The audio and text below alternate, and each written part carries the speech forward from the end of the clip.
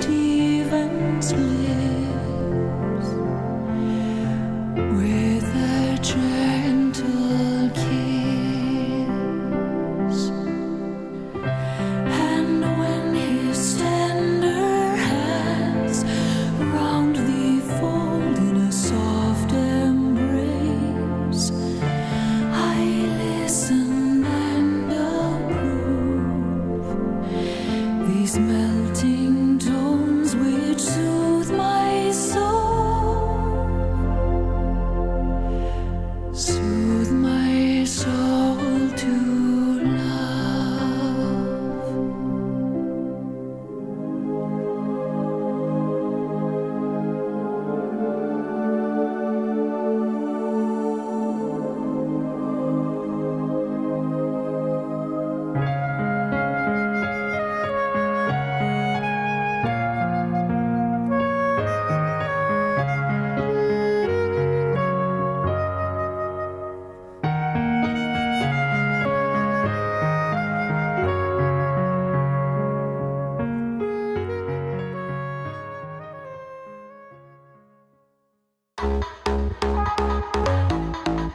We have in here the golden ticket to the DHL Super Drop.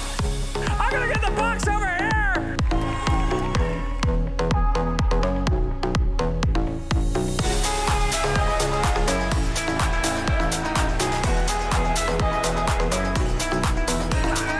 Choose your own adventure, man. Are you ready? I'm shaking. Good. That's absolutely correct.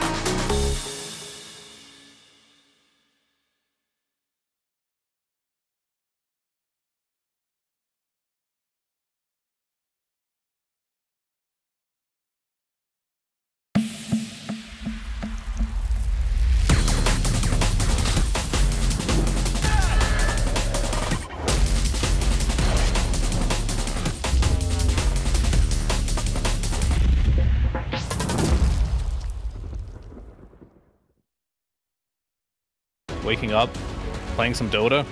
It's just been part of my life for 20 years, and I don't think that's going to change anytime soon.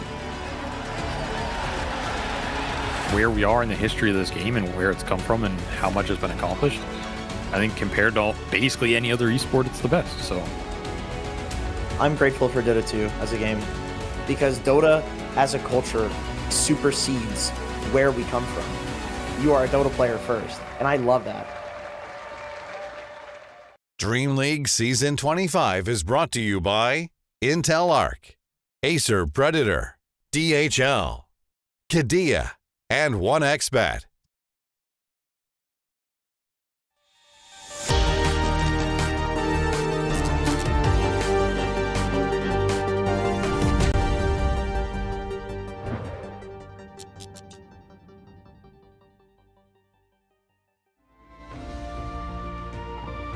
You're a Dota player first, and I love that. Wise words from Jenkins there, and that's why we're all here. DreamLeague Season 25 about to kick off with the group stage, joined by Waga as we get into some action early on. Super excited again to kick off another day of Dota with you. Yeah, it's going to be fun. You know, always so interesting to see how these teams are going to play out and how things are going to shape out. I feel like we've been on the same patch for a long time. And, you know, a lot of us are hungry for a new patch. But the competitive Dota scene is still evolving. Like the hero picks and the meta is shifting still. Some heroes is, of course, still kind of up there, just dominating. Like Alchemist is still a top priority. But we've had so many different shifts in the meta that the competitive scene is still very exciting to me. Oh, it absolutely is. And here's the nice wide roster of teams we've got, all competing here at DreamLeague Season 25. We've got the standouts that we've come to kind of know and love or hate, whichever way you want to look at it. You know, Tundra, Liquid, they're all up there still with Team Spirit looking very hot. You know, Bet Boom, they've had these ups and downs, but you've still got, you know, representatives out of China. You've got these Southeast Asian squads coming in like Mudeng, replacing Aurora.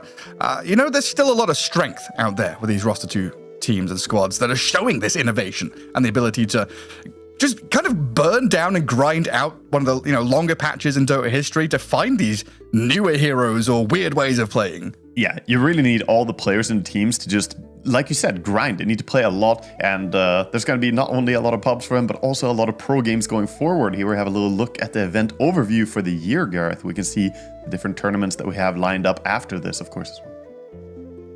Yeah, of course, the season starting last year with Dream League Season 24, ESL1 Bangkok have already come and gone. Now we're kind of in the middle of the year, Dream League Season 25, that midway point, followed up by ESL1 Rally, and then Dream League Season 26, all culminating with the Esports World Cup in July, August, as we'll find out later on in the year in Riyadh.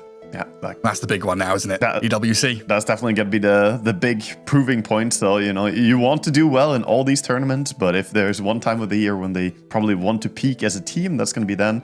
But that means you need to build that stability now as well, and having some stable performances already. We can see the points here, of course, for the EPT point system, and we can see that we're now looking at quite a few points available, but even going into the future events here, we have even more coming up with the ESL1 Spring or Rally, of course, being 26,000 points.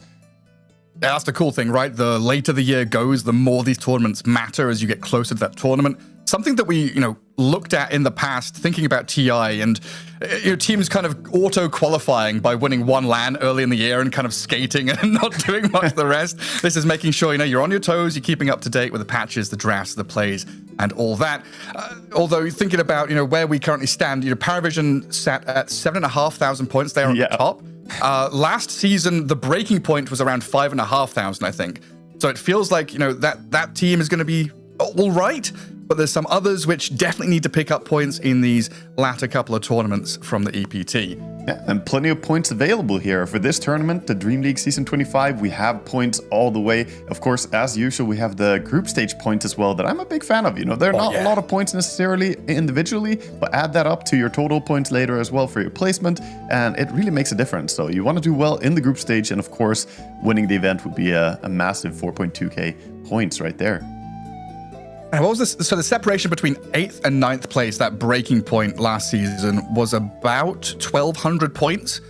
So 400, into 1,200 is a pretty big deal, right? If you're looking for that sort of scale tipper to get yourself over the threshold. Yeah, and the prize pool for Dream League as well. If you and another team are placing similarly in the tournament, but one of you did really well in group stage and managed to win the group stage, then that makes all the difference, right? You're going to have way more points than them. Even if you got just as far. And here we have, of course, the prize money as well as the teams are fighting for. Yeah, all the way down to 15th, 16th. 42 points. I was looking at the EPT board and was like, where are these 42 points coming from? Oh, yeah, it's for the teams that just, you show up to the tournament, you do all right, you get dumped out.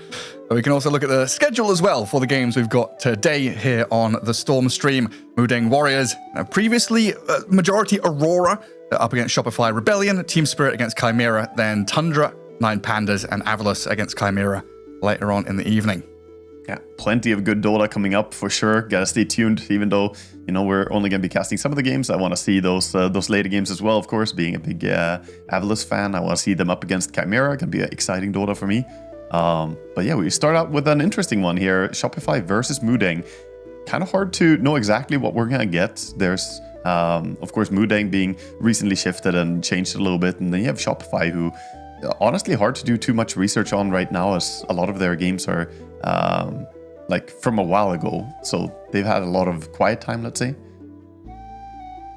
Yeah, it's felt like they've been building for a while, ever since it was that big EG roster moved across, kind of crumbled and disbanded. Now we still have Bulba kind of building this squad. It feels around Timado in the most part, but now they brought Pakaz in. The king of the carry from South America is now in position 3.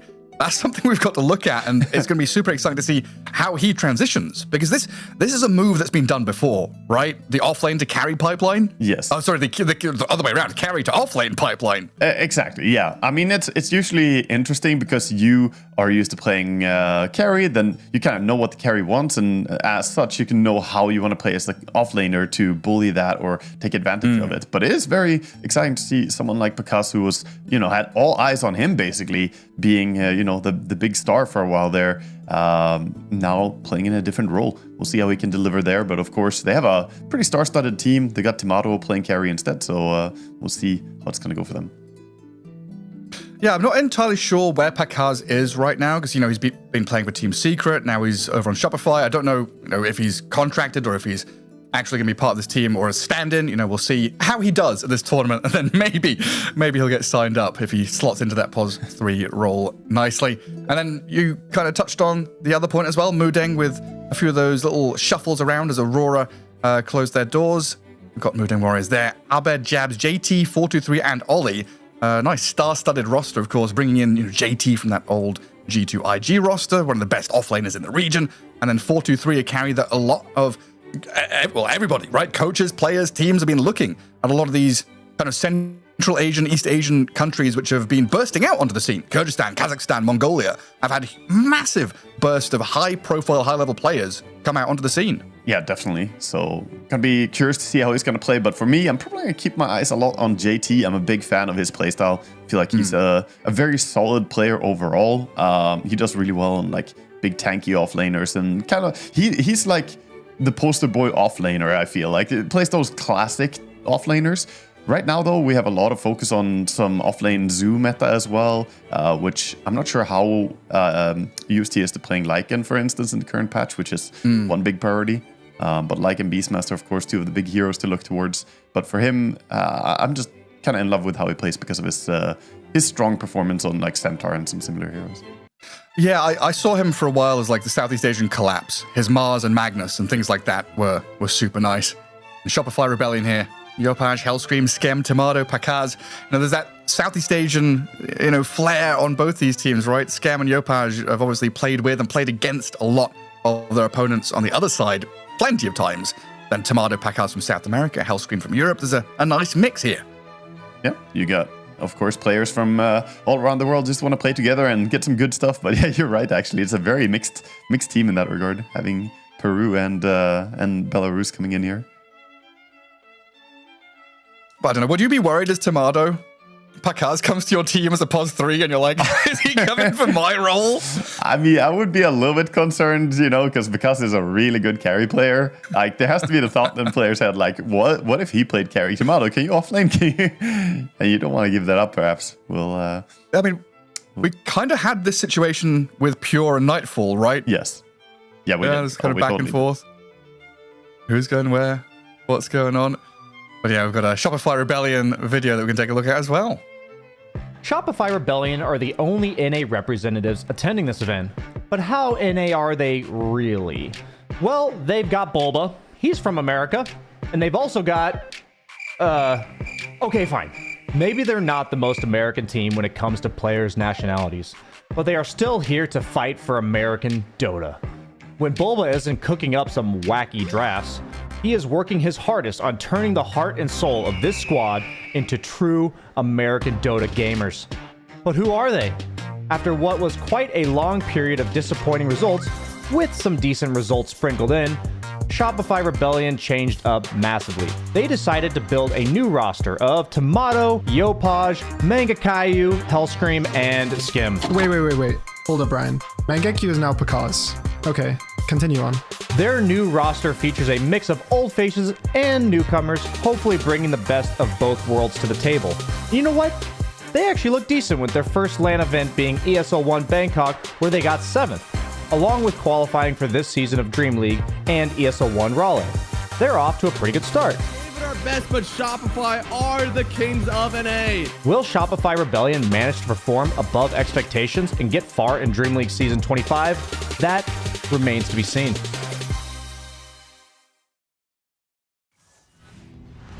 Yeah, Bulba holding the American flag there. USA.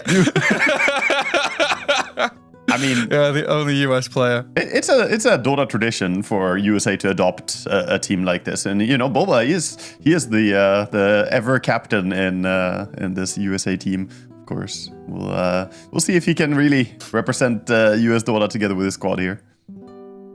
And they've got some heavy lifting to do. That region has had some problems, but yeah, like BSJ was saying, right? Not a bad performance at their last LAN. There's a lot to improve on for sure, but it's one of these things that's kind of hard to really read in Dota, and I guess it just in sports in general, right? Is this, team cohesion, that understanding the groundwork, foundations of building up a team. Yes, you can bring the 5 best players from each region in each role and put a team together, but is it going to work? That's always the big question, right? You need to really build from the ground up a lot of the times. Yeah, Dota's a complicated game with that. You can have tons of good players together, but it's not going to work out. You just need to have a few like key ingredients are always needed. You need to have that strong voice with a unifying idea, like we're going to play towards this, so that everyone is on the same page. Because even if you have the best players possible, if they're not working actively towards the same goal, Dota is such a big map. You have so many decisions to make. If you're not trying to crystallize all your efforts towards one same goal, then it's not going to result in anything. So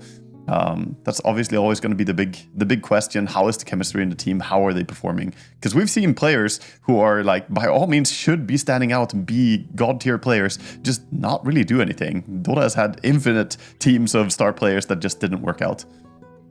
Yeah, I mean, even as recently as, the OG rosters, right? Bringing in Whisper, bringing in 23 Savage, you kind of expect, they're going to do big things in a couple of months. But if you don't have that chemistry or communication, even just the same idea about, what heroes are strong and what you feel like, how the game should be played, there's fundamentals there that you need to be on the same page. Yeah. And that's where, someone like Bulba does come in, right? He's like, the stamp, the mark of Bulba on the draft. That's what we're aiming for. Yeah, it's part that, and it's also part like hero pool. Like sometimes players, a certain POS 4 player, his hero pool doesn't mesh well with the POS 3 player, and then you can't really, make strong combinations that can play together.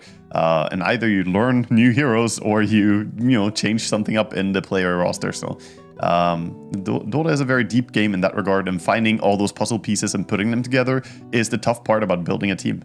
It can be excruciating for these teams to try and go through all the iterations before you really get it working. Yeah, I kind of looked at this matchup and I wanted to talk a little bit about, Abed playing against his former team and former roster and stuff like that. But it's just like Abed versus Bulba at this point, isn't it? Is Abed going to get revenge and pick Storm Spirit in this game? Yeah, I mean, pick Storm, and then Bulba is just he's gonna smile and laugh a bit because that is the meme. Storm Spirit would be good here. I feel like in this patch, though, Storm is probably taking a bit of a backseat. It's him and Void Spirit kind of sitting back and watching as the Earth Spirit is dominating the show, and we have a few embers here and there. Yeah, it's all been about those two big boys. It looks like lobby's full. We're not too far away from starting here. Draft will be up in a matter of moments.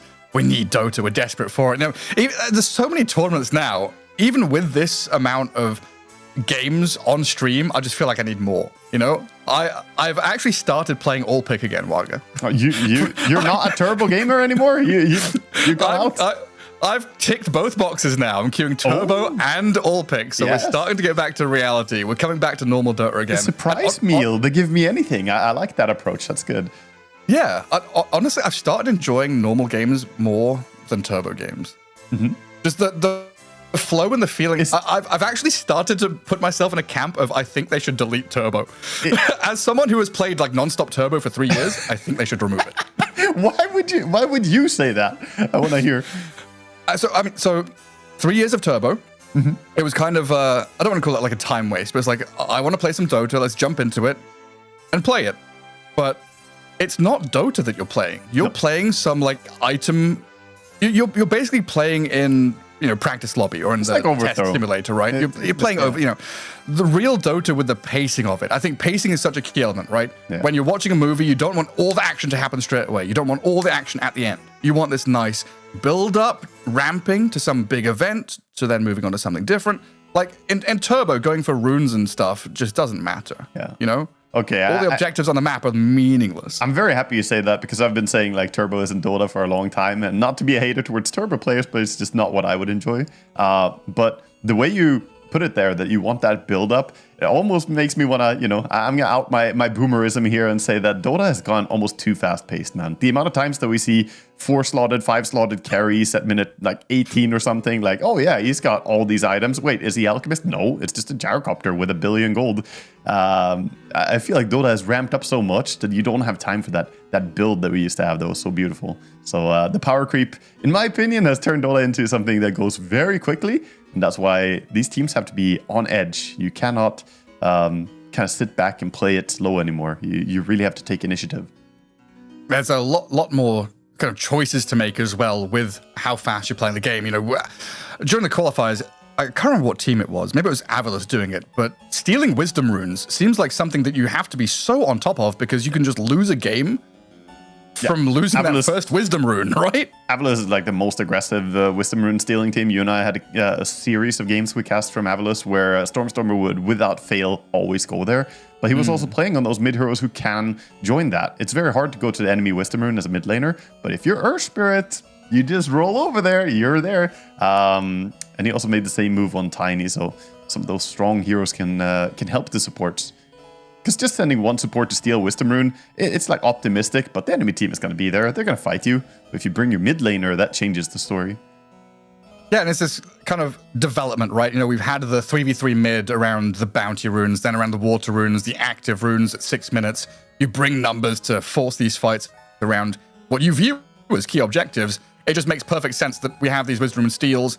And then even the minute 20 Tormentor takes, we're seeing a lot more teams, you know, Tundra and Falcons in particular, going for like minute 21 or 22 Tormentor on their own side takes, just because of how important that influx of gold can be, knowing that they've got heroes to do it.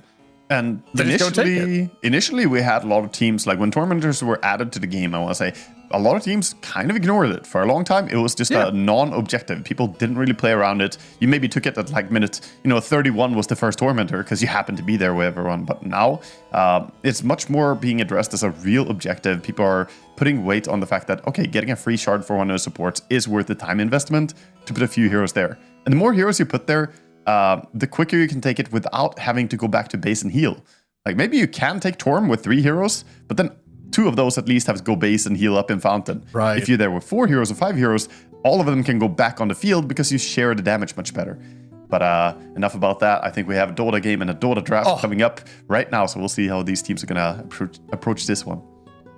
Exciting times. But yeah, just following on from that point, right, is why we've seen the rise of heroes like Pugnet in the past, staying on the map, keeping that battery of health and mana to keep playing. Io has become more popular recently as well for the same kind of story.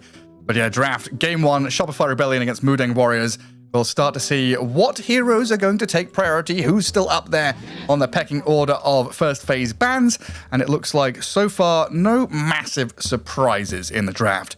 Alchemist, Phoenix, Beastmaster, Magnus, all gone.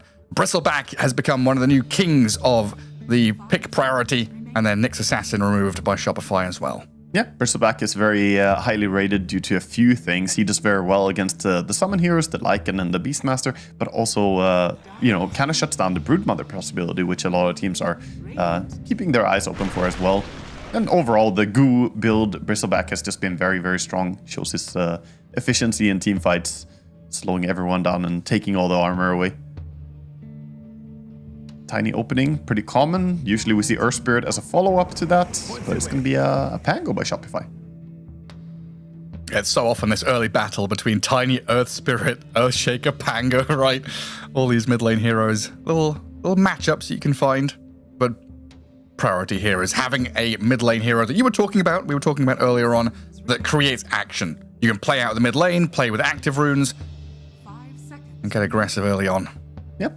Tiny is pretty happy to play into pretty much anything, so it's a pretty common first pick for mid. Most teams do not flex it. Usually it is just straight up mid Tiny, but we have seen a bit of carry Tiny lately. We have seen a bit of pos for Tiny, so there's potential for them to swap it if they have a good reason to do so, but more than likely it's going to be Tiny mid. 10 seconds remaining. Yeah, you move your Tiny to the off lane, he gets life stealered or something, and you're like, oh yeah, what have we done? Yeah, we had one of those. Yeah, we had one of those pos 4 Tinies with like minute 25 blink or something. It's like such a late timing. It feels kind of sad. Yeah, it can be very rough. You need to have a good laning stage then, and if the enemy picks some strong support hero, like you could just get shut down by a Lich or something in lane. I'll go the Morphling and the PA. 2 of the stronger carries of recent times. Yeah. PA ban kind of makes me wonder if Mudeng have an eye on Night Stalker. It's a hero that actually has been used a lot to counter Night Stalker, is the PA. Because Stifling Dagger gives you vision on the Night Stalker when he's flying around in Ascension. It's really good. And it's also pretty damn strong against him in lane. So it could be telegraphing a little bit.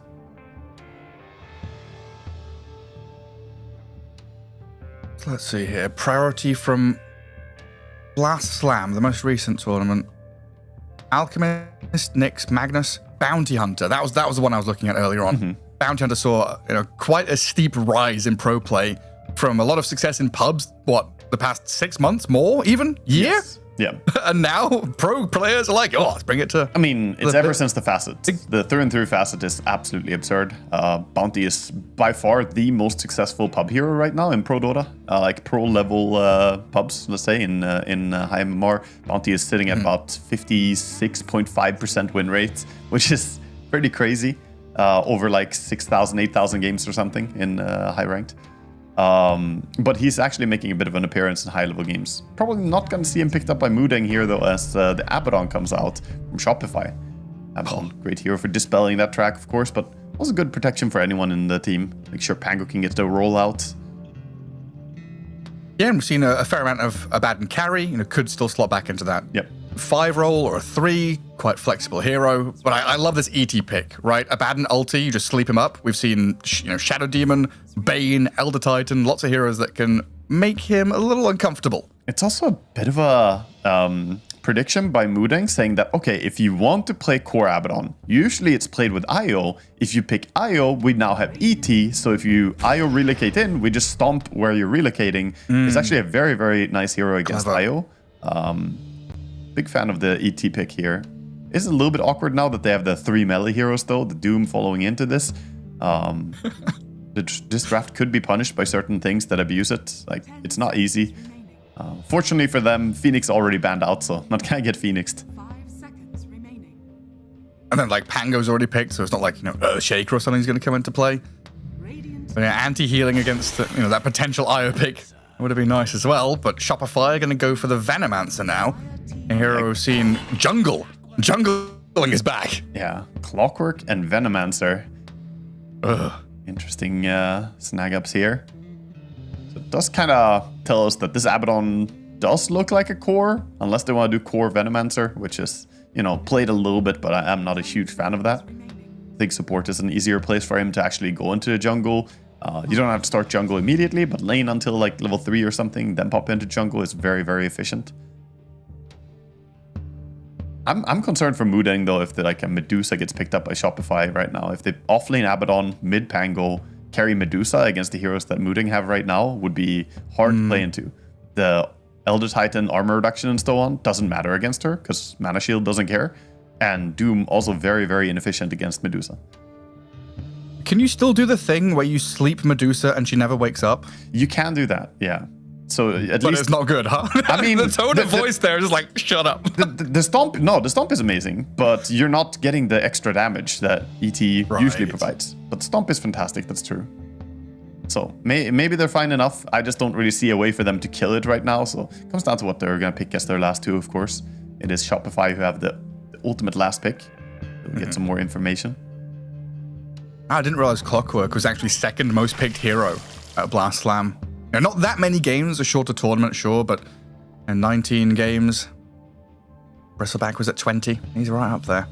Yeah, Clockwork is a hero that has... It fell out a bit for a long time. People weren't really picking him, and now he's just made his return, and it's just the same thing that we had before. It's just the armament is very, very good facets. Using the mana burn from the cogs, it's super strong in lane. It's hard to deal with. Even though it's nerfed on lower levels, it still scales to be very, very strong. I like the Enigma ban out. I think when you pick 4 melee heroes like this on Moodang, you do not want to deal with an Enigma. Yeah, you've been looking at this. Yeah, they're saying that carry Abaddon and Enigma offlane would have been tough to deal with. I think that's a great read. So what do we need someone to go in lane with Doom, right? Like ET Lifestealer, safe lane, Tiny's mid, Doom is off lane with somebody, right? Yeah, they need their pairing there. See who it's gonna be. I mean, they're banning out the Ricky right now, respecting those invis ganking heroes. Maybe they'll ban out the bounty as well, but I mean, they have Abaddon. Probably shouldn't care about him. Yeah, Murta makes sense. Murta would be good control against Pango, and actually it's quite strong against Clockwork for a multitude of reasons. You're fast killing the cogs due to your multi-hit, but the silence is fantastic to just put on top of Clockwork when you hook shots in. 10 seconds remaining. 5 seconds remaining. Let's see how good your Medusa call was. Do they ban it? I wonder what else is out there that they wanna not play against. So how good is Abaddon on his own? Yeah. I mean, I saw something that's a little bit weird, perhaps, but they could pick. They could play the core Venomancer and pick like a Warlock on Shopify. That would actually also go really hard here. Fatal Bonds would be strong. The Golem would be really hard to deal with. They ban out the Medusa.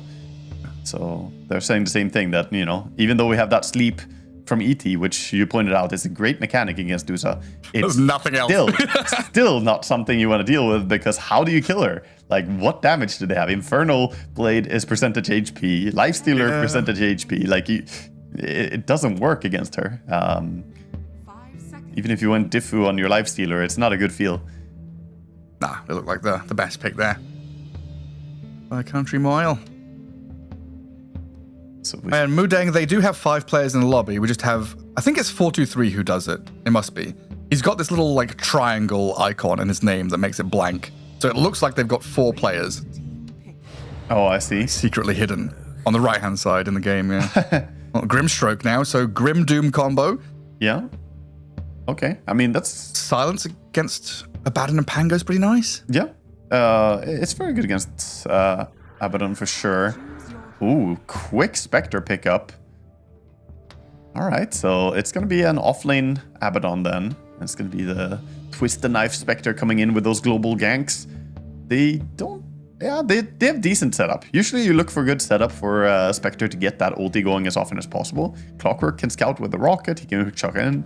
And Yopash, the moment he gets his Diffu on the Pango, can try and just set up those ganks for Spectre. Look, Pakaz, will you come and play POS 3 for us? Sure. What heroes are you going to play? What carry heroes can I put in the offlane? Let me just play the carry Abaddon, but from the offlane. We'll see how different he's going to play and what item build he's going to go for. That's definitely going to be an interesting thing here. I feel like he can go pretty damn greedy on that offlane Abaddon, even though they have a Spectre in the team. I think even when I've seen POS 3 Abaddon, it's still been this kind of phase Echo Saber Manta style build, right? Yeah, quite often. Harpoon is still very strong as well. A lot of players are going towards. But yes, Manta style is usually priority. And in general stats, it's a hero who likes having a lot of points in extra stats for sure.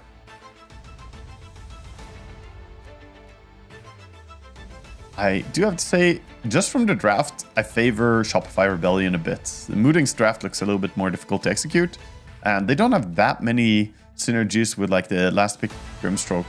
Yeah, you have the Soulbind, but like you're throwing Doom into it, and then what? I think Toss still works as well. Like the double toss? I think so. Or is it just a return from...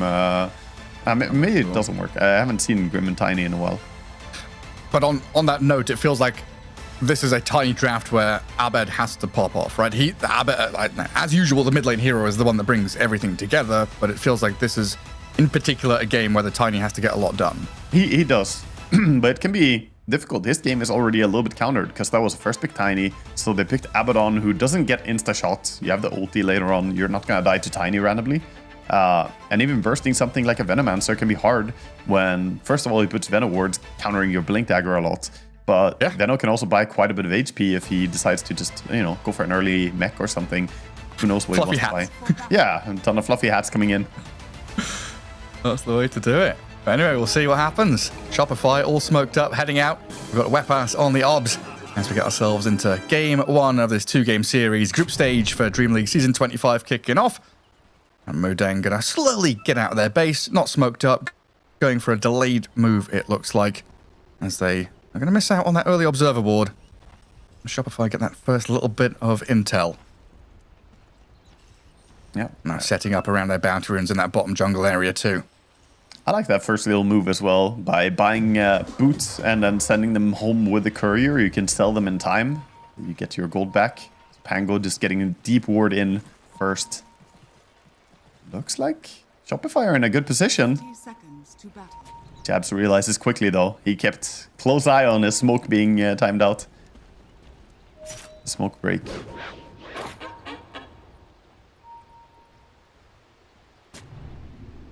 And looks like no real clash. Yeah, expecting a ward, but pinging kind of off to his side. Might not find the Radiant ward. See if they decide to drop a sentry for it. The battle begins. And that dire ward on Radiant side of the river, they were smoked when they placed that, right? Yes. Yeah, smoke placed. Was not spotted. I don't think any team has any real information on these wards right now. Clockwork doesn't bring his sentry in, so no D ward coming up. We'll just head out to the lanes. So we have Clockwork Abaddon versus the ET Lifestealer. Definitely an interesting matchup. Quad melee lane? Yeah, a lot of melees. I think I would give a little bit of a favor perhaps to the ET and the Lifestealer on that. I think Lifestealer should be able to see us quite well. Mid, just tiny Pango. We've talked about this matchup before, but first creep wave, very nicely played by Abed. 3 denies. Damn, I was looking at some stats a couple of weeks ago. I can't remember who was doing it, but they were looking at the kind of proportionate, win rates of ranged melee, universal strength heroes and stuff like that. And if I remember correctly, like melee strength heroes were like the most picked, highest win rate out of any combination of the others. Just being a big tanky boy feels nicer in modern day Dota than any other combination of stats and range. Yeah, I feel like we're still in an extended strength tank meta. We had the whole Blade Mail Heart thing, but strength is still very, very good. It's basically, in my opinion, the best stat in Dota right now. Just pound for pound, it gives you the most value. HP good. Yeah, I mean, have a lot of HP, and all those magic bursts don't really kill you. That's why we see a lot of offlaners even nowadays try and build heroes who have continuous damage or big damage. Like Doom, who can deal with the percentage damage, of course. So a bit of a win bottom there where Jabs was forced to TP out. TP to the lane, of course, so he sticks around, but now he's low mana, no TP scrolls, minus 100 gold. Maybe a little bit rough for him. Not the easiest spot to be in. Yeah, it's the danger. Still blocked. You get galeed up by a Venomancer and then Spectre just runs at you. Hellscream gonna get a courier snipe up top, blocks up the small camp, keeps things going there as well. And both sides really trying to make sure that the small camp and the pools are not accessible.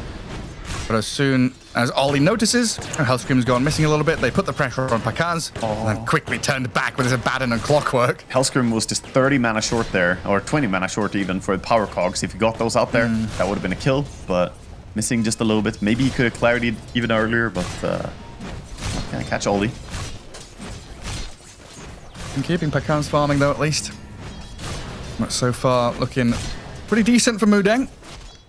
The tiny Lifestealer and the Doom all getting their fair share of last hits early on. Yeah, they're getting... But nobody really outright winning their lanes.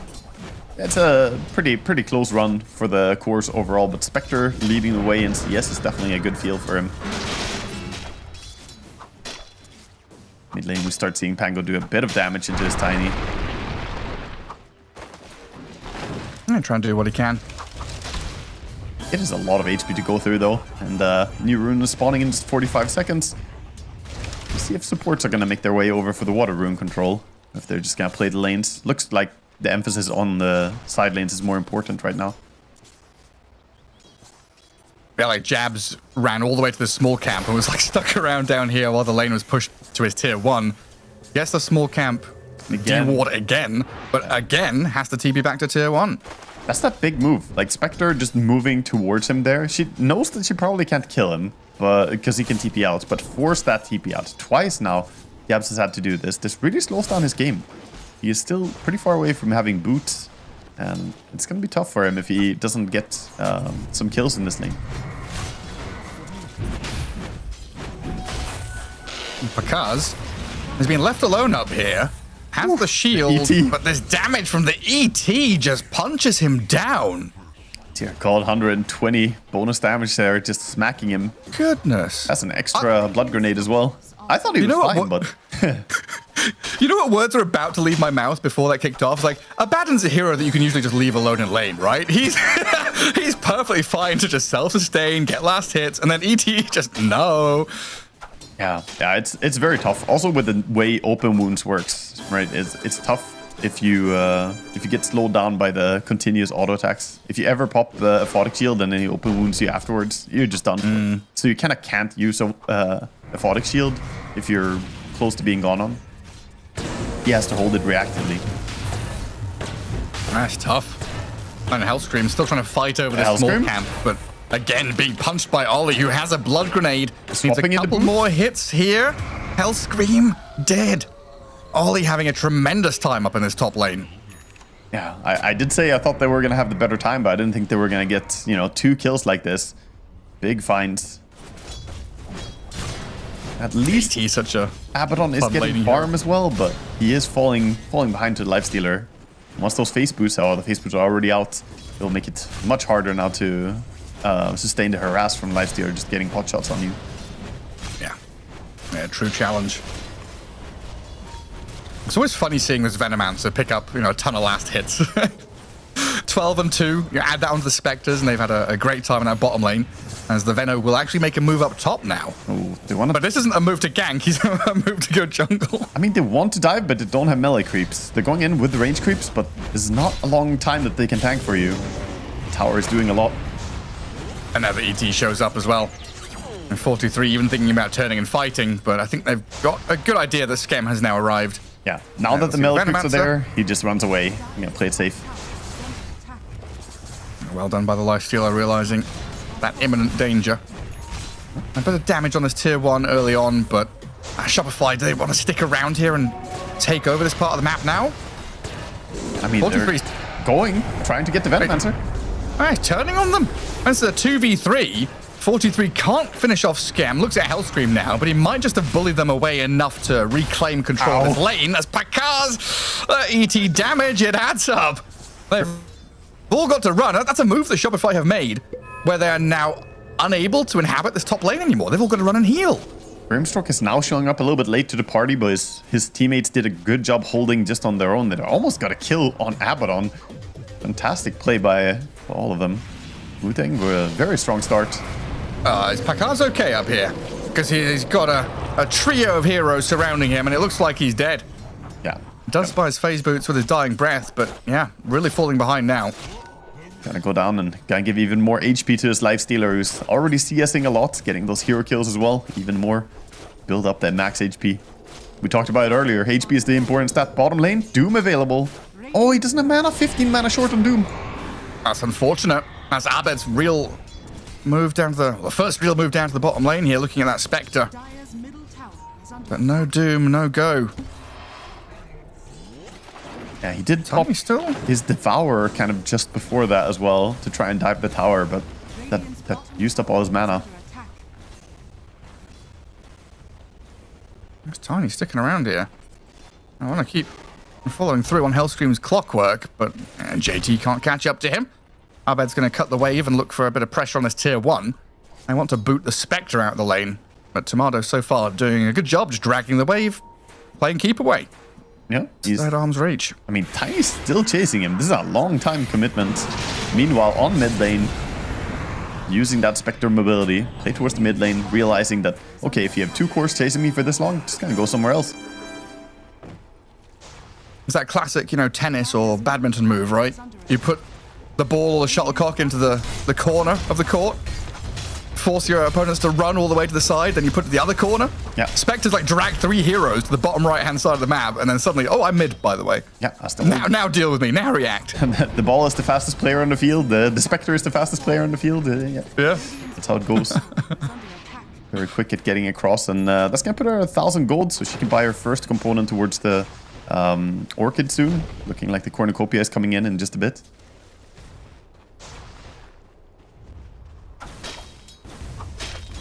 Modang going to smoke up with his Tiny and ET. Again, they are not happy with Spectre getting farm in this game. Tomato's already out of here, though, it looks like. Lifestealer scouting, infested in Alpha Wolf, sees the Spectre use the Twin Gate. And they'll see Skem walk into the wrong neighborhood down here. That's a lot of dire heroes to kill off a support, but this should mean that Modang will get that tier 1 tower eventually. Or Doom's Courier. Whoopsie-daisy. Bit of micro misses, but it happens. While you're going for a kill, didn't really think about it. But yeah, they'll get the bottom tower. At the same time, though, top tower falling quickly. And Pakar's gonna get the last hit on that. Bit of a trade, 1-for-1, but mid lane though is the big story. The fact that they have also opened up the mid tower already means that Shopify are going to be very happy with the balance on the map right now. Yeah, feeling real comfortable about that. Power rune. Does Tiny or Pango get lucky? Get me Pango. That's the Pango. Oh my, does he already have it? Ooh, that's a good timing on the Diffu. 10-minute Diffu here from Pango coming out. Already? Wow. He skipped power treads to get it even faster, so he values that mana burn really hard right now. I mean, they've been playing pretty quickly already. Keep that tempo up. Mudeng a little reliant on items, and Tiny needs this blink to really feel comfortable. Lifestealer, we've often talked about this Radiance into Armlet or Armlet into Radiance. Which one's better? Which one's faster? It looks like this time around 43 going for the Armlet, so he's going to be able to keep up somewhat with the tempo coming his way. But it is that Radiance afterwards, which is the timing. Yeah, for sure. You need both. I think I'm a bit bigger fan of the Radiant straight rush right now, even though it is in a way greedier. But this means that it's going to take a while before he has that burn. Just Radiance on its own is so strong when you complete it. Right now, the big story, though, is going to be the Pango and his ganks.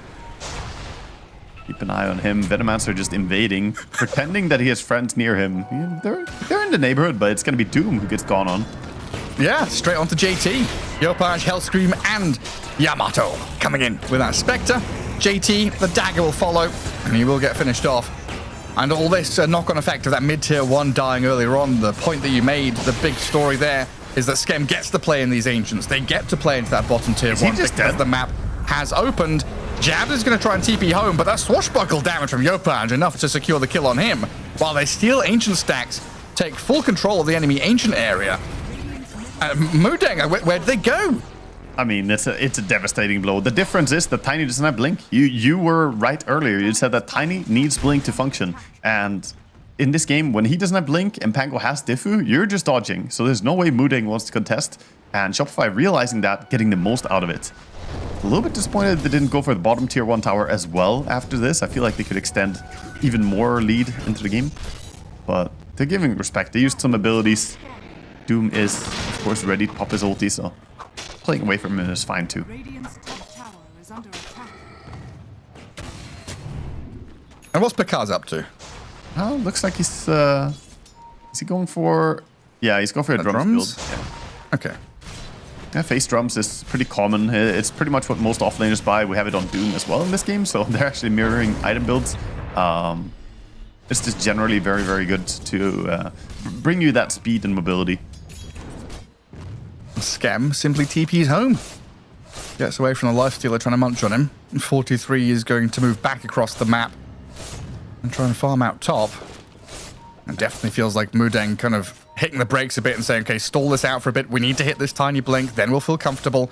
But the map is being swarmed by Shopify heroes. Look at the timing. They're going top, looking for Lifesteal. Orchid coming in for Spectre in just a few seconds. They want this Lifesteal kill. This is massive for them. I mean, 43. There it is. He's stanced up, completely caught out. Good call there. Oh, immediate pick off on him. Beautifully done by Shopify. That was actually really well coordinated. They timed this perfectly. Spectre just got the delivery on her Orchid when they connected on him. So, well done by Shopify. That was a beautiful gank. And then we go back to this conversation of where is safe for Mudeng. They've already been kicked out of bottom lane, their own Ancients, mid lane, top jungle. You need Tiny Blink. He's farming mod golems in the top part of the map. But we'll see this one back. Immediate jump, snap into action, and the best target you could hope for. Yeah, and meanwhile, Pakas is the solo pushing the bottom tower. Venomancer is invading and stealing Ancients. Everything is falling apart. Like you said, they're just on the edge of the map, farming whatever they can, but it's not much right now. And they stack up their own Ancients, but I wonder if they're going to be the ones to farm this even. Pakas is going to go in and scout it right now. He's going to call Venomancer to come over. He's going to be like, yo, buddy, come here and help me. His farm. Yeah, I mean, Veno is level 9. He's happy to keep just building his net worth. Veno loves jungle camps. Sure does. JT trying to assert some kind of dominance bottom lane. Runs up to Picard. Get out of here. Gives him a little boop on the nose. But they need more than that. They're smoking across and they are fully trying to 5-man control that bottom area of the map. While Shopify say, okay, we give up. We retreat. You wasted all your time. Shopify have invaded meanwhile in the top jungle, and this gives them the information. If nobody's farming up there, there's no way that they're not smoke ganked right now. So we saw Picasso just back out. It's Venomancer just running away. Picasso holding points. Oh, he's not the guy they wanted to run into. Tiny immediately turned tail and just said, nope, this is not it. Meanwhile, the Spectre is solo killing the Grimstroke at the creepway further behind them. Yeah, that... just an incisive move by the Spectre. They will turn on the Abaddon now, the toss back and a Doom. They get the LT off, but he's not going to heal off it. The Yopaj Panga will roll in and crash with the Hellscream's contribution here. They keep 4-2-3 at bay, but they lose Picasso in the end, regardless. Yeah, good kill for them, at least getting that kill on the Abaddon. Get 800 gold for it. But all this time, Spectre is farming. They are so stressed right now on the Dire side. They need to make more happen. And now it's dangerous to show, even top lane. Grimstroke can't go for these range creeps just because Spectre, you know, he knows the danger of her ulting in. Cooldown is still up for 10 seconds, but after that, she could join anywhere. Pango with the rune. That's scary. It kind of felt like Picasso walked into that one and kind of gave them a kill there, but... He did. He was a little bit late on skilling his ulti. He was holding his ulti point to get it at the best time. He went down all the way to 300 HP before he put a point into it, and then, of course, not being able to heal, the Doom kind of just ticked him down. But he wanted for something, and it could almost have... like, it could have worked. It just was a little bit too slow reactions on the leveling on the ult. Well, that's the thing. Like, him going in there on a service level just, like, looks bad, but underneath, there's a lot of layers of... Even if he... Like, even this situation where it looks bad in the end with the outcome, it's still on the enemy side of the map by the enemy ancients, far away from any objectives. As JT is caught in the cogs and Picasso looking for a bit of vengeance now. But Doom reasonably tanky, very quick on his feet with a goblet out the kobold. He's managed to munch up, but with all the control through Hellscream's clockwork, and it's slow from the Abaddon of Picasso. We'll kill the Doom off eventually with no one coming to help him. It's that max level or Curse of Avernus plus the Orb of Corrosion. Like, you're a super fast hero, but not when Abaddon touches you. You're just gonna slow to a halt. No moving. And another go from Spectre onto the Grimstroke. Venomancer, meanwhile, though, they're gonna get a return kill, at least get something. Abed. Oh, the roll! It lands! Crashes onto the Tiny, so yes, they kill Skem with Abed in his blink, but Yopaj is there to kill off the Tiny. Another situation where Shopify happy with the outcome. Shopify just look like they have their number right now, just 2 steps ahead all the time. Their item progressions are lining up really well, and the big difference is the mid lane, I feel. The Tiny has not really had an easy time, and that's what happens when you first pick Tiny and all those tanky heroes come out. It's so hard to find your pickoffs. Whereas the Pango, he doesn't really mind so much. All these melee heroes, they don't really do much against the Pango. Pango usually is scared about like high damage ranged heroes. Yeah, exactly. And then Spectre is just jumping every time onto any hero on the map showing. Putting the fear into Mudeng here. But yeah, I guess coming back to the point, and I guess trying to maybe say it a little clearer, the best case scenario in that bottom lane where Picasso runs up and dies is that they get a team fight around him, right? And worst case is he baits out the Doom, baits out all this reaction, forces them to be there while Spectre is farming and the rest of the team is getting advantages elsewhere. Exactly. It was always a win-win from Picasso. Yeah, but a toss back now with a Doom on him, glimmered up and starts running away while Yopaj is in, slept up by the ET for now. Shopify trying to play around this Pango with some good cogs out of Hellscream. They're going to force Mudeng back, but JT's Doom's caught up. With the Plague Wolves, the cogs causing some issues. No, he's just going to walk back. Allows Abed to go for round 2 with an Avalanche toss, counteracted by the Rolling Thunder now. Abed a little isolated as the Spectre jumps into the back onto jabs once more. We've got Tomato slaying the Grimstroke, ET crumbling by the Ancients area as well. This Spectre, he knows his target. He's just saying, okay, I'm going to go for support and kill him over and over again, and that's going to be it. It's a tough time to play support into this. And that was unfortunate for him. The Illusion Rune on Pango helped him out a lot as well, repositioning and getting out to safety. And the Abaddon as well, just getting out of that after getting doomed. I don't know. Doom is... Glimmer Cape's one hell of an eye to me. Yeah, we're seeing a lot of Glimmer Capes on core heroes lately. And this is a Glimmer Cape Abaddon. The fact that it gives you movement speed, I feel, is... this crazy thing. I'm always thinking of Glimmer Cape as just an item that gives you magic resistance and invis, But Yeah. the fact that it gives you barrier and 40 movement speed, it kind of gives too much, I feel, nowadays. But, you know, support players are going to hate me for saying that. But when core players are buying Glimmer Cape, we kind of know that the item is overtuned. I'm just saying. Just a bit, yeah. We have... I think it was Amar on Gork's stream. Gork asked him, you know, when did you learn that Glimmer Cape gave movement speed? And Amar was like, yeah, like 6-7 months ago, our coach, Aoi, woke up one morning and said, you guys are all idiots. You're not buying Glimmer Cape. Did you know that it's got movement speed? I mean... Obviously, Amar, you know...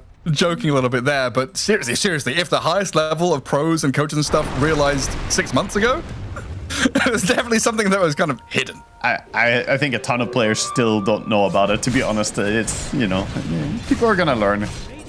It's kind of crazy. And of course, as we speak about the Glimmer Cape so much, we have a Glimmer Cape coming out now for the Clockwork as well, so they have the double Glimmer on their team already. And for the poor Grimstroke, he does not have enough gold to buy one of those. He's trying to get a Gold Scepter just to survive the Spectre, but I fear that by the time that he has it, the Nullifier is not going to be far away for Spectre. Yeah, it's going to be a close call. Oh my god, that Roche is falling quick. Yeah, he's already dead before Mudeng get anywhere near it. But they are in position. They are in position to fight here. If they get good high ground vision, they can play around this. They see the courier flying back to base, but Shopify, they're not retreating to the west. They're actually pushing forward and playing up the lane. Oh, that's so good. They could go for the Wisdom Rune. Looks like they want to stick around, though, on the lane. Spectre, of course, sticking out doesn't matter. Yeah. Lifestealer Radiance off for now, not wanting to give away his position, allowing Abed to make the jump onto the Venomancer. Skem the target, they'll kill him quickly, but now the choice has to be made. Stand and fight or retreat and run. 43 and Abed infest in and out to try and heal the Tiny up. Soulbind there on the Pango to stop the roll from coming. Gets out of it and tries to right-click back into 43 now as the Spectre arrives, but Abaddon and Pango in trouble. It's a good fight. The Dooms are there. The Grimstroke's done the damage, and Lifestealer just munching on people. Aegis down. Hellscream turns with a good hook shot, and Pango respawns back in onto Abed while the Spectre in the background has killed off the supports. A double kill for Timado comes out. A great fight for Mudeng, but they still lose. Yeah, I mean, they're so far behind in terms of power level. They took a really fantastic fight. The bind was very, very good there coming out from Grimstroke. Nice positioning. They followed that up with the Doom into 2 heroes as well. But the Aegis, of course, giving that free reset is a tough story. Pango just coming back to the fight immediately. And even if Abaddon goes down, there was a lot of effort killing him, and nothing was really focusing on killing the Spectre, who possesses a lot of damage output. And not to mention, like, the supports do a tremendous amount of damage too. This Venomancer and Clockwork, they dish out more damage than you would expect in the fights. Bro, Venom's level 13, hey? Yeah, he's... Lifestealer is also level 13. Tiny's level 12! Yeah, Venomancer is definitely growing rapidly. His net worth isn't that crazy, but his levels are doing fantastic. He's a big boy. He's just being annoying. And Hellscream. Jetpack over the top, hook shot forward. Up at top, they're getting in on top of JT. Rolling Thunder with Diffuser Blade slowing him down. He gets out of the cogs, and Pango is stuck between cogs and the Spire. Not able to follow through as they would have liked. A little oopsie there, and Slippery Doom just runs away.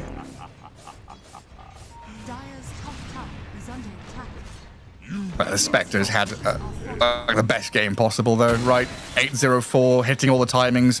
Every time she sees the ET or the Grimstroke show on lane, it is just a free kill with the Orchid. Spectre's ulti ready, so whoever shows on the side lane now can get the jump as well. Bloodthorn is soon ready, though. Maybe he'll wait for the Bloodthorn recipe to come out. That is a massive power spike. So when Spectre can just hit you a few times and then jump out, and they know you're dead. Mudeng currently just trying to reclaim a bit of territory here. Get some D-wards. Kill off some Ancients. Get something from the map as they have been... They've been hemmed back to this, like, right-hand side for a good 10 minutes. Yeah. Not able to break out across the river and do anything. It's honestly a bit tough. Their heroes just... I'm not entirely sure how they're gonna play it out. I said it in the draft that I favor the Radiant draft a lot, and that's because their heroes have such an easy time parrying for action. Like, who's gonna go for kills on the side of Mudeng? Like, yes, you have Doom, but Grimstroke and ET, they're heroes that we don't see that much in the current patch, and for good reason. they don't really play as fast, I want to say, as the Clockwork, the Venomancer. And you need that perfect combo, right? Like with Venomancer and Clock, all of these Radiant heroes, you can be... There's more leeway, right? You've got safety nets. You can be a bit sloppy, mistakes can happen, or your opponent can do something unexpected. Yeah. But Grimstroke and Doom, that combo to work out, you need vision, you need the targets, you need to execute. Yeah, they really do. And so much hinges on their execution. As you said, the Doom needs to be clutch, they need to get a good bind, and even then, it's not guaranteed that they're going to win a fight. And also, how do you force a big 5-man fight where you can get those 2 core heroes bound together? Oh, never mind. Well, you can't when you don't have 5 men. Yeah. No 5-manning when you don't have 5 men. A good ward. At least they should know about the ward now. He got hookshotted without a rocket first, so should tell him.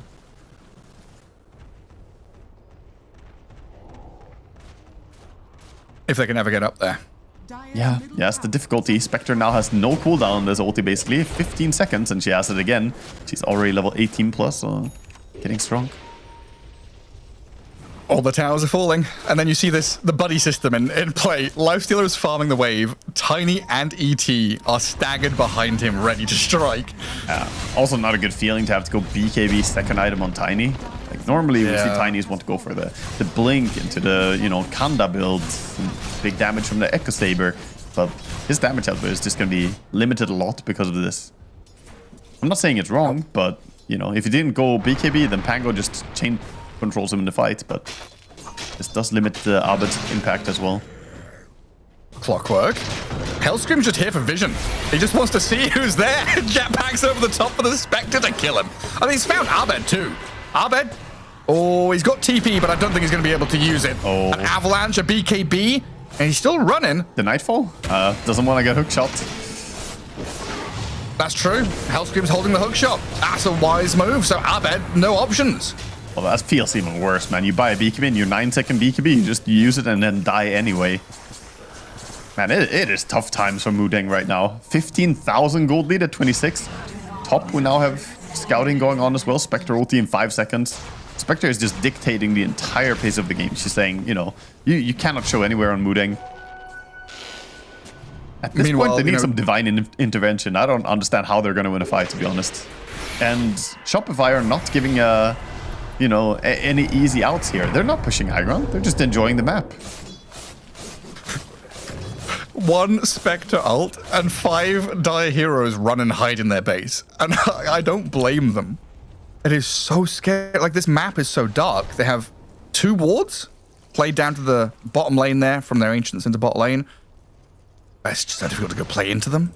They're going to smoke now. They have to do something, right? You cannot just sit in your base and wait. Yes, you're behind. Yes, morale might be low, etc. But you have to go and make moves. Smoke and hope that you find multiple heroes on mid. That's basically the play right now. They're looking for it. Radiant are defensively scanning. Not going to find them, though, as their scan was the upper one. Tormentor gets taken. Mudeng, you have to make this move. You got to go forward, even though it's hard to press. Well, that's a DD Tiny. It's a good start. Get something for themselves. But they know that the moment they show on side lanes, Spectre is going to start dominating the field again. And Tomb is pushing bottom without breaking his smoke, so he doesn't get jumped. And then Yopanj scam smoked in behind the abandoned mid. So they can't get run out. Here comes Hellscream. He's going in. The Clockwork just breaking vision. Opening the eyes of the Spectre's Abed. He does go in. DD Avalanche toss. No kills yet. And the Spectre Pango combo into the back. Slaying jabs yet again. Grimstroke down and the Rolling Thunder crashing onto the Tiny. 43 trying to move in. Try and save with an Infest play. But Abed and 43 getting run around in circles by the Spectre. Juking and jaunting as Pakaz scam. They're going to get Avalanche tossed and they'll lose the Venomancer. Hellscream getting munched on. And Mudeng, a couple of support kills here go their way. But they're going to lose 3 in the trade. Now it's all about running, escaping, try and get the hell back to Run, Fountain. JT. Lifestealer might be able to, but JT is going to try and TP. The damage is coming and it's too fast. I mean, it was Don't nice. care about stuns when you've got the DPS. Nice attempt at juking there, but the damage output is just ridiculously high right now. Spectre even has the Nemesis curse as well, so if you thought she was bursting people before, she burst them even faster now. An Aghanim Scepter in her hand also allowed her to go back into the fight even after her first pick off. And he's still doing what we said. Just kill Grimstroke every single fight. I think without Grimstroke binding 2 heroes, so they get 2 hero Doom, there's no way Moodang wins the fight. Like, Doom didn't even click his ulti, even though he had a chance to do it, because he knows that it doesn't matter. They needed the double Doom. Nice. Like we said, right? They need that vision. They need the targets. They kind of need Shopify to give them the opportunity. Yeah, it feels like that. You hear the non-stop Spectre jumping around with the Aghanim Scepter as well. And there were strong... a solo kill on Lifestealer? Back in reality? Oh, wow. Yeah, I believe he did. The BKB was on cooldown and he walked into the ward. The same ward, by the way. The same ward. It was never called out that it was warded. Oh, no. Maybe he didn't realize. He just thought that he got, hook shot by Clock scouting it with rockets, but that's unfortunate. And this is why Lifestealer went BKB to try and be ready for that silence, but maybe Manta Style was the necessary choice for the lower cooldown. BKB Lifestealer is a big commitment. Just so many tough choices to make in this game, right? You're behind, you're trying to alleviate that pressure, you're trying to itemize to get back into the game. Here's the question, though. Even if you have BKB against the Spectre jumping you there, do you feel good? Like, imagine he had BKB and he lives. Like, then you use BKB, it's not really better. No. Then you can't fight again as well, so... I do feel like this should probably have been a Manta Style just for the quicker dispel or more continuous dispel throughout these engagements. Lincoln's now up on Abaddon. I like that. He's understanding. SMY and Lincoln's, this is a very stat-heavy build, as we mentioned, for Abaddon. You're a universal hero, you want stats. But also, this blocks the only combo that you and I have been talking about, how Moodang are going to win the fight. Doom and Grimstroke. They need to throw in those big ultis. And comes back to what you were saying about there not being many combos with the Grimstroke means there aren't that many single target spells to pop the Lincolns to begin with. That's so true. Yeah. Very, very true. And it's going to be Aegis on Spectre now as the second Roche gets claimed. And more Lincolns are being built. We have Lincolns on Pango in just a little bit. He is only 30 gold away. And the Spectre is going for a bigger, more aggressive item choice. Going for that Hex. That's going to allow her to solo kill anyone, no matter if they have BKB or not. So it's a very wise itemization. Is really capitalizing on the advantage he has already. And now it feels like no choice but to group up as 5 and play together as Moodang. You have to just relinquish control of the vast majority of this map. 80% of it, give it to Shopify. Moodang going to farm some little ogres and mud golems somewhere else, push out that top wave. But eventually they will have to come back and defend their base. That's the massive strength of Spectre and, I guess, Dawnbreaker in recent times. The ability to farm back and play forwards. Yeah. Your team's killing off Tormentor while you are gathering the farm, which no one else would possibly get on the other side of the map. Yeah, the painful thing here for Moodang is that now you brought everyone back home. You're defending.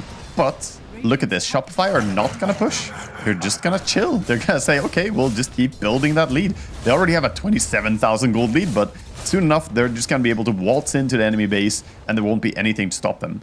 They have 3 minutes on the Aegis. The real timing for them is going to be in 2 minutes from now. When Aegis is about to be reclaimed, that's when they will go high ground. It's just such a tough spot to be in where there's like there's things you have to do and there's wiggle room for other things, right? As the defending team, you have to come back and defend. You don't have the strength to split push or trade or anything like that. Whereas the attacking team does not have to push. They then have the choice. They have the ability to do what they want. Yeah, and largely because of what you mentioned. Global heroes. Having this Spectre is so convenient for them. And they're using the entire field, getting all the item progression they want.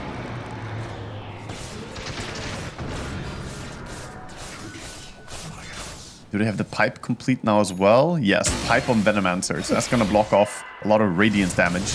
And bottom, that's just solo kill and Lifestealer. What? The Hex.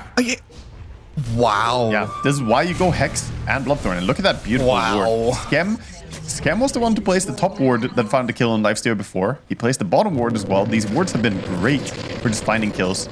This one does get dewarded immediately. It's like, I was jumped in Fog of War, guys.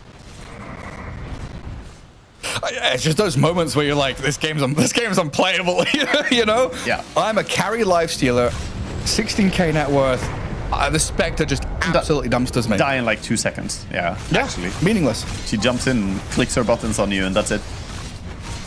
And now we're looking at this tier 3 dying. No buyback on Lifestealer. Of course, you wouldn't expect him to have it. No. And that's something that Shopify are exploiting tremendously well here with Roshan's banner, Abaddon pushing that tier 3, Skem going in behind with the Plague Wards to give Vision and Scout, and keeping JT at bay as well. I mean, what do you do? Look at Skem's positioning. He's just in there. Look at Tomato's positioning. He's killed Jabs for like the 10th time this game. Yes, because of the Venomance just going in and giving this vision. He just understands. All he needs to do is he works as a flashlight. You know, he's showing Spectre where the kills are. Like, look over there, Spectre. And she's like, oh yeah, I'll take that. He's that in the backyard. He's that security light when a deer jumps into your garden. And a hedgehog is here. Go kill it. Let loose the dogs of war. Spectre has the Aghanims ready and the ulti ready in 5 seconds. A smoke comes in. This is the final move, I think, coming in. Yopash with the wraparound. This feels like the killing blow.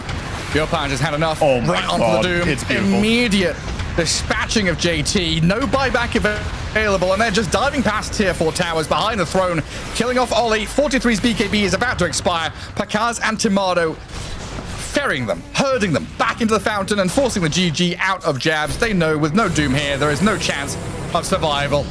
A last-ditch effort to get a bit of damage out, maybe a kill on Skem, but even that won't come to fruition. Game 1 victory for Shopify Rebellion. My God, that was rather one-sided. Yeah, that was an 18-0-6 Spectre, a 4-0-10 mid lane Pango, and just a very clean game from Shopify Rebellion, who got all that tempo in this game. And I think a lot of it does come back to how the Pango decided to go for Diffu Rush, not going for the power treads. That was a wise move just to like play faster, and speed was really the name of the game for them. Yeah, they played so damn quickly. Just moving very, very fast across the map. There was maybe some worries when they had that Venomancer move up top and it got turned around a little bit, but we saw Mudeng's issues from the draft onwards. And here, just Shopify really picking them apart. The Spectre, a real valuable asset to have in a game like this, where the other 4 heroes can just play strong, play forward. Pango and Abaddon felt like they were very rarely under threat of dying in this game. Oh, yeah. And then Spectre, of course, ending unkilled. For sure. And, I want to give a lot of shout out here as well for the big drafter, the Bulba draft. I think, honestly, they outdrafted him pretty hard in this game. Mudeng's draft just looks very, very tough to play into what Shopify have as well. Like, if you look at just the heroes, how they work together themselves, already, I think, I favor Shopify. But in the matchup, I really think Shopify got the better end of the deal here. Yeah, I mean, even that Pango, right? The Pango first pick, 4-0-10. Spectre at 18-0-6. Wait, do we go back to that initial start of the draft? Pango, Tiny, like, what was there a misstep there? Or was it the building of the draft afterwards? Tiny didn't have any partners was kind of something you were looking at, right? I think Tiny is fine, but I don't really get why they picked Tiny, ET, Lifestealer, and Doom. This is a bit too straightforward. It gets countered by similar things. These big strength tank heroes getting burned by the Pango mana burn. I feel like the moment you see the Pango, it already feels a bit rough to go for this many melee heroes into it. And, Shopify just had a good read on how to abuse this. Even playing that many melee heroes into a Venomancer doesn't feel good. I'm just thinking about these solo kills from Tomato. Like, his overall hero damage there, 35k, right? Tripling that of the Lifestealers. And the majority of that, he didn't have Aghanims until the end of the game. The majority of that is from solo killing. Lifestealer has 2.5, 3k health? Yep. Spectre just solo kills that in 3 seconds. It's gone. It's a very, very fast kill for him. He took him down several times. He was actually the one that he preyed on the most after Grimstroke. Grimstroke was always the initial target, though. But, Lifestealer cannot stand against her. Didn't have an SNY or Lincolns. And, how is he going to get these items when they're so herded on the map? You used that term. I think that greatly describes how the map was played. Yeah, from minute 13 or something, they'd be pushed to that right-hand side by the Ancients and their Wisdom. It was a real rough one for Mudeng. Great from Shopify, though. Cannot take it away from them as they will grab the victory in Game 1. And we'll have a quick break. Coming back with Game 2 shortly. See you in a bit.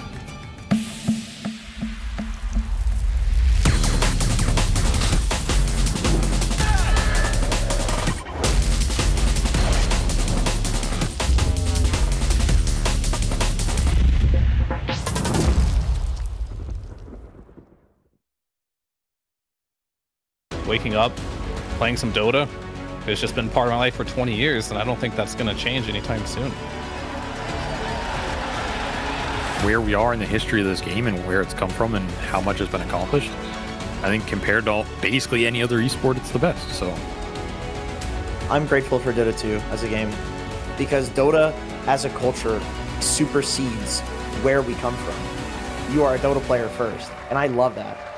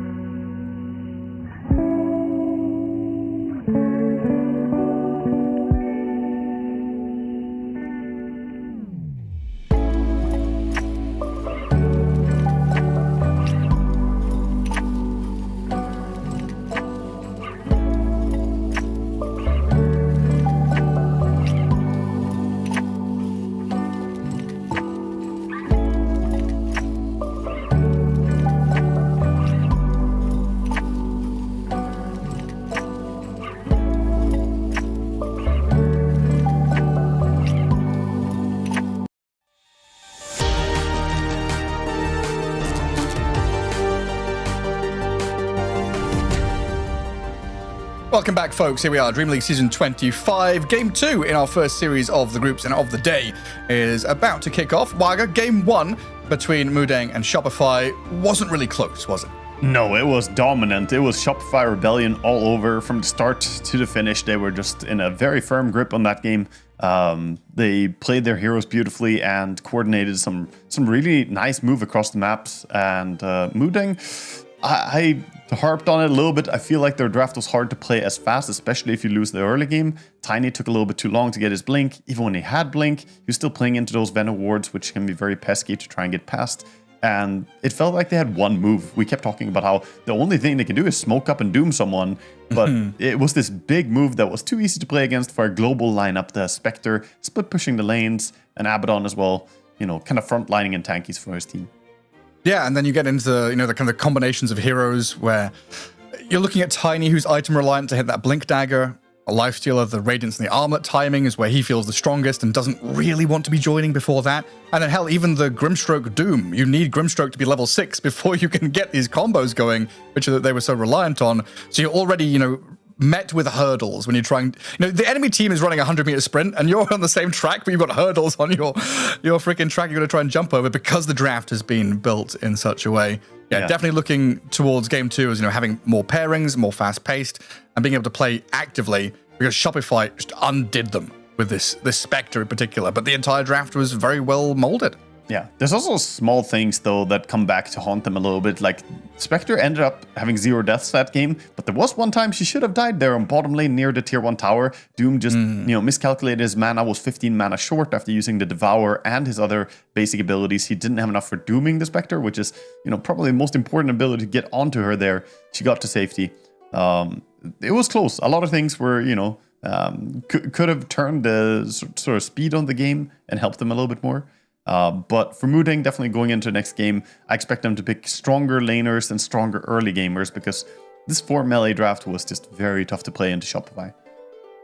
But yeah, I guess part of my point there was also that picking Doom when you've got Tiny who needs Blink timing, you've got Lifestealer who needs Radiance timing, and I'm looking at this draft and okay, Lifestealer was picked after the Doom, but if you're planning to pick a Lifestealer, you need some kind of offlaner in this scenario that goes out and does shit, right? You're giving JT somewhat of a comfort hero in the Doom, then you picked a combo with a Grimstroke, but if that had been, a Beastmaster or something that goes out and does well in lane and progresses the map, you would feel so much more comfortable. I would like Beastmaster more. I think Doom can work. A lot of it comes back to that mid difference in tempo, though. Like Tiny just didn't have very good timings at all in this game. He got his Blink Dagger at minute 14, I think. 14:30 was his Blink Dagger timing, which is definitely a lot later than you want it to be. Meanwhile, Pango with that 10-minute Diffu was just already running around and taking over the map. So a lot of it comes down to the fact that mid couldn't really play tempo. But that could also be attributed to the support duo that you were running. Like, how does he play that tempo when you have an ET and Grimstroke? It's a little hard to play around. But we'll see what they come up with. We have a new draft, fresh draft ahead of us. We do. We'll see if they can fix what went wrong.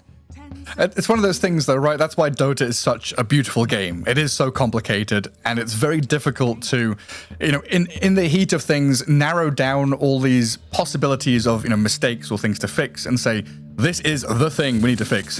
Usually it's a much broader idea or multiple combination of heroes or of ideas that have gone wrong, and there's more to fix than a single pick.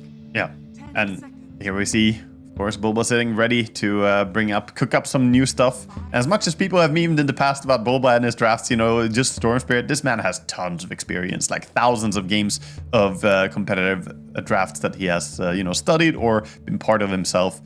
So we'll see what he can give them as a repeat here against Mooding.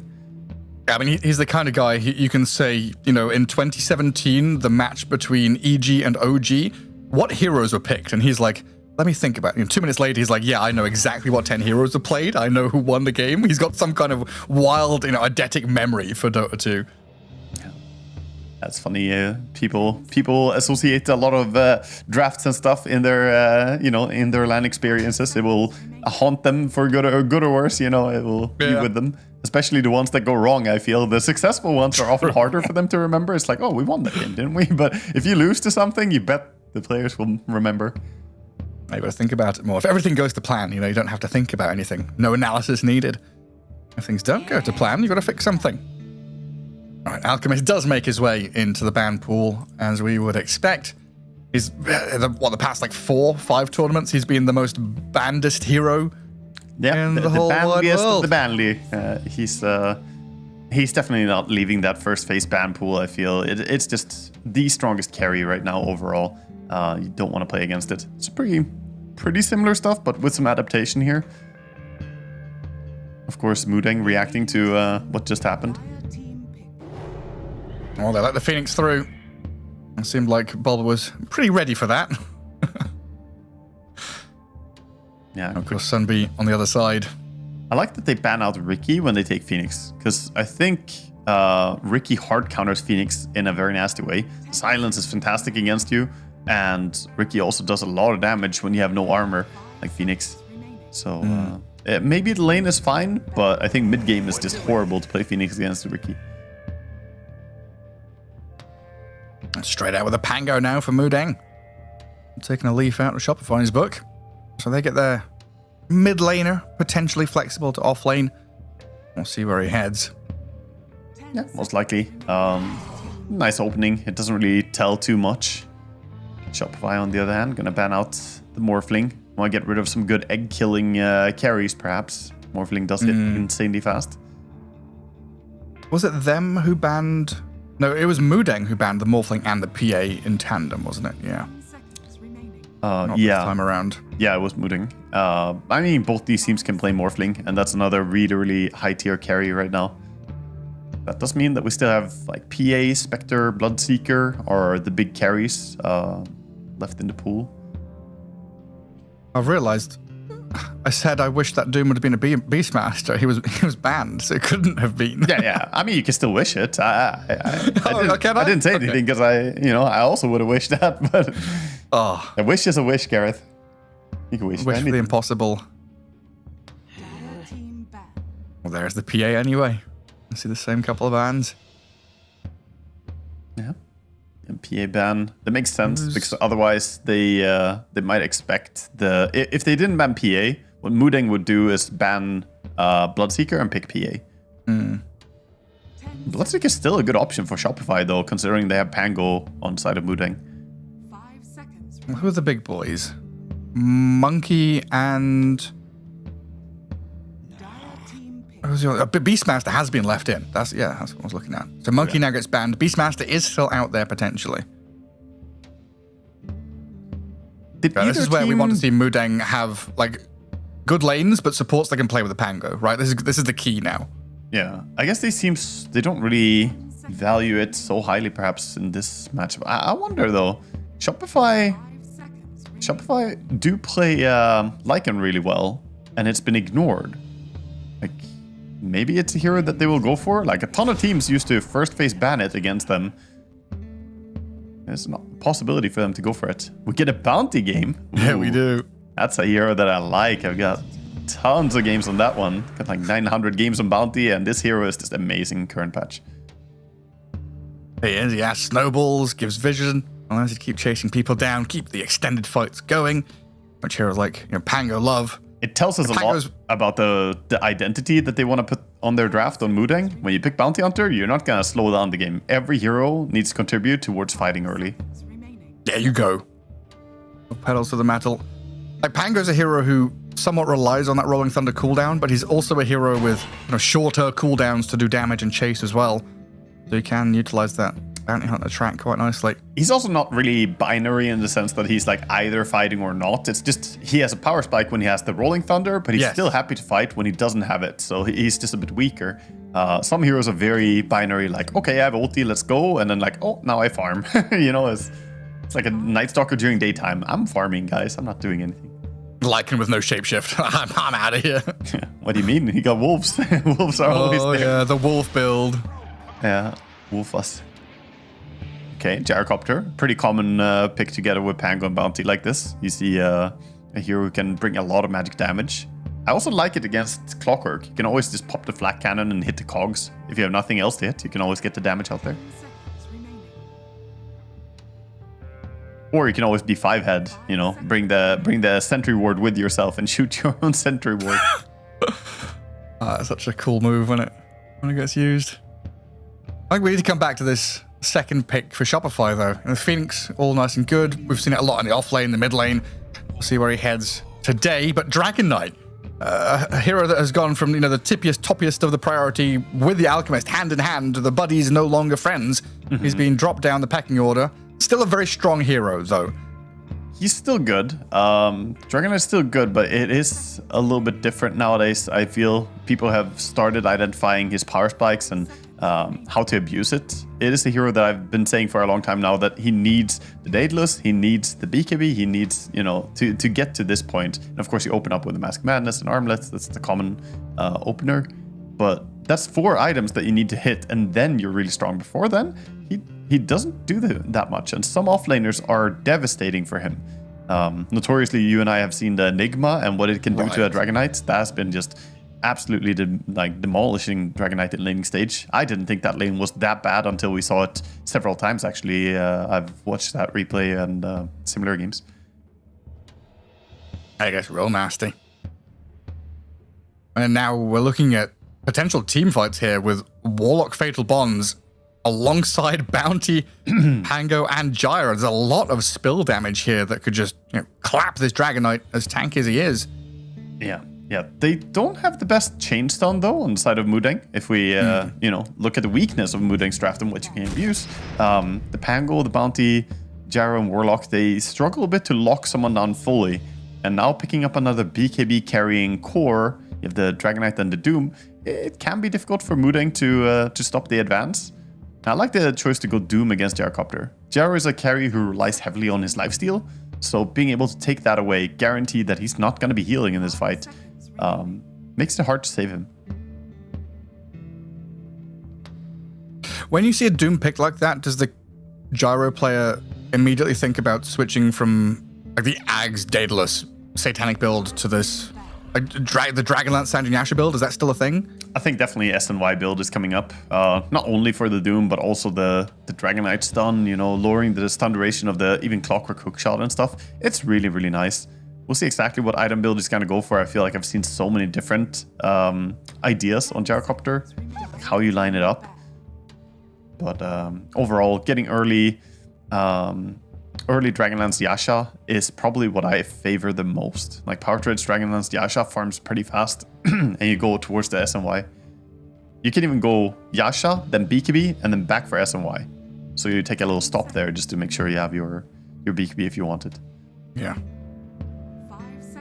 And you said it right, chain stuns are a problem, so they're trying to remedy this somewhat with a couple of bans now aimed at those slippery heroes, the Puck and the Ember, namely. Yeah, Mooding understand their own weakness, is what we're seeing. They would not deal well with these heroes. Shopify still have a lot of options, I think, though, for that mid lane. The Storm, Gareth. It's still there. The reality. The Storm is there. Does Bulba see it? Does he see it? He probably has. You know how you can customize your heroes in your hero screen? Probably has sized up that Storm Spirit just a little bit. Can you do that in Captain's mode, though? You can't, right? It's just a flat. Yeah, Captain's mode is flat, but, you know, if you have your other PCs, you have it up. Yeah. It would be funny if you could just remove heroes in your Captain's mode. You don't see them. Yeah, we're not going to play this hero, guys. That's garbage.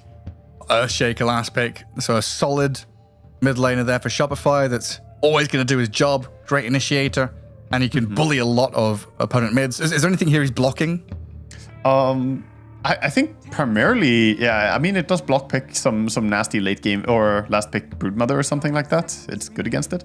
But I think it's just nice against Gyrocopter as well.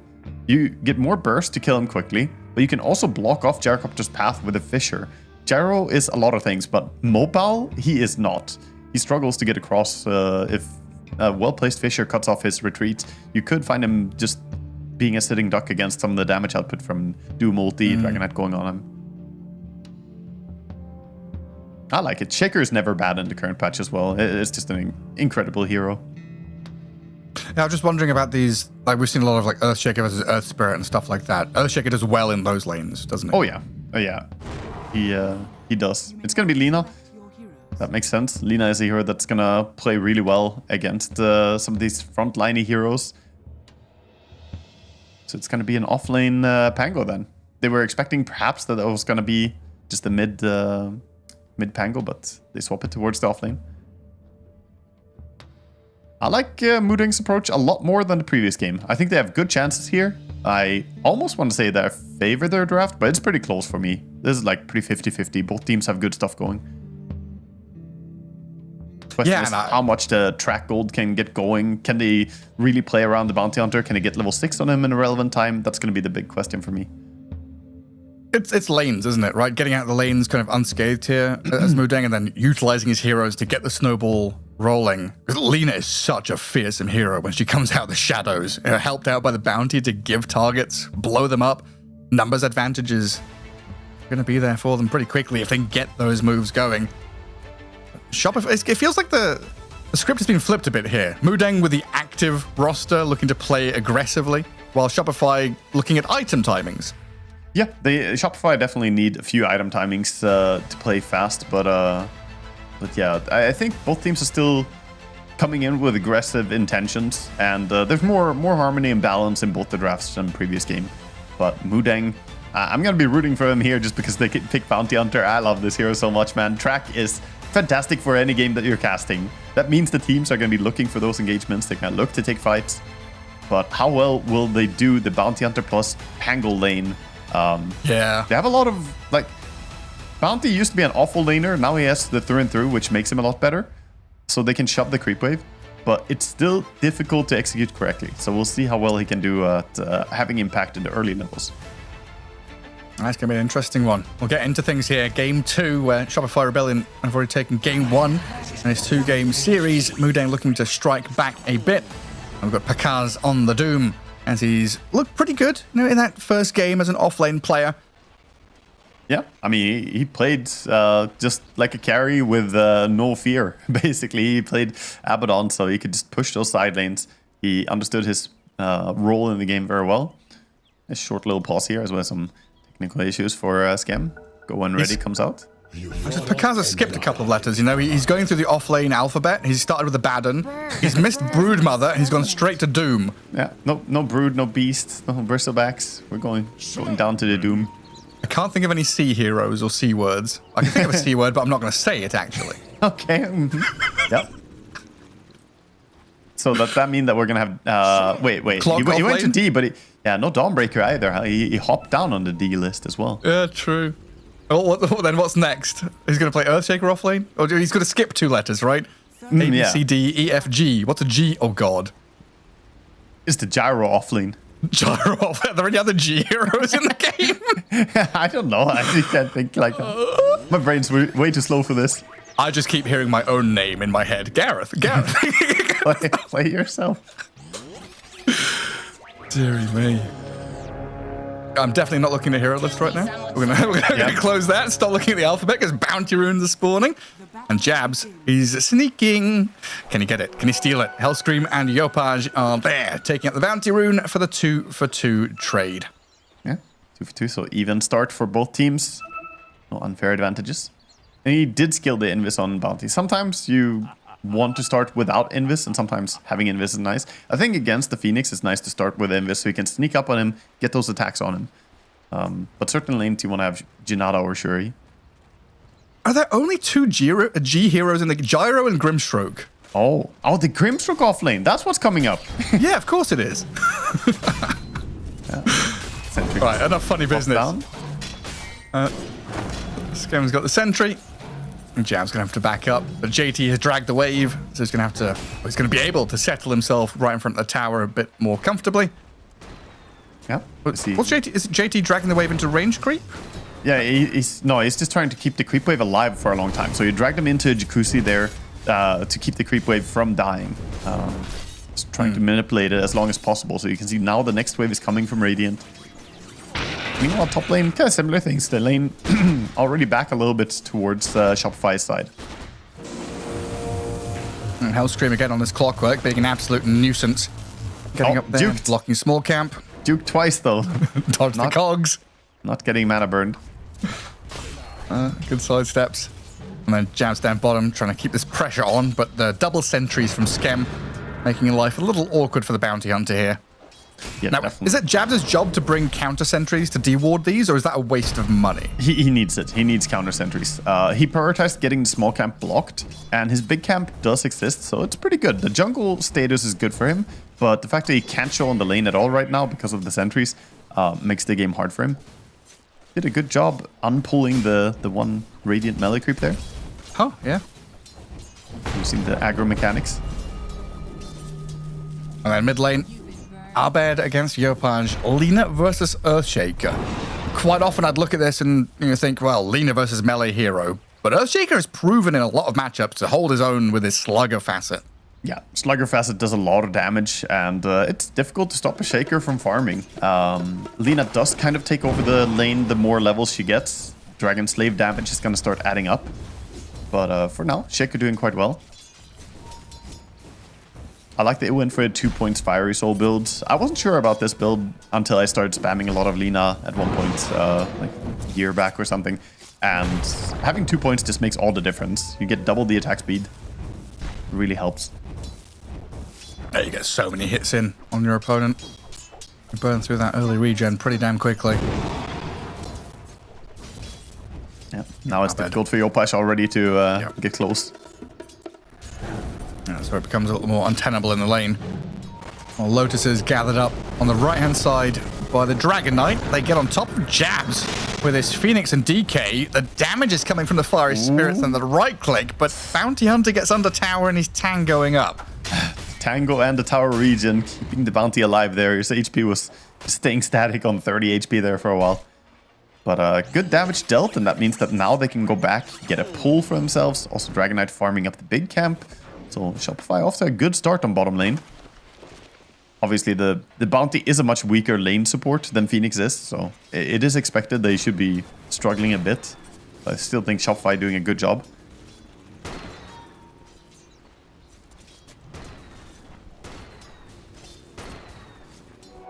And top lane seems like 4-2-3 just wants to push the lane all the time and have pulls happening. So that's why we see Warlock de-warding again. Actually, all the supports are moving for the control of the runes, the water rune. Yeah. Minute 4. Every single support is here. Oh, and Yopaj being forced back by this bounty hunter, but Hellscream has caught Abed with the cogs. Ollie has moved in with a shadow word on the Earthshaker, while Phoenix dives into the back onto Abed. Abed's dying to the battery assault, and the damage kills him off. First blood for Skem, but Ollie kills Yopaj's Earthshaker. Oh my god, Yopaj stayed alive long enough there using his magic stick, tangles, and fog of war. Everything he had at his disposal just not to feed the first blood. So thanks to that, Phoenix can be very happy. Now top lane. Not really looking like they can kill a Doombringer without getting Gyro 2 involved. It'll be fine.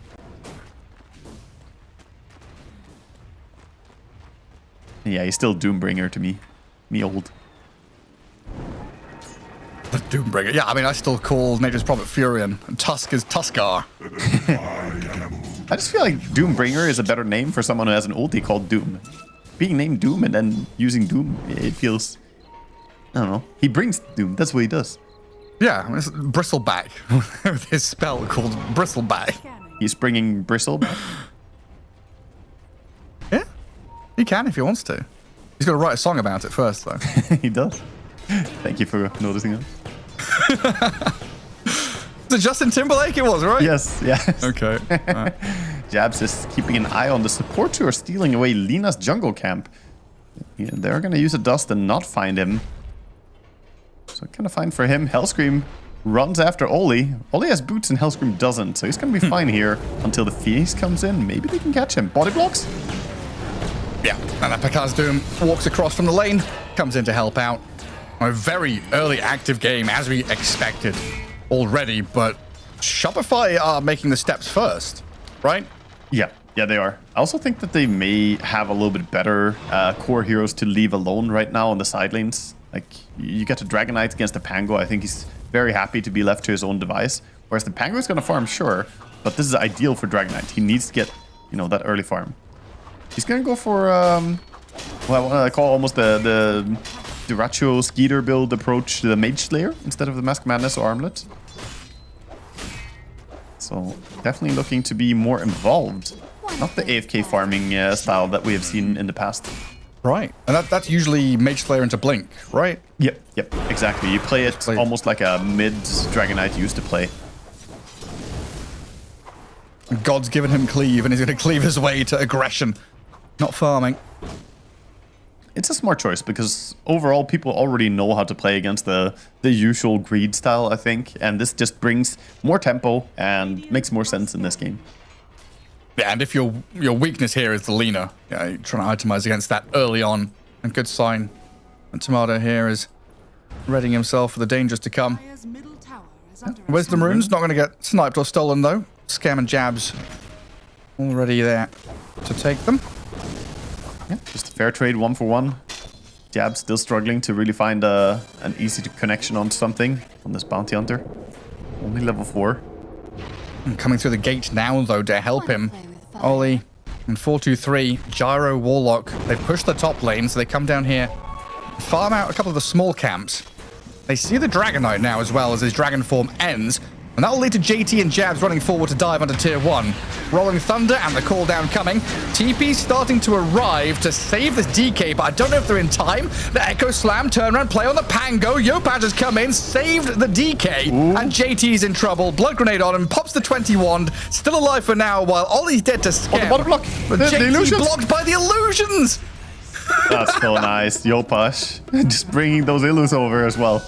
Everything at your disposal. That was a great counter TP.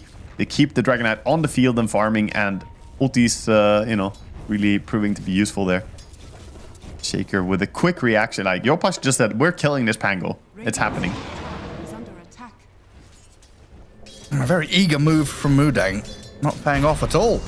And not only do they not kill a DK, but DK is now healed up, pushed back his lane. Mid lane's now reoccupied by Yopaj as he continues farming towards his blink. So you've moved, a lot of the pieces from Mudeng to that bottom lane to not really gain too much.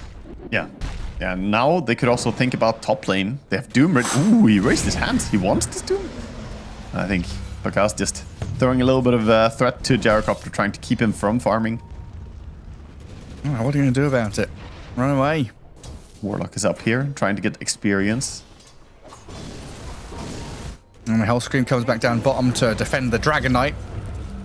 And Shopify putting pressure on multiple sides of the map. Get on top of Ollie. Gyro, he's picking him here, but he's been doomed and killed. Yeah. We see this a lot from Doom players lately. Just, happy to use the Doom even for a support. Just throw the Doom back to farming. Better to get a kill for sure than to maybe not get it and overcommit. Alright, kill's a kill. And then you've got Hellscream helping Skem to get level 6. And Phoenix is about to hit it off of the camp they're clearing up top. Yeah, got it now. Good lead. Good lead to a kill on this Gyro. 43 showed himself, and they've got deep ward coverage now. They know exactly what's going on. Chuck some stuff at this Gyro, force a reaction. 2 TPs do come in to rotate and help as 43 clears out the clockwork. Supernova laid down as Dragonite's come in to maybe kill off the Warlock. A couple of hits should take down Ollie, but he's got into the tree line, tucked away and hidden. Finished off finally. Dragonite gets the kill, but quite a lot expended here by Shopify, and not too much in return as the prize. Phoenix might even die still. Has no TP, has a dive ready, but slain up in that northern jungle.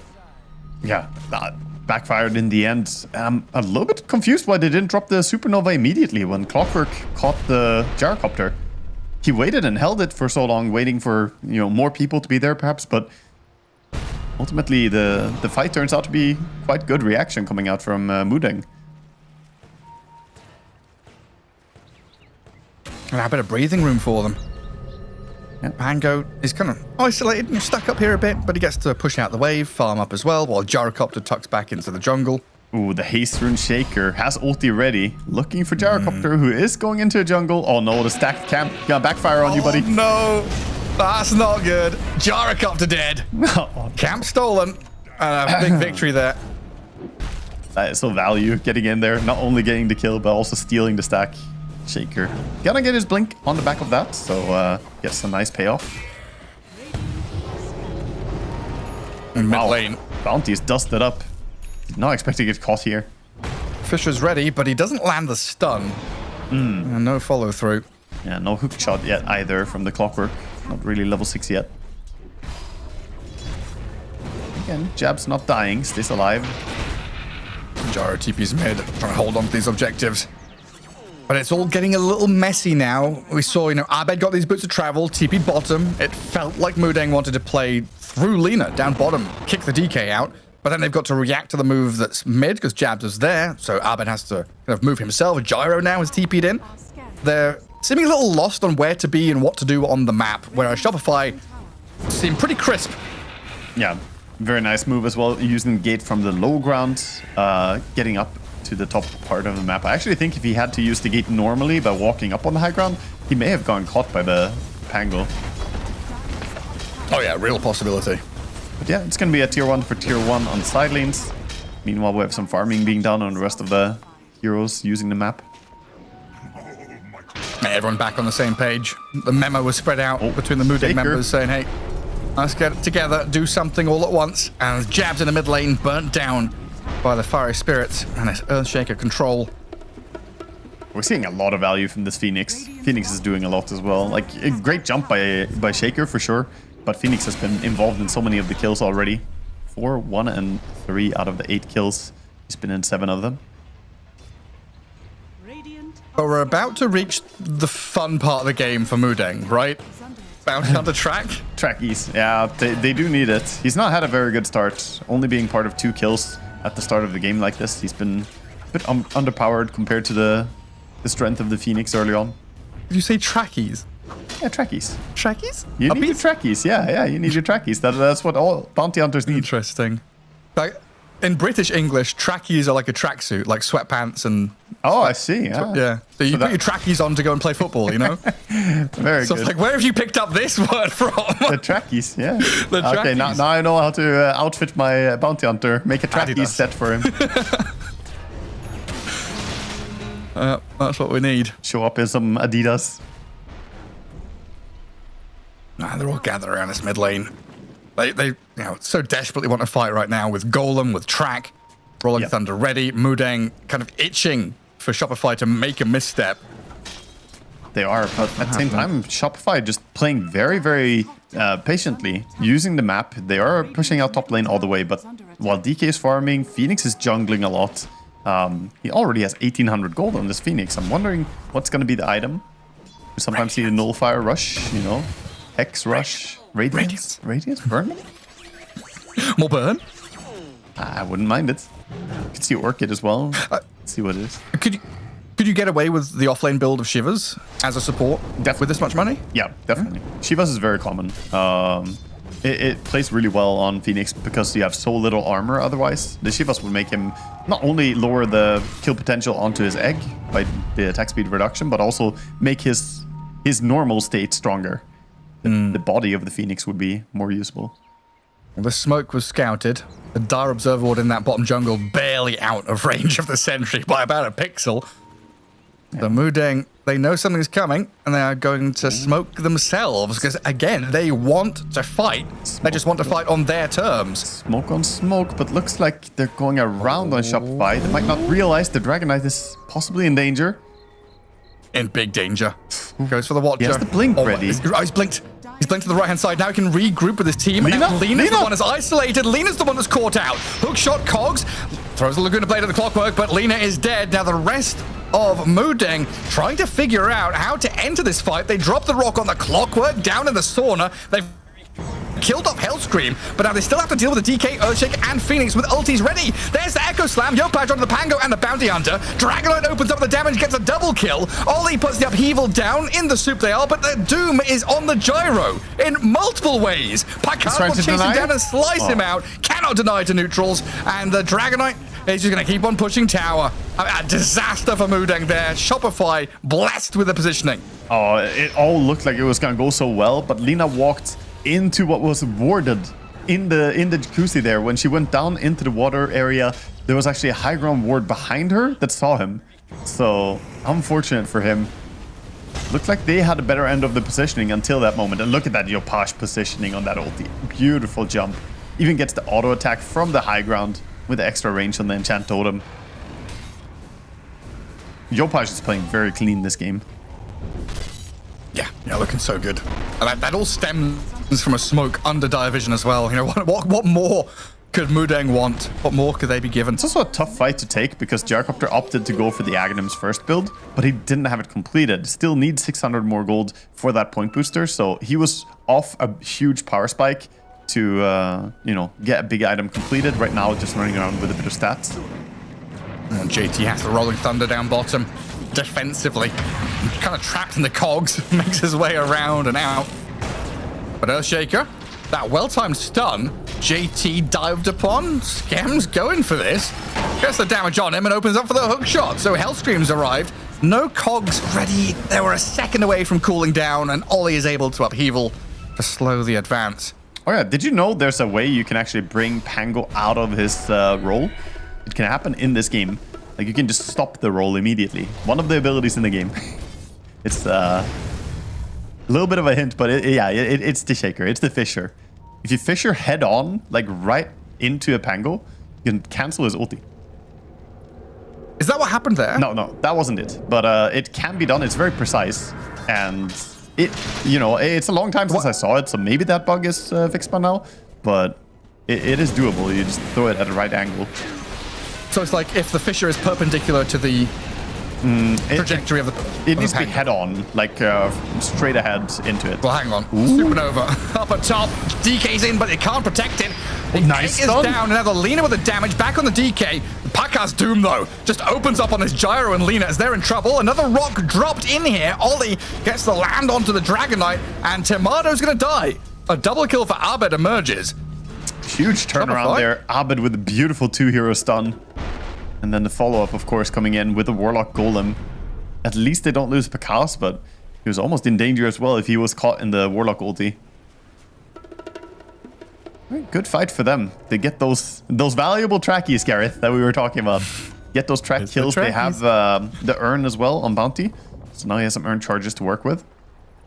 Always a good feeling when you're playing against what's already 2 Blink heroes. It might be 3 if Doom picks up a Blink later. Now we have Aghanims on Lina as well. So the fact that Gyrocopter is, quite far behind where he wants to be, got his Aghanim Scepter working on BKB, you've now got this potential active hero on the map with Abed's Lina able to go and make stuff happen alongside the Warlock, Pango, Bounty Hunter. So you've got the space creators ready now. Yeah, Lina is a hero that on mid lane is pretty greedy until she has the trio of items. She needs Travels, Shard, and Aghanims, and then she can really start cooking people, and she has all that now. Her damage output is going to be absurd. But the preparation is there too. Pakas already has the pipe in just 10 gold on Doom. So damage reduction from those magical nukes is going to be very important.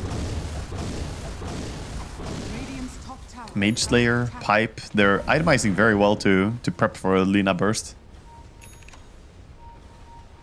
Well, you bloody need it, don't you? Against this hero. By the way, update, comes out the fog. Update on the Phoenix. He did go for Shivas. He doesn't have it yet, but he has the full veil and 1800 gold, so not too far off. He needs 1600 more gold, and he will have the entire thing.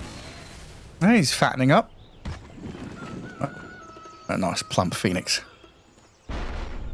I like the way that Pakas is playing. You can really tell that he has, shed the weights of being a carry. He's like, oh, I'm just an offlaner now. I can be more aggressive. I can get in there. If they kill me, it's not the end of the world. And this is how you need to approach the game as an offlaner. You need to be a bit greedier and take those risks. It's like aggressive greed, right? It's like, oh, yes. The perceived value of my hero's life is no longer worth as much, so I can put myself in harm's way. Exactly. He understands not only that he needs to go for more kills, but that he needs to go for the more, valuable farm. Take farm that the opponents want to farm. Because then it's basically double value. If you farm a creep camp, you get some gold. If you farm the enemy's creep camp, the enemy also doesn't get that gold. Oh. Thinking about the roll. In the smoke. Gyro's TP in. Okay, they cancel the blink, jump him. They're on the DK. With the Golem, Fatal Bond's only on creeps though, and this Dragon Knight with Mage Slayer 15-1 charges, he's still dropping pretty low. Dragon Knight is about to be burnt down. I felt like there was going to be some kind of reaction there from Shopify, but they said no, leave the DK. He's dead, we're back up. Think about a way to take the next team fight. They've spent all their cooldowns. Yeah, they were too split up there. Didn't really want to go. The Shaker wasn't with them. Tough fight to take. I mean, they could maybe try and turn it around with a Phoenix Egg, but I also think he would just insta-die to Lina, taking him down. But now they're trying to take a fight when all the abilities are on cooldown. Mudeng literally used every single ability, so even if they have 5 heroes alive, I actually think it's Shopify Rebellion who are stronger right now. This big tug of war. Mudeng out on the opposite side of the map now. They're trying to kind of hold on to this tier 2, poking and prodding at waves. They're not using too many resources to keep it alive. Well, Pakar's back into the enemy ancients and taking a lot of the resources, like you say, away from Mudeng, but getting tracked while he's doing it. Yeah, Jam's able to keep tabs on him. It's providing some vision. But for now, it looks like Lina and Gyrocopter, Pango, all of them are just off farming. Whereas it's Shopify Rebellion who look like they want to make a move with next Dragon Form up in 5 seconds, going for this mid tower. There it is. Let's go. And just the Bounty Hunter here to pick up the experience of the push. No defense without the Warlock ulti. Dragon Knight item build. I mean, a couple of years ago, could you believe this? Yeah. Carry Dragon Knight with a Mage Slayer, Hurricane Pike. This would have been a hard item build to guess who it is, honestly. It's like, what? What is this? Well, like, first of all, what is Mage Slayer, I guess? Yeah, like, big what? question. Abed up at top, he's been found here. The hook shot from Hellscream and a follow through from Yopaj and Skem, thinking about where to put the Fisher to block off Lina most effectively. And that's going to do it for him. Light Striker Ray delays the inevitable demise of Abed. It looked like Mudeng were trying to move across the map to maybe fight and save him, but... It wasn't far away that he flew away there and get to safety, but the cogs keeps him locked in place. No way out. Shaker This is good, though. Yopaj walks right into a Pango and a Bounty Hunter. And this Earthshaker's pretty tanky, though, as he just holds his ground, being burst down, jumps away off to the left. Black Cannon and Cooldown are coming. Earthshaker finally dead as the Gyro's doomed up. Pakaz will give chase onto 423. They drop the Golem onto the Dragonite, only trying to save his own skin. Backs up into the tree line, but obliterated by this DK. Odd.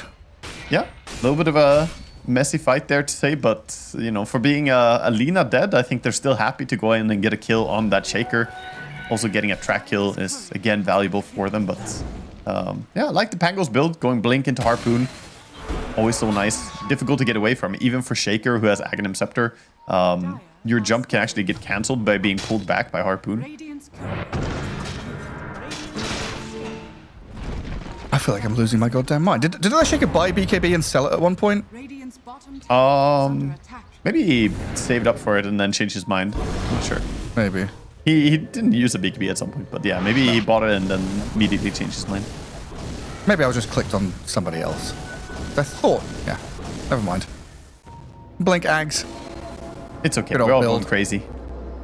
The Doom, by the way, is going to go for SNY build, the sort of popularized builds, the movement speed focus, instead of going for Blink Dagger. I think this is the correct choice in this game as well.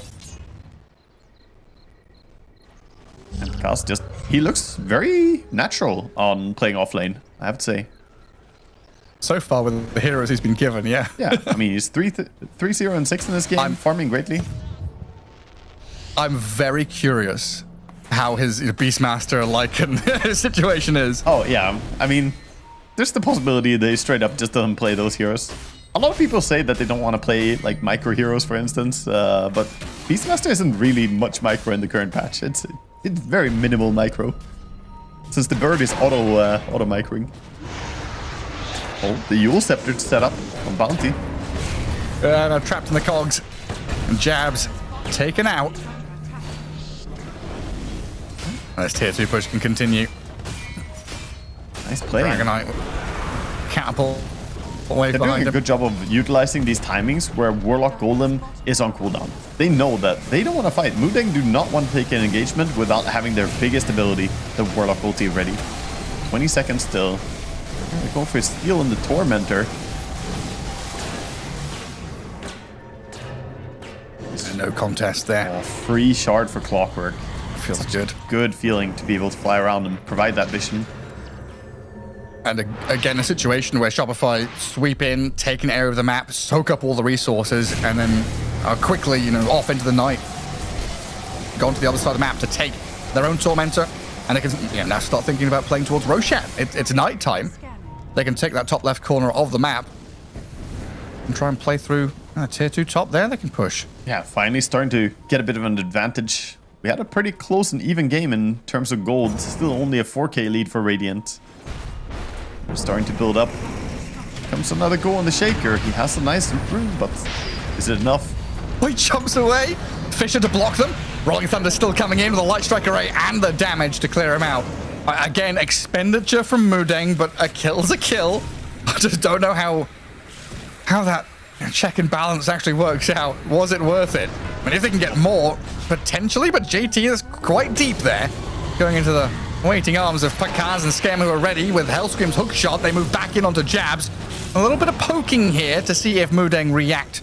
Maybe a little bit too over eagerly, but it's Shopify Rebellion again, just rebuffing the additional efforts. They've lost their Earthshaker, and they've got to wait for him to respawn while Mudeng finally out on the map to go and get something bigger. Here comes the question, though. No Warlock ulti. What's going to happen now? Mudeng are trying to get the Roche before the fight comes, but Shopify smoke up.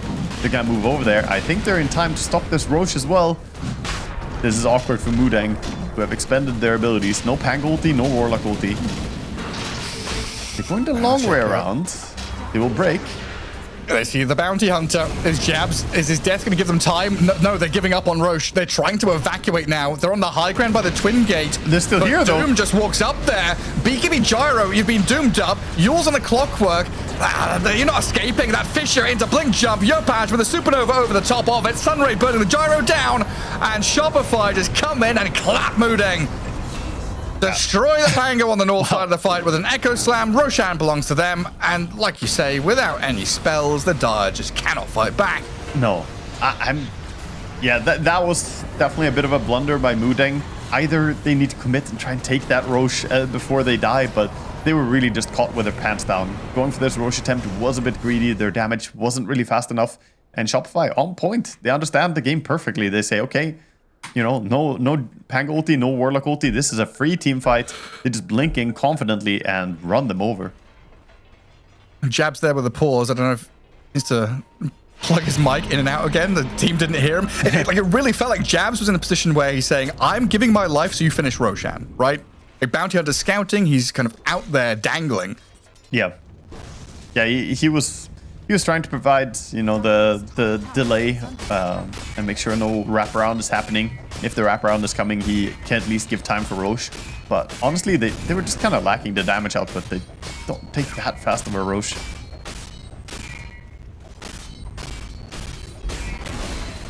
Shopify straight onto tier 2. The Aegis on their DK. Feeling very comfortable.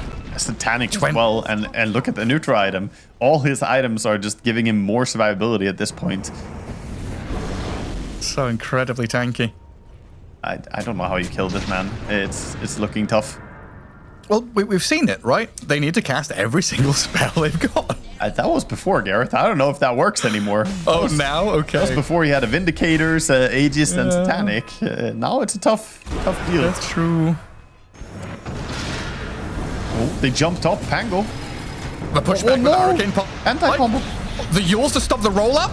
Yopash is in, the Golem's dropped. Ollie maybe can save the Pango's life. JT gets off the Rolling Thunder. But it's all defensively used here, while the DK seems like he's under no real threat. He's got multiple lives. He's popped his Satanic. They can kill him the once. Yeah, great.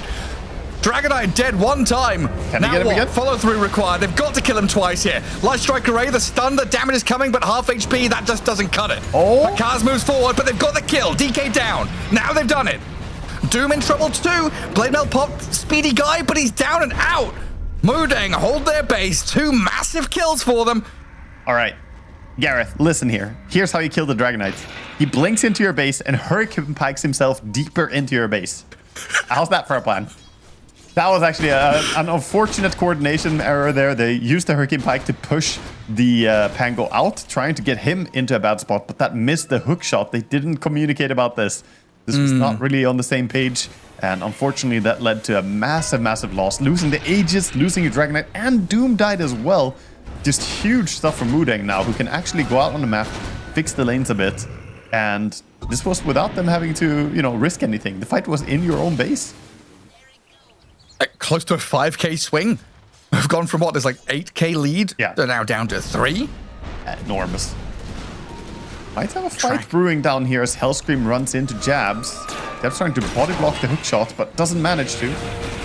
Traps the Gyro in the cogs, allows this Phoenix to come over as the Clockwork. Dodging away from some of the damage and control with a nice Yule Scepter and Glimmer Cape. Yopaj, she's back in though. Another jump is ready, but he doesn't want to go too deep. No overextending from him. While Rolling Thunder in the back, JT is still trying to get onto this Clockwork. Cogs and the maneuverability not enough from Hellscream to escape. And JT is looking at this Phoenix now. Great supernova timing. Dodges the Light Strike Array and Yopaj in with the Blink Echo. They found the Lina, but she's drifted out of there. Saved by her team and kept at bay. Both sides throwing everything into these fights. And so far, the support's dying, but Pakaza's Doom has been brought down by Jab's Bounty Hunter as he walked into that dangerous territory, and Phoenix stunned up as well. Abed there clips onto the Phoenix to get that kill, and this game has turned on its head. It really has. It all falls back to the previous engagement where they lost their Aegis. Now they don't have that advantage, and this bottom fight dragged out in a very scrappy way. That's the kind of way that Mooding want to fight. They want to have these, you know, weird initiations where the fight keeps going. Whereas Shopify, they want to blow someone up with the Shaker ulti. You want to get a big kill, But Gyrocopter was kept alive. Good saves coming out both on Gyrocopter and on the Lina. We see the defensive items. Glimmer Cape, Solar Crest, Force Staff. These supports on Mudeng are really ready to save their course. Yeah, and very clear, right? Shopify wanted to play top into the enemy base. They've got wards there. They wanted to play Northern Jungle, being sucked into this fight, into a swamp of upheaval and flat cannons. Now, the bottom side of the map is not where, when, or why they want to be fighting. Well done by Mudeng to really drag them down into the mud with them. Oh my god, the gold graph tells the story right now. They were 8k ahead with Aegis, and now it's just flipped all the way down to 4k, 5k behind even at this point. Trackies.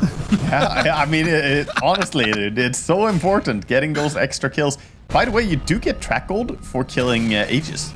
Something that I didn't know until, a few months back. So if you ever fight against someone with Aegis, make sure you track them before they die and then track them again. You can double dip on that. Just the same as like Legion Duel and stuff like that, right? A kill's a kill. Yeah, essentially. And we see a big move coming in mid.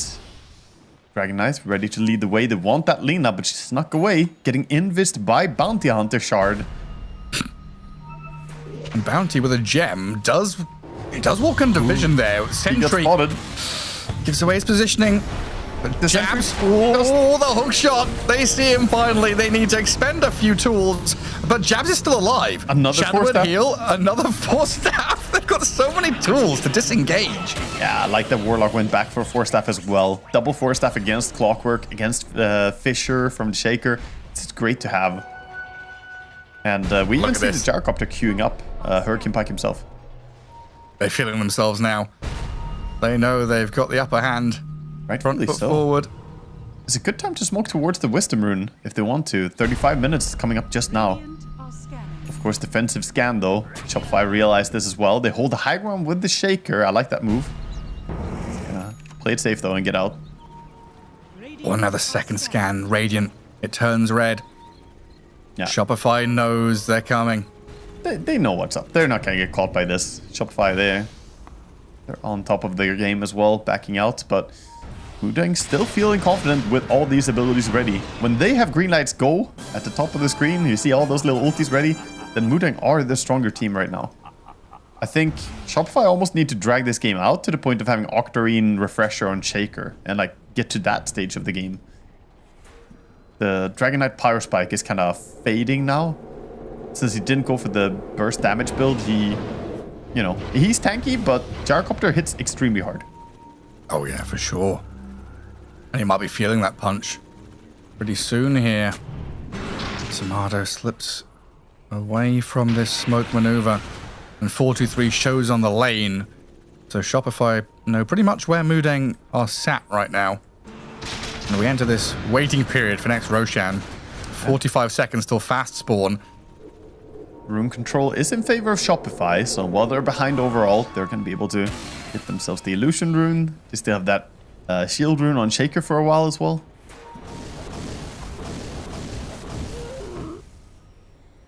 Big positioning here. Top is the area. They did see Clockwork, and I think Shaker was spotted as well for a little bit. A funny little ward around mid. I definitely see Pakaz now, as he's tracked up by Jabs. Yeah. Do we have any big dispels or anything on the Radiant team? Do we need some Lina Lotuses? Target, look at Lina on the other side of the map. Oh, they found her? Yopaj. Hello! On this twin gate, has to BKB and fly away. Do we have a hook shot from Clockwork? He's eyeing up this Lina and maybe wanting to go for it because team is behind him, coming in as backup. Pakaz and Yopaj, they're here, and Lina is real dead. No way out of that one. Look at that timing as well. Roshan alive in 30 seconds, Lina dead for 90. Yeah, that's real rough actually. 20 seconds without your Lina. How do you hold this area at all? Pango's gonna go in with the roll. He is. But he doesn't have any bounty or Jarrah here, so this is more of a get out roll. Not sure. He's kind of just rolling around. He might be in danger if he doesn't really get out. Scouting roll? Chaos roll. Yeah, try to delay them, I guess. He delays the Roche take a little bit by just causing some action, but it's not going to be enough for Lina to respawn. And now you don't have roll, so I mean, good luck contesting this. They're trying, though. They're actually going for it. He's just acting like, one of the streakers on a football pitch, right? Like, look at me! La la la la la! not doing anything meaningful at all, just making a lot of noise. Yeah, Shopify in the pit. They're attempting to go in. The rush has been slowed down. Oh, this is getting so awkward. Like, do we go back and fight? Do we get a pick off, a jump, a blink, but no stun? The glimmer, the force gets a bit of distance, but Ollie's still caught. They've got reveal on him. They see the Warlock. The damage is coming, and they've got the kill. While Doom in the back, he's got an opening here onto the Pango with a Doom. His teammates are quite distant, though. They see the Gyro on the other side, where Hellscream has hookshot it onto him. 4-2-3 is that primary target, and with that Blink Echo Slam, they've got the kill. And now Lena's respawning in 10 seconds, thinking, I'm going to wait 70 for the Gyro now? Yeah, now rolling after Doom. He doesn't have BKB, but he has Pipe available. Still pretty tanky. Oh, the Harpoon kind of pulled him to the high ground and pushed to the low ground, but dead regardless. Now the Lina is in. Good kill on the Doom. Lina arrives at the Roche pit. Roshan dead. Aegis claimed. And Abed's like, okay, get out of here. I don't want to be here anymore, but he's going to get blink stunned. Oh, the Lincoln Sphere is going to pop the stun. And Timado now the one potentially overreaching in a little danger, but Yopaj provides that cover. So many layers of aggression and defense from both of these teams. Very difficult to latch onto a target and finish them off with the maneuverability everybody seems to have. Shopify finally say, okay, let's get out of this area. We don't need to be here. Just gonna dip out and go to a different part of the map. But that was a lot of effort to try and stop this Roche attempt. In the end, the Aegis does get claimed by the Dragonite. They couldn't really stop it, and they lost their Gyrocopter, which is the big blow to their momentum as well. They're dead for quite a while. This is a chance for Shopify to keep doing stuff around their Shaker. And Hellstream has just looked immaculate on this clockwork. Finding openings, making plays, putting himself in harm's way to allow his team to follow through. And killing off Jabs, another piece of the Mudeng puzzle that's removed along with the gem on the floor. Pango, though, rolls in. Yes. Easy gem. I've arrived. The DoorDash with a gem is at your door in the fountain. Recovered. Bring it back. Yeah, this feels like they're losing grip on the game, and some of it I feel like Mudeng stressed for the Roche fight, but also they kind of need to get lifesteal on Gyrocopter even into this Doom. Not having this Danik, like he wasn't fighting Doom, but he just dies to Dragonite fighting him, Shaker killing him. He's queuing up the SNY next, which isn't a bad item at all for him to have. I can totally see why in this game with all these stunts. But you almost wish that he had the ability to heal up in the fight. These dragged out fights. Yeah, I mean, even just like a neutral item or something, right? Or of Vlad's on a Warlock, something. That's true. It's the support's job. Report them. Where's my lifesteal, Bounty Hunter? Bounty opted to go for a Lotus Orb in this game, which is obviously also really, really good. Against the Doom, against the Dragonite. Even to dispel some of the stuff from Phoenix. Right, that's what I was asking you before that montage of chaos kicked off. Radiant team, usually when I'm playing against a Bounty Hunter or a Warlock, I'm buying Dispels. I want to get rid of Fade to Bonds. I want to get rid of Track. Now you're playing against Bounty and Warlock, and we don't have like that many tools. Yeah, no, they went for the early Yule Scepter on the Clockwork, but that's only for yourself. Yeah, I agree. They could do quite well with a Lotus. I think Phoenix could have gone second item, Lotus perhaps instead of a Solar Crest, but when you have Dragonite, you want Solar Crests. You want to buff that hero. Does that make sense? DK gets jumped mid. That's low 3,500 raw dragon health. You're not breaking through that. Yeah. Yeah, for 4.5k is a bit too much. All that armor as well. Pango is all physical damage, and well, Dragonite kind of shrugs that off. He certainly does. And then with an overwhelming blink, he's in your base. Roshan's banner on the floor, keeping that one melee creep glyphed up, tanking the tower like an absolute champion. Die glyph to hold on for now. If they want to hold on to this lane of barracks, though, they've got to make a move and kill off this banner. Blink. Lincoln's popped. Blink, Echo Slam, Gyrocopter, half HP, dropping low, but the Golem with the Fatal Bonds, and that Laguna Blade clears through Placars. Hellscream now in trouble as well, and they've saved the Gyro, kept 423 alive, killed off 2, and chasing for more. Dragonite with an Aegis is about to die on the doorstep of the Dire base. Shopify Rebellion another step too far. A bridge over troubled water here, as the Dragonite is going to get shredded. Man, it's the same place where the last Aegis was lost, this top part. This time, you know, it's understandable how they jump, but when all of them clump up like that, the Warlock just reigns supreme. That was just, I mean, Oli basically won the fight for them on his own there, dropping a beautiful Chaotic Offering, the Fatal Bonds, and then a slow. From there on, it was easy pickings for his team. And also we saw, of course, the Lina damage output. One big detail to mention is that 423, who was extremely low from getting jumped, did not immediately panic and run back. He actually, with low HP, turned around and got those attacks out as well with Flak Cannon. And yeah, they knew what was going to happen that fight. They dangled the Gyrocopter as a bait and then completely slammed down all their abilities. And now, it's Mudeng taking lane of barracks mid. They've defended top. They've come out across the enemy side. This Gyrocopter sat around 1,000 health. Looking a little risky there, but he's able to back up. Healed by the Warlock as the Lina moves in. The blink jump onto Abed, though, from Yopaj. The Echo Slam's there, but Lina's so tanky. Abed just walks away with barely a bruise or a scratch, while Hellscream very deep with Bakaz. Onto 423. The Gyrocopter in serious danger now as Bakaz just wails down on him. Jump again from Yopaj with the BKB. Out of this Lina, saves her while Bakaz runs away. He's completely fine. Caught up with the Doom. Trapped with a Fissure, stunned and killed. And Mudeng, another situation where it feels like they're finally getting a grasp on the game, only to chuck it away. Gareth, I'm seeing a pattern here. Just don't go high ground. High ground is a place of death. Both teams don't go high ground. Yeah, just stay in your base. Stay on the map. Farm where the fields are green. Oh, they're running into each other as well. Yeah. The Invis, Bounty Hunter. Oh, he's going to walk back now, but he's going to get caught up with a Fissure again. Oli doesn't have Chaotic Offering for 30 seconds. Glimmers and tries to run himself away. And we need buybacks here from Mudeng because, yeah, base is being pushed again. Warlock's out. 2 buybacks available are used. 2 still remain in the tank, while Mudeng, it looks like that's enough to rebuff the efforts of the push to high ground, but they've got the Pango in the back, killing off Yopaj with a great harpoon play. Not able to blink out as the Earthshaker, and now looking at Hellscream. Shurikens tossed forward, tracks are coming. DK's in though with a Doom onto the Gyrocopter. They're moving on to 423, not the spell, but the hero, as JT stands his ground, swashbuckling back onto the DK, but now Timado seems far too strong to contend with. Backing out that Car's reset. gonna run away. On the other side of the fight, just infinite resets, aren't there?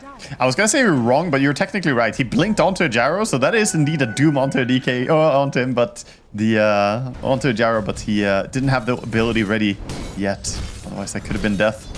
That's why I said the hero, not the spell. I was like, I knew as soon as I said it. It's not a Doom on a Gyro, but it is a Doom on a Gyro. It is, yeah, Doom on a Gyro. Picard's going to BKB and run back to Fountain. So, again, base defended because Shopify went high ground. Skin of their teeth, though. If JT didn't find that solo kill and Shaker rolling after him, I think that could have turned real sour. But fortunately, it does hold still not for free. That was a costly defense. They bought back the Bounty Hunter, the Gyrocopter, and the Warlock. So a huge window now has opened up for Shopify Rebellion, where if they stabilize the game, then play on the downed buybacks, they could actually close out this game. Just gonna need to get those big pickoffs. We have a lot of big items coming in, by the way, so I'm just gonna wrap up a little bit here. We have Nullfire, Overwhelming Blink on Dragon Knight, so he's looking really strong. Lincoln's just got in on Doom, and the Shaker has the Refresher, which he hasn't used yet. All the cores are getting big power spikes. After game 1 and the first 20 minutes of this game, it kind of felt like, you know, the 2-0 was emerging, but Mudeng have held on to this, dragged it to, you know, closing on minute 50. Dead even in net worth, but there's a DD rune that spawned top, and it looks like Shopify are the ones to go and get it. DK amplified up. And now Mudeng, this fight just got a whole lot tougher. I mean, no buybacks, DD in your pocket. It's time to go in and look for something. Looks like they are going to try and play around Roche, as it could be spawned already. We, of course, know he's not up yet, but teams don't know that. Funny enough, Pango is the only one in the entire game with a buyback. Yeah. Everybody else is like, nah, on cooldown. Lina had buyback, but spent her money on buying that Hex. Pango gonna roll in. Yeah, sees Earthshaker, blinks away, then rolls back in to scout to see what's going on in the Roche pit. Ooh, that's awkward though. He's still being chased a bit. It's gonna be fine, but now you don't have roll.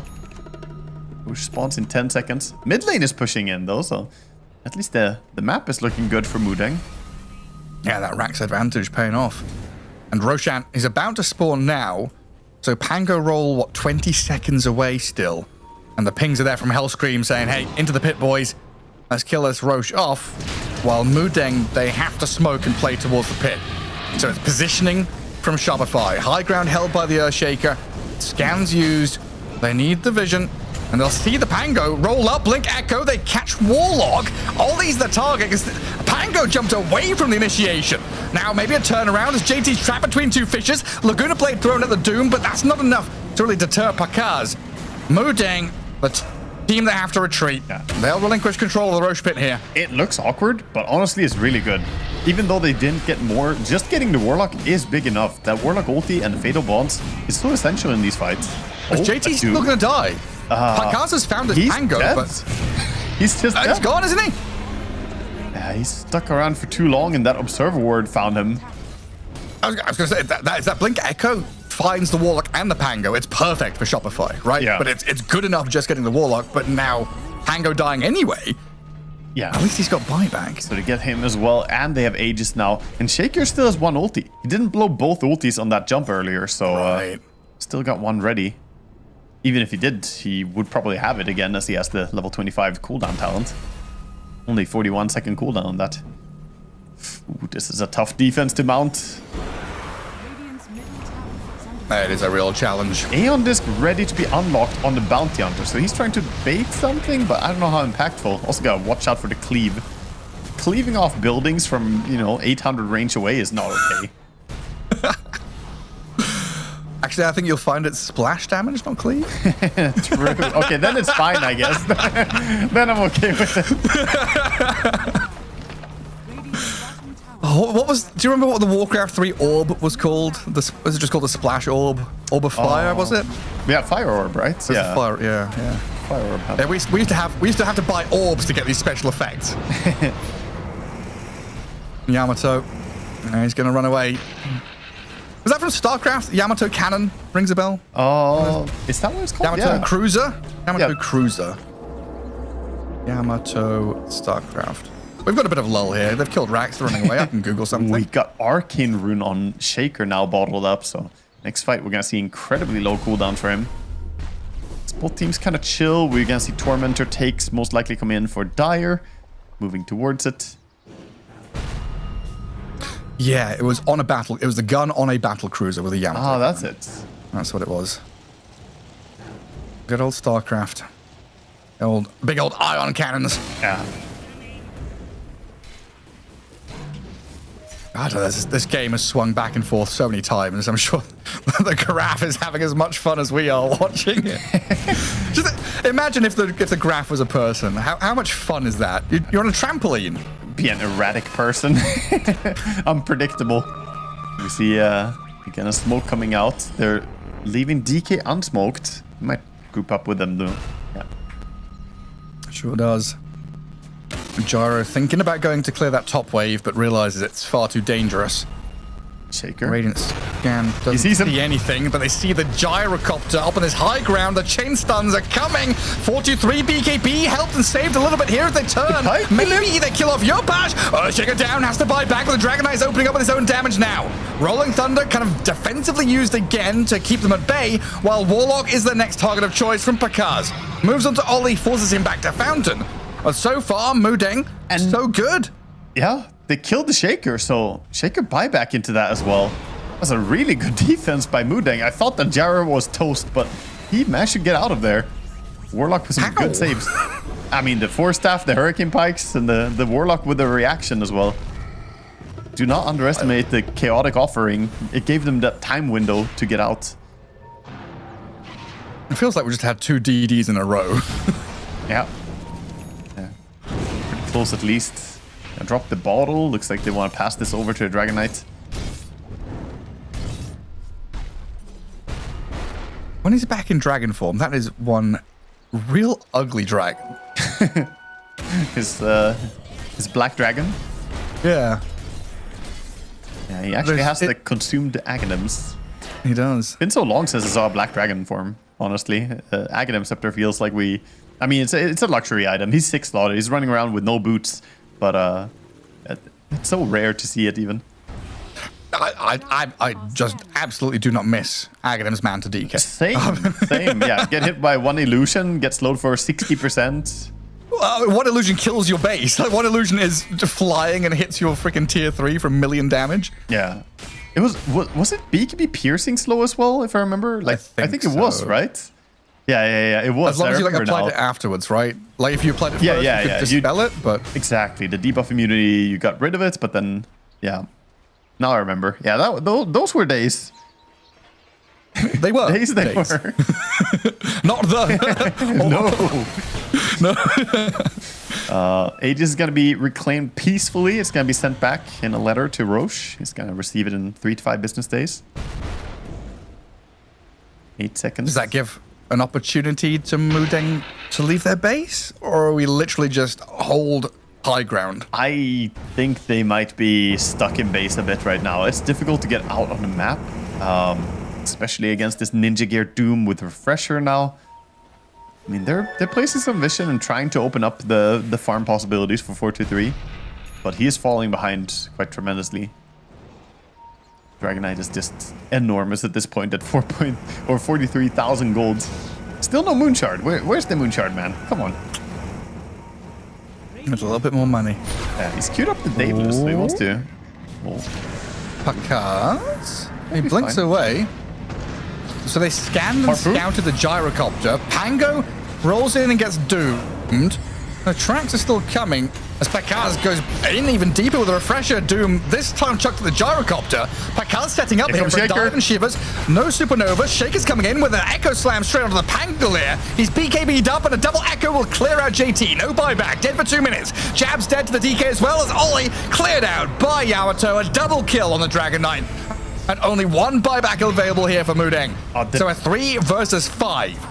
Gyrocopter, he has gold for a rapier. He's buying a rapier right now, bringing it over. They want to try one more defense. Maybe they can stop this. It's on the courier. It's coming. One last ditch effort. He does still have BKB as well. Like, they're outnumbered, but maybe they can mount a defense. Believe it was scouted. I think the rocket flare, they may have seen the rapier because they're backing out now. You're right. Oh yeah, the big issue here is like Abed has to start the fight, right? He does. Maybe Ollie is the one to start the fight by handing himself over to them. Light Strike Array onto the DK as the damage is starting to come out. The Golem there on death, turning onto the DK, but Alina's caught in the back by the Echo Slam and the damage out of Earthshaker controlled up and stunned. Abed dead. And the Gyrocopter with this rapier back in Fountain, coming out ever so slowly to see what he can do with it. Now he's hitting. But the throne is falling. Dragonite just killing buildings, doing his job. Hexed up for now, and it doesn't look like the Gyro's got enough in the tank. With a Rapier and the Daedalus, they're trying their best. Dragonite still stands strong, though, over the crumbling Dire Ancient, as GG's called, and Shopify Rebellion, the 2-0 victory. Yeah, that was very, very close at some times there in this game, but ultimately, Shopify, they just felt like they had more cores getting strong in this game, and the damage kind of fell off. The Gyrocopter's damage output could just be tanked by the Dragonites, or by the Dragonite and the Doom being so big and strong in these fights. And also, crazy game, we saw the value as well. The Doom picked into Gyrocopter. This game displayed beautifully why. The final fight, he just dropped Doom on Gyro. Gyro ran into a tree line, and then everything else unfolded while Gyro just watched. He literally couldn't do anything because he was too scared to go into a fight with the Doom on him. And a good start to Shopify Rebellion's group stage here, a 2-0 victory. Still a fair amount of things that they can go back. Bulba can be like, we've got to clean this up, a little bit of tidying here, because game 2 seemed dominant, crisp. Game 2, Mudeng, they put up an incredible chaotic fight back against Shopify, but there were definitely moves there where you're like, they could have been a little bit more disciplined. Yeah, I mean, definitely there were times, but they still looked like a team just, ahead of Mudeng. Mudeng, they did bite back with a better approach in game 2. Game 1 was kind of a flop, but here they actually put up a decent fight. But I agree. Shopify, they performed a good series, but probably they want to have even better than this. And Mudeng, I guess, can take a bit of solace out of that game too, where they did a lot of legwork, a lot of moving pieces there to play out this draft. And it looked, when they got the job done, when they actually executed and were able to do what their draft was meant to do, it looked good. It did, yeah. And, I want to say that the Warlock did have huge impact, and the Pango also played really well in this game.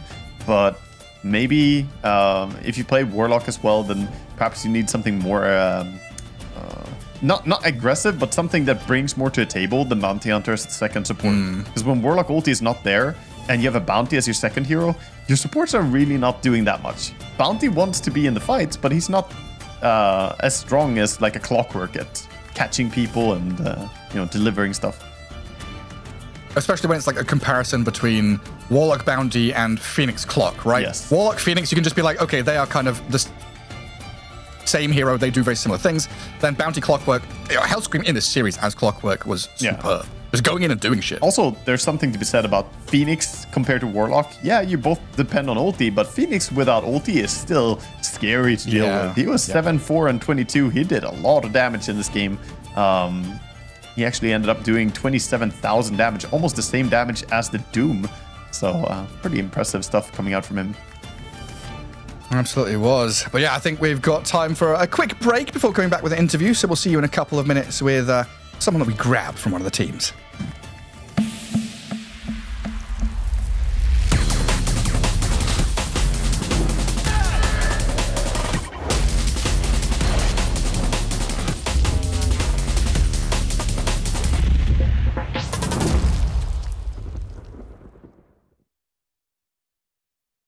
Waking up, playing some Dota. It's just been part of my life for 20 years, and I don't think that's going to change anytime soon.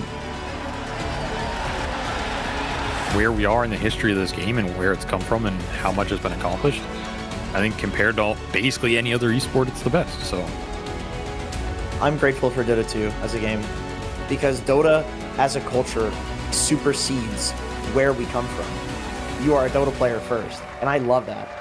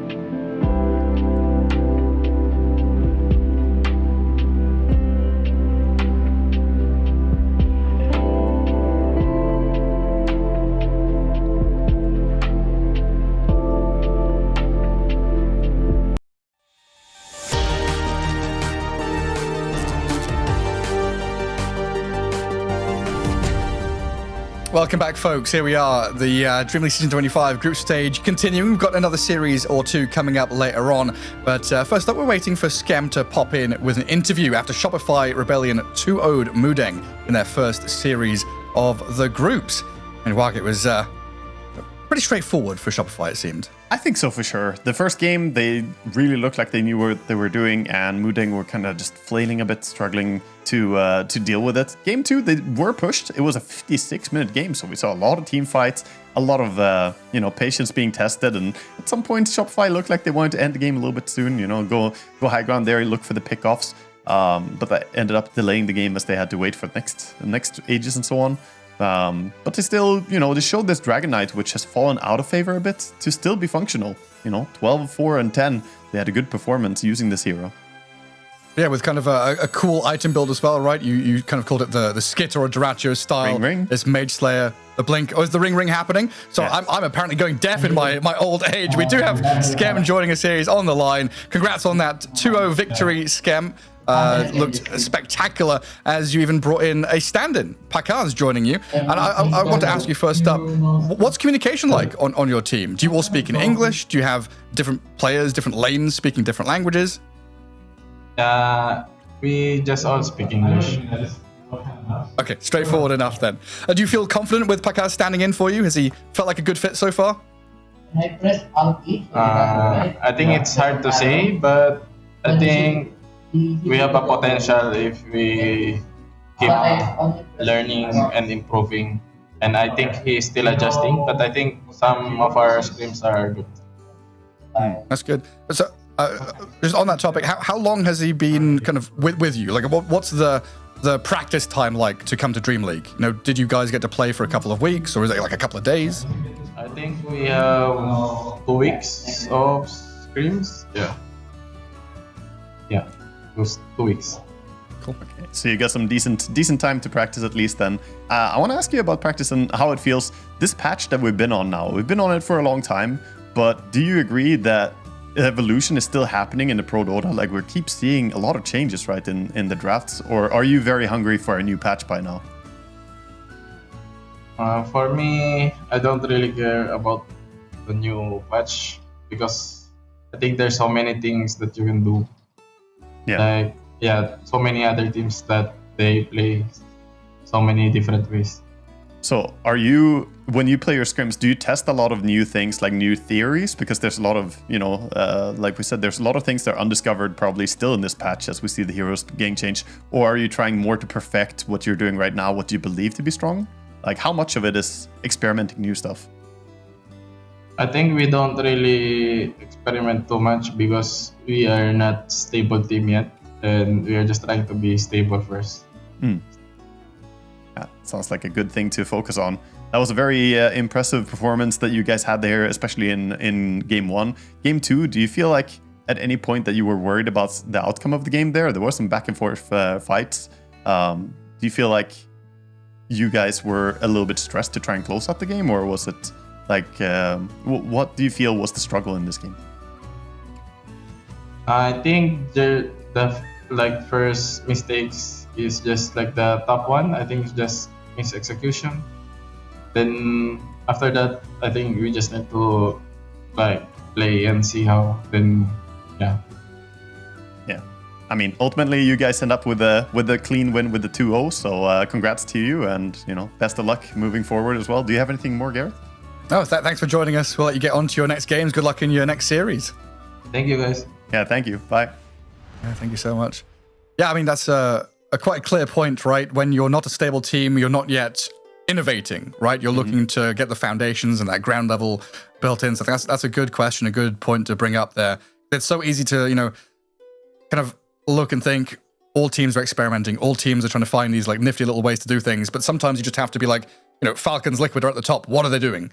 How can we take some of these elements, replicate it, and use it in our own style? Yeah, it goes with anything in life, right? It's when you want to be at the top level of something, it's foundations. Yeah. You work on that over and over and over. But then, when you have the base, right? That's what he was hinting at. When you feel stable, like we know we can do this really well, then you can bring in more new stuff. So just a good insight into how the team operates a bit.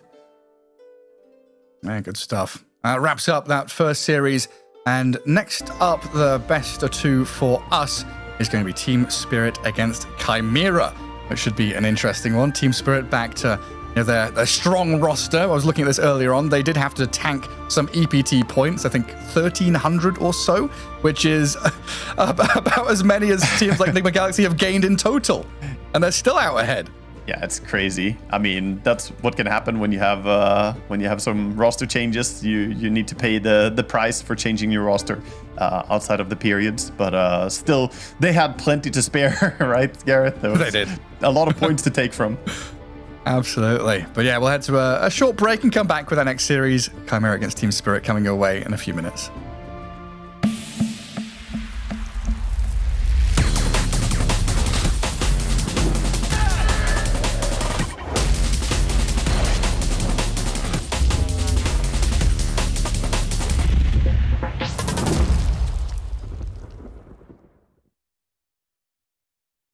Waking up, playing some Dota.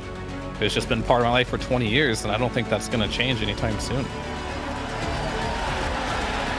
Where we are in the history of this game and where it's come from and how much has been accomplished, I think compared to basically any other esport, it's the best. So I'm grateful for Dota 2 as a game because Dota as a culture supersedes where we come from. You are a Dota player first, and I love that.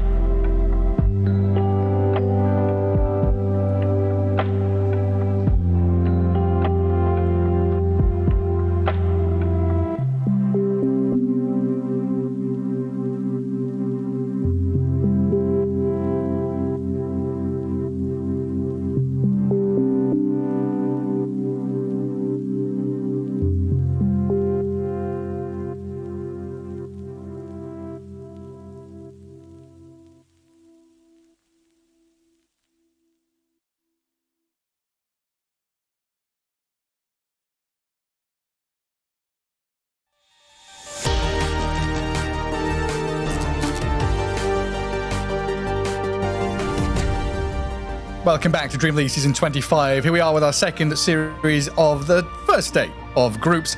We've got plenty of Dota in store for you here. And Waga, we're heading into a pretty spicy one. Chimera Esports against Team Spirit.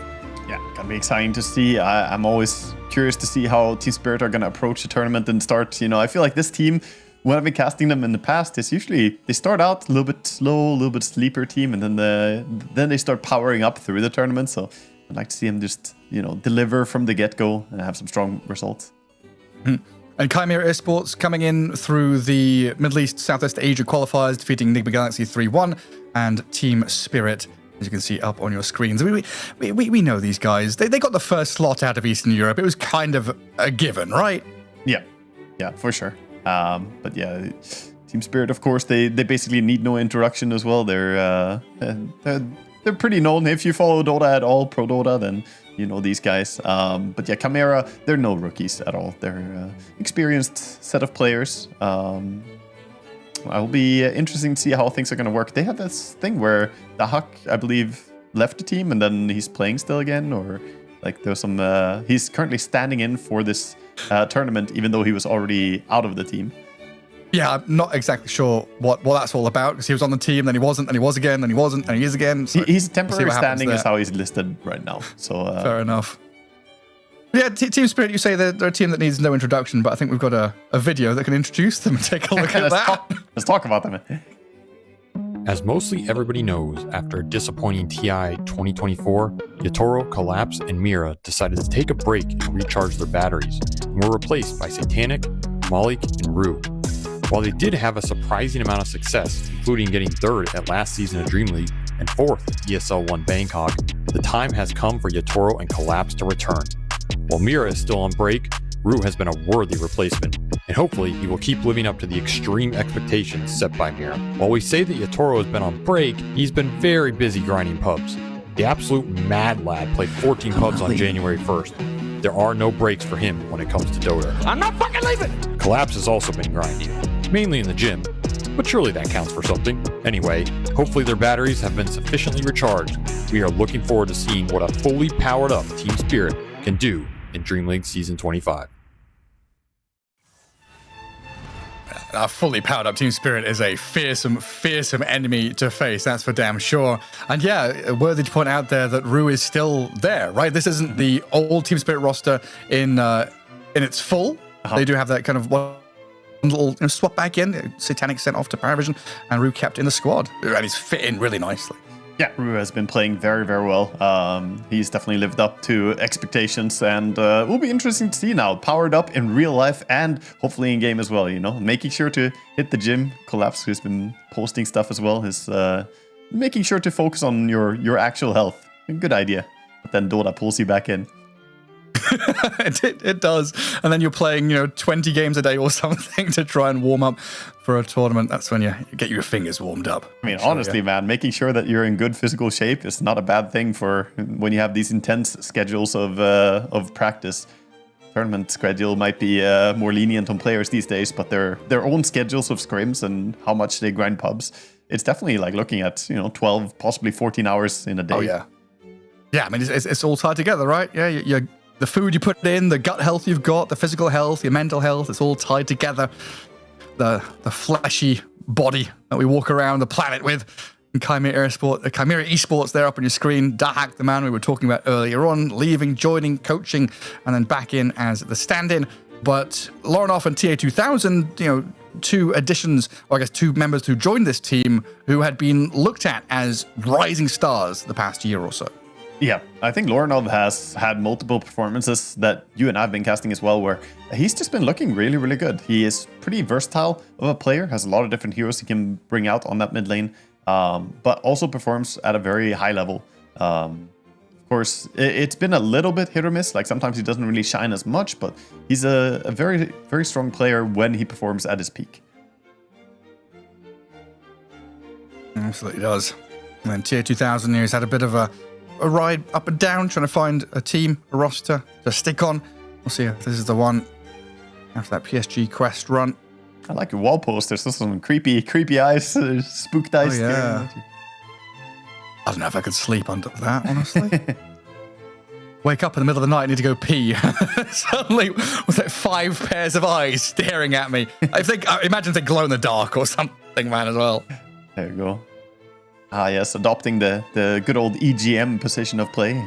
Always sitting in random ways. That's the half solo position. Yep.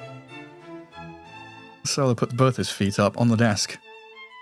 Yeah, he's one of the few who actually... For the chair that came up. He's one of the few who actually brings up both feet and then hunches over forward. Like, it's true goblin mode.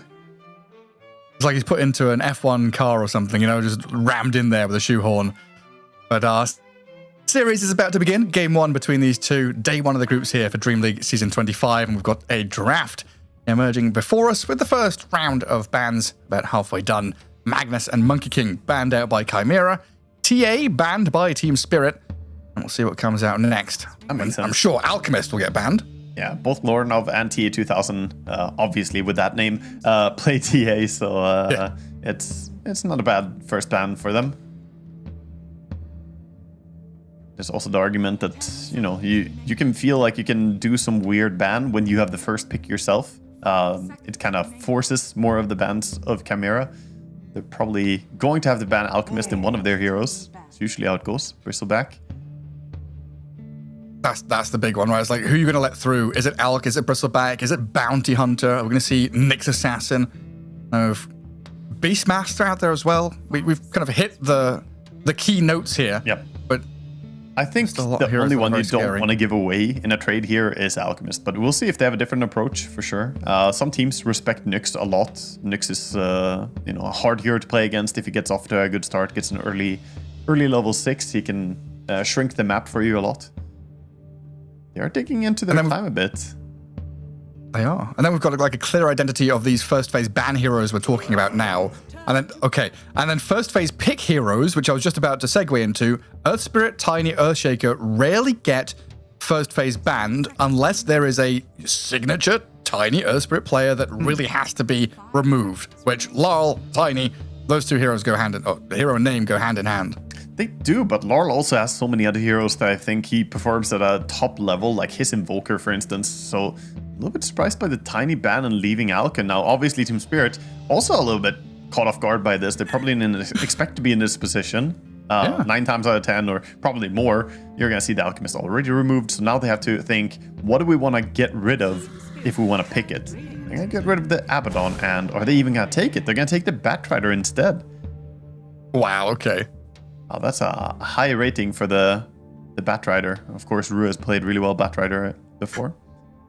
Yatoro is one of those guys who likes playing different heroes every game, right? And I'm sure he is sick and tired of playing Alchemist.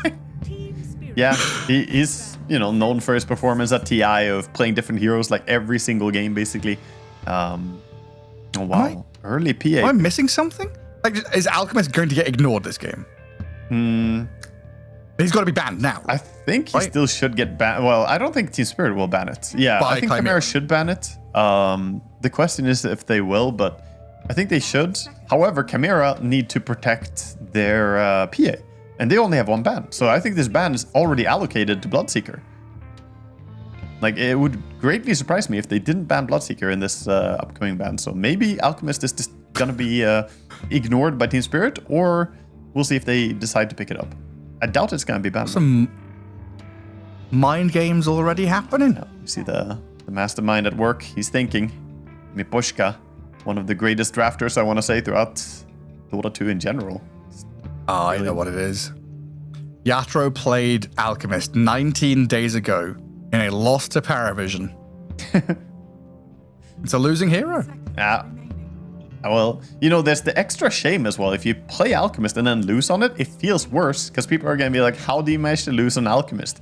You don't want that. Oh, you don't. It's better if you're that cool kid who plays Juggernaut in current patch and wins. All right, Ame. Calm down. Like, Juggernaut's place right now is, I don't know, Dota Auto Chess, and that's it. Yeah, that's the only game he's good in. He needs some love. He does. Yeah. I'm not convinced about Juggernaut's current patch either. Oh, is that a Carry Tide ban?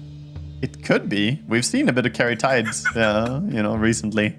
Definitely wouldn't put it past Yatoro to play it. Or Radan, for that matter. Or Ame. They're all the same person. They're all one. Have you ever seen? He's just smurfing in a different region. Yeah. Well, no Warlock PA lane. That's always a very strong one to go up against. Undying, same kind of story. So what do we pick to protect the PA here? Looks Pugna. like this is a classic. PA Pugna is insanely strong lane. Also a very hard lane for Batrider. Offlane Batrider support into PA Pugna. You get right-click non-stop by Pugna from far away. He has more movement speed than you. He has more attack range than you. And then you have the PA daggers flying in as well. It seems anti-synergistic, right? It's like, oh, Decrep and PA, that sounds awful. It's not about that, though. It's about the continuous hits from Pugna and PA being able to join whenever. They're just non-stop harassment. Yeah. You're gonna buy double tangos and salves just to stay alive in that lane. I've seen strong dual lane combos falter to this this setup of PA Pugna before. It's definitely a premeditated combo. How many magic sticks do we need? Yes. Yeah. Magic sticks needed, but movement speed also needed. It's tough. Yeah. How to solve it. Yeah, forget stats and tangos, buy boots and stick. Windlay's I like magic that. stick. Batrider Dawnbreaker, also a pretty classic. We get some global presence, which you and I always like to see. A lot of fire, a lot of trails of fire burning the ground. Pretty scorched earth policy from Team Spirit. a good combo in its own right. You have the lane already being pretty good, being able to flame break people back. But then later on, you have Dawnbreaker ulti to follow up on the lasso. It's very natural how these two synergize. There's something to be mentioned about if you push back the PA and try to Starbreaker her, she can just Blink Strike away though. Ooh, Ricky comes out. Maybe, I mean, there's potential that this Ricky is gonna go to a post 4 and they put Batrider somewhere else, actually. Yeah. Because again, Batrider will struggle a lot in the lane top, but Ricky might actually be a better call. 5 seconds remaining. Have you seen much Ricky outside of POS 4 recently? Pretty much none at all, but there's always None, the potential, right? I mean, at its core, Like mid Ricky. yeah, at its core, it is a hero that usually was played carry and mid. But I have not seen a lot of teams or players doing it yet. Yeah, I have like vague recollection of like 9 on OG playing Ricky, but that's Yeah, a lot of that's time ago, 9, though. one, yeah, like within the last year, but Yeah, that was a while back. Yeah, I don't know. I just feel, yeah, I think you're right. Just POS 4 Ricky. I'm just connecting the dots. So that means Bat potentially 5. it's definitely a possibility. You're right that it's possible that it might be either carry or mid Ricky, or you know, like there could be a curveball here. But the Ricky is going to be nice against the Pugna at least. You get a silence to stop his drain. And the shard stops Decrepify targeting and heal targeting. decrep Yeah. and life drain targeting, right? Yeah. Yeah. Yeah, it's very nice. And Sunder targeting. Yeah, true. So is this TB? Is this TB offlane? Is it TB support? Must be TB offlane. Yeah, I'm thinking that it is. I think PA is happy enough on that lane. PA Pugna definitely should be happy on the top lane. And then that's your offlane of Bounty TB. I mean, this is just a lineup of toxic heroes from Chimera. It's a greedy approach, though. They don't have a single teamfight ability yet. Like, if we're talking about big abilities, something that can really win. Stuns? Yeah, no stuns, no big team fight. So you need to get off to a good start, because otherwise this can all backfire hard. Bounty is a good counter to Ricky, though. I'll give it that. He's tracked a little bastard. And they've got a lot of like annoying, weird push, right? TB with his illusions, wave cutting, Metamorphosis, the straight up tower hitter, Pugna with a blast. I mean, hell, we've seen a lot of these Pugnas, even like minute 7, minute 8, moving around and chipping away. Not necessarily killing, but like putting a tier 1 tower at half health, so that then minute 10 with a catapult wave, they come in and kill it. Yeah, and there's that Bloodseeker. It was pretty much like a given that they were going to pick Bloodseeker the moment they didn't ban it and ban Tiny instead. It's just that good against PA, because if she blinks, then Rupture is going to destroy her. And a PA who can't blink around is not really a PA you worry about. 5 seconds remaining. So Not at far, all. I have to say that I favor Team Spirit's draft quite a lot here. But they have high armor heroes on Chimera. Everyone except Pugna has very high armor, and that can make it hard for Ricky to have impact early on. I played a game of Pos for Ricky recently, you know, experimenting with it a bit. I ended up playing against a Treant Terrorblade lane. Let me tell you, that was awful. I did not play offlane Ricky into that, or Pos for Ricky, that is. You can't do any damage. 10 seconds remaining. No. I do a whole lot. What do we need then? We need mid for both sides, right? Yes. And it's Chimera with a last overall pick. We So assume we're gonna have the- yeah. We assume it's mid, but it could be a mid Ricky, who knows? Yeah. Flex. But the point is, we're going to see a lot of mid heroes banned in this, 4 sets of bans, and the pool is going to get diminished pretty heavily. And then you're fighting over scraps in the end. Yeah, I could see Earth Spirit still doing a lot here, or Laurel playing Void Spirit. You know, some heroes that I would not mind seeing on them. 5 seconds. Another hero that you can Dawnbreaker ulti into, right? They need a hero that goes in. Because, yeah, you have Batrider, but ideally you want to have multiple heroes that can give that target for Dawn to ulti on. Spirits turn They're going to about to storm themselves as they realize, yeah, we have no control at all. It's definitely going to be one of these. Ember, Earth. I mean, there's plenty to choose between. And it's Earth Spirit or Earth Shaker, right? Like both are possible here. Definitely true. And both of those heroes rarely get seconds. hard countered by a pick in lane. Yeah. I We think might see maybe a Lina or something, but that if Chimera pick Lina, that's giga greedy. it is. Lina takes a while before she gets her items that she needs, and I don't think they can play it here. I think it's too greedy, too risky. Team Spirit could ban Earthshaker if they want to pick any of the others, because generally he does really well against most of the Spirit heroes. He kind of just walks up and bullies them. The only one he doesn't is Storm, but Storm is already banned.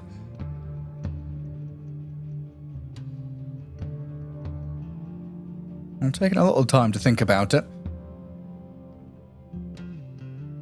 And focus on Laurel's face. Miposhka really going through the motions. You know, I would like to see. There's no chance that we'll see here, I think. Team Spirit picking Zeus mid. Team pick. Would actually be cool. They would have so much damage against all the armor. But yeah, go for the obvious choice instead. Go for the ban on Ember and pick Shaker. So this does then in the end mean Ricky Dawn laning together and Batrider Bloodseeker? Yeah, it should be, in my opinion. But they can flex those two supports to either lane. But yeah, otherwise than that, it's hard locked. Seconds remaining. Right. How does Chimera round out this draft to solve all the issues that it has? Because right now I'm looking at that draft and I am not convinced. It is aggro, I'll give it that. I think you just double down, triple down, quadruple down on aggression. You pick whatever. Timber. Timbersaw. Yeah, exactly. Like the best fighting hero. I think Timber isn't really it, but like something of that nature. It's low enough. Yeah. Oh, sad. DK. Well, he has a stun. He has stun. He does bring tempo, yeah. Maybe it's it. Maybe that's the pick. It's gonna be Rue on the Ricky, so kind of gives it away. It's gonna be Poshka Batrider, safe lane. I've never seen that bounty hunter skin in my life. Huh? Where is that? The rat. This one is new. The rata. Yeah, we'll see it when we get in game. Viewers can't see it right now. Gorgeous. The beautiful little rat set. He actually has the exact same stuff equipped as I do. He has the big golden claw and then the rata set. Of course he does. Yeah, that's the money grabber. It's very satisfying. I don't know. I'm looking at this draft and thinking Chimera have some serious problems. Like Team Spirit, it looks like a draft, right? These are heroes that have been picked together for a reason, and I think my brain can like easily identify this, right? The combinations of heroes, the lanes will be solid. Okay. Shaker is going to bring that kind of nice momentum from the mid lane. Chimera need to they've got. I guess the problem is they've got heroes in my mind that are farming heroes. With a hear me out here, though. They do have really, really good push. They have the DK ulti, Metamorphosis, Illusions, and then Pugna Ward and Pugna Blasting. It's hard to get in on, and your Bounty Hunter can scout for any wraparound plays. So if they siege up towers, they can even have PA farming somewhere else. But their 4-man play is pretty strong when they siege up on a tower. And Team Spirit, to counter that, need items. They actually do need like Shaker, Blink, and maybe they even need some other items like Bloodseeker having his first components, getting towards the Radiance and so on. So is this going to be Chimera saying we're going to set up on places of the map and you've got to deal with us, and then just playing actively non-stop? That's how I can see it working. Yeah, they gotta play around the DK ulti and the Metamorphosis, try and combine those two and get buildings taken. But if they just kind of chill and relax, I feel like there are so many more moves that could be made by Team Spirit. Yeah. We'll see how it goes. Game 1, 2-game series, day 1 of groups. As we always love to say, every game matters. Every victory is that little stepping stone to more EPT points for winning the group, that seeding into the late stage of the tournament as well. In shorter group stages, you need every little bit of momentum to carry you forward. And Team Spirit right now, already with Ops wards down, Sentry pre-placed. They're not going to find the vision, though. Kind of barely misses the vision coming out there. I love this ward from Radiant. Just getting that mid ward on the high ground is so nice. That's the best possible ward you can have as a mid laner. You get full vision too. It's a real mid ward. Yeah. It's not one of these sneaky beaky, hide on a cliff top, a corner of vision. That is a 360. None of that. The warding paradigm has been set by this individual ward in the mid lane. Yeah, I mean, they did plant that. I think he bought boots, right? He did the same thing on Pugna. He bought boots while they were smoked, and then now he sent out his items.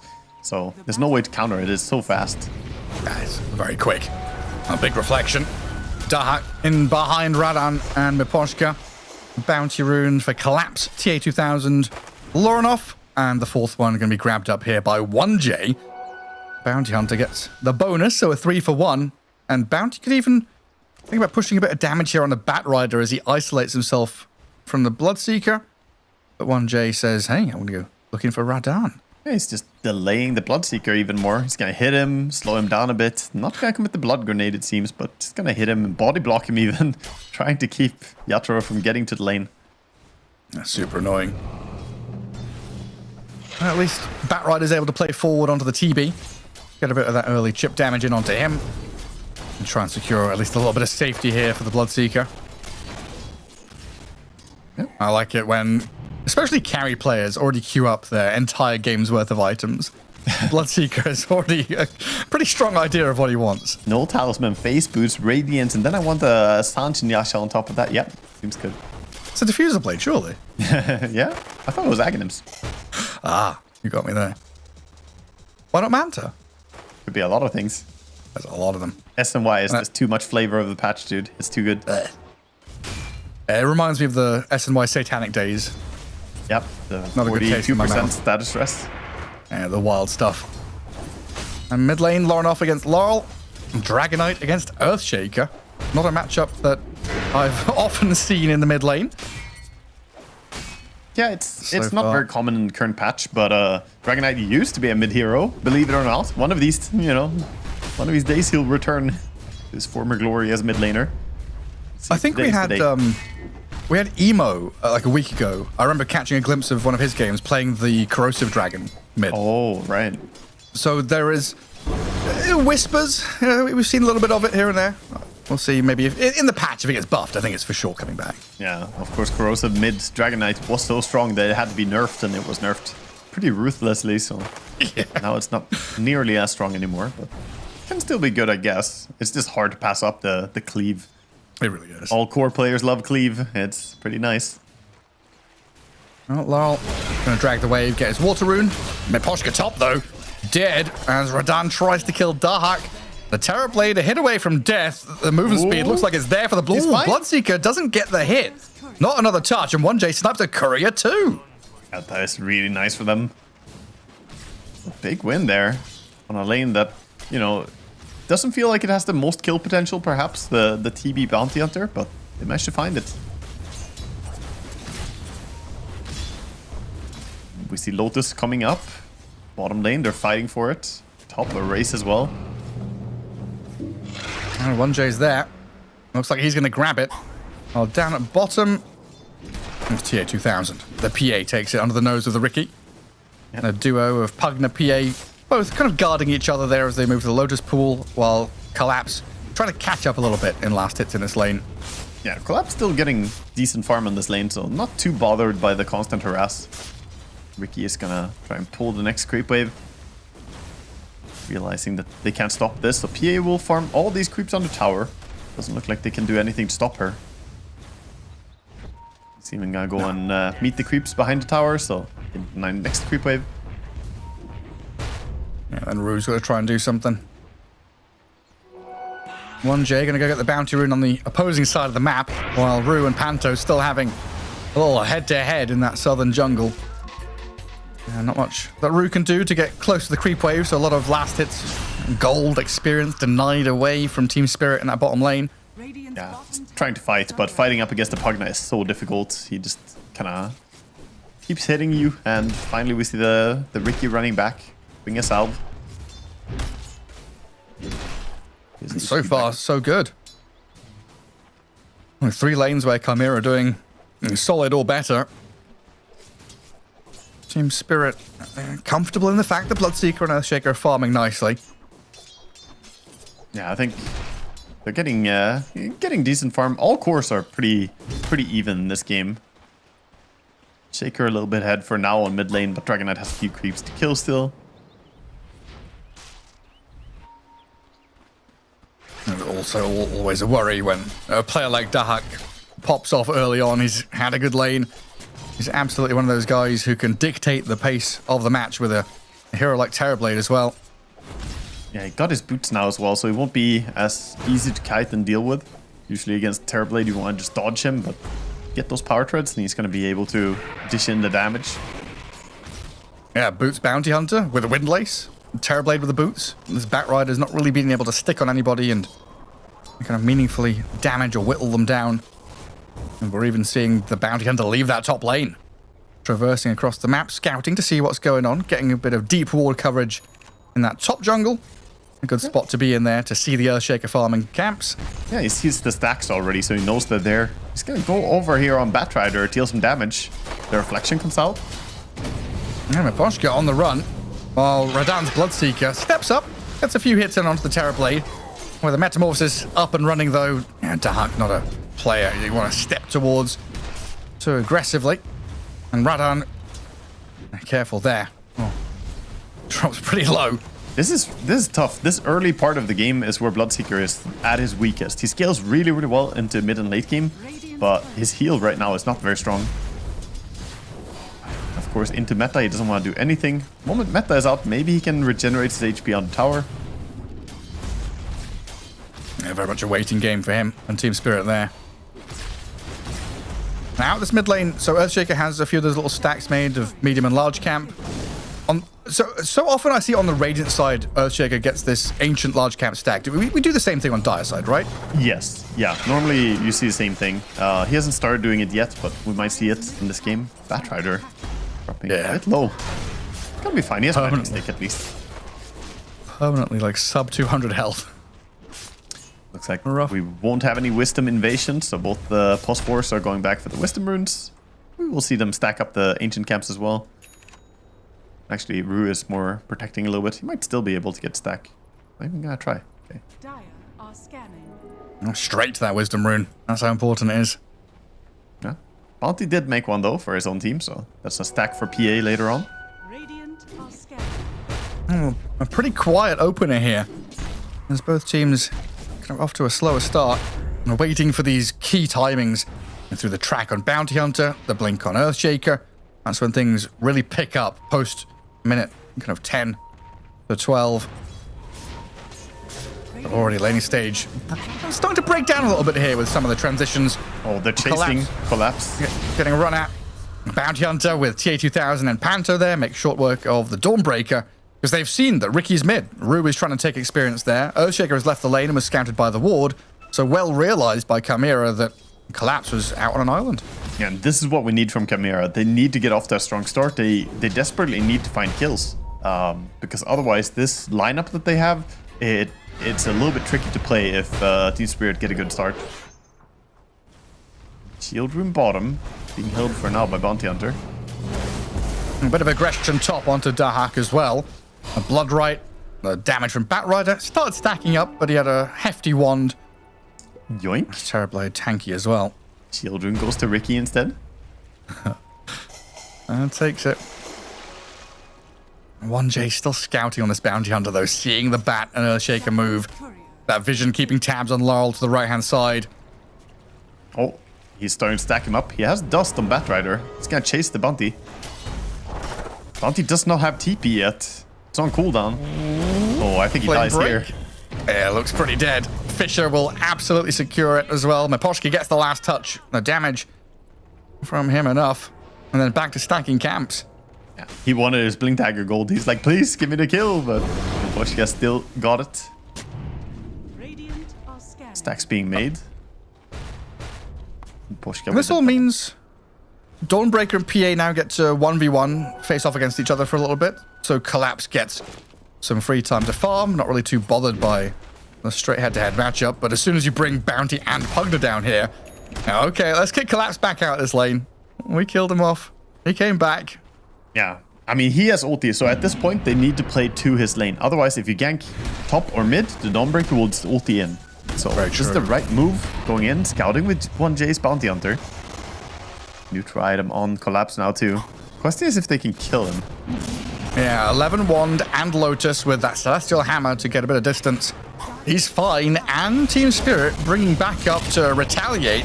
Rupture straight onto TA2000, the Phantom Strike, the damage done, and in comes the Cavalry with TP out though, successfully back into Fountain. TA survives, Miposhka dies under tower.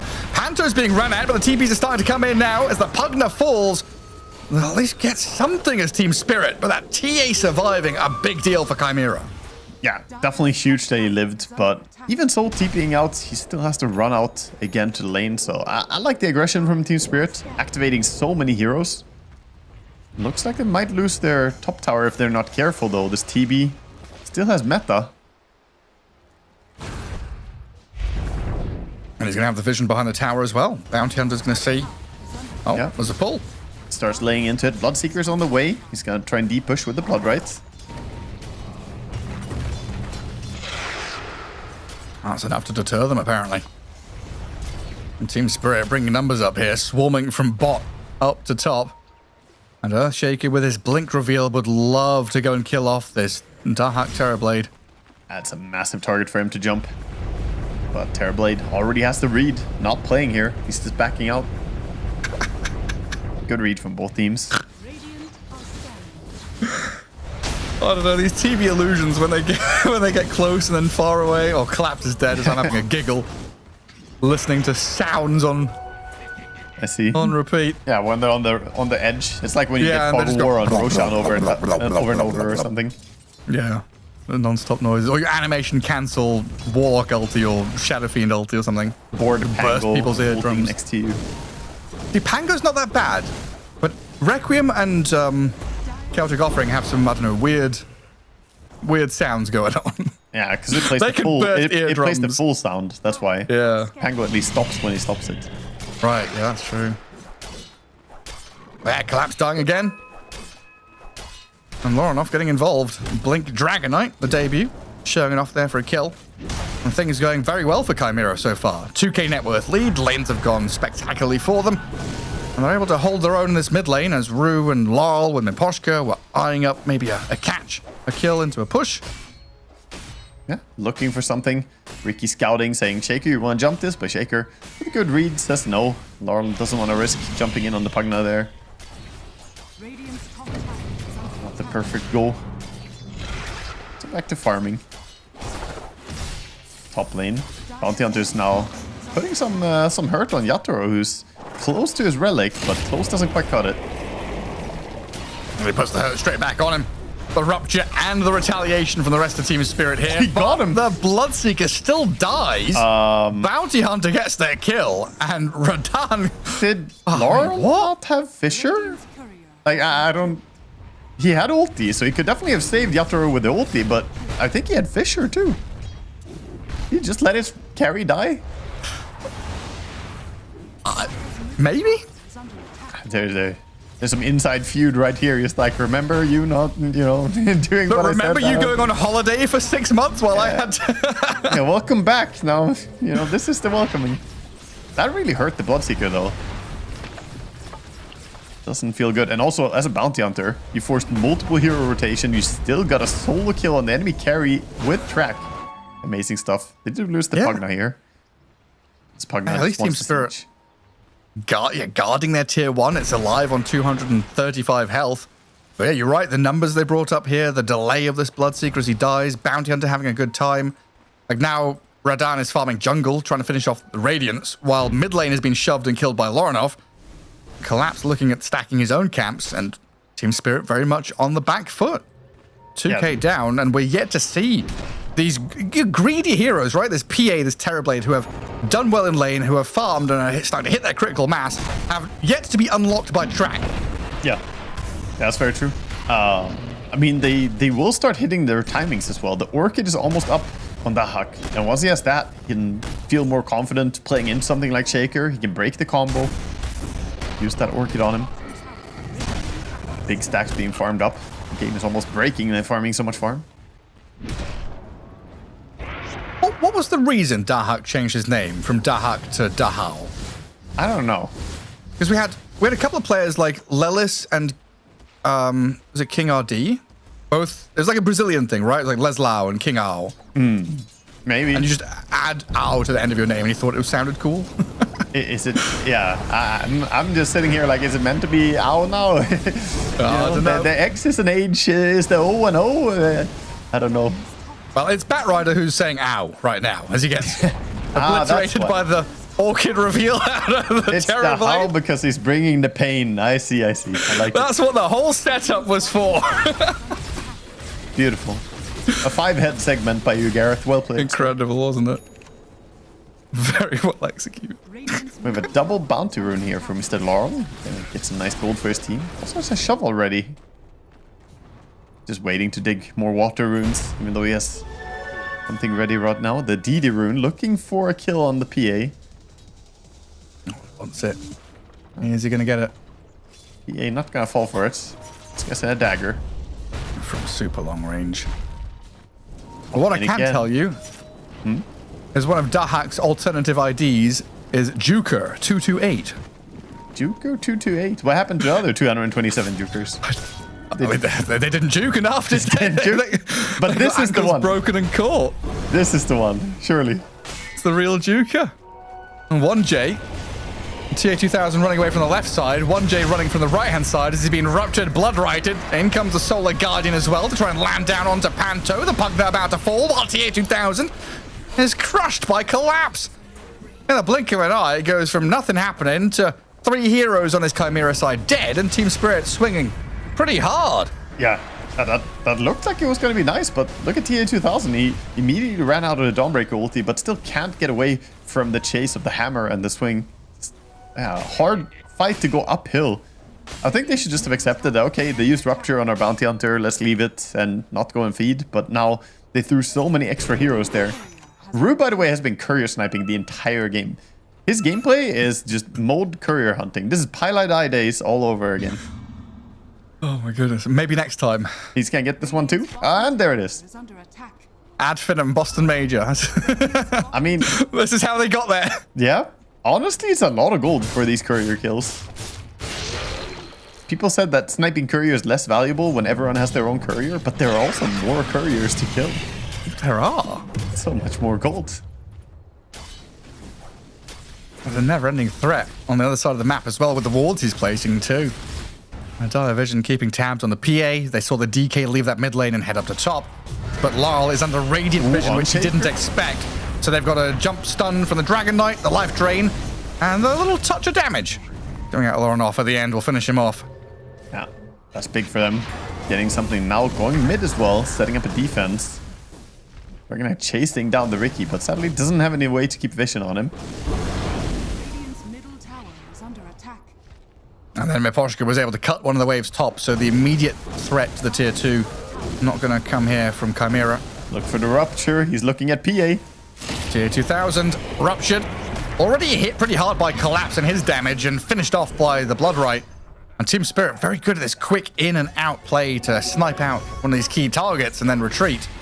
Yeah. And look, it is the Manta style that he's going for on Bloodseeker. Wanting to get away to dispel the The track, of course. Also dispelling the Cryptify. Pretty amazing this game. There's a lot of things. Slow from the dagger, reflection. And he's not too far away from getting it. He has his Yasha and almost a diadem as well on Bloodseeker. Radiant are scanning. Starting to overtake the PA by quite a bit. Oh, skipping ahead. Dust onto 1J. Fisher to block him. Laurel with the kill. Nice combination there. Get a nice pick off. We still don't really see a lot of these kills turn into something bigger, but I think for now they're just happy to farm away. It feels like enough, right? Yeah, get the kill and then get out to safety. I don't know, like the read on the draft and the game state that I feel like we both had heading into this after the draft was Chimera, they need this tempo, they need to get kills off the tracks, need to build up momentum. Yes, they can scale, but they want to be hitting towers and punching a bit. So it feels like Team Spirit every time they're able to kind of weather the storm and get to their bigger timings, these fat items that take incremental build up. TB is so annoyed right now. His courier's got some sniped multiple times. He has his shard on the courier still, and I think it's been delayed twice because he also has 1,000 gold by now, and he also doesn't have a tier 2 neutral item, so it's just very frustrating for the How the Huck. You know, very annoying. Yeah, it's okay if your courier gets taken once, but if it dies multiple times and you didn't connect with the items on it, then that starts to really feel bad. Yeah, all of a sudden, 5-minute item delay. I mean, pretty it's big terrible. deal. The shard is so important for TB as well. It's the main reason the offlane TB is even good, is that you can have the shard so you're strong even when you're not in Metamorphosis. We see him only have 2 points in Metamorphosis right now because he wants to be in the regular form as well. Want to catch down bottom on this bounty hunter. Team Spirit, good flame break from Miposhka, going to push him back in towards Laurel. And they're trying to respond pretty quickly into the mid lane as well, where they've got a Rupture on the DK. Solar Guardian in, Celestial Hammer forward. Life Drain's going to get cancelled out, but the Dragonite will survive. Panto going to give his life. In comes the PA, though, turning back onto Radahn and Collapse, but not much the TA-2000 can do on his own. Yeah, mid tower is quickly going to fall as well on the back of this. Shaker lays into it. Team Spirit are starting to solidify a bit of a lead. But look at that, Dragonite finds the Batrider. Solar kill maybe? Not quite. Can he TP now? There's no more stuns. The damage. Oh! That was close. Hit away from death. If he had Corrosive. Yeah, see, a different dragon would have killed there. The Frost Dragon and slow him down. One of those Yu-Gi-Oh! Dragons. Blue Eyes, Black Dragon, or whatever the hell it's called. Yep. This red dragon is meaningless. I feel like that's what the old Agadem's dragon was. It was the ultimate dragon. It was the yeah, it was. Oh, look at Rue. Look at Ricky. Look at Rue. Oh, he can mess with him. Does he get kills? No. He just stopped their take, but now he's in trouble. Yeah, he might be dying now. Okay. Seemed a little over-eager there. I don't know. In my head, I was thinking he's going to wait for this and steal it or get a kill or something. So the thing is that moment he goes into the range of the Tormentor, right? He gets revealed. Tormentor shows where you are if you're within the split damage at all. Well, it's dealt damage. So he can't really sneak in, even if he's invis. Moranov gonna get the lasso treatment with Rupture. Oh, that hurts. That's tons of damage coming out, and we see this Yatoro Bloodseeker. While he had a tough laning stage, he is starting to look like the strongest player on the field by a lot. Yeah, very difficult to deal with. That's before he's even got the BKB and the Ags and stuff like that. Yeah, but yeah, it's been a while since we see these Bloodseeker combos, right? This is literally hung, drawn, and quartered when you're lassoed and ruptured like that. Dragged and paraded through the town square. While top lane, Bounty Hunter over there, Collapse and Rue pairing up to get the kill and the D-Ward. Yeah, very, very nice pick off again for them, and things are starting to fall down. And this is where I question the draft, Gareth. My question during the draft phase: you picked 0 teamfight heroes. How do you play Dota? So we'll see what they can do, because right now it feels like all that Chimera can do is kind of farm. And that's very easy to abuse and punish when you have a Batrider, Shaker, even the Rupture coming in occasionally. So I want to see moves. I want to see what they're going to do. And there we go. The smoke comes in. PA joins it. Ooh, they're striking towards where they last saw Dawnbreaker. That's not a bad call. You always want to look for the Dawnbreaker in these situations. Yeah, and there's not much to come up and TP2 and help her up there. Mid Don't have lane, vision though. on her.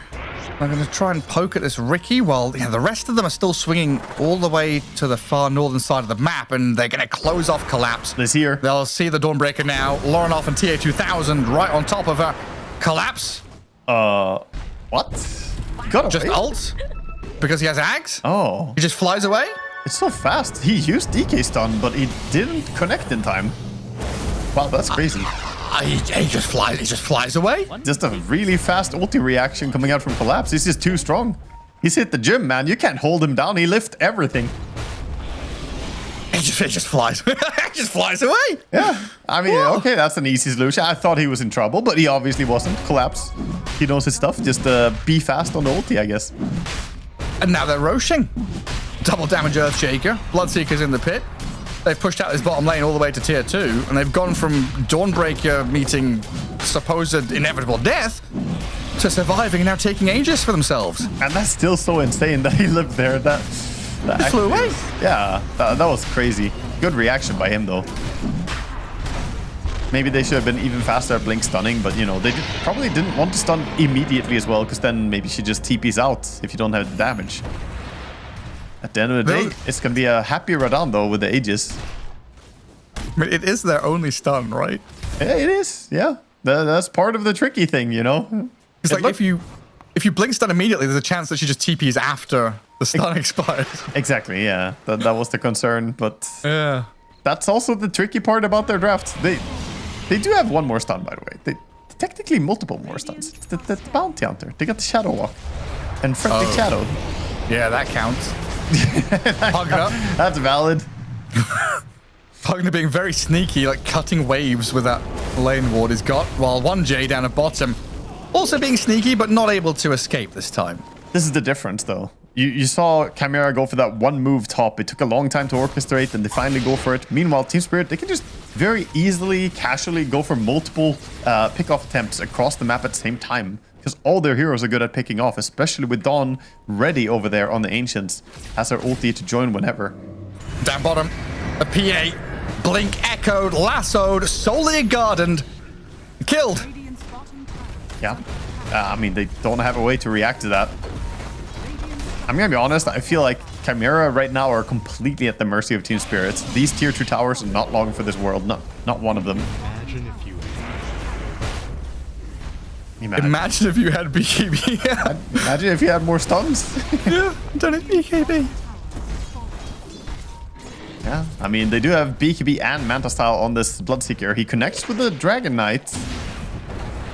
And in comes the Dawnbreaker, looking at Panto as a quick and easy freebie. Dragonite is at a BKB Glimmer TP home. Gets back to Fountain successfully, but now it's Team Spirit doing whatever the hell they want to the rest of the map. Tier 2 mid, enemy Ancients, Tier 1 top. Like you say, kind of forfeiting the next 30 seconds of play. I mean, Team Spirit have completely identified the same thing, that this is just a timing where Radiant can't do anything. They have heroes that do scale well if they get to farm, like DK, PA, and TB, but if you told me like a year ago or 2 years ago that a team drafted PA, DK, TB, I'd be like, are they mental? Why would you draft that greedy of a draft? Was it a show match? Yeah, that must have been one of those for fun games, right? But yeah, this is like, remember what it was like minute 13, 14 or something, and Team Spirit were getting these like individual kills, little kill here, little kill there. This is the outcome that I feel like was so meaningful from those apparently meaningless kills, right? They kind of weathered the storm. Chimera never got to get into the bulldozer, never mind turn it on and start driving towards objectives. They are yet to really pilot the draft as they would have wanted. And Team Spirit have got to these big item timings. The Radiance was the first one, then the Manta BKB. They've got this Blink Aghanims BKB on Earthshaker. Even the freaking Ricky, who didn't have a game, has Diffusal played and money saved up. And Shard as well, so he's, you know, very, very strong at this point. I'm going to flip it and look at it the other way around. I'm going to say, you had a Bounty Hunter who got solo kills against multiple heroes on the enemy carry, and you're still struggling. I'm saying that, you know, Chimera, you can't really ask for more impact from, you know, the individual plays, but your 5-man draft is just, I mean, It's honestly so, yeah, it's so weak. It's really weak. So I've just managed to spit water upwards onto my glasses, so I've got to... I am actually blind for the next 10 seconds. You're not missing any beautiful Dota right now. It's mostly just Team Spirit enjoying the map. They're very close to getting full Aghanim Scepter on Bloodseeker. At that point, they will have a ridiculous power spike. We have a smoke by Chimera right now, but they're kind of smoking backwards, scared of Team Spirit. This is like a smoke and sit around and protect PA. Right now, they're hoping PA will get jumped, and then they punish. Sadly for them, Team Spirit are just farming right now. They are going for their own smoke at this point. What's that? A dire scan on a Radiant Observer Board top. I think Collapse feels something coming. He knows something's not quite right up there. On a Radiant scan is going to miss him, as he'll go right and farm into the jungle, while 1J has been found. Bloodseeker's going to take him out. And Chimera still hunting. Can they get her this time? That one hit. Dude, she's Collapse. tanky. I don't think he can die, honestly. I think he's fine. Even with a stun, like, how do you go through her? That's like 50 armor. Oh, God. 3,000 health. Triple TP out. Fisher missed. The rainbow corner. Oh, my God. Well, they got out, but they have not managed to get anything done, really, right now. And as I mentioned, that Aghanim Scepter is now up on the Bloodseeker. So he is absurdly strong. And I mean, usually we have the Go-Go Power Rangers when you go forward, you save the city, not the Go-Go run away. Imagine the Power Rangers. They're like, there's a huge monster attacking the nearby city. Go Power Rangers. Yeah, let me check my visa status. Can I just leave the country? Okay, we're cool. Oh, I'm out of here. First flight home. Just ditch. We have yet another kill. Bottom. Quick and easy takedown. No rupture expended. Didn't even use the lasso for that one, just the Yule Scepter. And look at Rue. Uh-oh. No, TA2000. Blink echoed. Solar Guardian forced the BKB. TA2000 might still just die, though, with a Phantom Strike to creeps, buys a little bit of time, but the chase is on and the damage is there. Rue gets the final touch. Yeah. Take out the PA. The status resistance did save him from the chain stun from Laurel, but it didn't really matter. Still dead. And now he has BKB on cooldown as well, so it's almost worse than if he just got blown up. Yeah. He's going to respawn and not have it for a bit. That's a lane of racks. Team Spirit saying... It's one lane of racks, but is it not just two lanes of racks? There's no tier 2 mid tower, so when are they going to defend? Is it not just game over? Is it not just the end? Well, Batrider's gone in pretty deep there to try and lasso them up, but they've turned and killed Miposhka, traded out for Panto. 1 for 1, while the barracks are still alive. Team Spirit, a little bit of work in front of them to finish off this set. While 1J and Dahak looking to try and protect with tracks of vision, maybe a bit of deterrence there for this TB with the Metamorphosis going. Collapse and Radan say, nah, no cares. Hit buildings, take down the melee. Range doesn't matter. Time to run away. Yeah, and with Lotus already up as well over on this Dawnbreaker, and be able to return some of the stuff and also counter a lot of the abilities. I mean, their entire team gets countered by Lotus Orb to different degrees.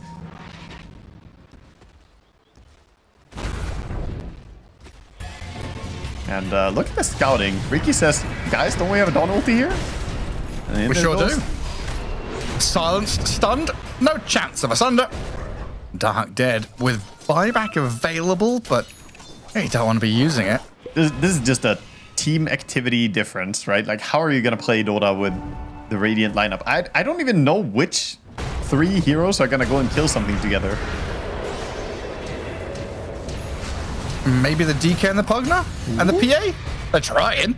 They bring Laurel down to half, forces BKB, but he turns with an Echo Slam. Radan is in again with a Rupture. Phantom Strike to the high ground, a lot of damage taken by TA2000, and Radan is into the base.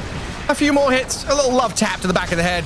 PA is dead, no buyback available, and Dragonite sent the skyward, comes down to the ground, will turn and try and fight this Bloodseeker. Has been stunned at the tier 4s, but BKB is ready to go. Healing's back up. The Bloodseeker is out of there. Zooming away. Oh, is Sonic he fine? 4, but he's dead. Oh. He didn't collect enough golden rings. He didn't. Sonic has been taken down. They're trying to get out now from bottom lane. Miposhka gets jumped. He's gonna go down. The Dragonite is here. But he's been lassoed up. That's not going to help you. Okay. Yatoro found like the perfect spot to take the most damage, by the way. He managed to take all 3 towers shooting him at the same time there. The 2 tier 4 towers and the tier 3 tower were all laying into him with the DK stun as well. That's how he can die. You need a lot of help from the buildings, but it can happen. Yeah, I wish we had the fight recap for building damage. Yeah, honestly, where's the towers damage dealt? The Sentinel did 10,000 damage to the Scourge. They really did. That was one thing that always upset me, was clicking on a Sentinel building and seeing they had 300,000 gold. Yeah, share it, maybe? Yeah, they've been farming up, all those last hits. They added up. Bring it back. I want to see how much gold the Radiant and the Dire are making as well. All those last hits in lane. Yeah, then you know how many last hits people have missed. True. It would be a great way to kind of see, resources lost in a way. Well, against the kind of phase of play here, Chimera have managed to go and snipe an Aegis for themselves. So TA2000 has the double life. And Team Spirit, after respawning, readying themselves to go and fight. Yeah. Seems like they're not too bothered about the PA having 2 lives. They're kind of wavering between either going for a Tormentor or going and fighting, but looks like they want to take the fight. At least they don't want to take Tormentor and immediately just get run over. They are going behind now with the smoke. As the grouping is kind of splitting up on the side of Chimera. And the classic Dawnbreaker move goes elsewhere, doesn't show. Yeah. Oh, Dragonite might be in trouble here. He has the gem too. It's a big kill. Leposhka doesn't lasso him. He lost vision. He went into Fog of War with the 4-staff there. Or with the blink. Yeah, real nice. I should blink into a nice Fog of War spot. Might still be able to get a straggler here as they scan and dust 1J. Bounty Hunter is going to get zapped and sniped. We've got the Dagon Bloodseeker up to level 2. Yeah, just max that Dagon next. I mean, against the PA and a TV, these heroes don't have big HP pools. It's incredibly strong. Of course, Bloodseeker has 40% spell amp on any damage, 45 even. It's gonna do even more. If he hits you with the Grove Bow, that's gonna be amplified even more by the magic resistance reduction. Monstrous. Yeah. And then Collapse on the other side, just farming away. Very chill game for the Dawnbreaker. The rest of the team is sweating, trying to find this opening, scouting, looking for vision, trying to find the jump with the perfect Blink Echo Slam. Collapse just has to sit and wait. See what happens. When people aren't looking for you as a Dawnbreaker, it really is the la la la la. Yeah. Hit this creep camp, go to the next creep camp. Well, lane is coming in. I'll clear that. It's all about map control for Team Spirit right now. Shove out mid, get towards the base, go into enemy triangle, cut top wave, and come back and farm backwards. Hugna gets a 4-staff, but Nullifier on Dawnbreaker is going to be huge here. Because the Decrepify, Glimmer Cape, Ghost Scepter 4-staff, all these items, useless. You just get nullified up. I like the Disperser rush on Ricky, by the way. Now he has a Dispel as well. Got his own way to deal with the track. Yeah, it's cool. I don't know, I'm just looking at this Bounty Hunter hero portrait. His face doesn't even, it's so zoomed in. The rat face is so much bigger than his normal face. I mean, it's like some of the player cams sometimes, It's just getting up close and personal. Right, zoomed in. Radiant's top tower is under attack. And Chimera take position over in Team Spirit's ancient area. Still holding on to this PA Aegis for just under 2 minutes. But then you see the rest of the map being shoved in mid, up at top, tier 2's dying. And it's Team Spirit who are still controlling the flow of this game. I mean, Team Spirit are being aggressive while playing into Aegis. They see PA TP, they're gonna go for her. Like last time, Aegis still going. But, yeah, I mean, what, can you save her here? With a second life? Think they just back out. I don't think they keep going. Okay. They reset because they need they need their abilities. They might actually get caught. Yeah, still might. Soul Guardian, it's coming in here as Lorenoff going to BKB and Collapse lands and runs, while Rue on the right-hand side, he was scouted, and I think he dodged a stun by going invis or something. He got away from the Dragonite barely. Lorenoff was gunning for that Ricky. Yeah, he's fine for now. I mean, that was 3 ultis committed on side Team Spirit. So Chimera have a little bit of window where they can go out and look for something. still difficult for them to do, though. The Riki always there to try and break their smokes. So many tools to disengage on this Riki as well. Even just like tricks of the trade. You're gonna go on this Pugna. Hello, how you doing? Not even using his disperser to slow down the Pugna. He knows he's gonna force staff. Keeps the disperser more for safety for himself, in case he gets tracked up. Oh, he walked under a ward sentry combo right into the waiting arms of the Dragon Knight. That's a quick death. It looked like for a moment maybe Earthshaker was coming, but it's just a Fissure and the aftershocks to try and slow them down a bit. And Chimera going to 5-man smoke now. They've got to kill, sensing blood in the water. Maybe they can build this momentum that they've been desperately striving for. It's 40 minutes of gameplay, and their tempo hasn't really built up. They're looking for the fight. Batrider in trouble. Straight up jump from Lorinov. And this is where it really begins. Daedalus is here for the DK on top of the Bloodthorn. The PA has hit her stride as well, moving into MKB after the array of damage items she's already got. Yeah, makes sense. You kind of need it against the Radiance and Bloodseeker, and also the smoke screen if you're not careful. It used to be that you could just say, oh, smoke screen, I'll just BKB, I'm fine. But no, the smoke screen gives mischance as well now. Or the evasion, rather, on the targets.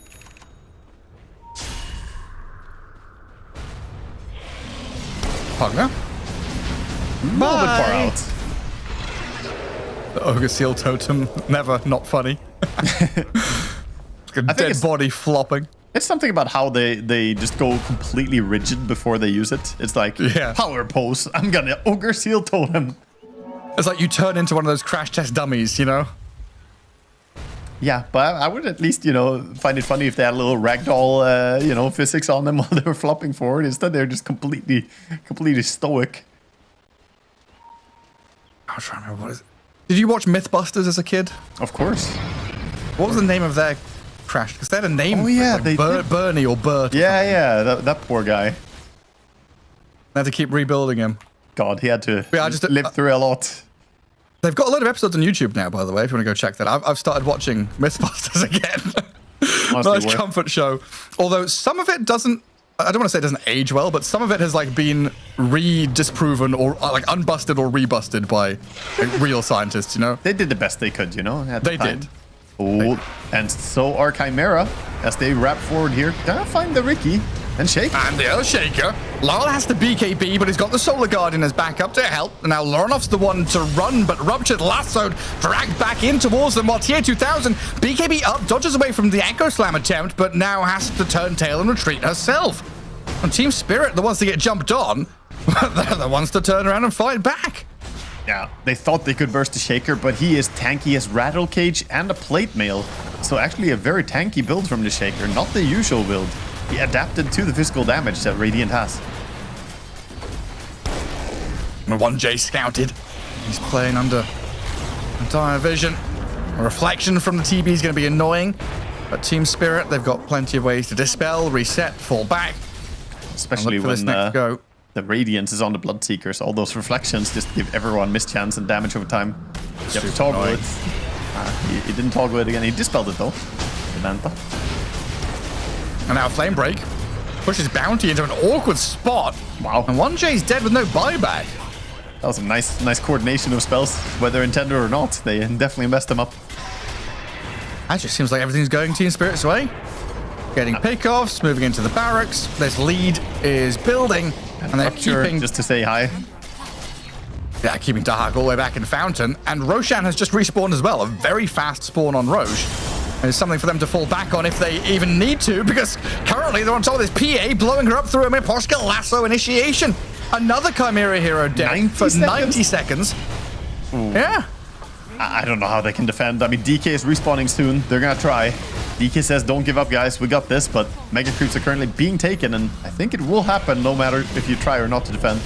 And that right there on your screen is the most powerful forehead in Dota 2 history. Radan forehead. Collapse. stunned and silenced. Radan, he's got BKB Refresher. Earthshaker's going to jump away with his Enchant Totem, but he's being eyed up by a Bounty Hunter who gets Echo Slammed, pushed back away. Earthshaker jumps out now, his Team Spirit feeling a little bit worse for wear, but the Blink Dodge from Bad gets away from DK Stun. Rue's still sticking around here because he's got nowhere to run. And Team Spirit, they lose a Riki. Chimera finally breaking out their base and getting something, but then you look back at their base, and they've got to come back and deal with these creeps. They have to go back. And meanwhile, we see Team Spirit just kind of resets. They say, okay, Riki is dead. We can wait for him to come back, and they're building more and more items. I have to say, this double Lotus Orb that they have is absolutely just stunting the entire progress of whatever Chimera do in the fights. They go for something, but Lotus Orb is there, and they can't chain their abilities. They get dispelled. Even TB can't pop his Thunder to save himself. Yeah, a lot of it also comes back to just the physical damage nature of their team. They basically have an all-physical team, and that's very easy to play against. You just buy armor, and that's what we've seen. Lotus Orbs, they serve double purpose there. Also snagging up some nice survivability items on neutral items. Oh, 1J. No reveal. The Bounty Hunter slips away from Collapse. Be anywhere. Roshan is being done by Larl and Radan. What is this? This is a refresher and cheese Roche. So this is big bounty on this. And you already have refresher on Bloodseeker, but Shaker opted to go for a different build, so he'll happily take this. Be amazing for him. I didn't realize Roshan had a necklace, honestly. He does? Yeah, he's wearing an... I guess you can't see it now, but he's got an... Aghanim Scepter has that blue gem at the top. And Roshan is wearing a necklace with that blue gem. Ah. Nice little detail. I wonder if that changes when he swaps If he only wears it when it's time. Yeah. Or he wears it when it's not time. Yeah, that would be awkward. So what if it turns into a full Aghanim Scepter on his necklace when it's time? Yeah, it drops off. Well, hello. Nullfire is gonna say hi to Pugna. The Corrupt TP doesn't work as well as it used to. Lorinov feels the desperation here. That's a Dragonite with a Rapier. Yeah, I think that's the correct choice. I mean, I can't say anything wrong about that. He needs to fight in his base as well, so he gets the Ancient Guardian buffed up. Looks like it's moving forward, though. Yeah, jumping and stunning. The Lotus, bounce back stun. Dragonite. Does he have to BKB and run? Trying to break free of Team Spirit here. Oh, God. As Dahak and TA2000 looking at this fight and thinking, what have we signed up for? Get the hell out of here. Lorinov TPing with... He didn't have vision. He didn't have vision until he landed. He finally saw him, but not in time. Mid lane, though. Okay, Batrider gonna be fine. That's still awkward. BKB on cooldown now for the Divine Rapier Dragon Knight. And good luck taking a fight into this Shaker Refresher without BKB on you. That's dangerous. And now, yeah, Banner keeps the creeps all glyphed up. 4 Ruptures available in this fight, by the way. Bloodseeker. 4. Let's see how many he gets off here. One onto Dahak.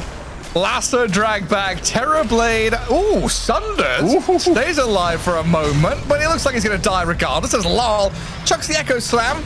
Not a massive one, just kills the Terrorblade and will force the buyback from Dahak. Refreshes up, T2000 is in, but the Earthshaker jumps back in onto the Dragon Knight. A double kill for Radan. GG called, as they know Team Spirit have got this one in the bag.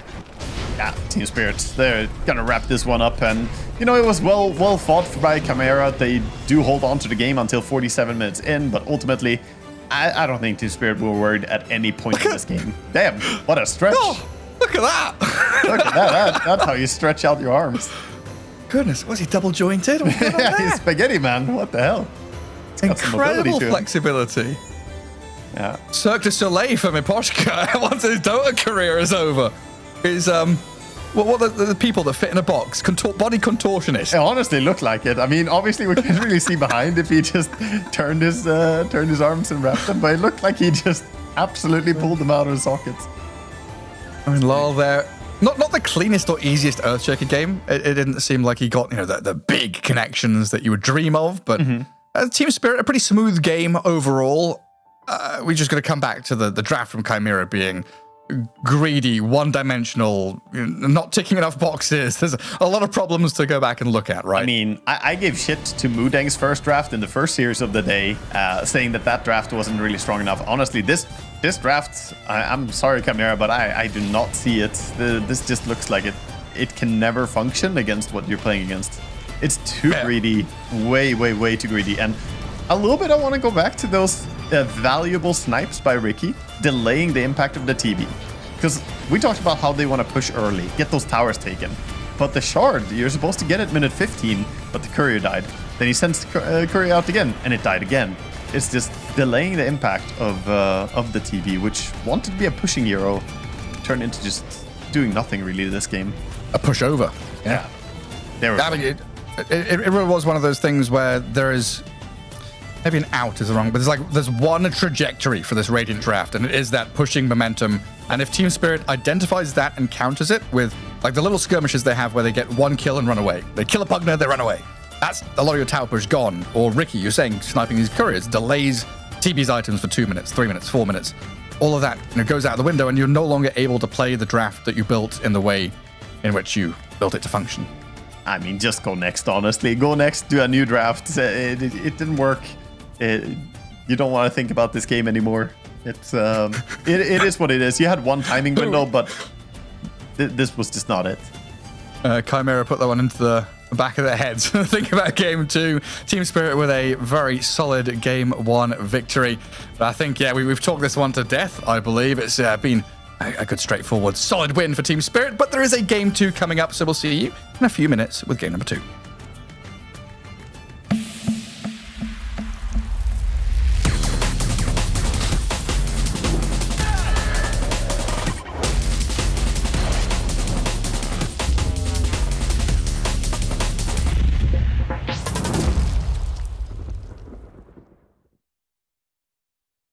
Waking up, playing some Dota. It's just been part of my life for 20 years, and I don't think that's going to change anytime soon. Where we are in the history of this game and where it's come from and how much has been accomplished, I think compared to basically any other esport, it's the best. So I'm grateful for Dota 2 as a game, because Dota as a culture supersedes where we come from. You are a Dota player first, and I love that.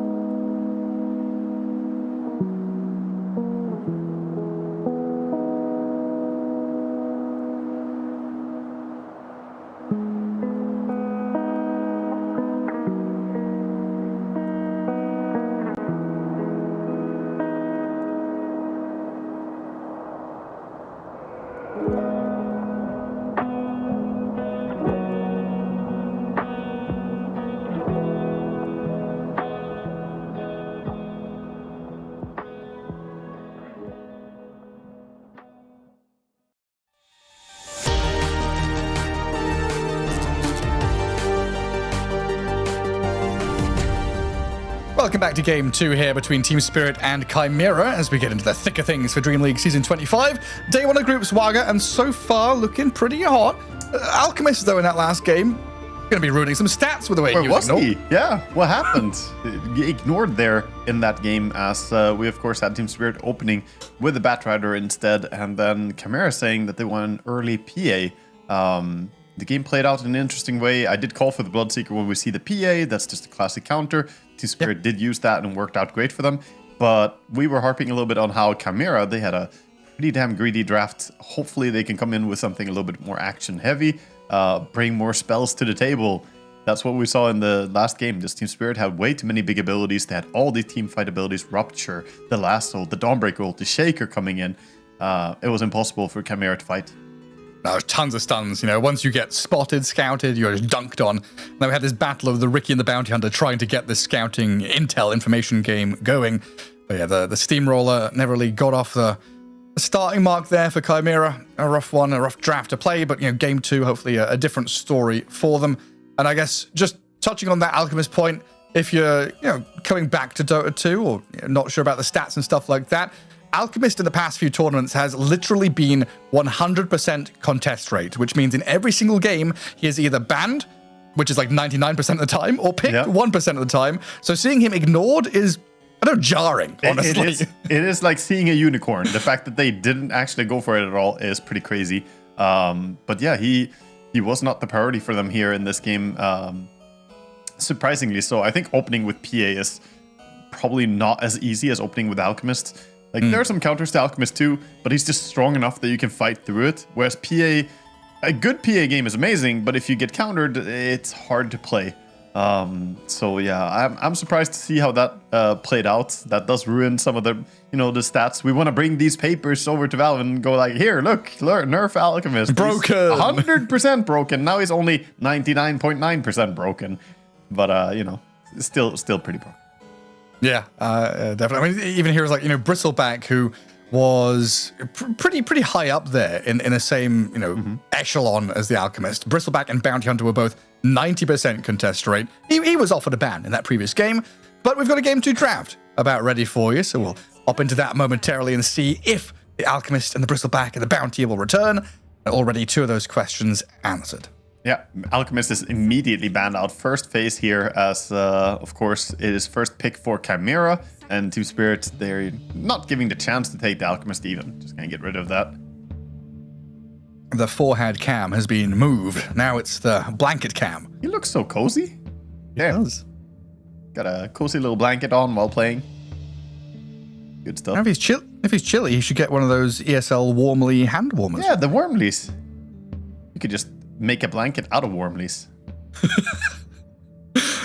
I feel like that might not be a good idea. Do it. It can't backfire. Someone just burning up. Dota player discovers nuclear fusion. Spontaneous combustion on a Dota player as he covered himself in a blanket that was home-fashioned. My goodness. But no, it's like keeping your fingers warm is like, it used to be a meme. I didn't think it was real until you step into one of these big arenas for the first time. You go to a LAN event and you go on the stage and you're like, it is freezing in this warehouse. Yeah, I mean, a lot of times when you play from home, it's not really an issue, right? Because you're in control of the thermostat. You can make sure everything is good. But when you go to events, sometimes it is, you know, big. So it's actually like some are open ceiling, so it's like windy because it's a stadium more kind of thing. And you know, it gets cold.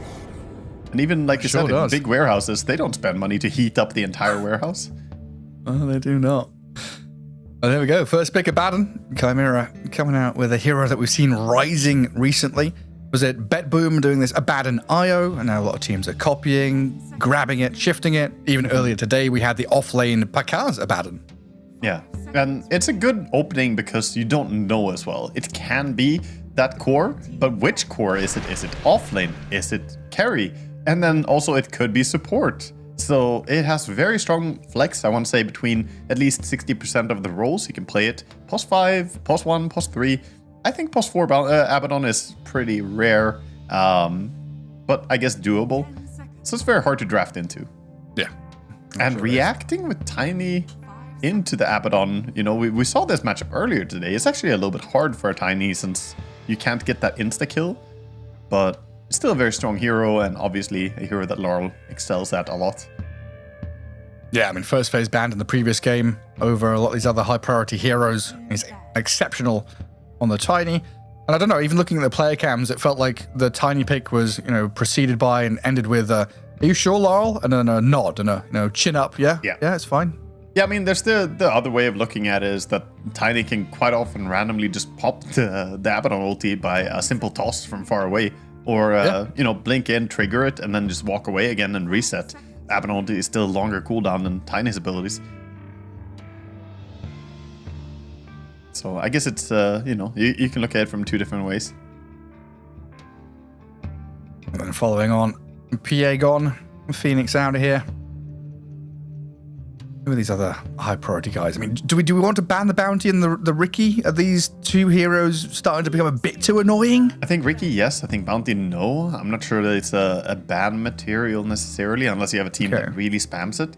But Ricky is frustrating, especially here in Chimera situation. Once that shard comes up on Ricky, you can't play Abaddon anymore. It's just really awful. You can't heal, you can't shield because of the on-target ability in the smoke. So then if you're not banning bounty, are there heroes like, I don't know, Clockwork has seemed like he's been rising, and I've seen in this spot a couple of Clockwork bans just be like, he's a great hero, he's that teamfight starter, get rid of it. Yeah. Is there anyone who's like more important, like Morphling? Nyx is still in here. Oh yeah. So that could be a hero. I don't know how high Team Spirit would rate going Nyx again with that Abaddon already on the enemy team, because he kind of does require being able to feed on the supports. Instead, they're gonna go for Zeus, get some global capabilities, pairing into their Tiny. Almost sad that they banned out the Bloodseeker and then picked Zeus. Come on, go for a Zeus Bloodseeker, get the speed meme, start the team fight, click the Zeus ulti, and Bloodseeker goes fast. God, dude. There it is again, the power move. Oh, he's flexing on us.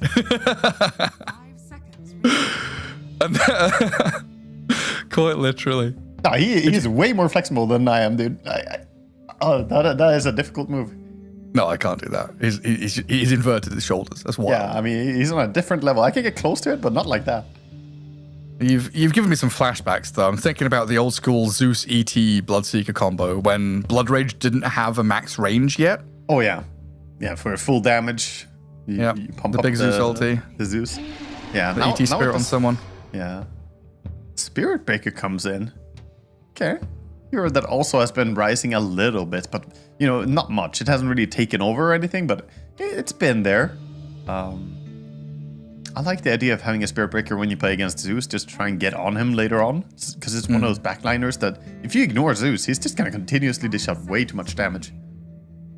Yeah, Zeus, massive damage dealer. Quite often, though, we've seen the Zeus picked up in recent times against the Ricky and the Bounty, right? To give that vision, reveal, start off team fights, make sure things are going your way. I know Snaking's played it from the POS 5.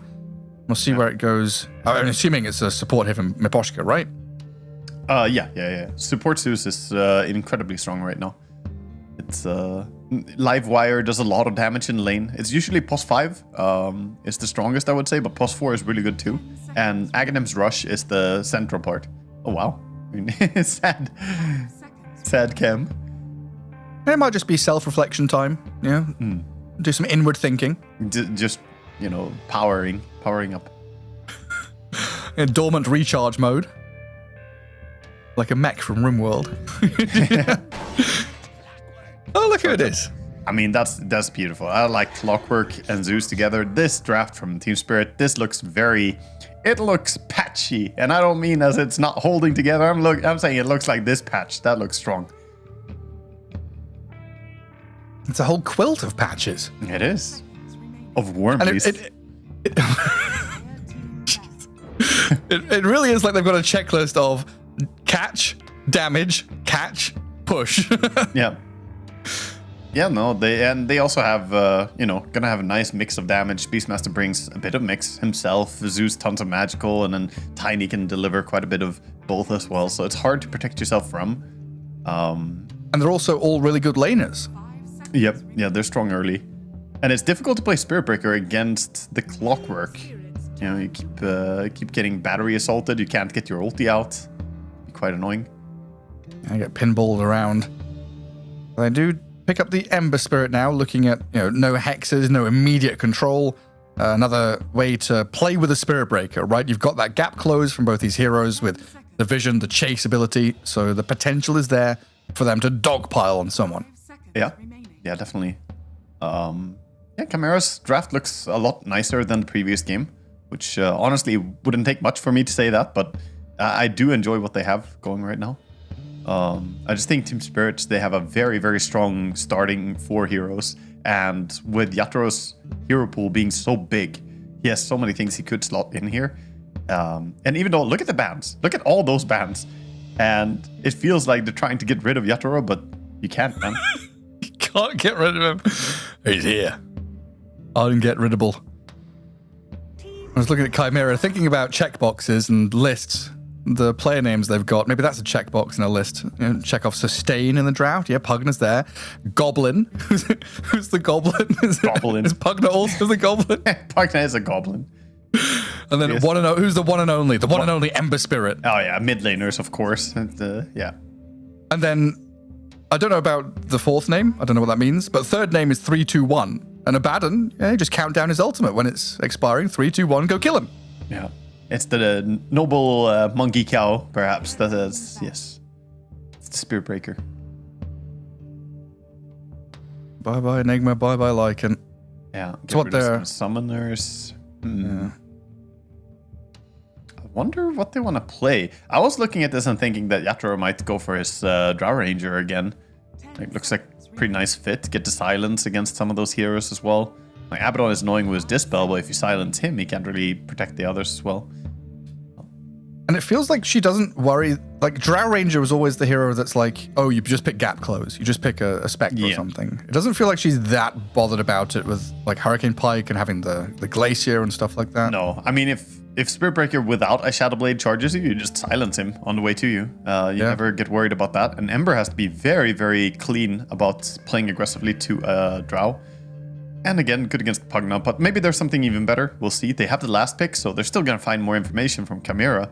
It's Chimera who have to reveal the hero first. And what's their hero, honestly? Like, do they swap Abaddon to offlane at all? I mean, possible. Possible. I think... Dahak's going to pick some Visage or... Yeah. Nature's Prophet or something, right? That sounds nicer, honestly. I think it's carry Abaddon, and you go for some other hero on the offlane. Like, the Visage is a good shout. It's kind of limited, though, right now. Enigma and Lycan would both have been pretty nice heroes to play around, but... Spirit with a good read. Going all the way down on their timer. It's going to be Dawn. Yeah? Fair enough. Dawnbreaker and Spirit Breaker. Yeah, I was going to say, is there a Night Stalker angle here? And they go the complete opposite direction. I mean, yeah, at least it's on the same theme. And daytime, nighttime. Daytime, nighttime, yeah. I think Night Stalker is a very strong hero, but I don't think that he quite would have the damage against some of these cores, like Tiny and Beastmaster. Maybe it's better to just have something to lay in with the spells. I like the Dawnbreaker. I like this. It's not bad. Solar Guardian into Ember Spirit and Spirit Breaker is nice. And plenty of sustain through Pugna and Abaddon. Lots of ways to start a fight, continue a fight, do damage, and get kills. Right? That's 3 things they lacked in game 1. Yeah, honestly, this looks really good. The problem is that the last pick is going to be, you know, them finding what they think is the absolute best for a situation. And this last counter will kind of dictate if I feel that Chimera have an edge. I think their draft is fine, but I think I prefer Team Spirit already with the 4 heroes they have. Like, their opener is incredibly strong. But this is where Radan says, "Give me Juggernaut." Okay, then I will take Chimera. You got. I will see. Oh, dude! Oh, yeah. That's actually dirty. Oh no! Oh god! They don't have that good single target damage. Yeah, for that Medusa. Okay. Abaddon Diffusal Blade. Yeah. Diffumanta Abaddon. The problem is you might get out-farmed hard enough that if you itemize this, Medusa might have like 3 items when you only have 2. Yeah, that's a dirty Medusa pick. Is the lane hard for her at least? I don't know about hard. Like, you're gonna deal with a Spiritbreaker Dawn, and I guess the Dawn is gonna farm, but yeah, but your Clockwork is gonna do a good job protecting you. Clock is like one of the best possible combos for Medusa in lane. You want a little melee hero that can go in, and you're against a double melee lane. So honestly, I think that lane isn't terrible for Medusa. She's got a good lane. Like my Poshka might die a couple of times, but maybe, yeah. But he might also just end up setting up some stuff. Who knows? So the lane looks decent. Honestly, I would give Team Spirit a big advantage in the draft again, but definitely nowhere close to what we had in the previous game. And then this offlane as well, Collapse and Rue, like long-range damage, especially once we get to mid-game with axes and arc lightning. Lots of ways to spam, lots of ways to poke. Like Team Spirit don't have to commit to a fight when they're starting it. They can... how many spells? They've got Rocket Flare, Zeus's spells, Beastmaster's stuff. They've got like 3 heroes who can scout and give vision across the map. Yeah, kind of. And then look for where they actually want to fight, whereas Chimera kind of... once they're in, they're in. Yeah. I mean, Beastmaster isn't as scouty anymore as he used to be, at least. He doesn't have the hawks flying around, and usually we don't see Beastmaster's go away anymore. Quite often it's just Aghanim Scepter builds nowadays. We'll see what he goes for on Collapse. But Aghanims has been the most popular. Drum rush into Aghanims is quite common. Right. I guess I've seen a sprinkling... I guess, well... It's been 3-3. It goes both ways. It's 3-3 buying Helm. That's what I've seen. Yeah. I mean, it's very versatile. You can see both. What we know is he's the beast mode facet, at least. Mm-hmm. I'll see what he does. Beast mode does slightly hint at that it could be no Dominator, as otherwise the extra attack speed from having more units is better with Dominator. But he queues up the Dominator. There we go. That's something that can easily change, you know, in 2 minutes' time. He's like, nah, screw this. Yeah. Oh yeah, he might just feel like going for mana boots and spam axes instead, but we'll see. Just sat around that mid lane. See what comes around the bounty runes. Chimera dire side, double wards, top rune and top jungle. There's also a radiant ward up there that was placed a little earlier. Yeah, all the wards are very concentrated on this area. And Team Spirit, while sending a Boar and a Zeus to try and wrap around behind to steal a bounty rune, might be able to get it done. As a top spot, Collapse has to give up on that. Rue gonna try and blast Panto, does steal the bounty rune, and a lot of damage here with a blood grenade and another thunderbolt, gets first blood on top of it. Damn. Incredible start. He's gonna drag the attention of all these heroes away from their lanes, delaying the move to go and farm creeps as he dies up near the Dire tier 2. I mean, that's so good by Rue. Really nice stuff. I like that he held his lightning bolt until the very second the bounty rune is about to spawn, and getting that kill is going to be huge for him, getting a bit of extra gold. Just clean stuff from him. It gives Collapse a good start to his lane where he gets to manipulate the creep wave to pretty much wherever he wants it to be.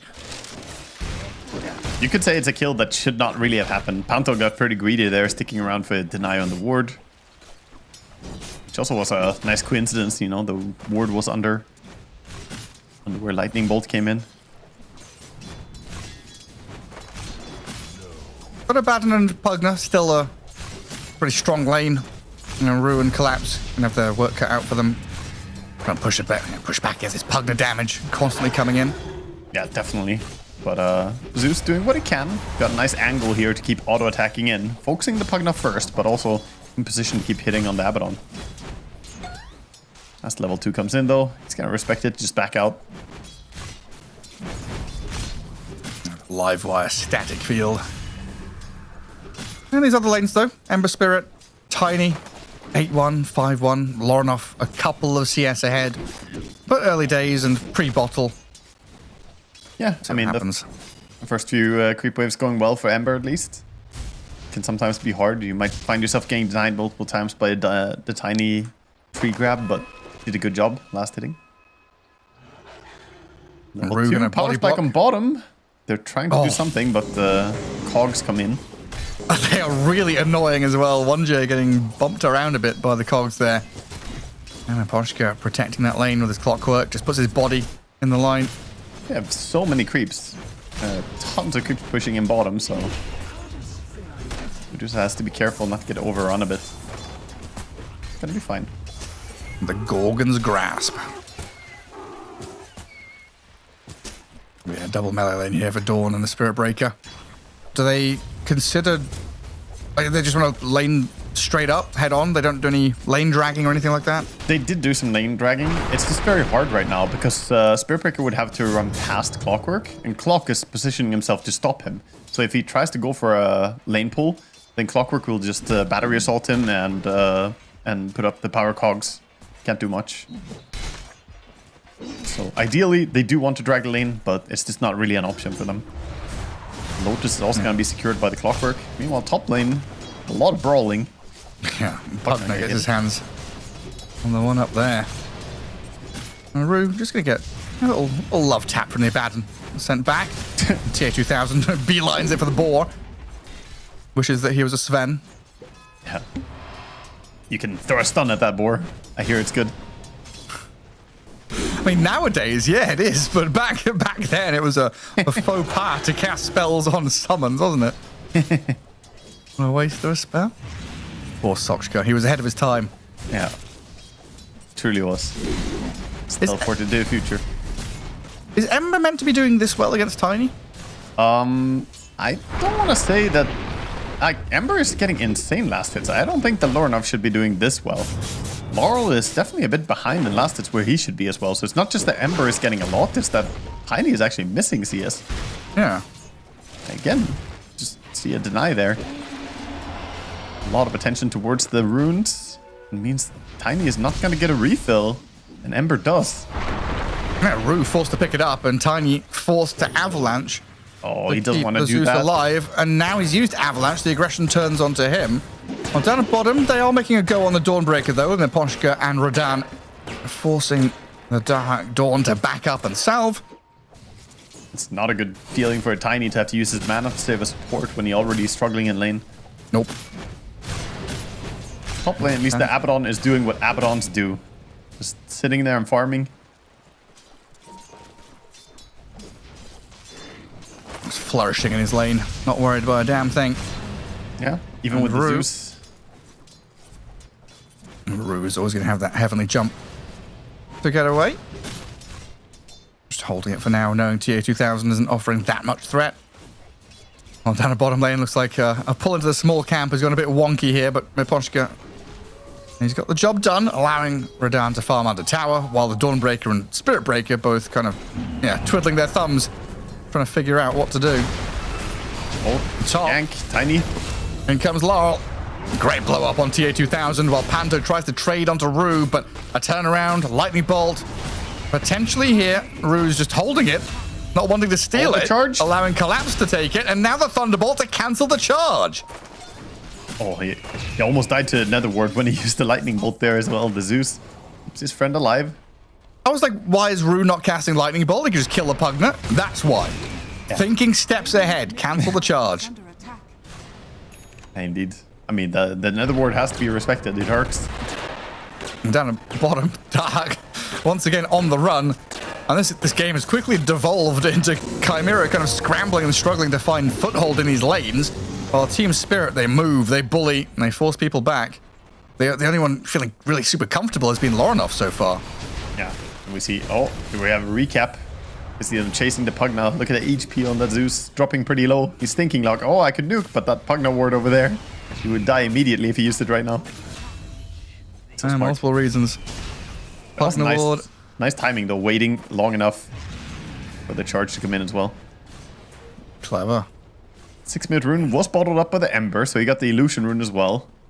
Everything going his way right now. He's moving for the wisdom, I think. The 1J is as well. The Spirit Breaker comes into contact with the Beastmaster. Might have to charge away from this. Charges into Collapse to bonk him back. But the damage keeps coming. Shield there to turn onto Collapse while Ember Spirit is still going for that Wisdom rune alongside the Pugna. Rue's Zeus, he's here nearby, and they see this all happening under the Radiant Creep Wave, of course. The Dire scanning, but the jump in, he doesn't get it. He wanted it. Miposhka does, on the other side of the map, while Rue, he survives with the one charge, a remnant's required, raindrops popped, but Rue still dies. Oh, so clean. He jumped to mid lane as well on Lorinov. Beautiful stuff. Bottom lane. And then down the bottom, Laurel, another move in. So Miposhka grabbed the Wisdom Rune. Laurel comes in for the kill onto Dahak. Tiny has been unlocked. And after a strenuous laning stage from Laurel, he's now starting to sit pretty. Yeah, and the courier gonna survive as he walks back into tank to tower. This Medusa, though, is getting enormous. The fact that she is having this good of a start against the Dawnbreaker as well is very concerning, since, as we mentioned in the draft, this is just a really good Medusa game. And very little to stop her. Like, we are actually seeing the abandoned defusal, though. So I'm glad. First item, yeah. At TH2000, he realizes that late game is not how they win this game. They need to run at Dusa early. Don't let her get butterfly. He's kind of got her. And regen rune for Lorinov. A bit of damage onto his Spirit Breaker, but he has Dawn nearby. They can break all kinds of things. Spirits, Dawns. We can't break the spirit of Rue, though, as he runs away from the Ember and the Pugna. Oh boy. The Rue. They're not breakers. Yeah, Chimera desperately need level 6 on this Dawnbreaker. And we need these Solar Guardians to play the map. And Miposhka gets to sit mid to try and get a bit closer to his level 6. Yeah, if they get the Dawn level 6, they can maybe make a place around Ember with a steering chain. Set it up. Avalanche toss back under tower. And Panto just decreps himself and walks it off. Yeah. On chains, Laurel half health, but I don't think you're going to go diving a 1500 health Tiny there. Yeah, again, we might see sort of a repeat what we had in the first series of the day. Tiny still a long way until his Blink Dagger, whereas the Ember is just already got face boots and feels like that's all he needs to just run at people. Camp's being cleared here. Laurel protecting them and nearly killing Panto off. On Miposhka, looking for the lurking little Pugna. After assault through the decrep does find him. Well done. And this all protected collapse as he cleared out a pretty big large camp stack. Dawnbreaker could have joined, but doesn't really want to at the same time. Wants to stay bottom and farm. It's always surprising when I see the tier 1 die in the off lane. Abaddon, I'm pretty good at just getting up there and shoving. Yeah, I mean, he has 4 points in the Curse of Avernus. It pushes really fast. And of course the Pugna. Pugna can do a lot of work with just Nether Blast spam. He's gonna struggle here to get out of this one though. He's surrounded. Yeah, and Solar Guardian as well. Yeah, that will save him. And Clockwork, 40 health. Dead to the Pugna hit.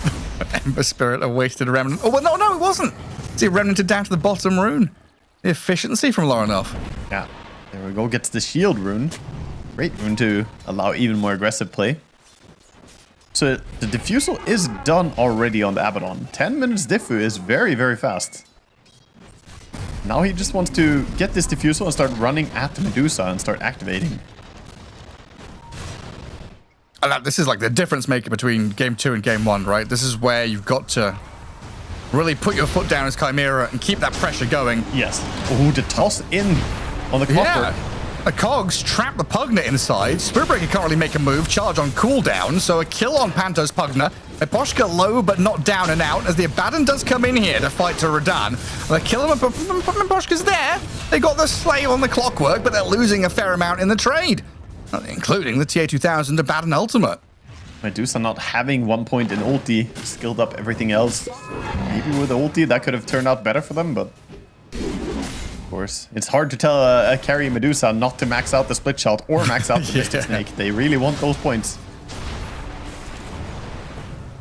Yeah, not a massive swing there. 737 gold for Team Spirit, 408 for Chimera. Pretty close. Yeah, the 2 supports for 1 support, but Beastmaster got to clear like a quad ancient stack on the left side. Yep. So Collapse now has Helm moving towards Arcanes quickly, and this is where Team Spirit and this Beastmaster really pick up the speed. It is, yeah. He's gonna start actually laying in damage to the tower finally, and it's starting to become untenable for the Abaddon to stay on top lane. Even though you have Diffusal, it's not that easy if the Beastmaster and Zeus play the area. Oh. Again, though, the rune control over and over is just going for this Ember. Maybe walking into bit of a trap here. Yeah, Lorenov wise enough to dodge from it. I feel like Team Spirit, losing some of these early towers hasn't really opened the map for Chimera to invade and contest stacks or anything like that.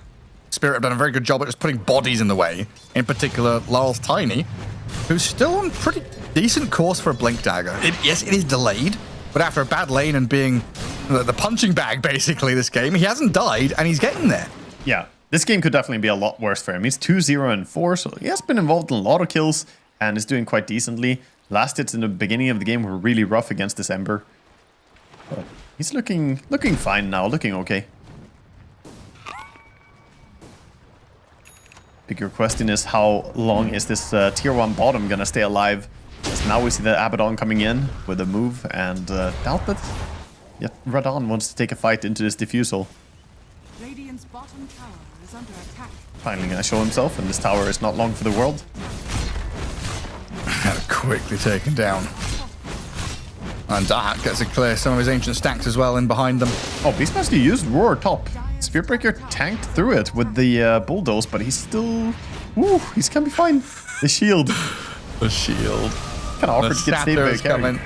Well, Panto is also going to be saved up by the Solar Guardian, while Zeus hops, skips, and dies. Hop, skip, jumped and down to the low.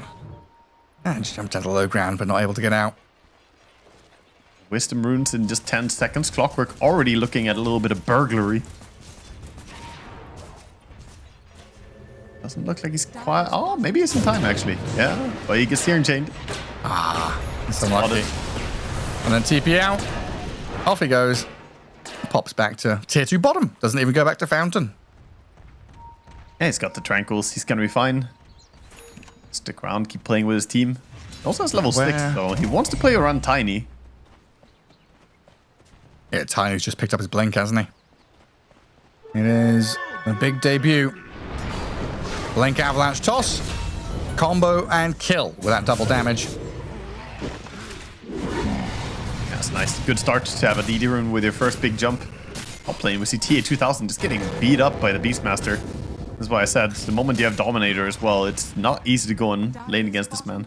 But Lance of Pursuit, it's like no joke, honestly. Yeah. Abaddon turns and tries to run, and Beastmaster's like, yeah, you turn your back and run. Yeah, I mean, if you ever play an Orb of Corrosion hero and you also get the Lance of Pursuit, that is just awful. It's so hard to get away from. Well, they're still wrapping around on him, knowing that ulti's on cooldown. So another jump from Lyle, and this Blink debut, absolutely spectacular. Yeah. They open the curtains, they show this Tiny who gets 2 kills in a row, opens the map for this Beastmaster to play into top jungle. And Chimera looking to answer it, though. He's having a great time as well as clearing enemy stacks in the jungle. Roar stops the charge. Oh, wow. Another strike comes in, but Panto's already dead. Solar Guardian in onto the Beastmaster's head as he's going to get collapsed on by Chimera. Beastmaster down. I mean, he lived for a long time. He got a kill before he died. He's still happy with this huge investment on shutting down the push. And look at the other side of the map. What's Yatoro up to? Farming enemy stacks, pushing enemy bottom lane over and over, and maximizing this value that he's getting from his offlaner being aggressive. So, while that looks like, oh, Chimera, they got a good kill on a core. Not really. It was a costly kill. Yeah, I mean, what, 16 minutes in, and Radon is closing. Oh, is 1J okay? Yeah, he's going to walk this one off, but there's still a blink and another couple of spells in a couple of seconds from Lal with another toss. He'll get it done. And decrep there from Panther not going to help out. While the rest of Chimera, they were nearby, but not able to strike. Yeah. All amazing stuff happening for Team Spirit. As you were hinting at before, the Medusa, she is probably looking to have like a 18-19 minute butterfly timing if she keeps going at this pace, which is, you know, that's as fast as you can get it. That is like among the limit for how fast you can farm on Medusa. Yeah, I was actually looking at the GPM, like something I rarely look at, honestly, and I feel like I should more. GPM. You know, so often we're like, oh, 1,000 GPM, haha, anti-mage, alchemist. But like 17 minutes in, having 600 GPM is wild. It's incredible. Yeah, it's a fantastic GPM. He is enormous, and he has the Manta style, so it's just going to ramp that up even more. And even there's getting the Eagle song there, plus 25 agi. It does a lot. Yeah. To keep damage in that up. On the other hand, Lorenov and his Mage Slayer, they're wrapping around. Smoking, playing forward. Laurel. He's blinked into a couple of spells there from Chimera as they'll Nether Strike and Solar Guard in the Tiny. Life Drain to kill him off, and now Team Spirit trying to TP away as Rue will get back to Fountain safely. So a good move in there. Finally, Chimera within striking distance of an enemy core hero. Yeah, that's great. 1,000 gold for killing the Tiny. Tiny was the best target they could kill. Absolutely amazing. And they're looking to make something more happen. Immediately going towards Roche. And with their heroes, they should take it pretty fast. I was waiting for the... But in Medusa land... Yeah, no, Medusa is definitely farming. But the fact that they're getting the Roche as well means that this was well worth it. You got a huge pick off. And you're getting the Aegis. Importantly, taking away potential Aegis on the Medusa. And this Aegis might also allow the Ember to turn up the pace even more. It is still an ominous feeling that, you know, this Medusa is getting to a ridiculous territory. She's getting way too fat. But, I mean, what can you do? You can't really get better than going for a fight and winning and taking Roche immediately after. Yeah, don't get bogged down in the negatives. Look for the positives in life. He is 400 gold away. It's actually going to be an 18-something butterfly timing. That is ridiculously quick. Crazy. Defensive And tier 2 mid. Dropping quickly with Laurel. Making another jump in. They see Panto and Lauren-off, and they'll go for the easy picking and the Panto Pugna. Lauren-off and 1J were kind of looking for stragglers, see if they could catch anyone on the way out, but Team Spirit, very tight unit there. Push forward, damage on the tower, get a kill, now back up to safety. Yeah, and this is where it's awkward, because even though you went for this Diffuso build on Abaddon, top of your head, how many times has Abaddon hit Medusa yet? 3. Yeah, maybe 3. Mid lane? Yeah. Maybe 3 or less. Yeah, 3 or less. I would definitely say that. It might be 0. I haven't really seen him get auto attacks on him. I can't. There was that mid lane fight where they both showed up, and I can't remember if he got to hit him. Yeah. But there was in my head there was definitely an Abaddon looked at the Medusa once. Right. Yeah.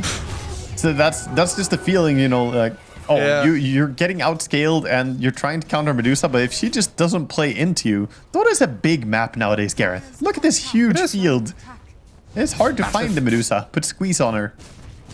Now with the Butterfly, I mean, Butterfly plus the Gossamer Cape. Wicked.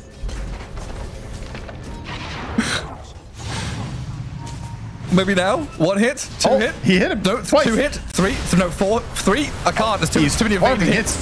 Radan. Solar Guard is coming in onto this Medusa, and she's out of mana. Radan is dead. Gets a kill on Panto on the way out, but there you go. Laurel gonna get bashed up. TP cancelled. A harpoon back in towards TA 2000. It honestly felt like they sold it a little bit, but maybe it was just too far out on Medusa. Going for that tier 2 tower push, you know, risking it, showing himself instead of just staying jungle and farming with the illusions. And immediately Chimera punish it, so no hesitation. This is exactly what they need. They need to be the ones driving the tempo. They cannot afford to lose tier 2 towers, so defending that was so important for them. And honestly, Dark almost has his full Aghanim Scepter on the Dawnbreaker. That's when you start mitigating a lot of damage output from Medusa. You get that miss chance. So trying to take Tormentor. I don't know if... Does this work? What are we doing here? I don't know. The other Tormentor is really... they got it. It was a little bit suspicious at first, but Spirit Breaker charges in. He's going to help out. Okay. He has been hitting that for like 40 seconds on Dawnbreaker. He was just stacking it. They started that a good 15 seconds before Spirit did. They both finished at the same time. Yeah, it started to look a bit awkward for Dahak, but teammates arrived. That's the thing with taking Tormentor, right? The slower it is, the more painful it is as well. You gotta endure more damage. You don't have to tell me twice. You've been there? I play a lot of Warlock, and I really want that shard. Minute 20 is like, hey, Tormentor spawning. Begging your course. I can heal you guys if you help me. So my favorite thing to do, hang on a second, Rue is dead. Straight up slain in that top jungle, and Radant collapsed both on the run. Chimera, yeah, no vision to play into. Mid. They are going to play into mid on Miposhka. Clockwork jetpacks away, but he's been charged. They caught a glimpse of him. TP while jetpacking, and he is back home. Very nice. Gets to safety. My favorite thing to do is like control alt click. Like if you control alt click the clock, it shows you daytime, nighttime, and like specific information. Yep. You control alt click HP, it doesn't show percentage. It shows the raw value, right? So if you control alt click the tormentor, yeah, it has 1 HP. Yeah, and you just go with your teammates. Like it's got 1 HP. You can't do 1 damage to a tormentor. I just need someone to do 1 damage. Yeah. Exactly. That's all I need. Yeah. And it works. Imagine if you could just dispel off the barrier in a tormentor. Like, oh, kill it now, guys. Easy. It's just 1 hit, isn't it? Oracle, best tormentor solo here. Simply Fortune's End into Purifying Flames. And it dies. Bottom lane looks like they are going to group up again, though, and try and take over the Chimera Ancient area. The Aegis is going to get reclaimed from the Ember. Yes, Sanj Yasha, by the way, so going for that standard kind of S and Y that we see on so many heroes nowadays. Against Beastmaster, it's pretty much a given, you'll see it. Yeah. Status resist tanky build. We already have S and Y being queued up for the Dawnbreaker, and it looks like it's just Manta Style for the Abaddon 3rd item. Makes sense. Abaddon is too strong with the Manta Style to ever pass up. Yeah, it's so good. And having illusions against this Medusa is going to feel nice as well. Siege is coming though. The push is here. That dragon is coming for you, and Solar Crest is buffing it up. Nobody wants to defend. Yeah, they're still waiting for their pipe to come out. There's like a squadron of Team Spirit couriers waiting over by that secret shop looking for some juicy items to pick up. And Medusa closing in on the Skadi. Beastmaster's got the majority of the pipe over there on it. But 1J is going to find one of those couriers. Nothing on Radan's one, so nothing major lost. He's killed so many couriers throughout this series. The courier hunter.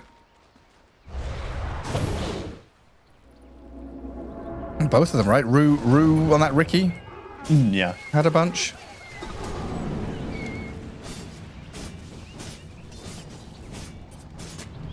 And Chimera, looks like they're pinging out that top tier 2. They've got 3 heroes in the vicinity.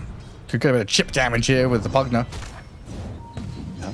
Power Spike soon up for the Medusa. I think that's all that Team Spirit are waiting for right now. Get that Eye of Skadi. It becomes much harder to play Abaddon next to a Medusa then. If you walk in close at all, you get slowed down. Zeus. That'll be fine. And the charge cancelled by the clockwork. Yeah, good save. Using the cogs. And Lorinov leading out with a bit of scouting through the Sleight of Fist. Hook shot, lands straight in onto that Spirit Breaker at the back. Proska kicks it off, and Lyle's going to continue it. Follow through, force the Abaddon ulti and the Solar Guardian.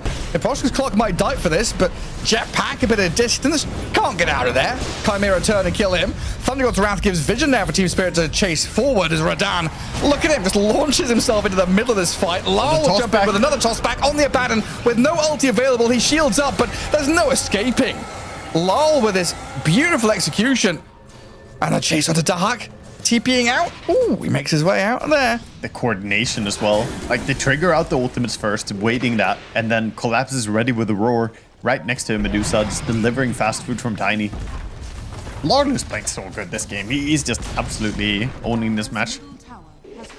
Which is funny, because he was the only core player struggling at the very start of the game, but he really picked up. It's like Tiny, tossbacks, displacement tools. It doesn't matter who's on the Team Spirit team. Maybe you need Miposhka. I don't know, but yeah, just they have such a beautiful like understanding of how to start a fight, bait out spells, go for round 2, look for this, key hero after a key timing. In this case, the Abaddon ulti. We want to get that second toss on him, which wins us the fight.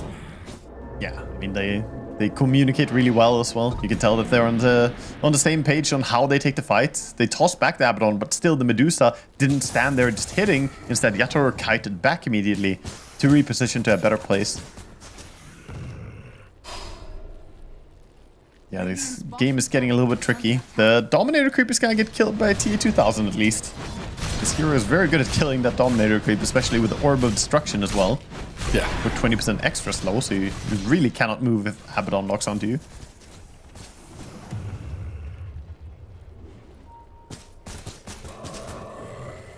For now we see him queuing up the Bloodthorn next.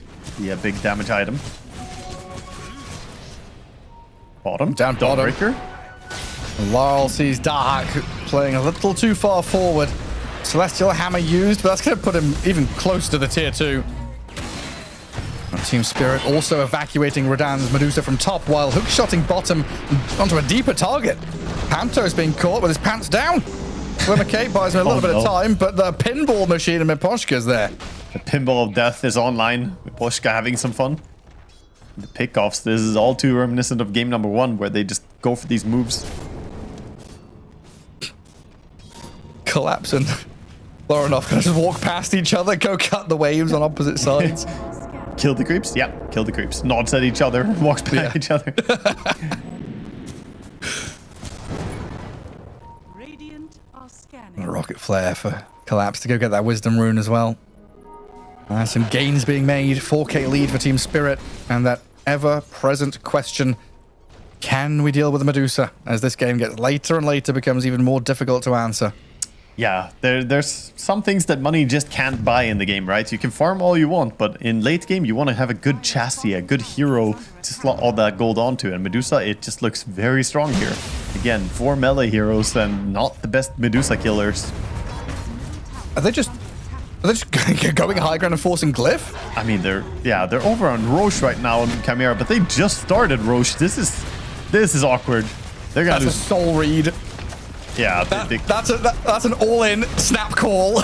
Okay, you're going Roche, we're taking your buildings. Yeah, the Zeus ulti was really good as well. Gave them the hard information on what's going on. Can I go second lane? Oh, Zeus is looking to cancel a TP right now. So maybe they could keep pushing, but instead, no, they're gonna move towards top. They want the tier 2 tower. Okay. So Chimera are out of here. They did get the Aegis, put it over on the Ember. It's kind of waste on Abaddon, so yeah, don't give it to him. Bit redundant. Zeus. Still trying to find Panto. And Pugna's able to get across past the Lotus Pool. Might be able to cut a wave or two. And Collapse is doing the same job on the opposing side. Yep, keep wave cutting. Well, Laurel has found him. He doesn't have a dust though. The Glimmer Pugna. He knows where he is. Is Zeus gonna find him? Bolt. He sure is. On point. And the tiny combo. And Panto. Delay things here. Oh, hang on, there's no more stuns. Oh, yes, there is. There's a Yule Scepter, but a charge in towards the Zeus, then Nether Strike on the Tiny. Abaddon's come in with a Solar Guardian. Lol is dying here over at the Radiant Ancients, but again... At the same time, though. The dire base is dying, guys! Yeah, they won this skirmish. 2 heroes dead. Maybe they can just outnumber them now. They need to get there. Abaddon is running so far away. We get the full lane, though, surely. Both barracks are going to drop. Manta to dodge away from the charge. Radan standing his ground. Stone Gaze and TP out with Collapse behind him as well. They're out of there. Oh, so clean. Man. This Team Spirit squad. Clockwork, is he just going to jetpack it? He can't be allowed to get away with that. Fortunately, the root does hold him in place. Jetpack not going to give him safety, but yeah. 3 heroes dying for Team Spirit, and yet they're the ones who are going to be happier with that as they have taken 2/3 of the buildings in the Chimera base.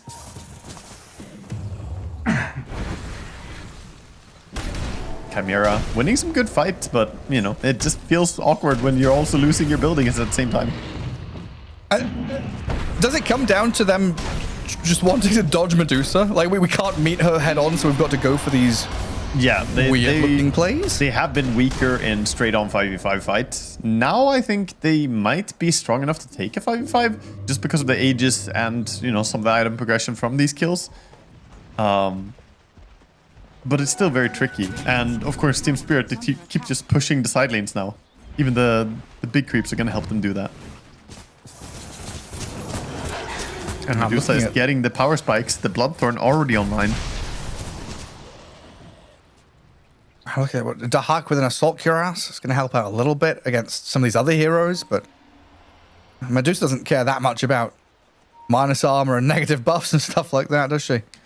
No, it's, you know, it's going to help a little bit defensively at least. But Medusa having a Bloodthorn, she does a lot of damage very quickly, even through armor now.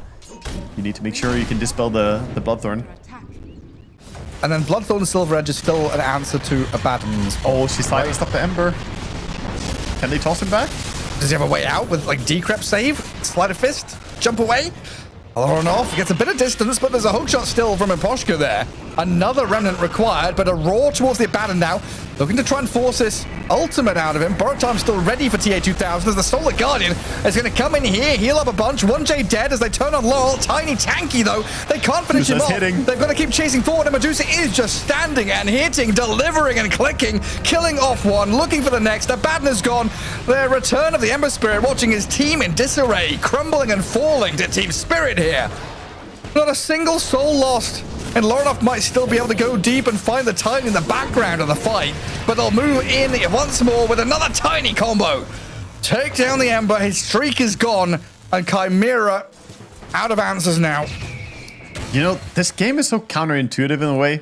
Normally, you say Abaddon, you say... You don't have to tell me about that. Don't focus the Abaddon. He's not the hero you want to focus. But in this game, Team Spirit have made a correct read. They're just full in shutting down this Abaddon. Every time they see him, they roar him, they toss him around, they lock them down with every single ability they have, because he's the only solution to Medusa. Like, the rest of the 4 heroes could actually 4v1 Medusa, and I think she wins. She's too strong for the rest of them. Yeah, you're probably not wrong. Well, this is a 30,000. I'm just going to round up 30,000 net worth Medusa. Yeah. 12k ahead. Yeah, Spirit Breaker charged in to die. This might just be it, honestly. A charge back on Panto. Pugna roared. Killed under his own tier 4s. And he's got buyback, but again, just how do you stop Radan? Respawns are not too far away. I think Team Spirit might need to back, but oh, Abaddon gets caught. Ulti's gone. Yeah. He's going to get tiny comboed. He's trying to heal back up, but the damage from this Medusa starts to open up. Radan turned on with a good little crash down for this Dawnbreaker. Bring in the Starbreaker to her, but Imposhka's going to guard the Medusa on the retreat, and Team Spirit kind of realizing they've overstayed their welcome. TA2000, still no ulti, thinking about entering the fight, but in comes Laurel again with an avalanche toss back. They'll kill the Abaddon. Radan's out of mana. Maybe a kill on this Medusa's possible. They're going to try and kill her off. She's so close to dying. Get her the charge surely will come in and finish the job. Now they can call GG. Call GG. Looking for more, looking for Tiny. He's going to fall. Lornoff and 1J, they've got the kill on Tiny. They're down racks. Mega Creeps are coming, and Collapse is still strong, powerful to turn and roar. Gets another kill, while Chimera spend a buyback. Hold on to dear hope here. They've got, what, a tier 4 and a Dream? Ember goes. Miposhka, a Yules into Jap, or hookshot. Can he hookshot? No, he can't. And their base, meanwhile, they're thrown under assault by all these creeps. Spirit Breaker comes in. I mean, that's Chimera holding with a very lowercase h, I think. Yes. Yeah, this is... I mean, they're alive for now, but the question is what happens when all of Team Spirit walk in here. Medusa could technically just pop ulti and auto-attack into the throne, and that might be hard to stop as well. Especially if they get their hands on that DD rune bottom. That's very true, but he can't have it. It's timing out. 10 seconds on the DD, so Collapse just gonna pick it. At first he left it, but goes back and snags it up. So, time to get your couriers to drag creep waves, I guess? You gotta be ready for sure. I think it's very hard to get creep waves out of your base though when it's Megas. It's too much coming in from every side lane. Yeah. We'll see. Meanwhile, on team of Team Spirit, they're finishing up Assault Cuirass on the Beastmaster. Like, they don't have the best wave clear, I want to say. They don't have any Battle Furies, Maelstroms, anything like that. Yeah. I mean, yeah, Ember is not happy dealing with the Mega Creeps with no Maelstrom. This is taking him a while to kill them. Like, it's not awful, but it's not good. Yeah, Abaddon does not kill waves fast either, so they're basically completely stuck in their base. Right now, Team Spirit could take a 25-minute farm break, wait for tier 5 items if they wanted, but I think they're probably going to play it faster than that, to be honest. Is there Glyph? There is. You do have that. But Roche also could spawn 5 seconds from now, so Team Spirit could go for the next Roche here if they wanted. It is going to be a super fast spawn. It's already up in 10 seconds. I think they might push without it, though. Yeah, I'm just watching Lorinov hit mega creeps. The satisfying noise. Not sure he's as satisfied as I am. He's queuing up the Radiance, man. He's trying to deal with it best way he can. Oh, he's gotta. Radiance is not known for killing the mega creeps super fast, but it's better than what he has right now. He needs everything he can get. Where's Spirit Breaker? Why is he not queued up Maelstrom yet? The attack speed breaker, Mjolnir. Medusa is considering going high ground. D-word comes in. Miposhka. They pounce on Miposhka. Charge. Oh, hey. Oh, they broke him. Hey, they broke the Abaddon. Oh, no. Bloodthorn Silver Edge. That's the counter, isn't it? The Doomstick comes back into play. Abaddon's dead. Hook shot in from Miposhka. It's over for sure. They'll just lap up all the kills they can possibly get. Don't even bother hitting the throne. Go fountain diving with cogs, with avalanche. Throw some pebbles and stones in there. Dive the fountain. Look to kill off this Ember Spirit. Not quite enough to get the job done, but a resounding victory from Team Spirit in the end off the back of the best Medusa pick I've seen in a long time. Yeah, honestly, it was a fantastic game for them to have Medusa. And, you know, I said that the draft looked a lot more even, at least in the first 4 picks on either team. But when it was all said and done, that Medusa, it was just a really good read that this is the game for it. And of course, that's Yatoro. He's flexible hero pool. He can play everything. He's not a Grandmaster Medusa player, but he doesn't have to be. He just has to be good enough at the hero that he knows he can play it at his exceptional level overall. He's just a player who... He's like the opposite of a specialist. He's just an everything boy. Yeah, jack of all trades, master of none, but still better He's than a master just a of all master of trades, one. man. That's the problem. That's incredible. Yeah, well played. Yeah, great stuff from Team Spirit, really stamping their mark on day 1 of the group stage.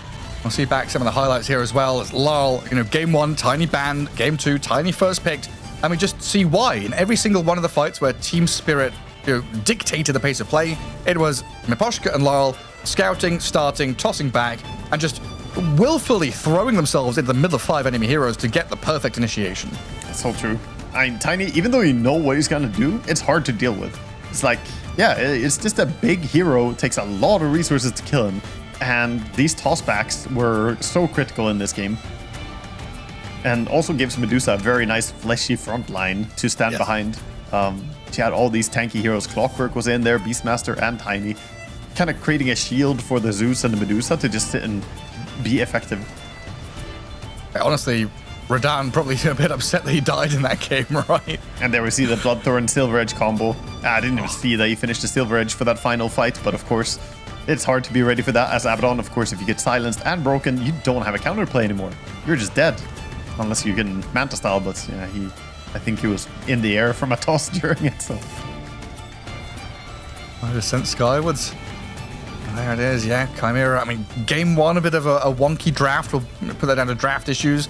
Game 2 in the series overall, though, you just got to say Team Spirit, the better squad in drafting, playing, executing, pipping Chimera here in this first series of the tournament for them in the group stage. They looked fantastic. Team Spirit doing absolutely amazing in the first series, and Chimera a little bit outmatched, I feel, but at least we saw some interesting ideas in game number 2. They just got caught off by that Medusa, though. Having to itemize differently on the Abaddon kind of shoots himself in the foot when he has to go for this diffu build. Yeah. I'm not saying it's wrong, but it's not what he wanted to do. He had a different idea for how to build this carry Abaddon, and he had to play on Team Spirit's terms. Yeah, it's hard, isn't it? Kind of like handicapping the hero in one way, but boosting it in another. A difficult spot to be in. But Team Spirit, 2-0 victors. And I think we'll take a quick break and come back with, I believe, Laurel for an interview. So we'll see you in a couple of minutes.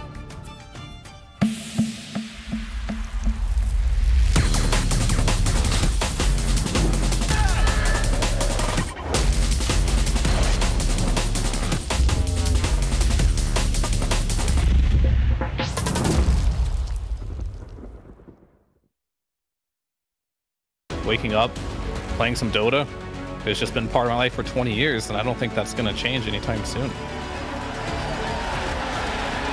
Where we are in the history of this game and where it's come from and how much has been accomplished, I think compared to basically any other esport, it's the best. So I'm grateful for Dota 2 as a game because Dota as a culture supersedes where we come from. You are a Dota player first, and I love that.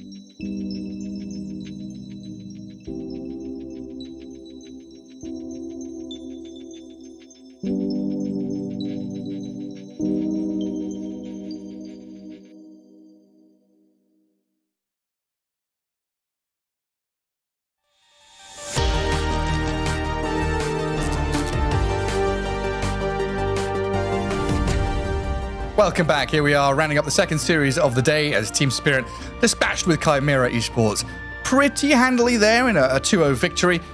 Game 1 definitely sloppy from Chimera. Game 2 they tightened up a bit, Wagga, but it was difficult for them against Spirit. Yeah, definitely. It was hard. They put up a good fight. Chimera did what they could, but Team Spirit definitely looking sharp here, starting out the first series of the group stage. Of course, a lot of teams in this group stage, so many games to go. Yeah, plenty of games. And we do have an interview ready for you here as Laurel is going to be joining us on the microphone.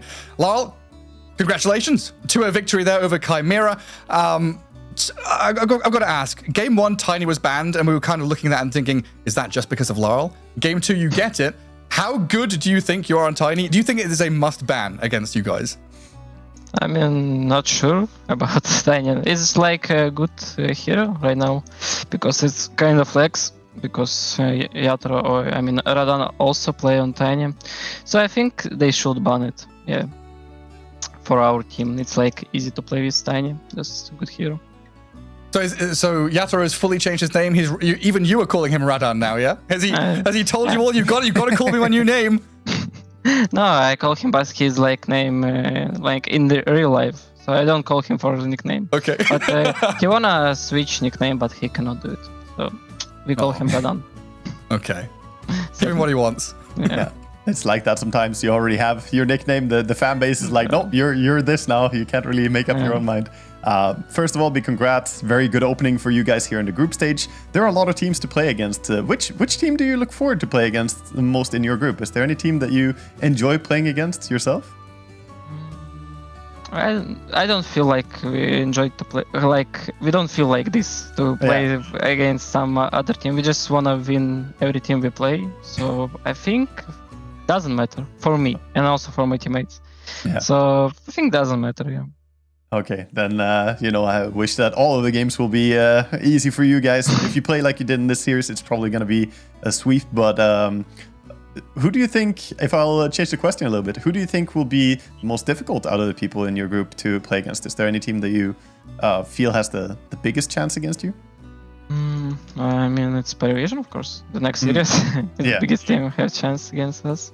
So maybe also, I'm not sure about Liquid. Maybe them also, and maybe Gaming Gladiators, but not sure they have like stand-in. So we'll see how they're gonna play. They end series by 2-0 also, but need to watch against like a little bit better team how they're gonna play. Yeah, I understand you obviously playing in a pro team. It takes a lot of time. You gotta invest a lot of time to your training and to your studying and grinding. What is something in the valuable little bit of off time when you're not doing Dota? What's something you enjoy doing outside of Dota, or do you do any real lifing at all, or is it all just Dota?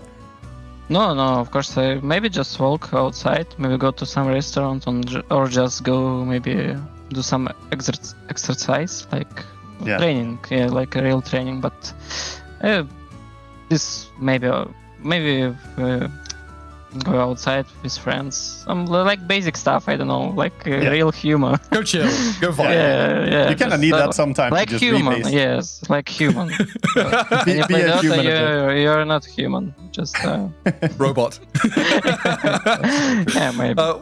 One last question. Alchemist, we've seen 100% of the time picked or banned, very high contest rate. In this series, he was ignored in game 1.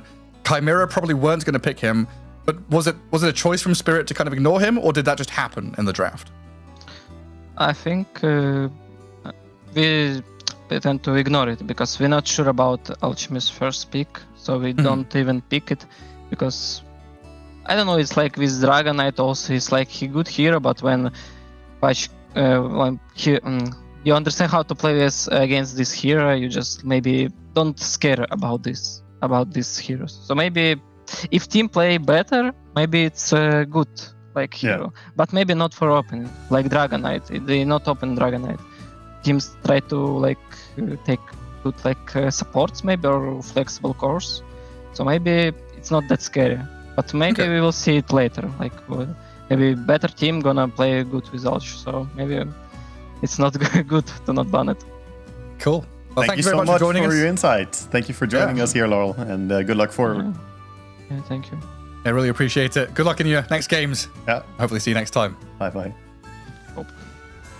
Yeah, feels like kind of going the same way as that DK. That's a good point to make, right? Where we've seen him go down the priority list a little bit because he has met some counters in lane and in game. Find some challenges there as well. But yeah, well, okay, that wraps up our couple of series here Time today. to go be human, Gareth, as Laurel said. Yeah. Time to go be humans, yeah. Gonna pass the torch to Ricky and Zach as they'll be taking on the next couple of series. What Tundra against 9 Pandas and Avalis against Chimera, their next two-game series. So Wag and I will see you tomorrow, same time again, 12 CET. But of course, go check out the rest of the Dota. 4 streams going on, plenty of games to go. See you all next time.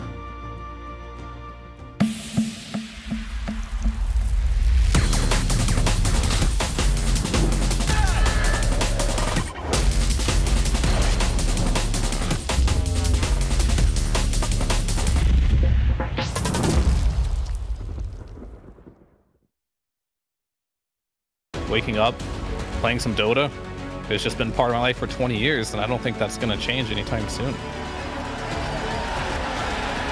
Where we are in the history of this game and where it's come from and how much has been accomplished, I think compared to basically any other esport, it's the best. So I'm grateful for Dota 2 as a game because Dota as a culture supersedes where we come from. You are a Dota player first, and I love that.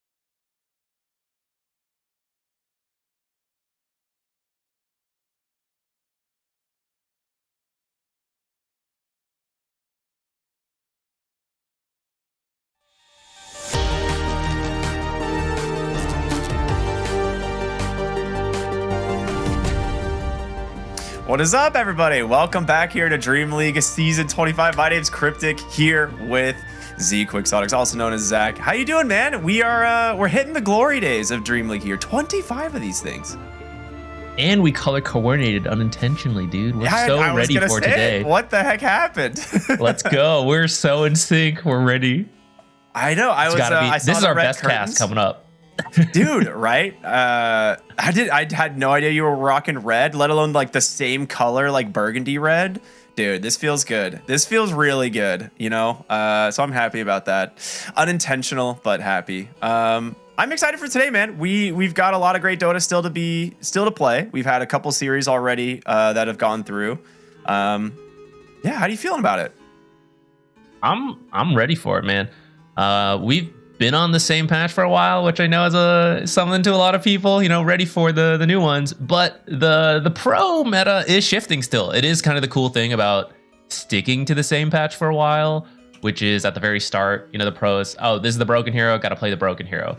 But as you go further and further, you have time to explore other heroes and you get some cool ideas and development. So there's a part of me that appreciates that, and I'm ready to see it here. You know, things like Abaddon on the rise, the Riki support, the Zeus support, not something we saw at the start of 7.37E, but now here at the tail end, the middle, Dude, we gotta hope, right? You know, we're seeing some new stuff coming up. Yeah, I mean, I feel like you're right. We've got to be towards the tail end, but we'll see what happens. Looking at one of the strongest teams, if not the strongest team in the world currently in our first matchup is going to be Tundra Esports, comprised of course, Whitemon, Soxa, BZM, Doraggio, and 33. Now, this team, when I was looking at them the other day, we were like, all right, you know, this person's surely been the MVP of their team recently. And then you look at the rest of the team and you're like, but what about this? And then you're like, but what about this guy and this guy? It's like the whole team is the MVP. Like every single person has been playing out of their minds. So very excited to see them play here in Dream League again and to see how well they're going to do. And I think people have high hopes. So before we jump into their opponents, 9 Pandas, let's go ahead and take a look at a little bit of an intro we have here with this team. Tundra, this once TI winning team, has been through many iterations of players in the past year, ultimately looping back to 3-3 as the captain once again. Their current roster consists of former Tundra TI winning players, 3-3 and Soxa, but it also includes Doraggio, BZM, and Whitemon, who's been a part of every Tundra iteration from the past year and has just stuck around for all of it. At Fissure Playground 1, they eliminated Doraggio's former teammates, Gaming Gladiators, and went on to win the whole tournament with a close 3-2 against Team Falcons. A great showing, and in case that wasn't impressive enough, they put up an even better, spicier result in the next tournament at Blast Slam 2. They found themselves against Gaming Gladiators in the finals, and they cleanly 3-0'd them. So, now we're looking at this hand-picked 3-3 Tundra squad, and we're asking the obvious question. Is Tundra the best team in the world right now? Is 3-3 the best captain? Maybe ever? They'll have a lot of expectations riding on them after their last 2 tournament wins. Will they manage to reach up to their potential, or will they have to make another swift roster change if they get second place? Time will tell, but Dream League Season 25 will be the biggest test of strength for them yet.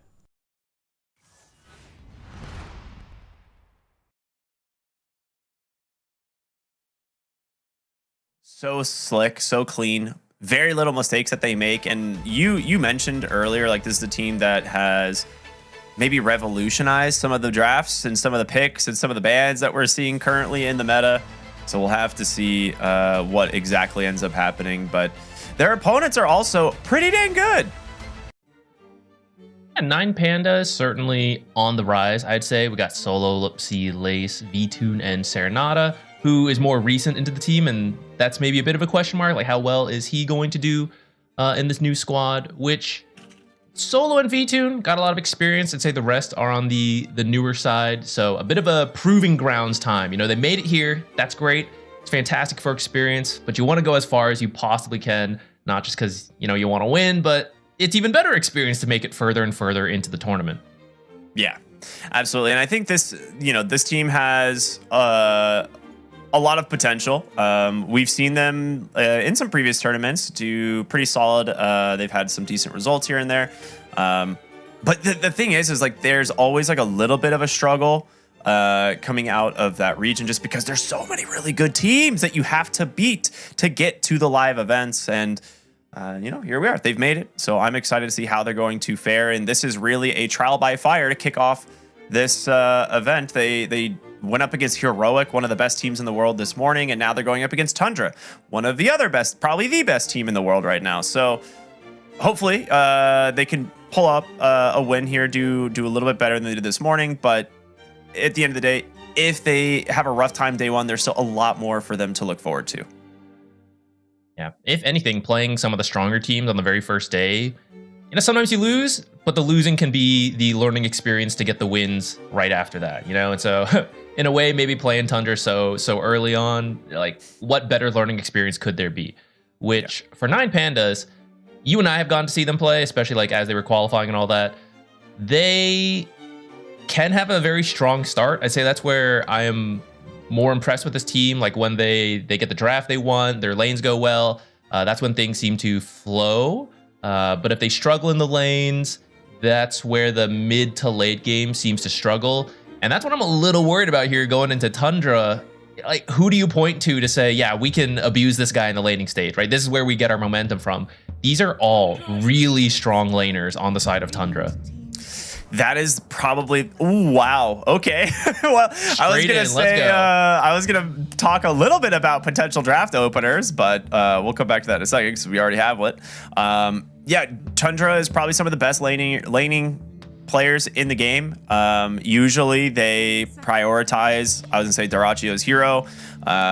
And well, they just overall first pick themselves the Phantom Assassin. So he's got to feel super confident in this. And the funny thing about this is such a South American Dota thing to do. We saw South American Dota first picking Phantom Assassin in almost every game like a month ago. And it has just made its way into the mainstream. People are like, yeah, this hero seems pretty good. As long as a couple heroes are banned, they feel confident enough to just grab the first phase PA. It's weird to think about Phantom Assassin being a consistent hero nowadays, but that is what Methodical has eventually led to, right? It kind of took some time, but here at the well-developed patch, they found, Methodical brings the consistent crits. You build like Treads, Battle Fury, S and Y. Yeah, there are like counter picks you can go into, but you bring the damage. You can always kill heroes. You even have a break, which is pretty rare, which is going to be pretty useful versus Bristleback, right? Like she just very safe to pick early. It feels very wrong to say that. She will play into the Bristle though, which although she has the break I just mentioned, Bristle does bring a lot of tempo, which that's where PA can struggle a little bit, right? She does want to get the Battle Fury. She wants to get another item or two, and then that's when she really starts to shine.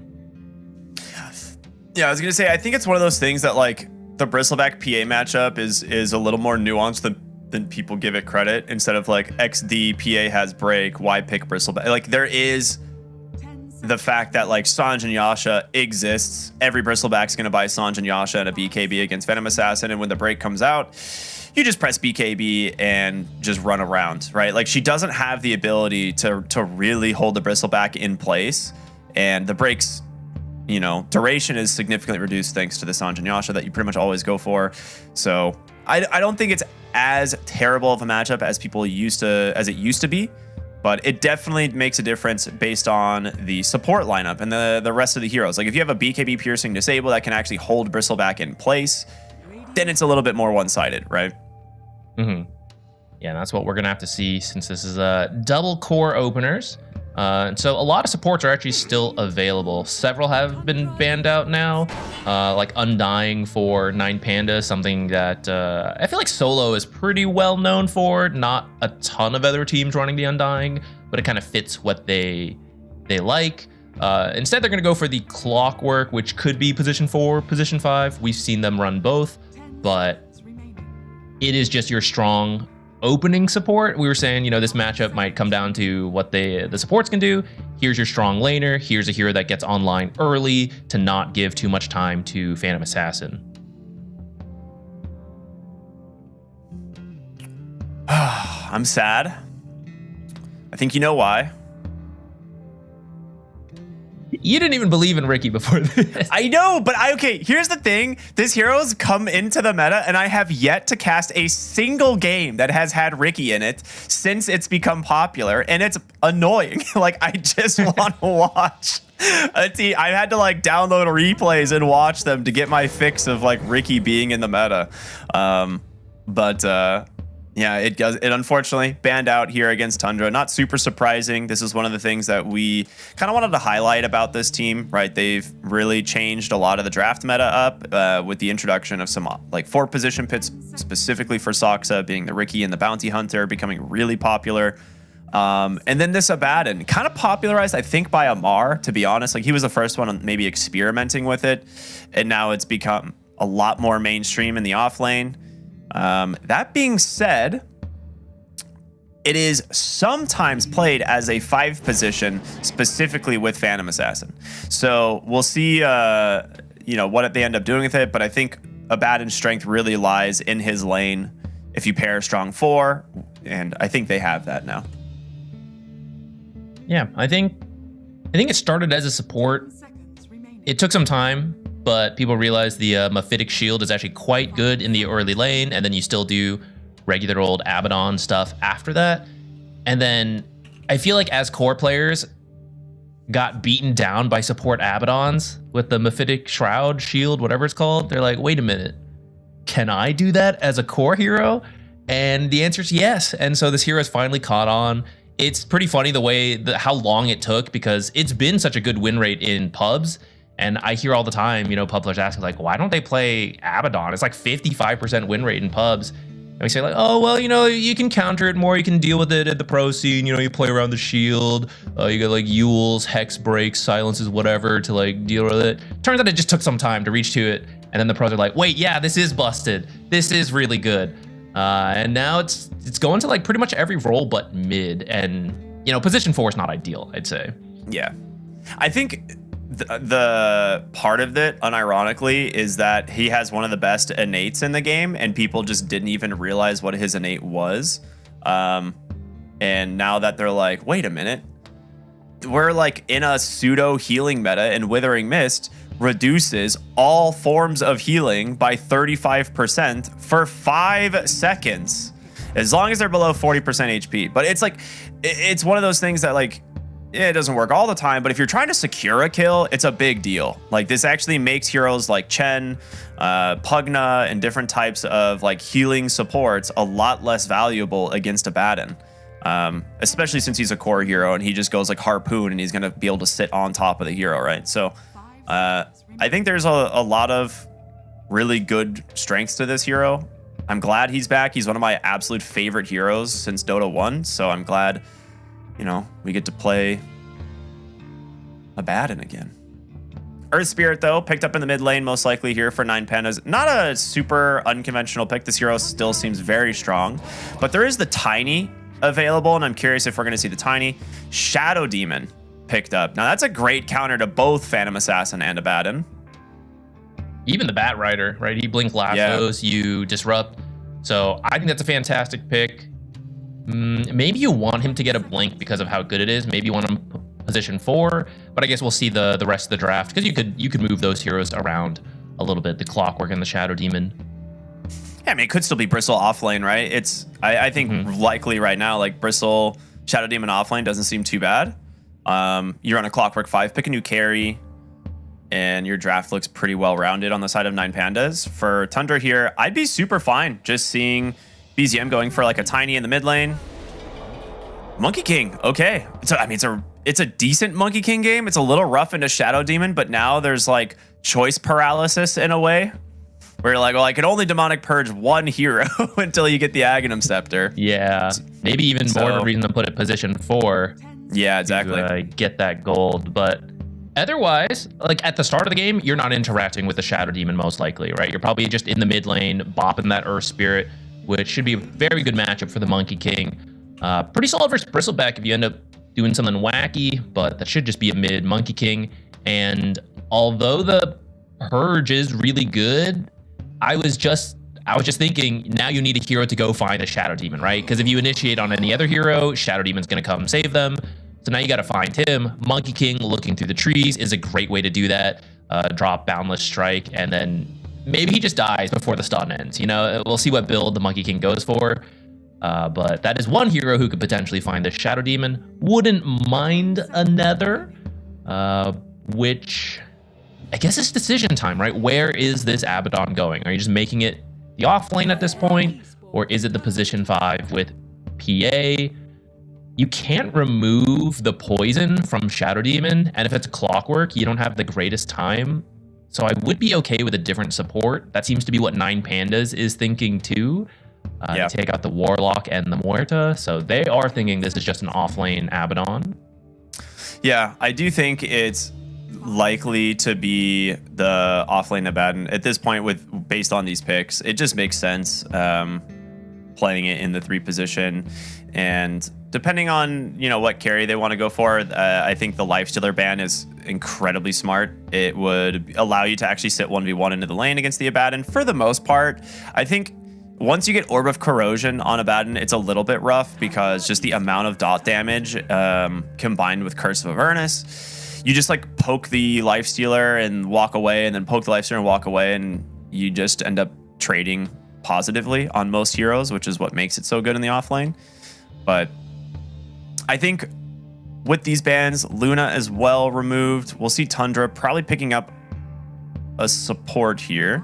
The Batrider being super flexible is nice, and I do like it in the Abaddon lane quite a bit. So I'm wondering if we'll just see a position 5 something maybe tanky like an Ogre. It's a little simple, but it's a really good Bloodlust game. It is a body to put in the lane as well, or we'll see the Chen. Okay, another really strong lane, but a little bit greedy from the support position here, but we'll see what they can get down with it. And as for 9 Pandas, they need what is likely to be that position 1, your counter to the Phantom Assassin. They only have a few seconds. They've burned through a lot of their reserve time already, so they've got to make this decision quickly. Gyrocopter. Okay. I mean, that's pretty straightforward. A natural MKB builder. Great against the Chen army. Decent in lane as well against the Abaddon. Now, the missile's not going to be super strong, but it does give you just, you know, the ability to be fast and play at a distance from the Abaddon. I like this pick a lot, actually, and it's a really solid afterburner game. Yeah, I also think you need a carry that comes online pretty early, right? You're not going to be given any time versus this Tundra lineup. And we were saying, right, you want to have a strong showing in the laning phase. That's when 9 Pandas looks the best. So I like this Gyro pick in general. Will it be enough? Because that is still a tough lane to actually deal with. 33 and Saksa, very, very experienced duo right there to play that lane out. And you're not just going to have to deal with them. Whitemon is going to make his way over at some point with some Chen creeps. And can you hold your lane at that point? Like, if you get pushed off once, I think that tower's just dead to the Abaddon and Chen. I love looking at the player cams and seeing what's going on. And you know what? Duracio's really manifesting that poster behind him, I'll be honest. I feel like that's just like him once he's in game, especially as Phantom Assassin. So I love it. Yeah, I think right now, like you mentioned, the draft is going to be a little bit difficult for 9 Pandas if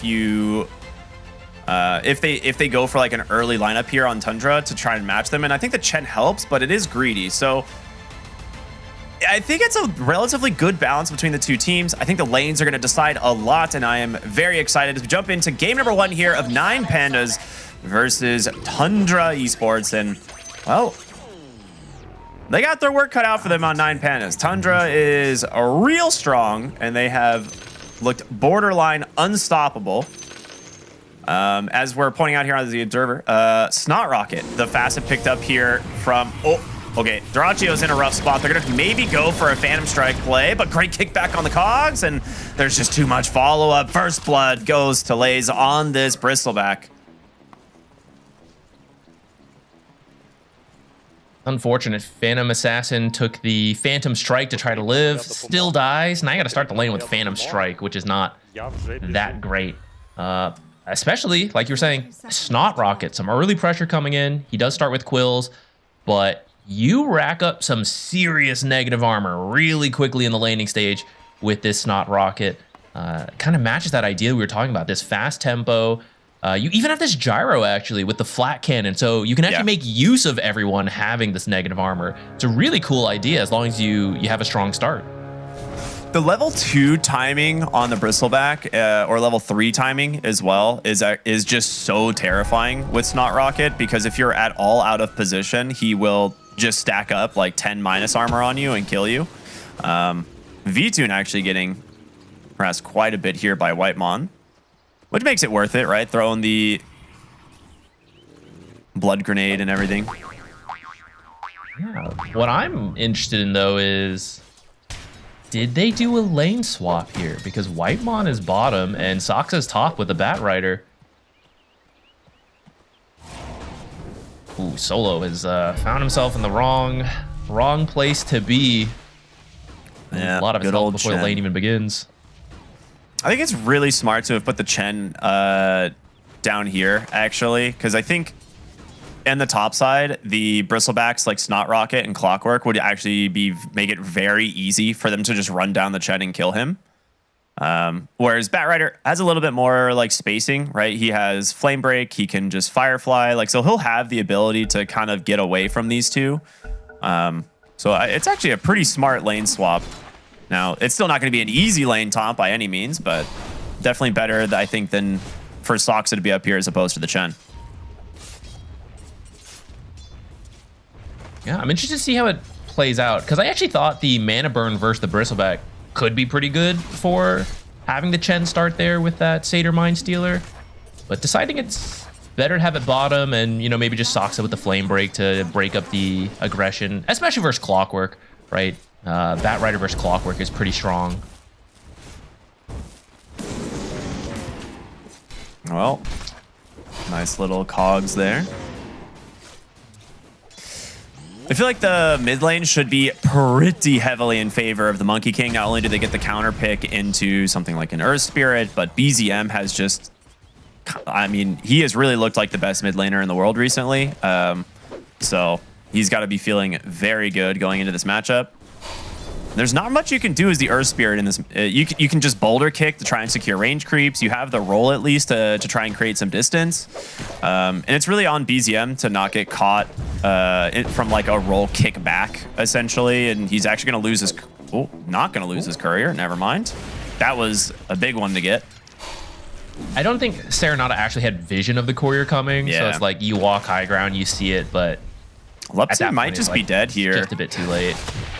It's going to be close. No, he pulls the stick under the tower. He'll be just fine. Has a salve as well. Nice drag here. They're going to have to find a way to help out Serenata in this mid lane. Earth Spirit at least is part of the reason you can pick him early, is that if he does get countered, you actually don't need level 6 to rotate. You can actually rotate way sooner than any other mid at like level 4 to 5. And I think he's going to need to. Well, they're going to play aggressive top. They managed to take down the Bat Rider, and Duraccio comes in to try and finish off the Clockwork, but it's not enough. And you know, Bat Rider, he did a decent amount of damage, but still needs to be careful. Oh, Duraccio just punishes Lupsi for staying by. Okay, well, that ends up being super worth it now. And that brief moment where Lace went for the Lotus, now he's going to get punished too. He's going to survive. He has stick as well as the Lotus, but they force an 11 stick charge out of him for that. And being stuck in the cogs against these two is very scary. Yeah, I thought he would have Phantom Strike to get himself out, but it does mean you just can't really ever use it. You can't really play aggressive with the Bat Rider the way you'd like to without having to take that risk. Oh my god, this mid lane is a disaster. 25-17. Don't look at it. Don't look at it. Yeah, 25-17 to 7. I looked at it a moment ago. It was like 3 minutes and he had 6 CS. And so in 1 minute, he got 1 CS. Not ideal. Whitemon is sending the creeps to deny water runes from Serenata. This is bullying. Oh my goodness. That's just not fair. They are bullying Earth Spirit. I mean, there's a reason we used to see, this is the patch developing, right? Monkey King was one of the most common first phase bans for a lot of 7.37E. And then as the patch goes on, he's like, oh, you know, we're gonna ban other heroes that are annoying, you know, Monkey King, no one's even playing him, you know, let him through. You forget. You think you can take your Earth Spirit, and then boom, the Monkey King comes straight out.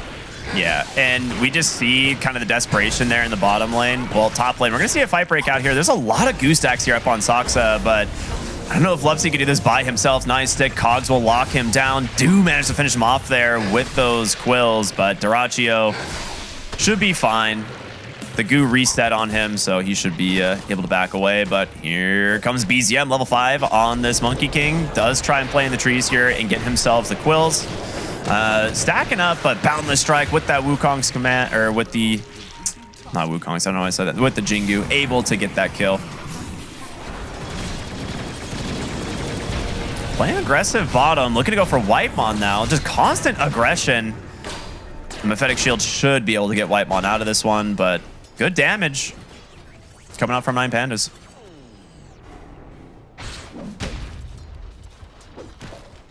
Just a reminder, this is the very first pick Phantom Assassin. Going back to our point there, it's like very consistent, just depends on the support matchup.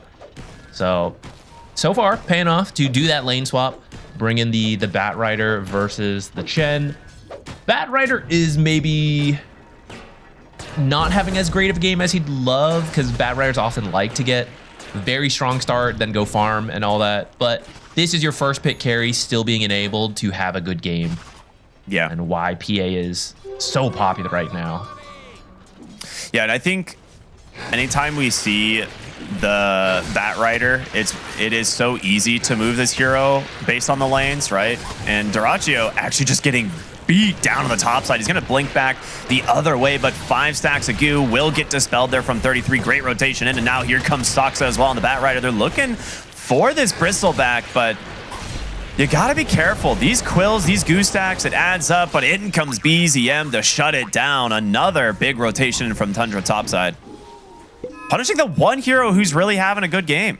And if you look at the health bars from that fight, that is exactly where you would want your Earth Spirit to be able to show up and do all this early AoE damage, but he's just having such a hard time. He just has to catch up in the mid lane that finally the Monkey King's out of, but that means now the side lanes are going to start suffering for it, as BZM now finds another kill maybe. Oh, okay, no, Boundless Strike does way too much to have a chance at denying. Yeah, well, I mean, it's a nice attempt there from Solo to try and sneak to the Wisdom Rune, but sniffed out there by the Bat Rider. And yeah, Simeon Stride makes it real easy for him to go all the way from the top side of the map all the way to the bottom. Serenata is about to hit level 6 from this next wave. 8-minute rune. I think 9 Pandas really needs to play around that. Oh, no. You cannot lose the gyro here. They're just going to dive him, using that Aphotic Shield to just return a lot of damage here into V-Tune, and Soxa very easily able to run down the Gyrocopter. Now, body blocks here from Solo will trap 33. Really nicely done from him.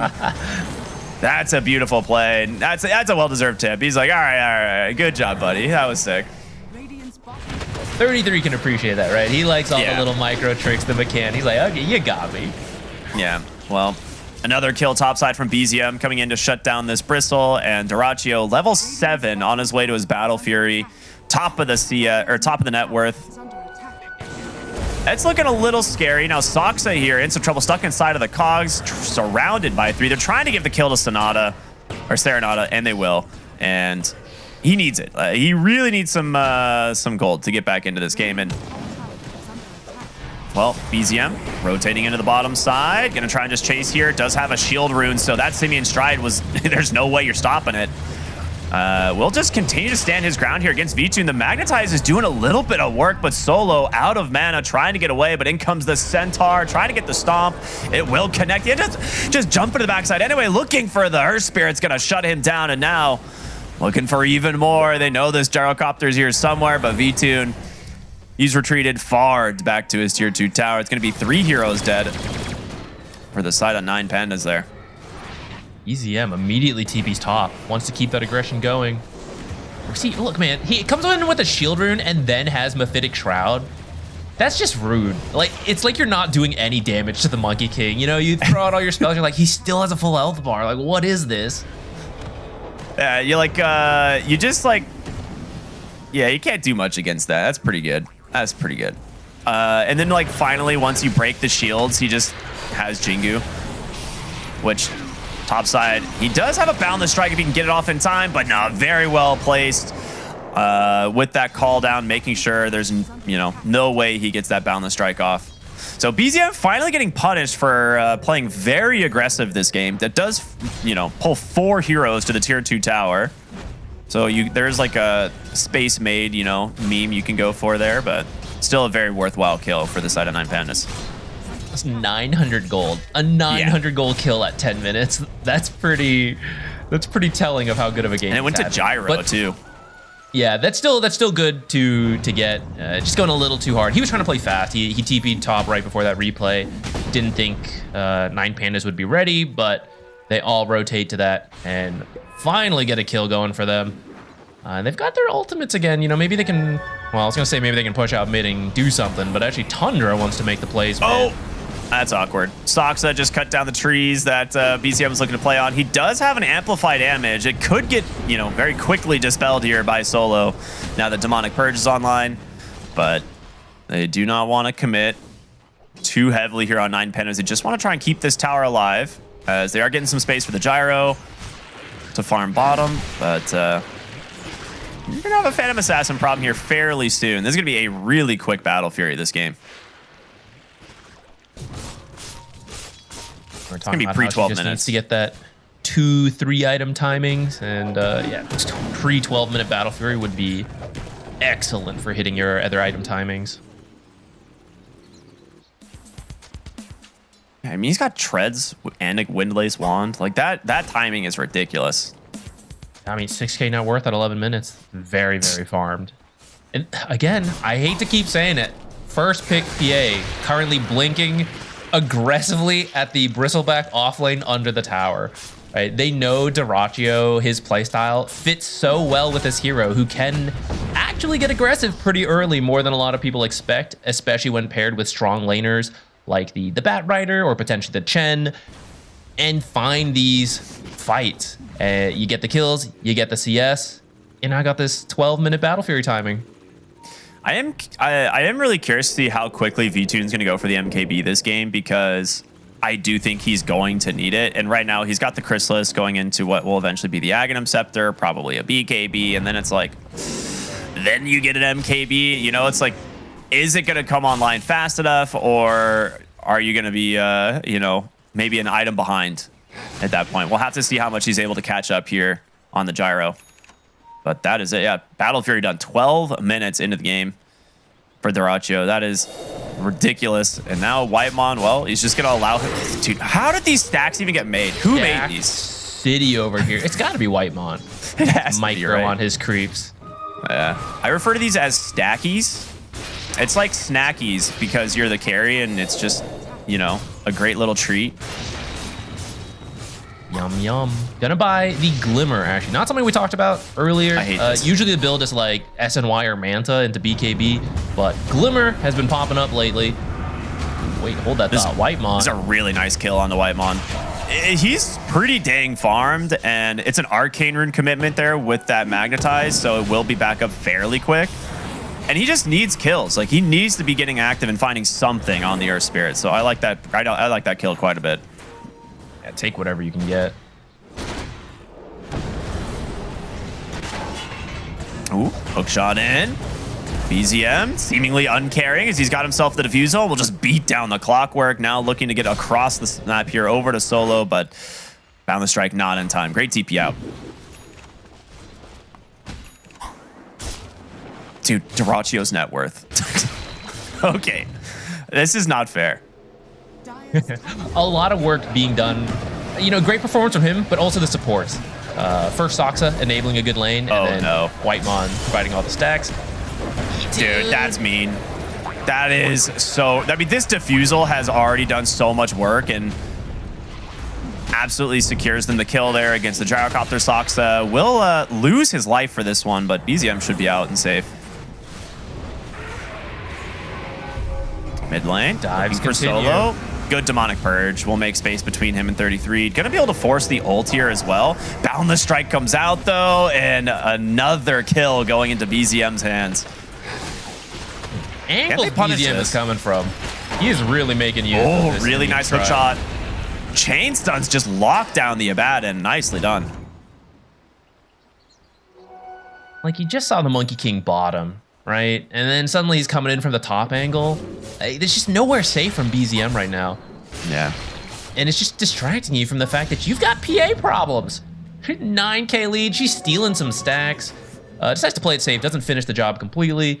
Gets out with her Glimmer Kate, which I guess now we got a moment to finish it, right? The main threat from her right now is this Earth Spirit. Even though he was struggling, he does still bring a lot of magic damage in the early game versus Phantom Assassin, who you're just building damage items, you don't have a lot of health. Glimmer Cape solves that for you. Magic resistance and the barrier.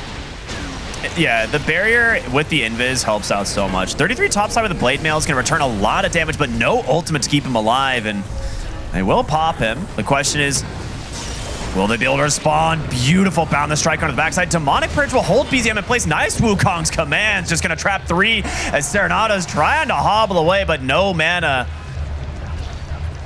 And will be able to escape thanks to this goo from this Bristleback, but a nice fight here. Overall, though, a 2-for-1. You take down the Abaddon. it might be worth, but another fight where Dyrachyo doesn't have to show up, so it's a little rough.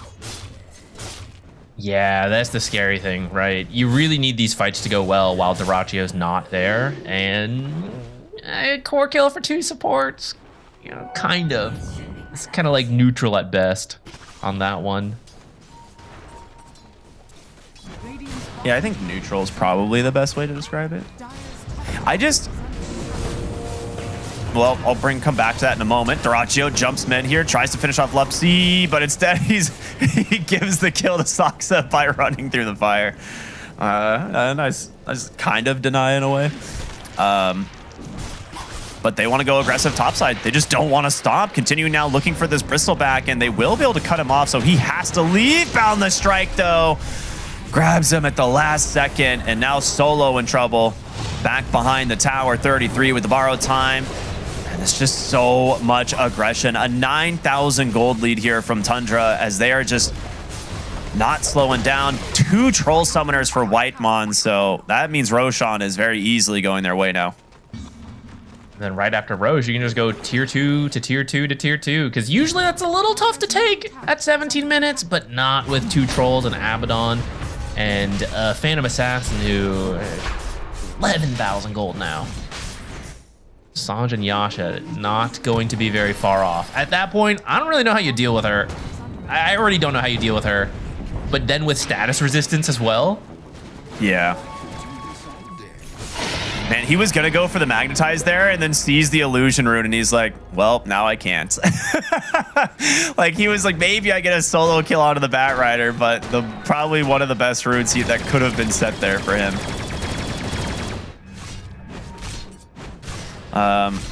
Okay, one of the things I want to keep mentioning, but we have been rudely interrupted by Tundra killing people, is this Glimmer Cape meta that's kind of come through. I think a lot of people are probably wondering like why we keep seeing Glimmer Capes. I think I saw a game yesterday that had 8 Glimmer Capes in it. So do you want to explain a little bit about this and why it's kind of suddenly skyrocketed in the meta? Hold on, being interrupted by Tundra killing people again? Okay, maybe play it safe. I think we're seeing some of the value right there, actually. You know, you can go in, get out safely with the invis. It's fairly cheap, just 2,000 gold. And especially if you think about selling it later, right? It's like 1,000 gold to have all this extra utility. The magic resistance, the barrier, invis, Saksa. Wishes he had his own Glimmer Cape right about now. No, well, they have a sentry in place. That's going to be able to scout Dyrachyo. Now, he does have this Aegis, so they could wait to try and turn this around. Demonic Purge is out. Here comes the Wukongs. Boundless Strike onto 3. Can they actually get away from this? This Bristleback stacking up a lot of goo here on these heroes, and 33 does not get his ultimate off. Great call down to slow up the side of Tundra, but the chase now continuing as BZM runs in. Now Dyrachyo to follow. They take down 1. Whitemon, a little bit of trouble on the backside, but doesn't seem to care. They found the big kill. It's going to be V-Tune on the Gyrocopter as Serenata will TP to safety. They slowed them down. They almost got away, but the chase, man, PA, as well as this Monkey King, it's just so difficult. The slows from Snot Rocket are usually pretty good at, you know, chasing or running away, but you have several mobility spells in the jumps from PA and Monkey King, so it's just so hard. Like, you see the initial retreat here. It's like, oh, we're good to go, right? No, not really. Not when you can jump so far with Monkey King and Phantom Assassin. Yeah, just having Simeon Stride up like after that long fight is really rough. Lasso's out. They find themselves solo into the Boundless Strike. He's dead. 33 behind the tower on a sliver of HP. He is not making it out of this one. A 1-for-1 trade so far, but once again they find V2, and he doesn't even stand a chance. Bristleback tries to get a kill, but it's going to cost him his life. Dyrachyo and BZM are way too strong. As BZM doesn't seem to care all that much. Jumping up onto the high ground. Dyrachyo wants to maybe use this Aegis. There's a nice kick back there. Will push away from the Clockwork. Radiant's middle tower is under attack. It's all distraction. The true carry Whitemon was taking the tower. Yeah, taking the tower. Space was being made by Dyrachyo. And I mean, you can see with that type of playstyle, right, jumping in, going so aggressive, why this Glimmer's paying off. Now, people might say like Glimmer's the problem. I actually think it's fine. The bigger issue is that carries can get away with Glimmer and still have enough damage. Part of that is because he has Whitemon with the Vlads, drums, the creep buffs, right? So that's making up for some of the damage. But other heroes who can also go Glimmer and then still do enough, like that's kind of the bigger problem. I have an idea to fix it, and it's actually genius, and I'll tell you in just a moment, but there's a team fight breaking out as there comes the Wukong's command. BZM just zoning off the rest of these heroes. Boundless Strike's gonna catch themselves on the Bristleback. Serenata with that Wukong's now gonna catch Dyrachyo with it. Or, I'm sorry, the Magnetize, but can he keep it running? He's gonna try, kicks them back. The Glimmer keeps them alive. Oh my goodness, the lasso is gonna pull V-Tune right into the hands of Dyrachyo once again, and BZM trying to find something here, but Solo will TP to safety into the base. The Bristleback in trouble, but my goodness, it's just 3v1 a massacre. Can he actually get away? No, Boundless Strike across the side. And Dyrachyo is still alive with this Aegis for 40 more seconds. He will finally go down. But at what cost? Nothing. He seems out. I think there was no cost. His team didn't seem to think he was going to get out of there. He needed a jump target. Well, they get themselves another tower, now Tormentor. Yeah, that started as a tier 2 push that they then ignored to dive the base into the tier 3, tier 4, and then get out and still take the tier 2 and the Tormentor. That was less of a team fight and more of just a beatdown from Tundra. Yeah, this is certified bullying. All right, tell me about your genius idea.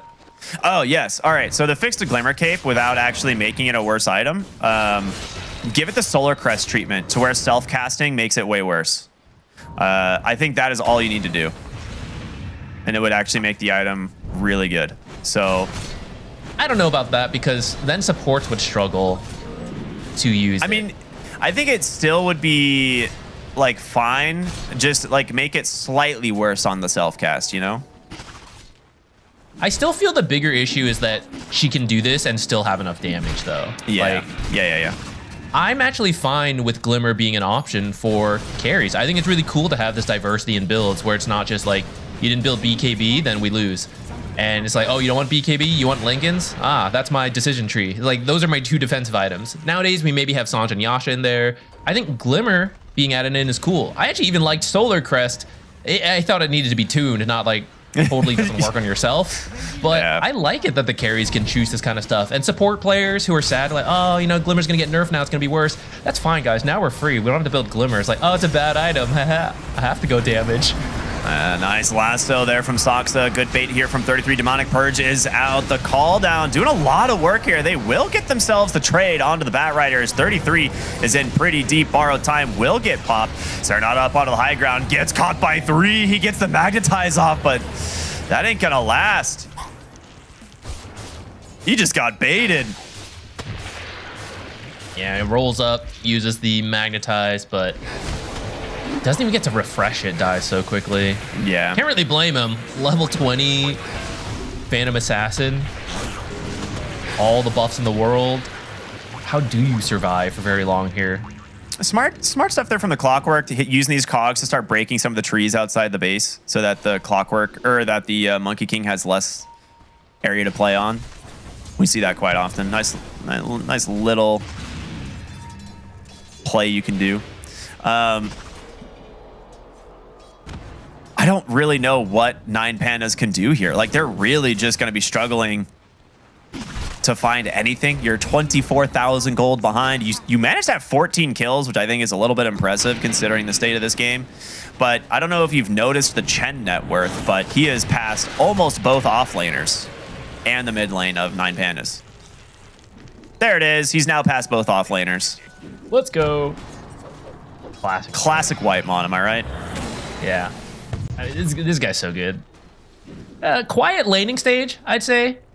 But it was actually just because he was stacking. And he was biding his time to hit the tempo, which we've seen him go in the last 15 minutes, right? It's just like nonstop with the team, do everything. It's been a very well executed draft from Tundra. You're going to find a nether kill onto the solo Serenata. Ooh, nice kickback. Oh, the harpoon from 33 cancels, pulls him out of that roll. Almost enough to find the kill, but the lasso comes through. They've got themselves onto the bristleback. Soxa sets that one up. Dyrachyo now looking for more, trying to take down Lupsy here on the clockwork. An easy pickup, and now V2 in trouble. No BKB quite yet, and nowhere to go for Dead. About to be fives. The GGs come out, and Tundra will take game one, and convincingly 30,000 gold advantage at 26 minutes. This team is too good, man. He's not even that hyped about it. He's like, yeah, just another performance for Team Tundra here. Another well-executed draft. Who came up with that? How brilliant, you know? Dyrachyo right there, right? Everyone played well. I don't want to take anything away from the team, but I do want to highlight again why this PA first pick carry, right? Because it is so consistent, it's gonna have a strong start, and that is what saves the core picks for later, and that is what allows BZM to get such a strong counter pick in the mid lane. The Monkey King to Earth Spirit absolutely destroyed in the mid lane. That is no fault to Serenata. That's just how rough that matchup is, and you needed the Earth Spirit to now rotate over. Part of the idea of punishing the PA, right? The Bristleback, we talked, that's a volatile lane. If you have an Earth Spirit who can show up early, you can then win that lane. That was their idea, but the counter pick just completely prevented that. And then you ended up losing, I'd say top and mid. Bottom was a bit more even, but again, the Monkey King is like, well, I'm done killing everyone everywhere else. I guess I'll go bottom and kill heroes too now. And so now you end up winning all three lanes off of picking the first pick, PA, and then getting that counter pick in the mid lane.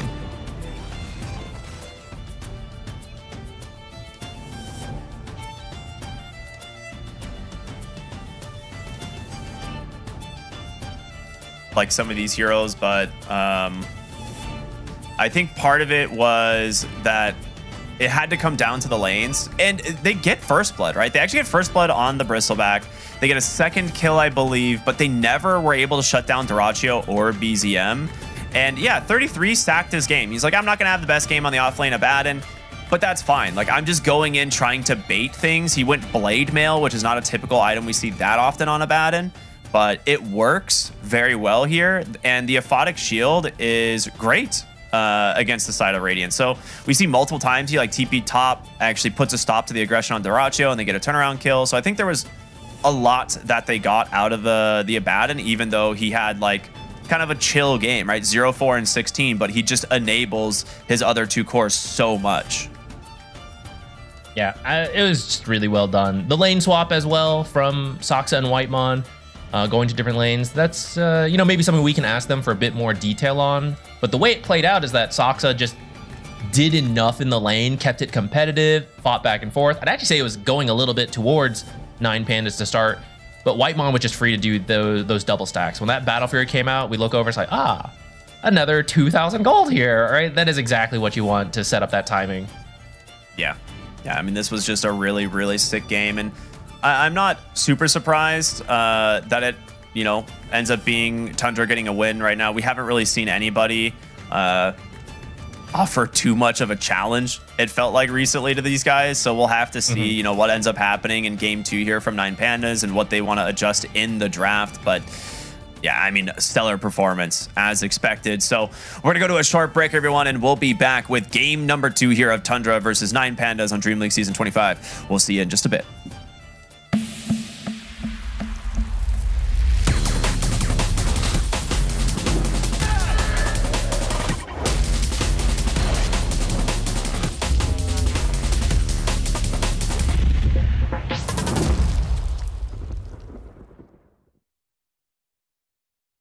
Waking up, playing some Dota.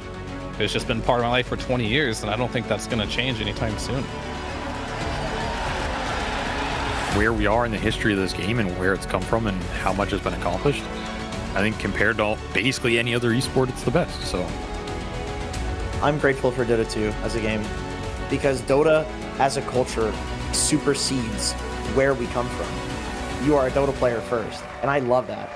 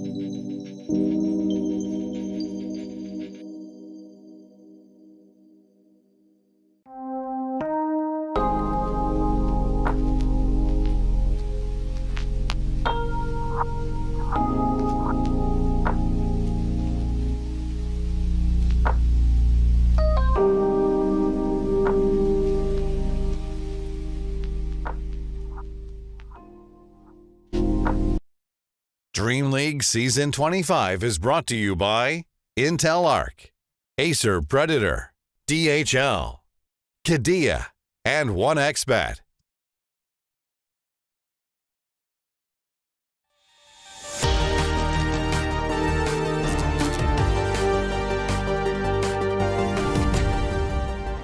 Welcome back, everybody. Sorry, just dancing to the good tunes, that are Dream League Season 25. It really is a good time. I feel like Dream League is always just a lot of fun, and the vibes, the themes this time around, I'm a big fan of. I love the new set, the new kind of idea that they're running with this time around. So we'll see what we end up getting out of it. But Game 2 of Tundra versus 9Pandas is just about to be underway, and Game 1 was not super great for the 9Pandas fans out there. So what do you think needs to change going into Game 2? Is it strictly just draft, or is this like a Tundra's too good type of moment? Start with the draft, I'd say. It's tough to do too much of a comparison of like, oh, how did they play? Was it that they just need to, warm up more when you have such a bad matchup? In Monkey King versus Earth Spirit, it really puts a dent in the game plan. And then Tundra got their hands on Phantom Assassin, which is proving herself to be one of the best heroes right now. I know we're like day one, not even finished day one, but the current stats for PA is that in 11 picks, she has an 81% win rate. And I was taking a quick look through the draft. A lot of those are like 8 or 9 pick. So she's being revealed super early and still winning a ton of games. Maybe you push her into the first phase bans. Like that's despair. Kind of crazy to think about, but it's looking good. And teams don't seem to be having the right ideas to counter her quite yet. Now, I do think that straight up beating her in the lane is not the easiest thing to do. I do think coming in from the mid lane, strong mid showing, rotate in early while she's still very weak. I like that idea conceptually, and it's worked in the past. You need a good matchup in the mid lane. So I think that's where maybe you start. Maybe you pick it later on in the draft, not give the chance to be counter early.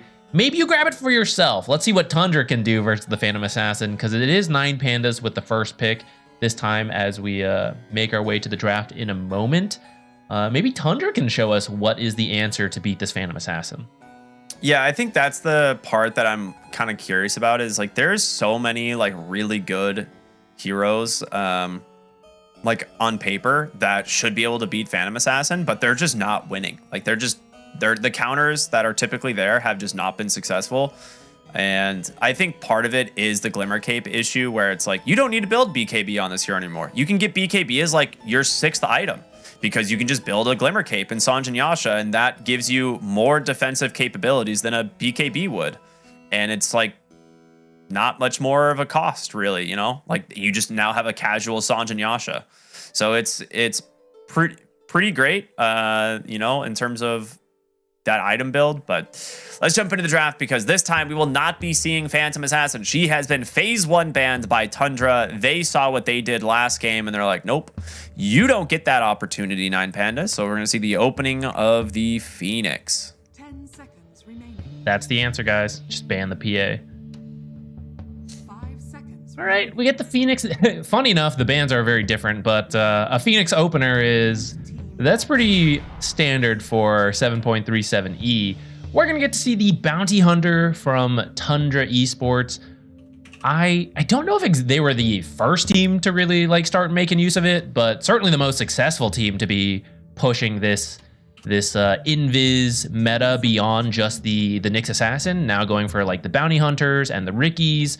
I guess no Ricky this time since you got the Bounty Hunter, but that will bring some of the early tempo. Tundra, looked at last game, they're like, how could we go even faster? What if we all got more gold for all the kills we got? I like that. So here's the thing. We were talking earlier about like the 4 positions and how things have changed a lot since Tundra started kind of mixing things up from with Soxa. And Bounty Hunter, I think, is probably one of the best 4s in the game currently. Now, we see a lot of Riki out of him as well, but Bounty Hunter just does feel like a stronger Riki in almost all scenarios. So it's not super surprising that we see them prioritize this hero earlier on in the draft. Now, you can pair this with a lot of different things. You want a global presence when you pick someone like a like Invis scouting for position, like things like the Nyx, the Bounty, the Riki.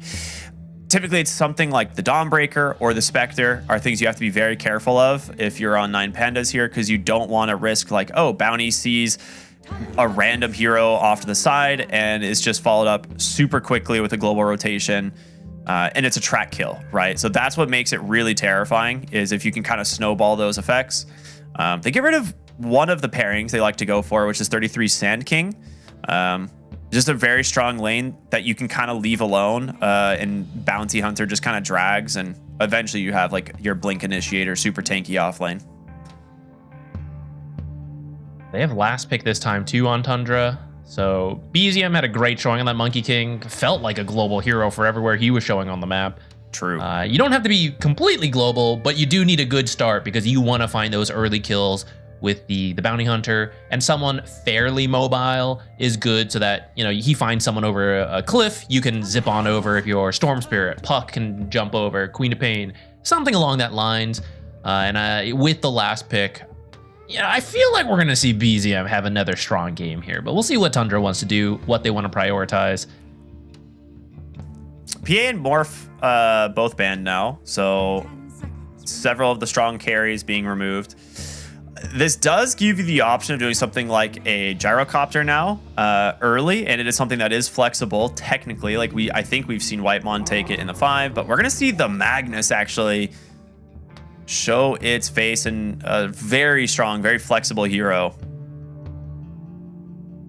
Also speeds up the game with the Empower buff. Some carries can sometimes skip the Battle Fury that they were thinking about building, now just get empowered so you can play faster. Maybe this does end up being the carry Magnus, who can also play quite fast because he doesn't have to get the Battle Fury, just empowers himself. Go with that Bounty Hunter, just run at people. Cool idea. The Phoenix is actually kind of nice versus it though, because it is the attack slow and the % HP damage. Now paired with the Dragonite, so a lot of extra healing value from that Sunray. And then Dragonite, you're gonna need to match the tempo we see from Tundra, right? So Dragonite is a carry who very stable in the laning stage. If Bounty Hunter ends up doing some weird creep dragging tricks, which is very common, you know, you just have the armor and sustain to just get through the lane. Clockwork, you could swap these supports again still, but either way, the support will be pretty free to do whatever they feel they need to do because you have a strong carry in the Dragonite. I really like the Dragonite just into the Bounty Hunter mag in general. It's not a hero that's very easily burstable during RP, and like you said, you have the follow-up from Phoenix, now Clockwork. I think that works out really well. You still could go for a Dawnbreaker here on Tundra if you wanted, a great counter to like Clockwork's initiation. And you don't, now that like you know there's not really like a good counter on the supports to deal with her, and it's a Dragon Knight probably in the carry, I feel like it's a decent enough lane. If they want to still keep the Magnus flex open, you could just pick a support and then another flex hero here.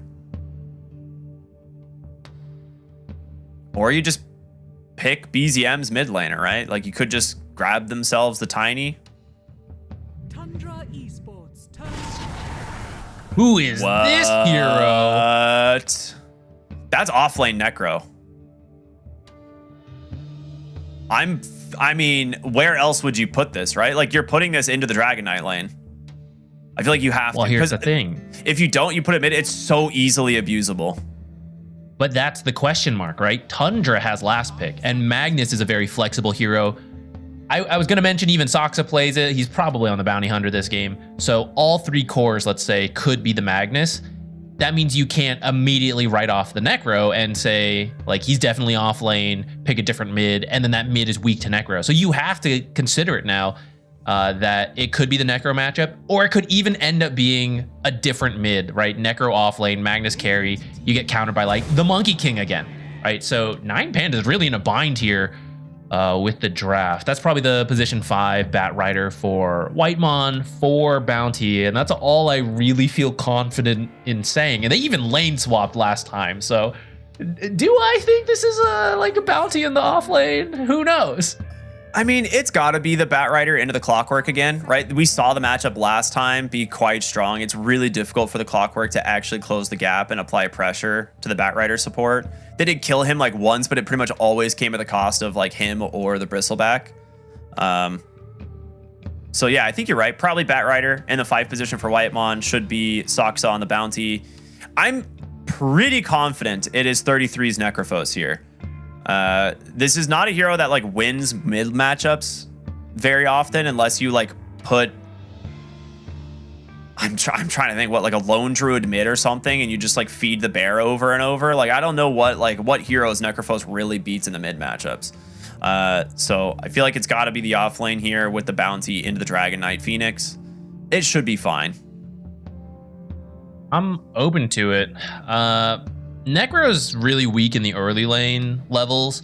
I'd say like level 3, level 4 is when he starts becoming very strong. Yeah. But that is something Bounty Hunter can help you with, right? You just creep drag, avoid that lane matchup. Well, you have a Monkey King going to the mid.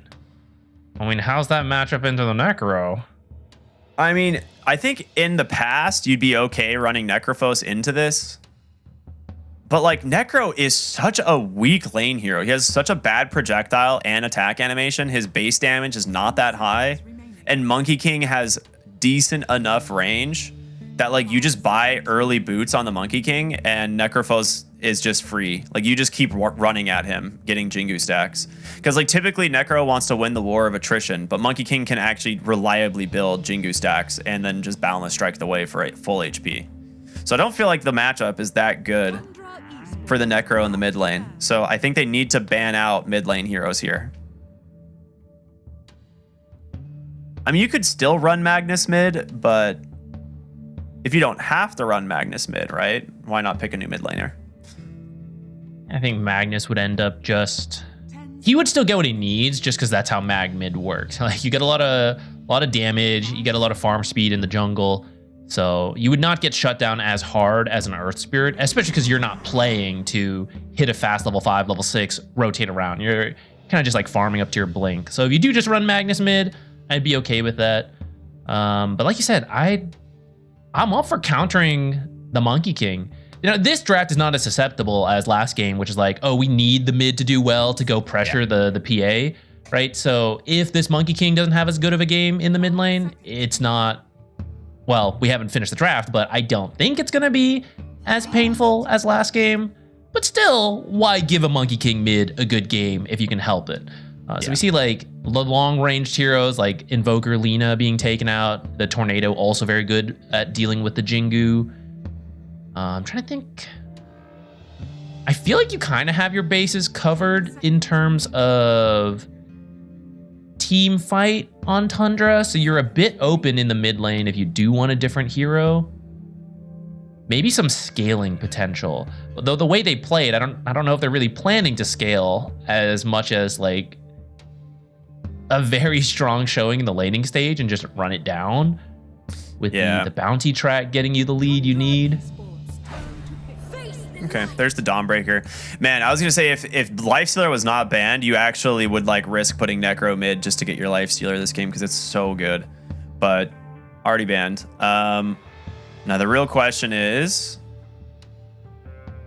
do you need to run Necrophos off lane or not? Or do you want to secure yourself like a better lane matchup for your carry? I mean, they have a lot of choices because of the flex of these heroes. They have about 35 seconds to kind of figure out exactly what they want to do here. But it really, I feel like you should focus on BZM in the mid lane and how much he's able to enable his team when he has the lead. And so the real question is what hero he wants to bring to the table. Yeah, I want to see them lean into the early tempo. Whatever, I don't even care what role they end up going for. But I want them to be able to play fast with the Bounty Hunter. That's like the point of the Bounty Hunter, is not to be playing for the ultra late game, trying to outscale. Necrophos is not your space-making hero. You want someone who can do things quickly. Kind of like that Storm Spirit. All you need is 6. You can start zipping around, making plays. It's not going to shut down the Monkey King. You're a ranged hero. but a short-ranged one at that. So Monkey King should be okay, but you have enough range, and the electric slide lets you play far enough back that you don't get dumpstered by the Monkey King, and should be perfectly fine to hit the level 6 timing we're hoping to see. Yeah, I think typically in the past, like Storm Spirit would struggle into this matchup actually quite a bit, but Electric Slide like really allows him to keep distance and punish heroes like the Monkey King. Now you should be able to reliably dodge the remnant damage with the Mischief, but it shouldn't really slow down BZM at all. I feel like it should be a pretty easy lane for him, should be able to farm fairly well, and it does give him the ability to rotate and gank as soon as he hits level 6 and punish some of these side lanes. So I am excited to see how the Storm Spirit's going to go. There's not a lot of great lockdown for it, so he should have a pretty free game as long as the mid lane goes relatively well. The big question, I think everyone looking at this draft, is how this Necrophos is going to do. In the off lane on paper, to me, it looks like a decent matchup, but the hero has not really been picked or prioritized in quite some time, just because it feels kind of weak. The item build is a little wonky, but we'll see. It is time to jump into game number 2 here of 9 Pandas versus Tundra Esports. One of these teams looking really strong. And of course, 9 Pandas is going to need a little bit of help here to bounce back from game 1. How many of you do I have to kill? Let's take a look at the facets. I'm a little bit curious to see what they've done here, if anything kind of out of the ordinary, but looks all about the same.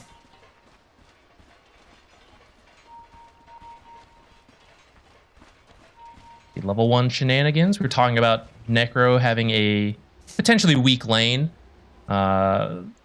Expect some like creep dragging, early body blocks. That's kind of why 9 Panda smokes down there, but they don't run into anyone. So they're going to move up, see if they can get a first blood. Another way to guarantee you have a strong start. Try to punish this Necro. It's really the first 3 levels. If we see 33 get to level 3 without much trouble, like that's when that lane starts to go really well. Sox is going to be free to just roam around, do whatever he needs. And Necro, like 33 is such a good laner. He's going to hold the lane exactly where he wants it. Wow, they got a really good ward on the Radiant high ground there. Going to be able to scout everything in that mid lane.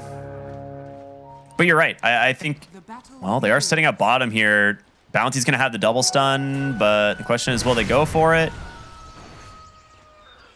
Okay. Apparently not. They will just go ahead and get themselves the 2-2 on the bounty rune. Right, so nothing too crazy on the bounty runes. Let's see if Soxa wants to go for the back for him. Initial body block. All right. I feel like on paper, Necrophos should do well in this lane. He is going to go for Null Talismans, though. I was curious if he was going to go for Null Talismans or just rush Bracers because, you know, typically you get the mana sustain from last hits, but Necrophos is not a really solid hero at actually securing last hits. Has to rely on his spells to do so. So that's what we're going to be seeing. Especially when you're against like a DK, right? Who can just reduce your damage even further. Yeah, it'll be a pain, but yeah, we kind of see the lane pushing a little bit already. It's very slow. We're getting there, but once it's there, like this is the annoying thing about Bounty Hunter. He's a fast hero. He got a Windlace. He's gonna be able to block camps without too much danger, right? Get run down by this Phoenix and this Dragonite, and the Necro will just hold the lane back. Eventually, you can't help but push as a Necrophos. But that's not now. That's not level 1. That's going to be later. And once you get to that point, you don't care so much. Wow, I mean, I'm just looking at the denies real quick. BZM managed to get 3 denies in the mid lane already. Actually, very impressive. I mean, he is very, like, Storm Spirit's going to be able to push the wave much easier into the Monkey King, right? With just the Remnant spam. So maybe he got it into the tower, got a couple denies there, but that XP level difference will definitely add up. Radiant's courier has been killed. Matchups aside, I mean, BZM is just in such good form right now. That guy is popping off in the mid lane. So there is certainly a lot you have to do to beat him, even with a decent matchup. Yeah.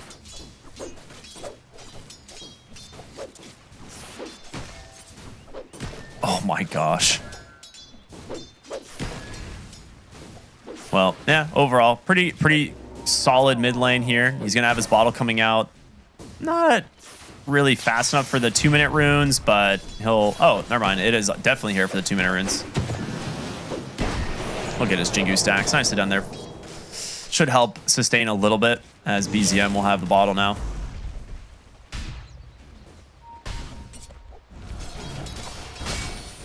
All right. What is going on in this bottom lane? This is the one I think I myself and probably most people are probably curious to see how it's going to end up playing out. He has just opted for 5 branches and a wand top lane. TP out. He's going to make it.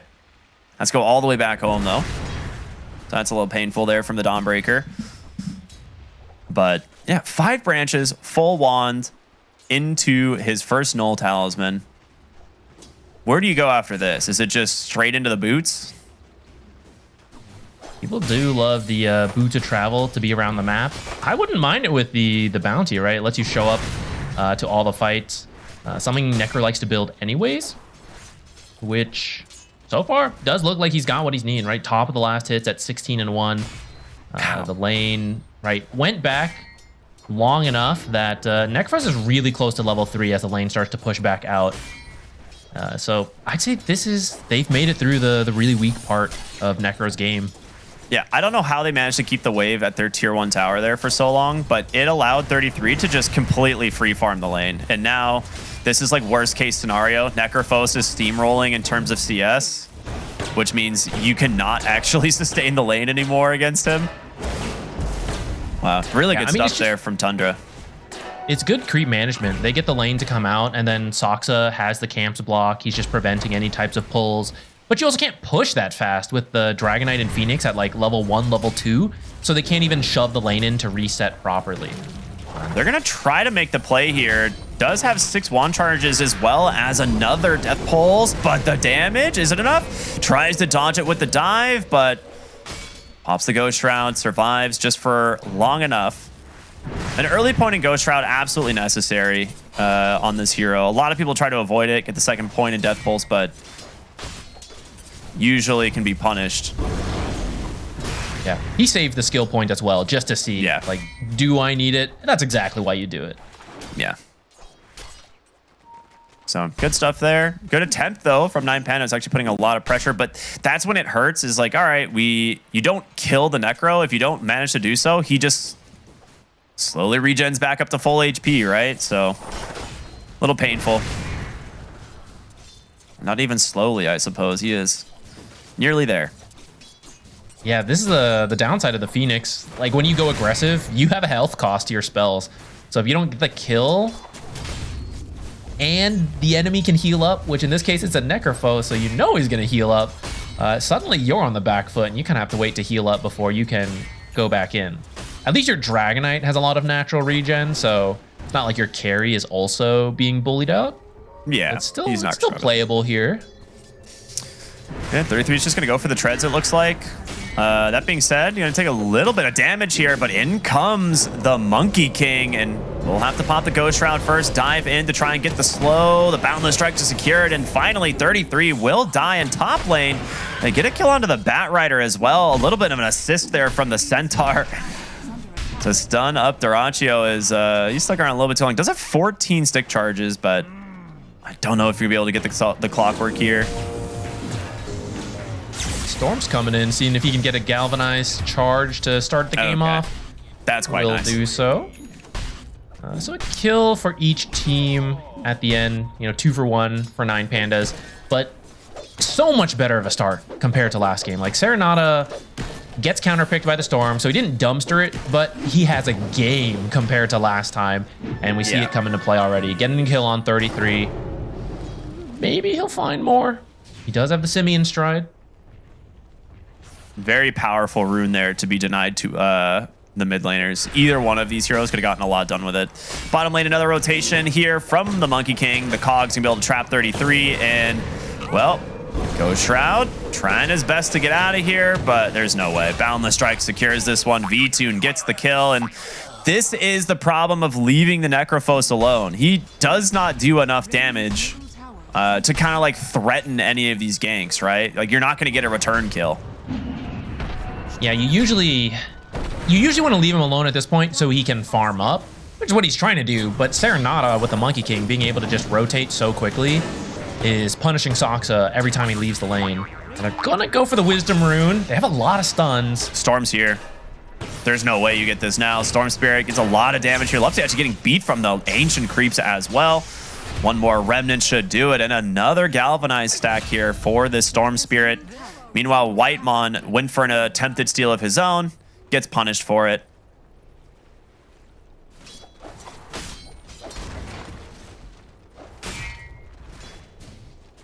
All right. The Necrophos, it looked okay initially. It's starting to fall a little flat, but I still want to give it the benefit of the doubt. He's rushing Glimmer Cape. Is that really all it took for this hero to become good? Just Glimmer Cape being spammable on every core? Because this hero like loves to build things like the Eternal Shroud and just kind of tank up, but the fact that Glimmer Cape is half the cost of Eternal Shroud and nearly more useful is kind of scary. I mean, on paper, the Necrophos, right? Good versus high health heroes. You kind of see, like, with the Dragonite, Monkey King, Dawnbreaker, see some value to it. But it is that question, like, can you get through this weak point? BZM needs to help them bridge that weak point. Yeah, they're diving in the mid lane here, and in comes the Dawnbreaker. She should be able to help finish this off with the hammer, but is it on cooldown? No, okay, maybe they're just trying to give it on over to the Monkey King, but don't want to stick around too long. Whitemon does get a kill there onto Solo, punishing them for the dive. It is still a very worthwhile kill, though.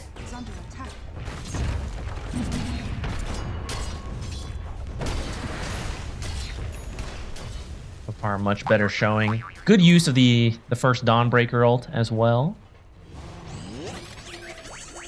I think Tundra, their timing isn't really now. Compared to last game where they could just run at people, you do want the track. You need a couple items on these cores. So the fact that it's even is still okay, but this is way better for 9 Pandas. Oh yeah, your Dragonites crushing CS here, sitting near the top as well. Now that being said, they are going to bring in the heroes bottom. They just got level 6 here on 33. The Reaper Scythe is coming out, and there we go. The first stack for 33's Necrophos as he finishes up his urn. Would have loved to have this online earlier, but now he will go back for the Glimmer Cape. Also a cool item. We don't actually see Spirit Vessel very often, even though there's a lot of heroes you'd think it'd be good against. It's just a lot of alternatives, I guess, that are equally strong, and you try to deal with the healing in another way. But 33 decides it's worth it this time. For now, just a casual urn, though. Still wants that Glimmer. Has it queued back up. Easy, I'm taking a decent chunk of damage there, but should be fine. Now, we do have another scenario of Doraccio pulling away on the net worth charts here, this time on the Magnus. And BZM's going to get himself a regen rune. A very, very good rune for him to find. Mask of Madness on the Magnus. Mask of Magnus? Is that good? Can we do that? I think we keep workshopping that one. Yeah, we'll noodle on it, but I'm gonna say that's the best one so far.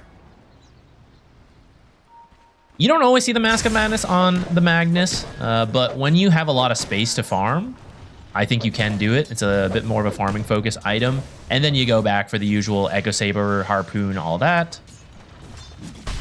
I like it. It's kind of cool. They want to go for this Dawnbreaker. Yeah, they bring in the numbers. Dawnbreaker. She does have the ult available, but is she going to get a chance to use it? She might. No, she will not. RP comes out from Doraccio, but there's the Wukong's command. They just trap him inside, and now BZM low on mana, just getting chased down here. The dive in to slow him up. Huge punish coming out from the side of 9 Pandas. Soxa will live on 5 HP behind the tower here.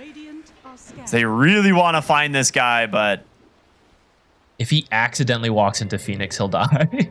Yeah, he gets the TP. Oh, really close on the flare there. A very deep dive here just to get this Dawnbreaker, and Duraccio comes out with the RP. The Mask of Magnus, though, slowing, reducing, or increasing a lot of the damage he's going to be taking from the Monkey King in that dive. Very true. It's also the strength of Dawnbreaker, right? It's pretty early in the game, but Phase Boots, Bracer, Soul Ring, Wand, she is quite tanky. So even with 3 heroes, it was mostly 2 heroes. Magnus showed up at the very end. It does give time for the rotations. And once you're diving against a Clockwork and a Monkey King, you're not getting out. We have Reaper Scythe up again, so I think we're probably looking to try and find another kill here for 33. As they're bringing down some extra heroes. Bounty as well as Whitemon are here now looking at the Phoenix. He does have the egg. Push back into the lasso, but they see the TPs come through in response. The Reapers comes out and he gets the kill anyway. Hook shot in. Now he's going to get a lot of healing for the moment here on 33. Pops that Ghost Shroud to try and survive the initiation in from the Dawnbreaker, but he's got no help left. And now at the mercy of V-Tune, who needs to be a little bit careful there. Ticking down to that urn, but will survive.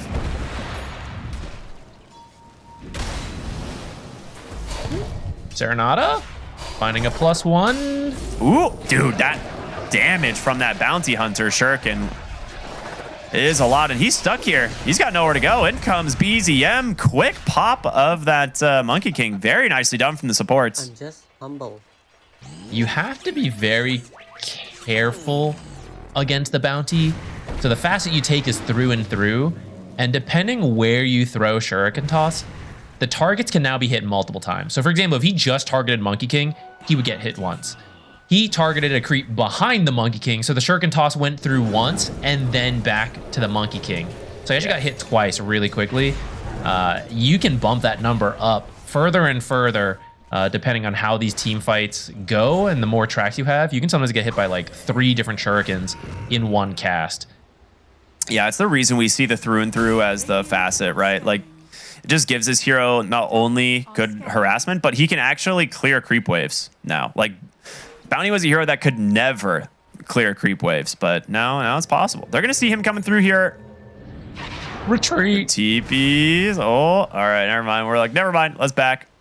Actually, how they were smoked. Did they see the smoke get cast, or I'm not sure. I think either there was a scan or they just had a feeling it was coming. I missed exactly how, but they were smoked, so shouldn't have actually seen him. But a good read. Either way, good read from 9 Pandas to be prepared for that.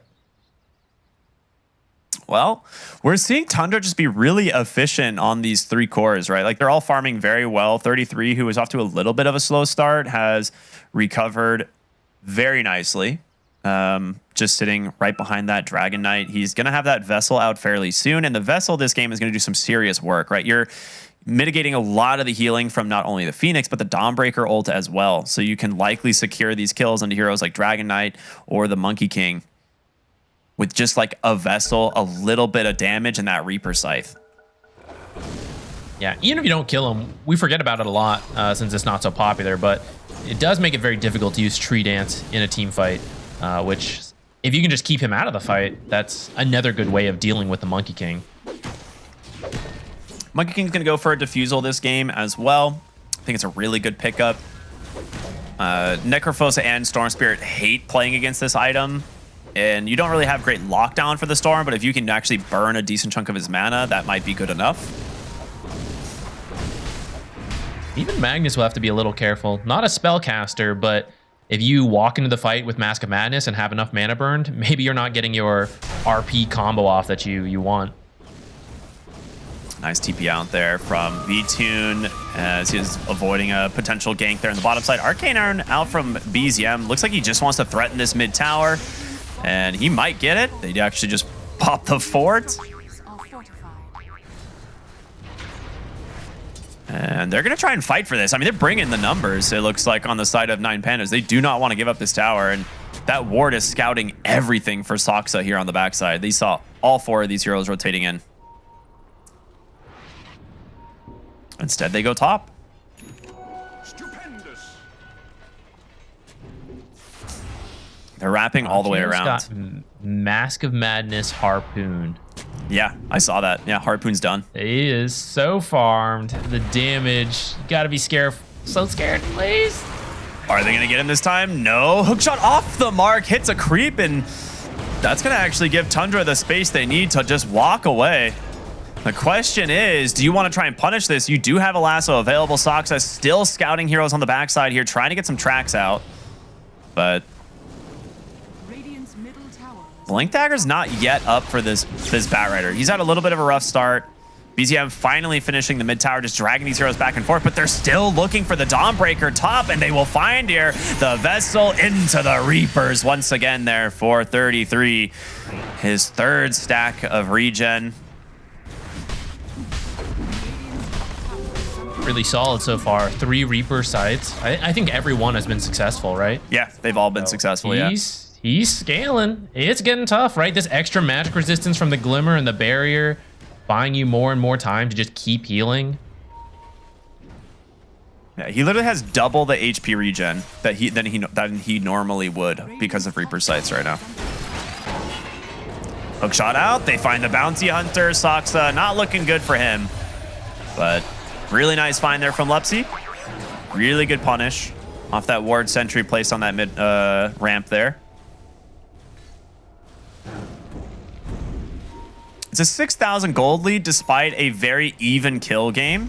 And I think it's just mostly the efficiency we've been seeing so far. Whitemon, though, in trouble. In comes the Dawnbreaker. Quick kill onto this Batrider as BZM's trying to finish off Serenata and will be able to do so. And ends up going to the Batrider, funny enough. But 33 stuck. He has to get this stick off. He does, but there's going to be the egg. 33, no way he survives this, right? The Glimmer Cape is going to be enough. And now that Soxa is back, they have the tracks, the Orchid onto this Phoenix. He's going to burn, looking for more. Lupsy dies as well. A double kill for BZM. Both tracks as well. That Orchid reveal just shut them down. Monkey King thought he could jump in first, but killed off here. Yeah, we see, so he does. They do get the kill into Whitemon, right? The Glimmer Cape trying to help him out. But because he committed in, gets Orchided up, Spirit Vessel, just burned down in the end. Even with Solo trying to save him the entire time. Yeah, that Vessel, man, that's it. It's literally this Vessel from 33. Like, they're not getting any of the healing that they need. Plus, it's, I think, like a level 1 or 2 Sunray. Oh, Whitemon trapped up here again. BZM needs to be careful. We're out of mana now. Okay. Maybe a little bit too aggressive positioning here from Tundra. 2 very nice kills. Shutting down BZM. He needs to kind of maintain those galvanized stacks. That's going to hurt a lot. Fortunately, you don't lose all of them anymore. They made some permanent, but like you said, you'd rather keep them than lose them. I think they were trying to make use of the blink on the Batrider, which he recently picked up from that last fight, but yeah, maybe just a bit too far in. I did see the Bounty Hunter in that area, so maybe just kind of a blind play there. Oh, Serenata has been kidnapped by Okay. A lot more damage than I thought it was going to be. This guy hits for 300. What? 400 damage. What? That's Carry Magnus. Okay.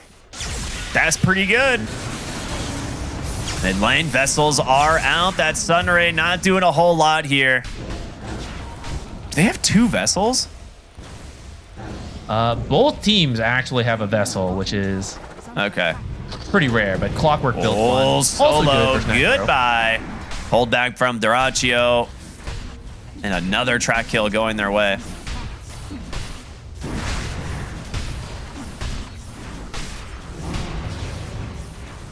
Cracks are starting to ramp up. They're moving into the utility items, things like the drums to make the Magnus even stronger. Catch that a V-Tune. I think this is too deep, though. I don't think you want to go that far. He's got BKB as well. I think you're just being annoying, right? Now V-Tune has to know that he's tracked for the next 25 seconds.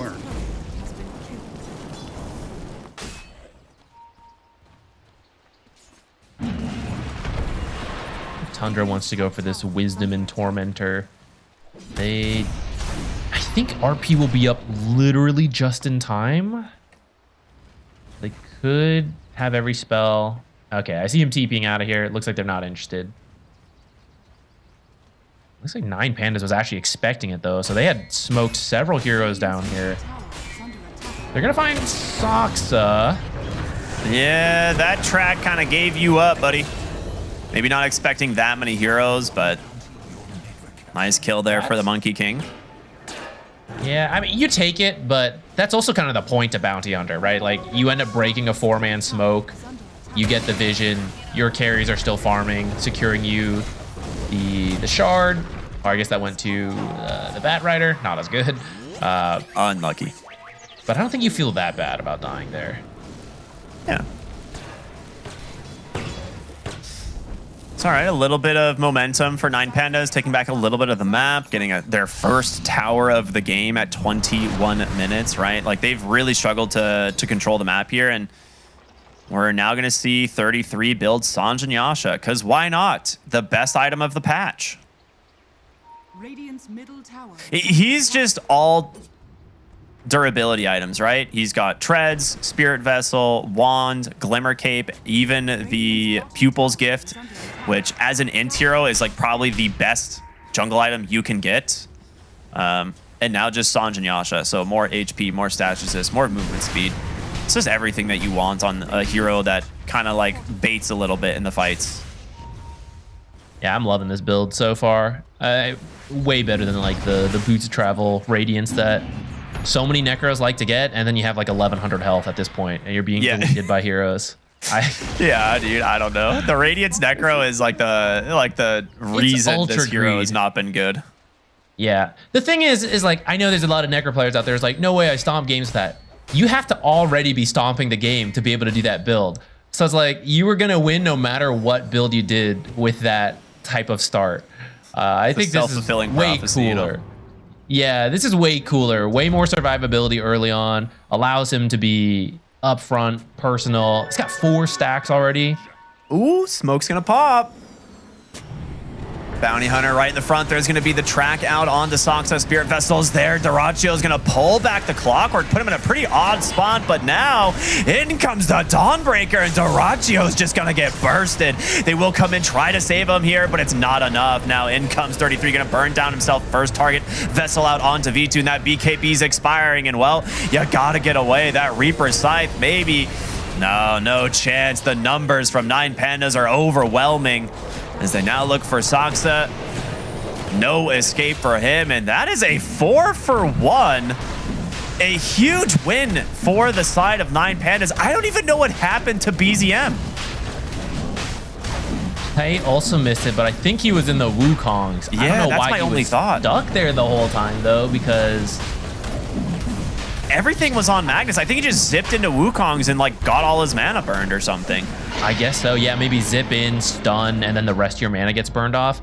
That timing is really unfortunate because the BKB was a few hundred gold off from being finished for both Magnus and Storm Spirit. And then that fight is completely different. Instead, both of those cores taken out of the fights right away. And because of that, you just don't have enough damage. Like, some heroes got low on 9 Pandas, but between the Phoenix, healing, the Dawnbreaker ult, right, you need the extra damage from Magnus and Storm Spirit to push you over the edge. So great fight from 9 Pandas, considering they were 10k behind before that. So the fact that they're able to win that fight and get Roche is actually so big for this team. Yeah, the fact that this Magnus gets that skewer back on the Clockwork and then just dies 100-0 without really getting anything off is just not ideal. Like, this is not the hero that you want to open on. Really, like, you want to be able to find a bigger target, things like the Dragon Knight or the Monkey King or even the Phoenix, right? But Clockwork, just the one hero that you don't feel is solid, you know, getting that skewer back. I think Tundra was trying to help Soxa out, so Necro came in with the Glimmer, Duraccio was coming in. Maybe you just let him die and have him buy back into that fight. Yeah. Maybe that gets you a better start, but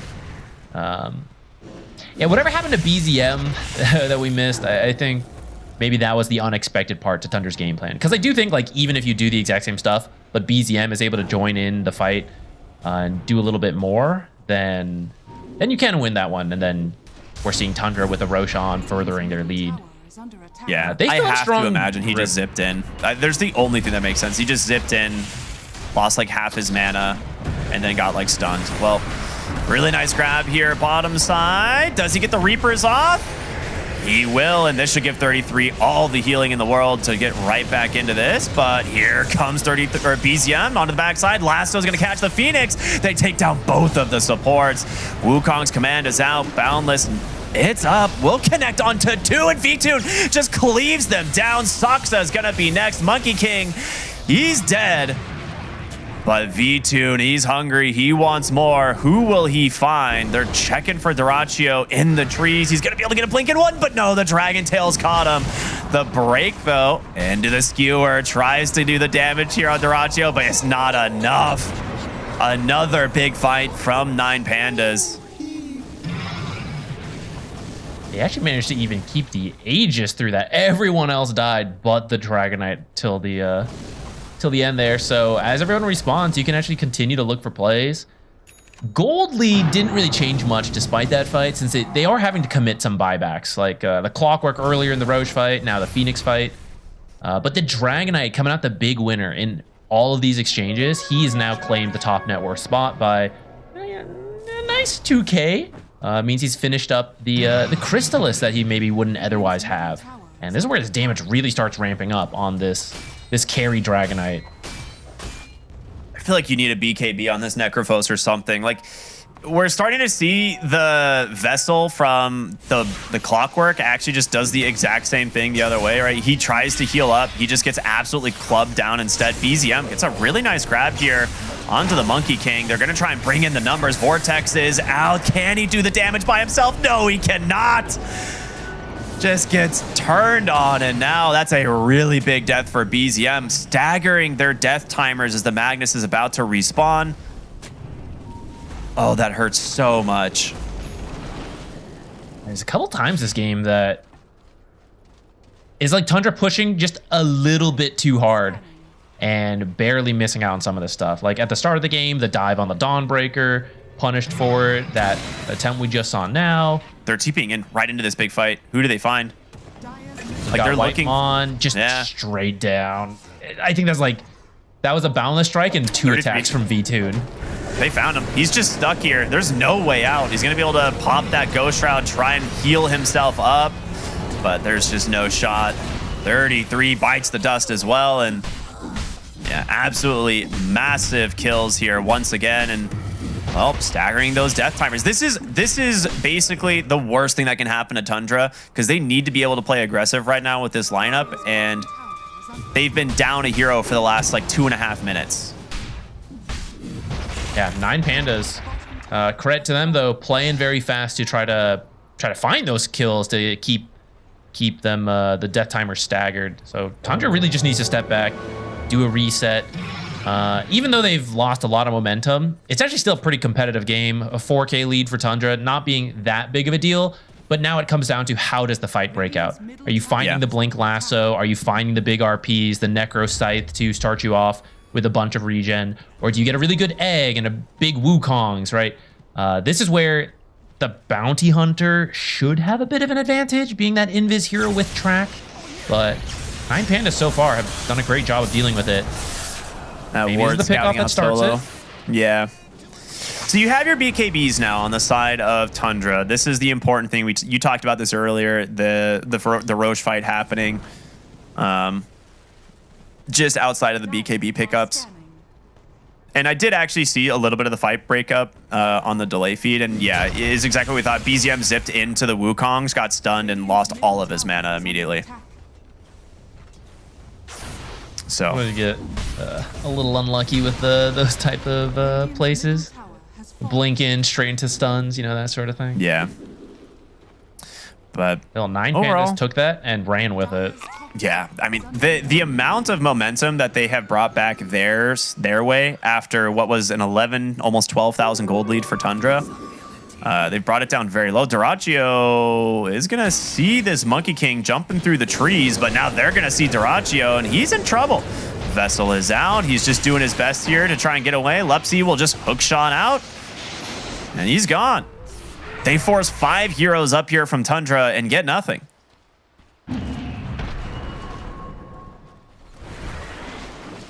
See what the so what's the next window here?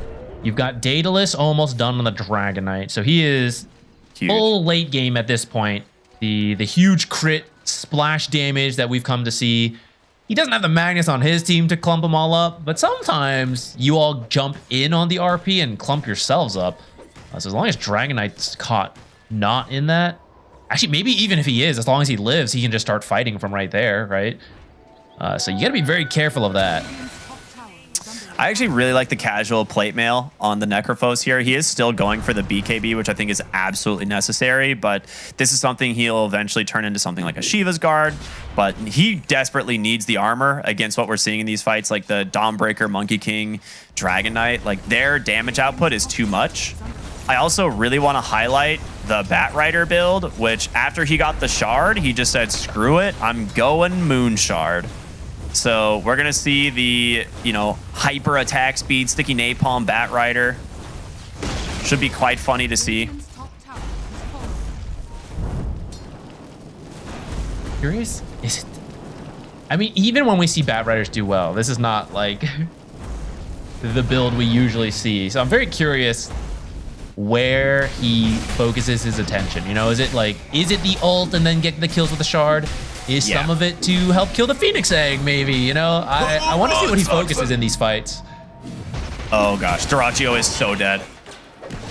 Yeah, I mean, that's a really good read here from 9Pandas, just going straight for the enemy Tormentor. Unfortunately for Tundra, they only brought 2, and that is 90 seconds now without your Magnus once again. That is potentially the window to get Roche. It's still dead for a minute. We'll see if they stick around. If they're here, they could just do it right away and then get it before Magnus is up. Sometimes you don't know, you know, you wander a little bit and then that's enough time for Tundra to get here. Yeah, you could just see Solo sitting in the Roche pit, and he's just, you could see based on where his eyes are, he's looking at the mini-map. He's just sitting there staring at the mini-map like, where is everybody? You know, like his job right now. Yeah, he's like, I am Ward, and I am going to be information gatherer. I really want this to be a fast spawn. Let's see if he commits, because, I mean, at some point, right, there's like a sunk cost fallacy. Whether you keep standing there, you're like, oh, fine. It must be a long spawn. We'll go. No, Solo, stay. I mean, the thing is, his whole team is staying bottom. So I think they are planning on staying here for the most part. No, he just left, dude. That hurts. There's the spawn. 18 seconds. I mean, the thing is, like, they are still really strong on the side of 9Pandas, and I think they have the better team fight at the Roche pit anyway. Right, like, as long as you get Wukongs off, you can't contest on Tundra, right? Even with, like, Magnus RP and stuff, he'd have to get in, like, an RP skewer out of Wukongs, which means you'd have to get him before he BKBs. Not super easy. But, yeah, they're going to go back, check for this Roche here once again, and looks like Tundra maybe not even wanting to contest it at this point. So we should hear the roar. There it goes. As Monkey King, if you can jump him, you have the burst potential, but now I think the Aegis should go to him. They want V2 to hit do want to give buildings. it to V-Tune. Yeah, I wasn't sure. We don't always see Dragon Dragon Knights. I guess so. We don't always see Dragon Knights take it just because of the way the transform with the other dragon works. Sometimes it's not worth it. Plus, he's so tanky. You know, he's like 4,500 health compared to the Monkey King, who's at 2,200. I do worry this is now a window for Tundra, which is that if you get a quick blink lasso or RP that catches him, the Monkey King is just out of the fight without the Wukongs and the BKB. I still cannot believe he actually went the Moon Shard build. It's very funny. So at this point, you probably want to build things to just continue transitioning, and on carry bat, like quote unquote the carry Batrider build, it's things like the Witchblade. We'll see if that's where he wants to end up going. You could also go Orchid into Bloodthorn, which is another like very hype, like very heavy attack speed based item. Gives you a lot of burst. If you go for this build, it has to be because you're wanting to just kill a hero in your lasso.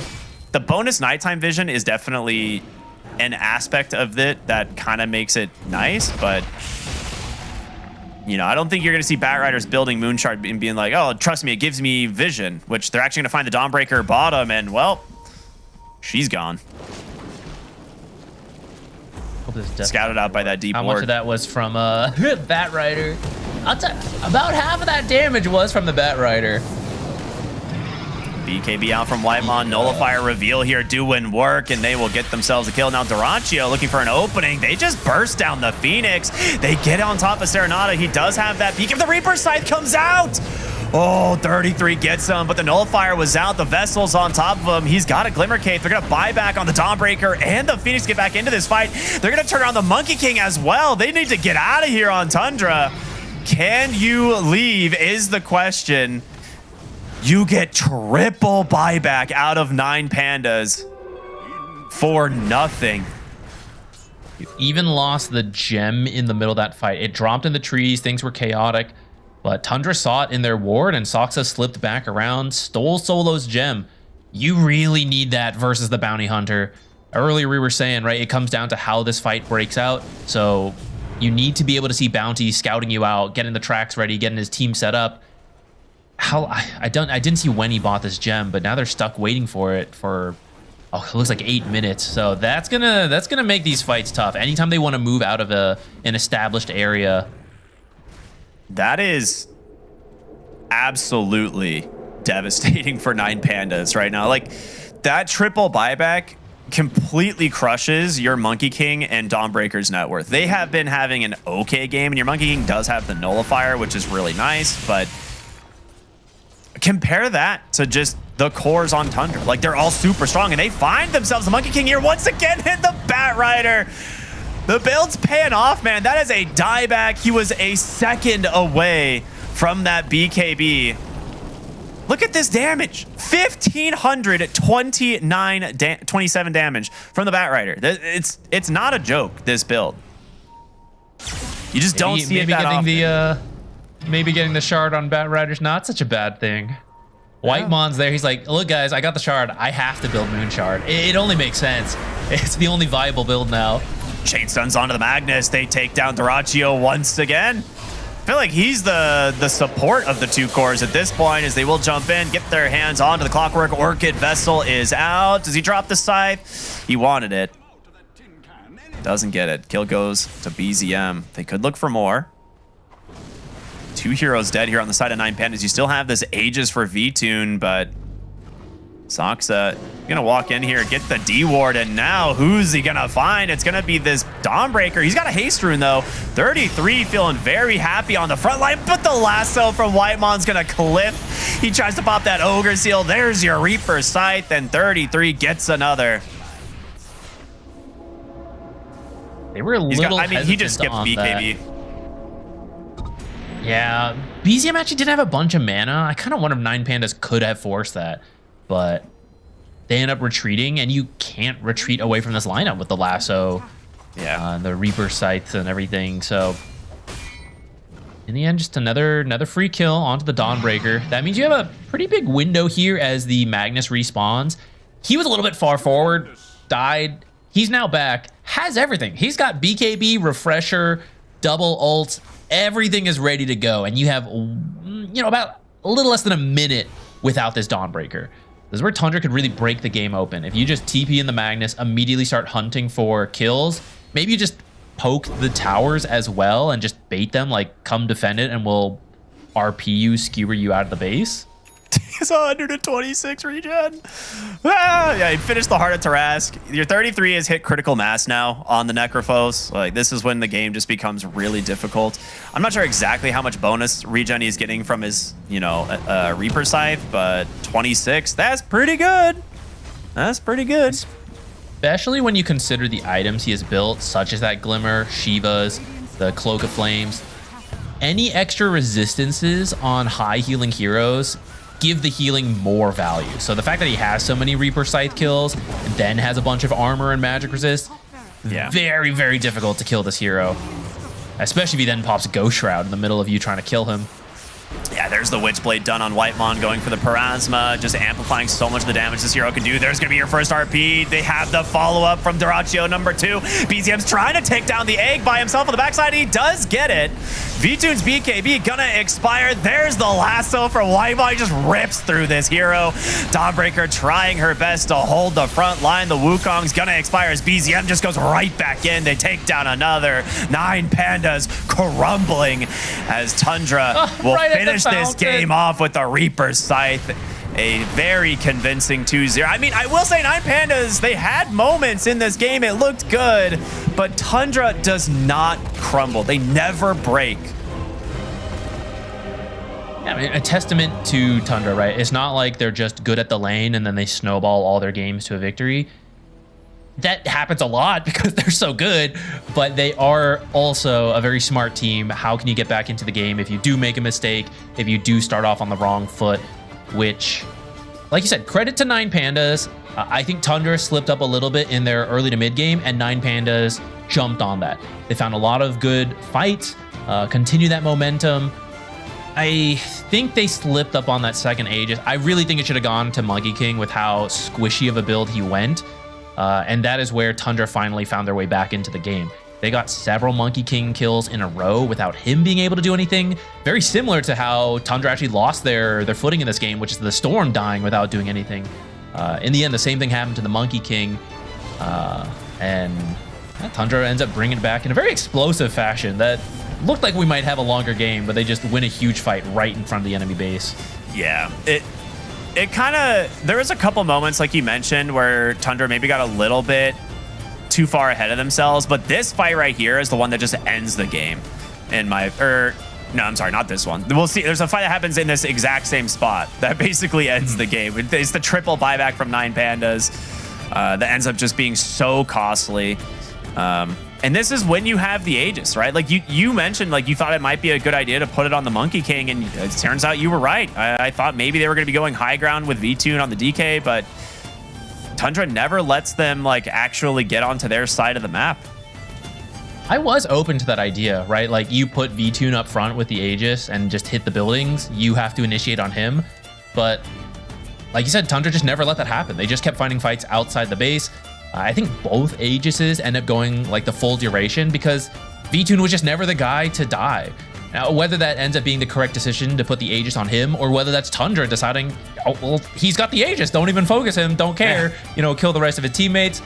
I don't exactly know what to accredit it to, but Tundra from a incredible game 1 into, you know, very strong showing here in game 2 as well with a very different draft, especially this Necro, right? A lot of question marks on it, but they made it look really good. There was definitely some lulls on the Necro, right? This hero has some of the weirdest power spikes. Like he hits like level 4 or 5 in lane and you're like, sick, I'm really strong. You get level 6, no one can come to lane. Similar to like the Doom aspect, right? This hero gets level 6 and you're like, I really don't want to be near him. And then it kind of like falls off and he gets a little bit of like a meh, you know, mid-game performance. And he picks up a few items and you're like, all right, this hero's scary again. And then he falls off. And then he gets to like Heart of Tarask and you're like, all right, we're never killing this hero ever again, right? Yeah. It's funny because it's so weird hero.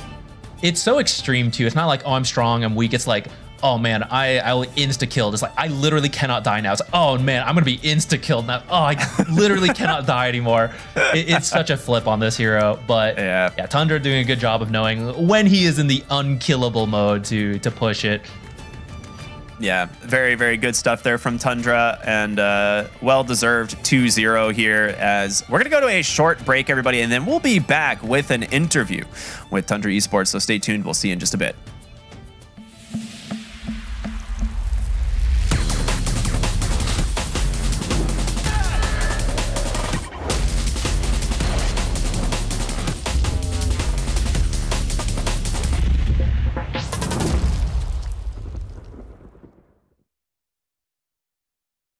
Waking up, playing some Dota.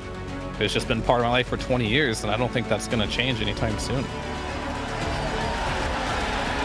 Where we are in the history of this game and where it's come from and how much has been accomplished, I think compared to basically any other esport, it's the best. So I'm grateful for Dota 2 as a game because Dota as a culture supersedes where we come from. You are a Dota player first, and I love that.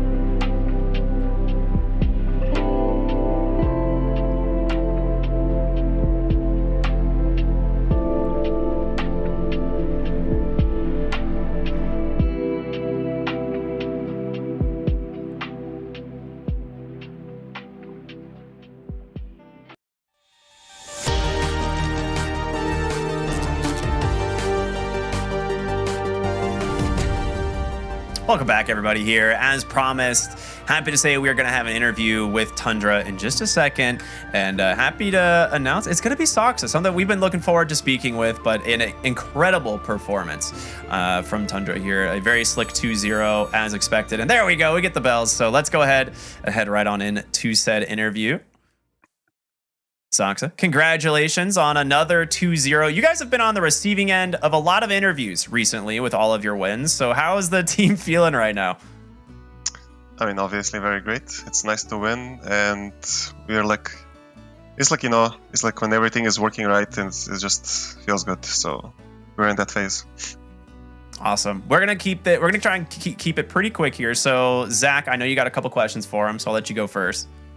Yeah, let's start with the game one. You guys ended up doing a lane swap. You were the Bat Rider, but you ended up going to the safe lane, while Whitemon on the Chen went to the off lane. Can you talk us a little bit through that? Like, how do you guys decide that real quick? Do you guys feel uncomfortable, you know, playing in a different lane than usual? I mean, I think the support matchup was better for us, having Bat against Clock and Chen against SD. And I was kind of the one that called for it, and I mean, we were like kind of hesitating whether to do it or not. I thought if I play top against Bristle Clock, I can maybe have like a better lane top and we can actually smash them, but kind of misplayed the top lane and it didn't work out so well. So yeah. Gotcha. Yeah, it's a tough call to make. Another question I have is, I feel like on your team, either you or Whitemon is often really farmed, more so than you usually see farm go to the supports on other teams. Is there a decision-making process on which of you gets to be the one with a ton of farm, passing out some core heroes? Like, it was a Whitemon this series, it seems like. I think it's mostly about reading the flow of the game.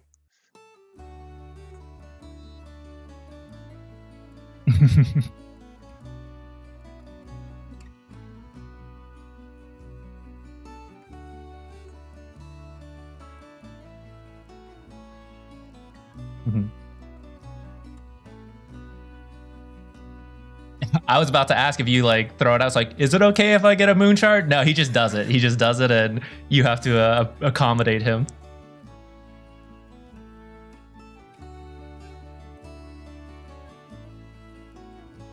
All right, that's awesome.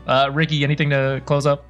Yeah, I'll just got one more question for you. Obviously, you said you're feeling really happy that everything is just kind of coming together and it's flowing super well, and I'm always glad to hear that. There was like a moment in this game where you guys kind of staggered a few deaths, but you guys were still actually controlling the map, and once you guys kind of got back on the same page, it just seemed like it was a flawless play for you again. Is there like a moment where you guys like have to talk about kind of like strapping back in? Like, did you guys kind of get a little unfocused there, or what happened in kind of a little bit of that mid game?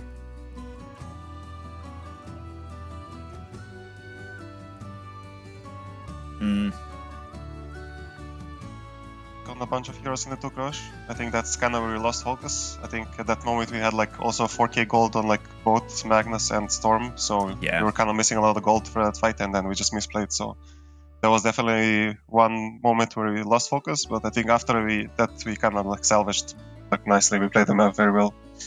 Yeah, we were surprised. We were confused. Like, they have the Aegis, but you guys are controlling the whole map. They never even approached your side of the map. So yeah, just props to the way you guys are playing. It's really fun to watch. So congratulations on another 2-0, and I'm sure you're gonna be on interview duty quite a bit this tournament. So keep up the good work, man. You guys look great. Thank you. And yeah, hopefully I'll see you soon. All right. Thanks again, Soxa. Bye-bye. I mean, what can you say about this team, dude? They look so good. He's like, yeah, we lost focus for a moment, but we still controlled the map. Like, how do you play against a team like this when like you catch them off guard for a moment, but you still don't really you can't capitalize on it almost? Yeah, I mean, it's certainly tough. Like, from the drafts being already tricky versus them willing to do things like the PA first pick, which I think it's maybe not going to be that revolutionary. It seems like other teams are also very on board for this PA first pick. But I feel like they're willing to take out some different heroes, different styles. We do hear from him, you know, like, okay, we do slip up, you know, a little unsure on the lane swap. We do make some mistakes on Roche. So something for other teams to try to target, try to punish. But that's certainly got to be on the minds of all the coaches, because Tundra they're pretty much the team to beat right now. If you want to win, you have to have a game plan for how you're going to beat Tundra. I love how he's like, yeah, we misplayed the lane a little bit, and you're like, you misplayed, like you guys won that. You know, lane your PA had still. 6K at 11 minutes. Yeah, it's like you guys still won the lane, but he's just like, yeah, we misplayed the lane. You're like, all right, I mean, okay, I guess. Like, sure, maybe it shows could their have high gone slightly standards, better, but yeah, right? exactly. That's what I was gonna get. It's like it just shows like how much like better like this team can be, right, when they're even, you know, holding themselves to that highest standard. So cool stuff to see, and really well played. Yeah, I'm ready for the next one. You know, Tundra was awesome, but that is not the end of the day. I believe we have Avalis and Chimera Esports next, right? Yeah, so that should be another fun one coming up right after this break, guys. So don't go anywhere, or do go to the bathroom and then be right back.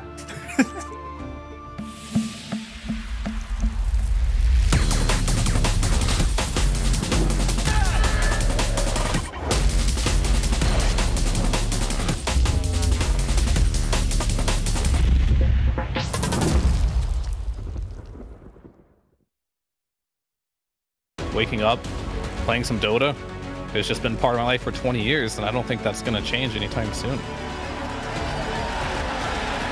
Where we are in the history of this game and where it's come from and how much has been accomplished, I think compared to basically any other esport, it's the best. So I'm grateful for Dota 2 as a game because Dota as a culture supersedes where we come from. You are a Dota player first, and I love that.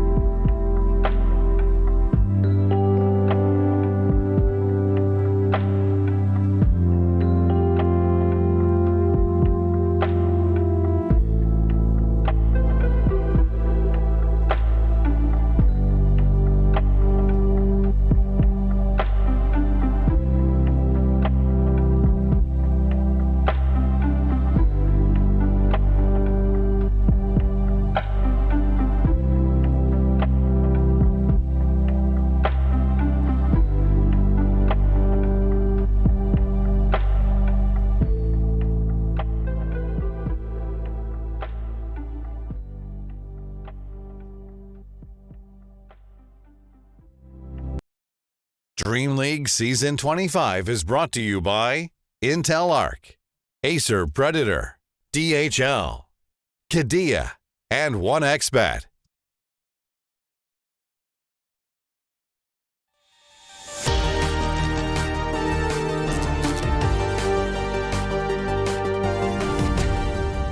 Welcome back, everybody, here to Dream League Season 25. My name's Cryptic here with Z Quixotics as we get ready for our final series of the day. It is Avalis versus Chimera. And before we jump into it, man, these two teams have been on the rise, I feel like, in their respective regions. And I'm excited to see how they're going to do head-to-head. Agreed. I think Avalis has a little bit more of a showing for itself. A lot of top teams very aware of them.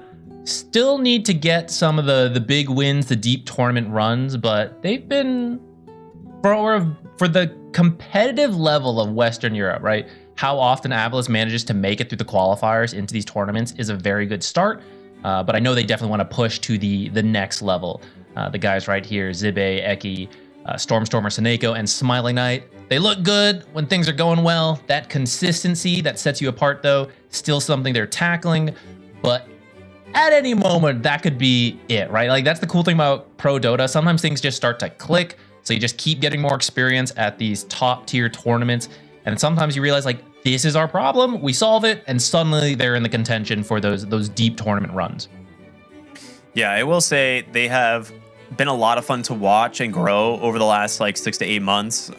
This team, I think, caught a lot of people off guard. I remember speaking to Eki a couple different times, and he's just such a humble and nice guy, and he's just, like, very excited, but just happy about the team's growth and performance. And I think that, like, is an important kind of mindset to have. Like, he doesn't feel like they've, like, stagnated. He feels like they're constantly improving, and that's kind of the thing we've been seeing from them. Their opponents, Chimera, comprised of DeHawk, 1J, Ponto, Lorinov, and TA2000, another rising star team.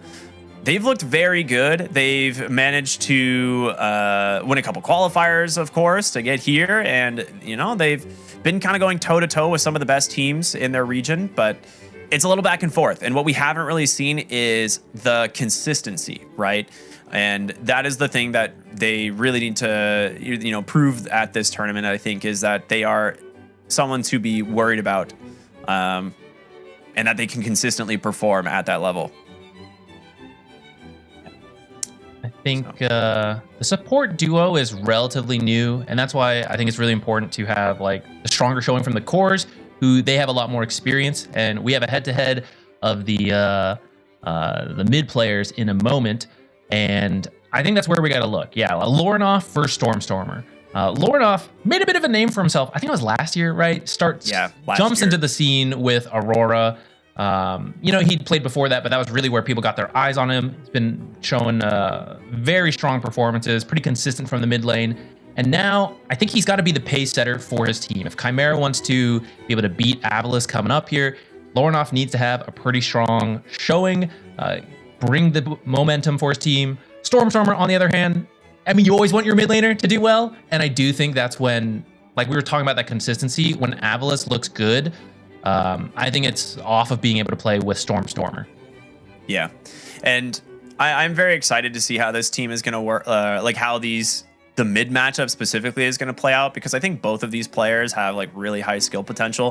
Stormstormer is someone who's, like, not afraid to just, like, get in the middle of a fight, whether or not it costs him his life or not. Like, he'll just go in, start the fight, and, you know, see if it turns into something for his team.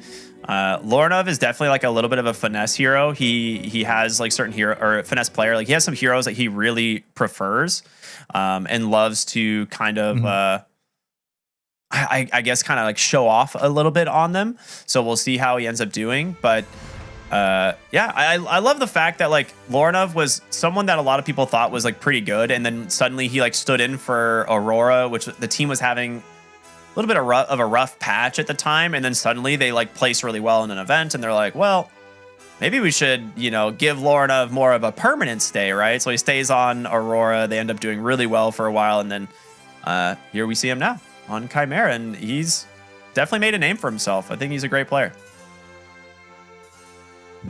Yeah, and I think Chimera as a whole, also in that kind of proving ground, even more so than Avalis, because this team more recently came together, still trying to find themselves, what's their best play style.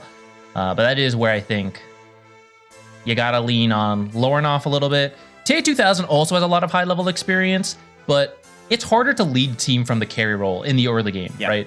Because it's like carries gotta farm to a certain extent. Now, maybe not with this like new Glimmer Cape meta and like people getting more active, but it is much easier to look to the mid player to kind of like pull the team together through that early game. Which now that you're at this top level stage, getting through the laning stage is step one. Like we saw Tundra in that last series in game 1. They had a good start and then they just crushed it, right? You don't get to show what you're made of. You don't get to show your strategies if you're just coming out reeling behind at the start of the game. Yeah. Well, let's go ahead and jump into the draft for game number 1 between these two teams and see what they're going to be cooking up. Because right now, curious if that Phantom Assassin is going to make its way into the game, because this hero has been seemingly unstoppable. It's only lost twice so far in the day. There it is. There's the PA ban. Do not. I think it is just at the stage where people are going to first pick PA every game if it's through now. 10 seconds remaining. I think especially for these first couple days, right? Because I imagine PA came up in the scrims. You came up with your ideas to counter it. The teams tried it. And we see PA having like an 80% win rate so far on day 1. So it's like, okay, maybe we got to go back to that, right? So let's just ban it out to start, get what wins we can, not dealing with the PA. And then tonight, maybe tomorrow night, right? You're brainstorming, you're doing more practice, trying to come up with how you deal with the PA.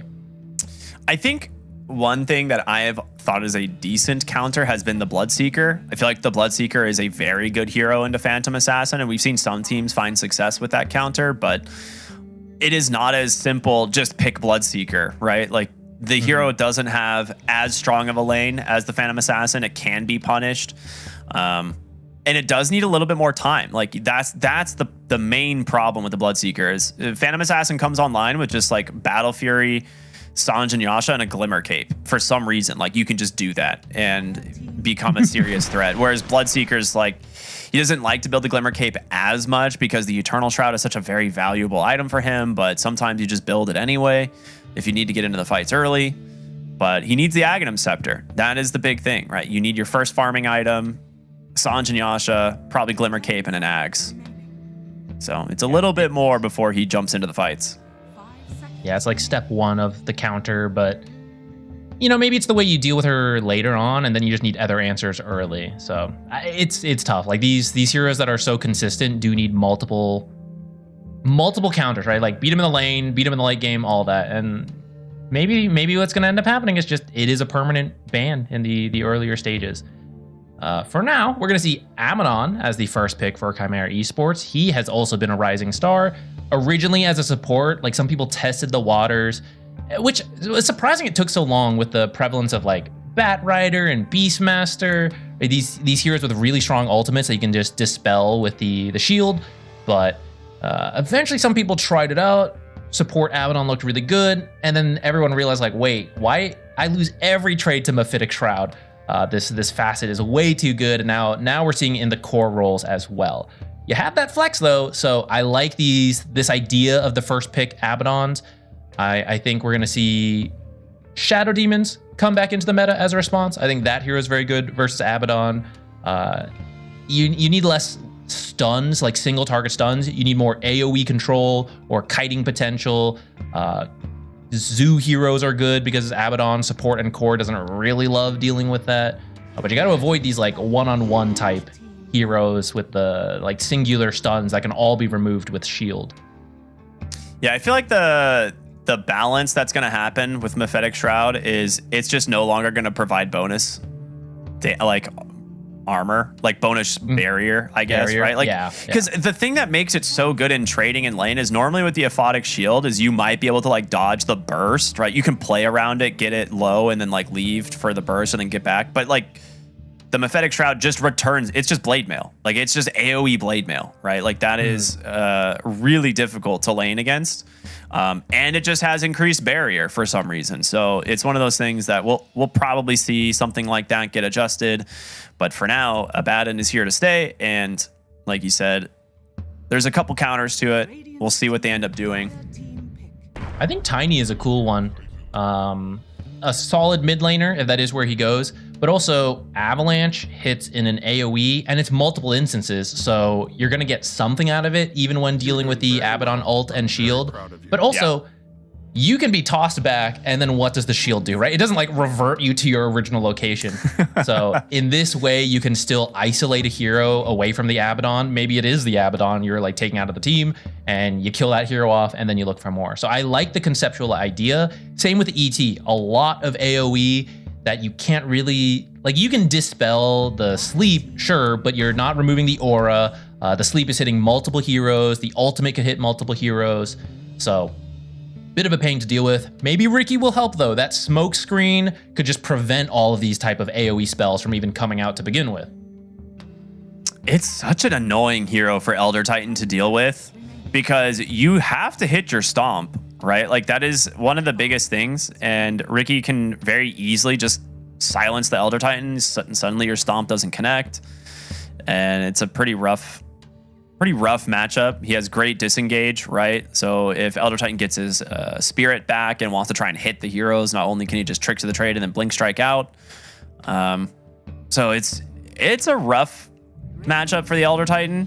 It'll at least be very annoying. And there's the Enigma. So now you have an even more difficult lane for the Elder Titan. I was like, maybe he can just hit the Abaddon, but well, not anymore.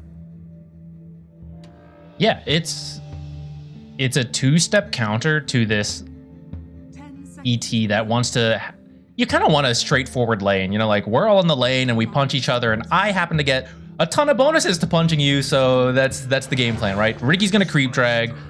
Eidolons give you more damage, but at the same time, it's difficult to approach when it's so close to the tower. Ooh.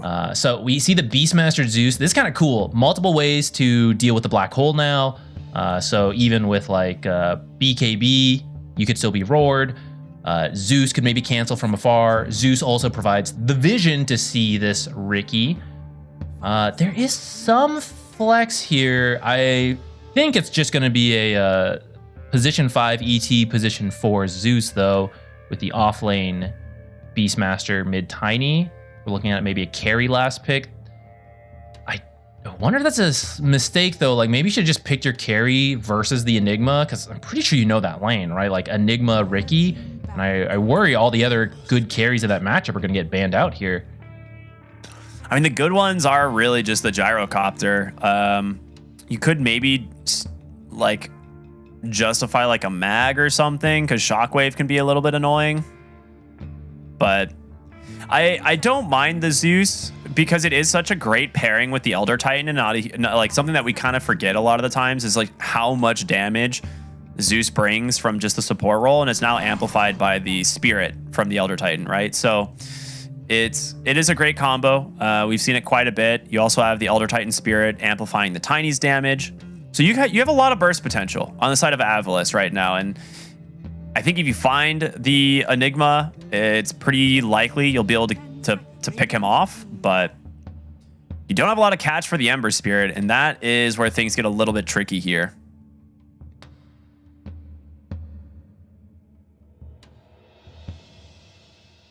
Take out the Chen. There is flex, but I'm up for an Abaddon carry because several of the top carries have been banned out. I imagine Chimera is going to do another carry ban in a moment. So you just take Abaddon carry, get a very strong position 5, go off of that. Yeah, I agree. It's also good versus Warlock would have been nice. The Beastmaster, of course. Yeah, Warlock's also good versus that. The thing is a like strong lane. Yeah, that's what I was gonna say. I was like, Abaddon is a strong lane, right? So like if you pair this with like, you have so many options actually, but the good ones, they definitely did a good job in removing.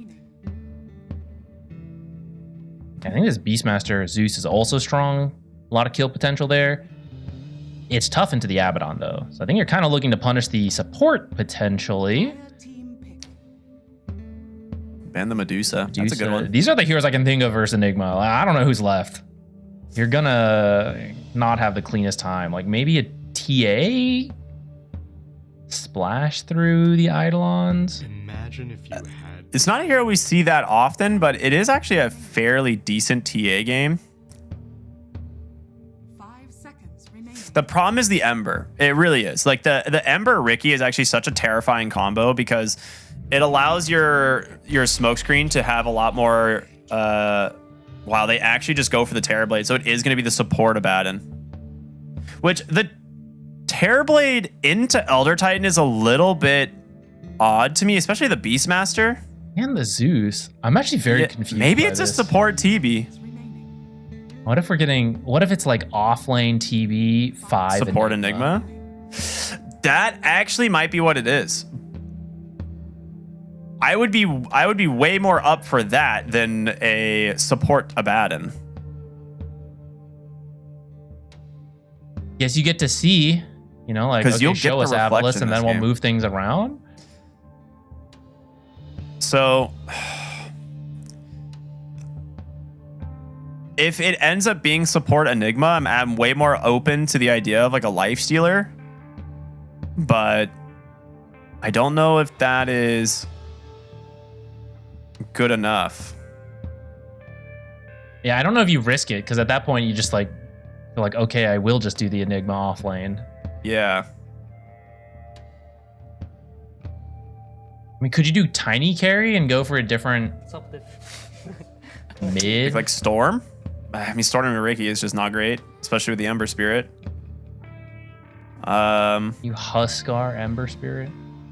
I mean, it's always a classic, but I don't know.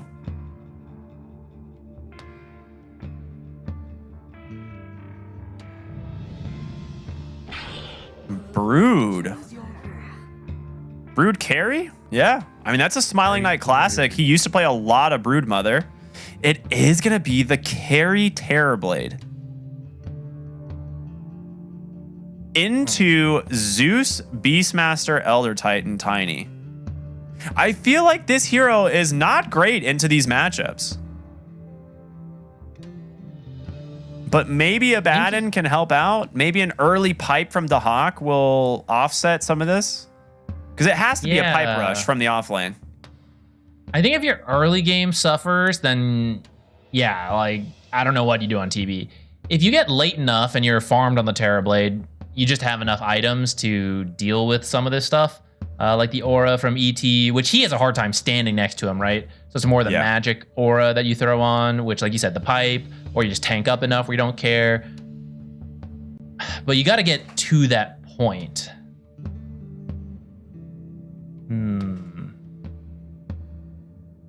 It's been a bit since we've seen Brood carry. I'm trying to go through this, right? This is a bit of a weird draft here.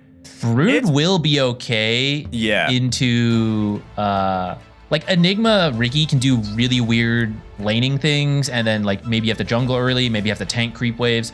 So Brood's pretty flexible in that sense, especially because you're like, I just need to hit 6 and then I will completely recover is the idea. I don't know if Broodmother is still at that point, but that is the original idea of like Brood carries. Well, it is time to find out as we jump into game number 1 here of Avalis versus Chimera Esports. And yeah, Brood carry, something we don't see all that often, but I'm very excited to see how it's going to play here. And I do agree. I think the idea is that it doesn't really struggle to the Enigma Riki lane. You just play inside the webs. You have the milk. What is the thing? I can't remember what it's called. What's the innate? Spider's milk? Yeah, thank you. Yes, the innate. Yeah, spider's milk. I almost said something else and it was not correct. So I'm glad I did not. Very good facet for helping sustain the lane. It can't really like be pushed out too easily, right? Like you don't have like these like real easy lockdowns onto this hero. So I think it's going to be fine. It's an interesting pick. We don't see all that often, but it is something Smiling Knight has a lot of experience on. And in this specific matchup, I think it's going to do just fine. Scouting out with the Spirit here. How it's going to interact with the Riki smoke screen. Because Broodmother herself can buy BKB, but all your spiders might end up missing in the early game. Yeah, potential fight breaking out here top. Reflection, just too good. We'll push them all away. Dahak actually denies the bounty rune. So it's just going to be 1 for the side of Avalis instead. Off to some early body blocking. Saneko up to messing with 1J over here. Yeah, 1J, he's got the win lace already, so I think they know, like, this is our game plan. We don't really want to do a direct lane versus Broodmother ET. We're just going to try to get the creep equilibrium back, do weird, like, block the camps, pull. Maybe we'll see Ricky kill some couriers. Yeah. I'm with you on that one.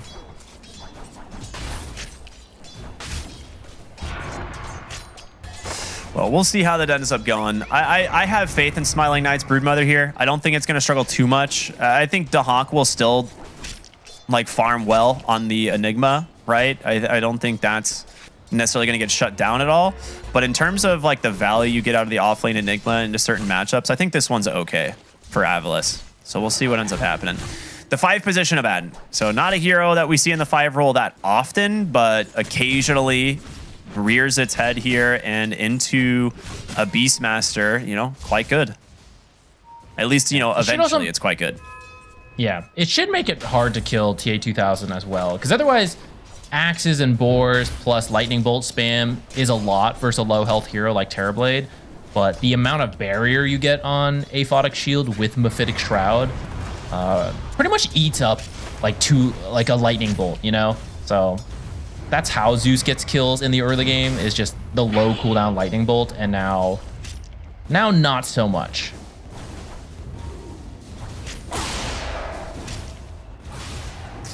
Yeah, the Hawk being very annoying, but CSing going all right. There's a creep drag happening here from the Bounty Hunter to pull the lane back, which is really smart. So this will allow the lane to kind of push out a little bit here. Maybe threaten this Broodmother a little bit more. Saneko really trying to get some aggression here. Loses his courier, but he did get the delivery in time. Courier on the way, actually. Let's see if they end up running it into 1J. I'm definitely curious to see how well this is, or like how much impact this support Zeus is going to have, because I know I've seen it happen quite a bit over the last like month or so, but I still have not actually seen it in action. So it's one of those things that on paper seems pretty good, but oh, we're going to see them actually make an aggressive jump here onto Zibe. The damage being mitigated a little bit by the Zeus there, first off the leap and then again off the bolt. So first meta is out. Not really getting a lot out of it right now.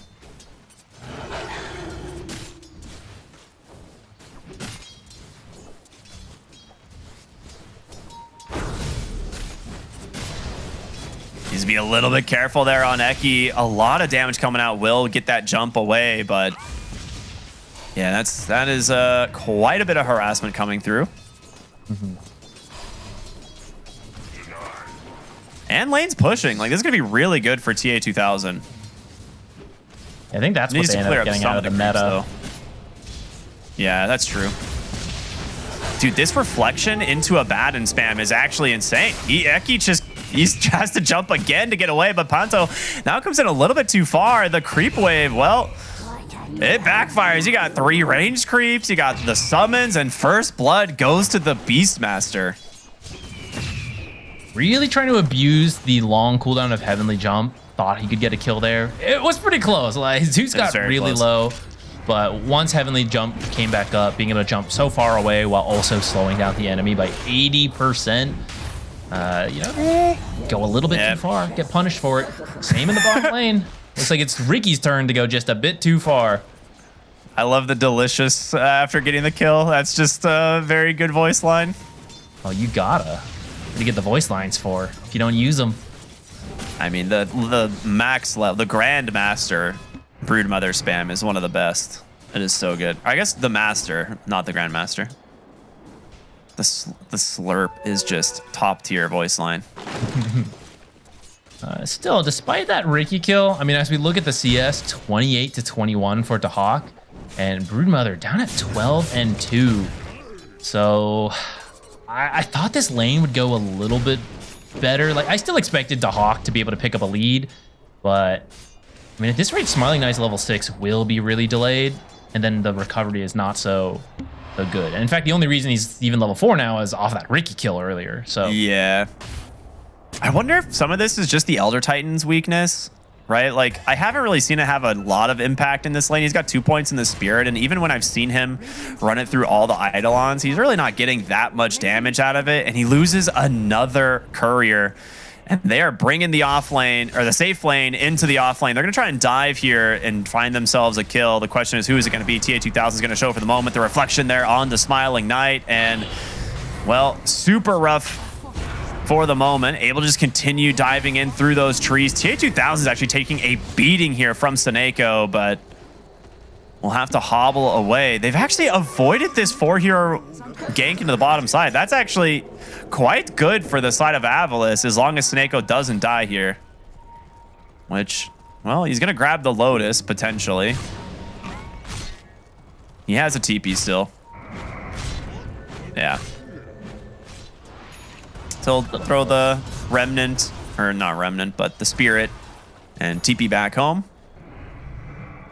But rough for Smiling Knight. He can't even walk up to the lane. There's 4 heroes still down here. Now the Ember Spirit making his rotation to the bottom side, gets scouted out from a ward, but top lane, they get themselves a really nice rotation, and Stormstormer finds TA2000. The Bird's gonna catch. One more auto attack is all he needs, and he's gonna get it. Zibe finds the kill. It's his Helm and the Dominator delivered at the same time, so it might be able to get in some solid tower pressure here. Right, that big rotation bottom costing them. Well, maybe it's not done yet. We're still extending this bottom rotation. All right. Yeah, they really need to protect Smiling Knight's lane for the moment. Like, he needs a little bit of space. As you can see, just on net worth, it is far worse than I kind of expected. I think once you get to level 6, it should be fine, especially considering he's gone Feeding Frenzy, which just gives him so much more farm speed. But he's quite a bit away. Dire's top tower is under attack. Yeah, this 8-minute rune will be pretty impactful in that regard. Whoever gets it, Tiny and Ember, can make a lot happen. And we're at that point where maybe you tip your Terrorblade into the full farm mode, just out scales you and you can't stop him. Or maybe you get a couple kills for Broodmother and she's just right back on track. Lornov really wants that 8-minute rune. It's gonna spawn bottom, and it's picked up from Seneko. And with this, it does have a Remnant pullback. Gonna do a pretty hefty amount of damage here, but the chains will come out from Lornov, hold him in place, and we'll TP on back to base. Oh, great tricks of the trade there to dodge that damage. Stomp does connect. There's going to be your Avalanche. Do they have the damage? They do, but Lornov's going to rejoin them into the mid lane here. Coming back from that fountain. Takes down another Courier. A little bit of a 1-for-1 trade.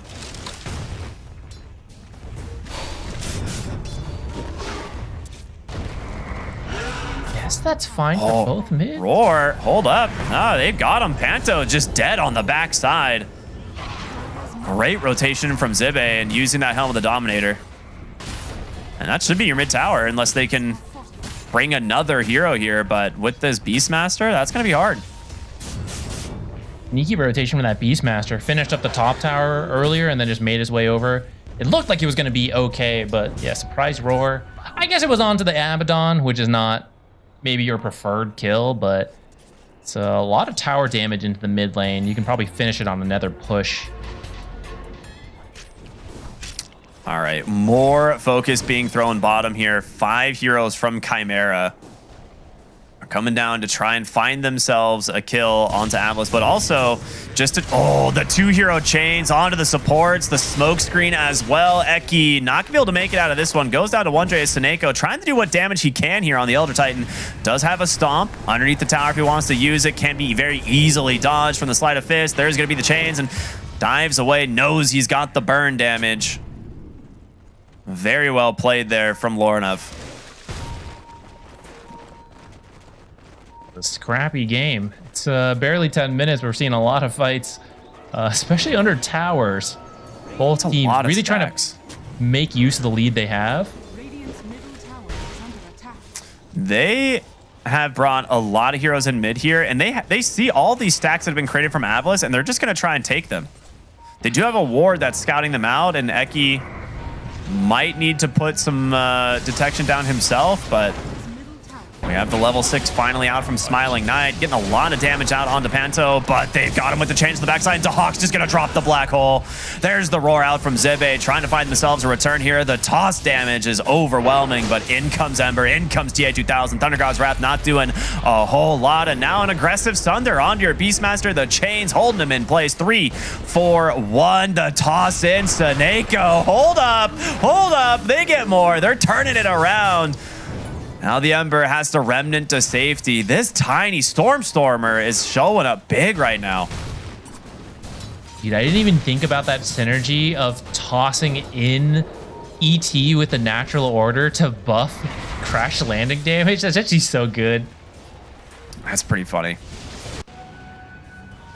I mean, this was a really sick fight. I mean, Smiling Knight comes in a little bit too far, gets caught from the Malefice here, and I don't think, maybe he just didn't see the remnants. I'm not entirely sure, but yeah, unable to stop that black hole early enough. Yeah, overall, it was a great start for Chimera Esports here. The downside being that, or sorry, the upside being that you killed the Brood before she could get anything in this. And then as you end up losing your carry and your hard support, now it kind of goes back to even, but TA2000 got to benefit from the kills, whereas Smiling Knight, who is already the core struggling the most, he was out first. I guess, saving grace, TA2000 is not that much further ahead. This Beastmaster, very much so ahead of everyone. Atlas has to try to play around Zibe, I think. Stormer and Zibe right now. Your Beastmaster is so farmed. Helm of the Overlord is he's just running around cutting waves. That's huge. And so here's the deal. Like, Smiling Knight had a really rough game. He is mostly recovered now that he is, you know, on the Broodmother, and this hero gets a little bit of space to farm. He is level 8, forcing the Enigma out of lane because the Eidolons just get chewed up by these little spiders. And he's gonna be okay. He needs more time for sure, right? Like, he's still not like online by any means, but he now has plenty of space to farm. There are no tier 1 towers left for Chimera, meaning he can take over the triangle as well as the other ancient camp and kind of just hold this bottom side of the map for himself. That being said, Zibe is also doing it, so. Yeah, that's what I'm a little confused on. I feel like now you want to just leave the Brood alone until she finishes the Orchid. For now, they're going to start moving over. They're going to find 1J here right before, before you can go invis again. Got that AoE avalanche to finish the job. And then just let Brood be down here. She'll just shove in the lane, poke the triangle when she can. Otherwise, farm your own jungle. I say this, the 14-minute rune is coming up. So Aval is moving up here. I think after this, you do give Brood the space. But we'll see if they can steal this away. Yeah, I mean, they're smoking over for this. Like, they're going to show Zibe in the lane, but Eki and Stormer are behind. And the Radiant scan doesn't connect. Now, the question is, do you TP back to your own side to contest your own wisdom, or do you just take the tower? And it looks like they're just opting for the tier 2 here. Well, I say that Eki's coming back, does manage to get it. He might lose his life for this one, but I think that's a pretty okay trade for just the support. Never mind, Dahawk in trouble. Thunder God's Wrath. It doesn't actually connect on the toss, but there's the black hole. He's turning it around, but where's your follow-up damage? It's just to blink to safety. Panto's gonna pop the borrowed time. In comes Lorna. Chain's gonna hold down Saneko. Earth Splitter is there. The toss back. He's losing a lot of HP, able to get away on just a sliver. But the chase now coming through from the Broodmother. He's got no remnants left. Chains are out once again to hold him back. And 1J playing with the backline actually gets Eki. Very good disengage from Chimera. That could have been really bad. Yeah, you didn't get the Wisdom rune, so that sucks. But I guess they did get 2 kills, so maybe it balances out a little bit.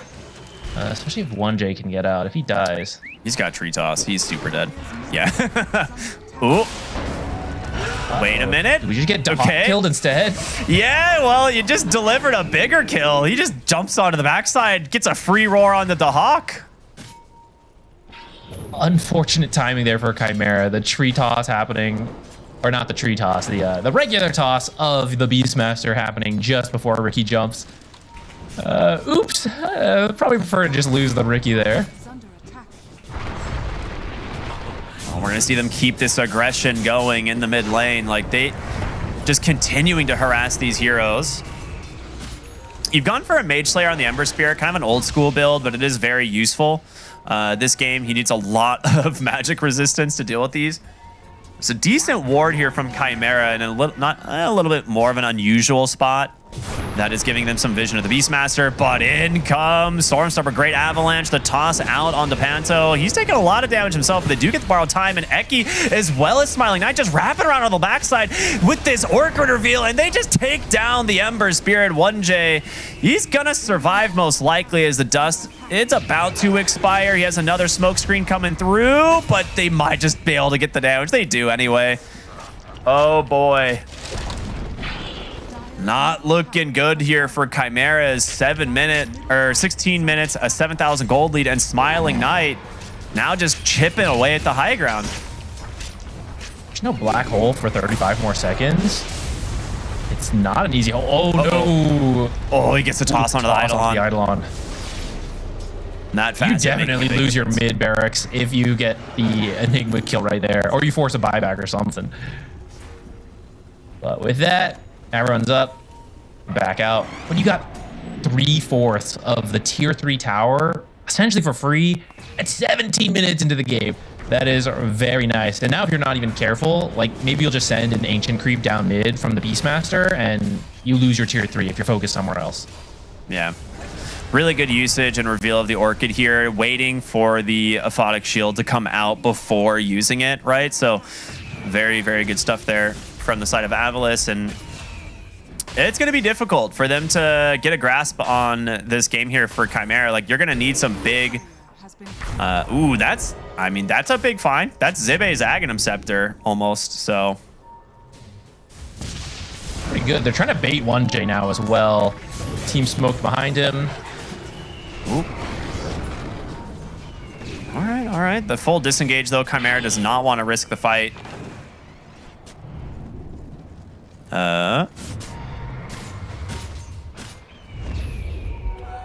Smoke up from Avalis.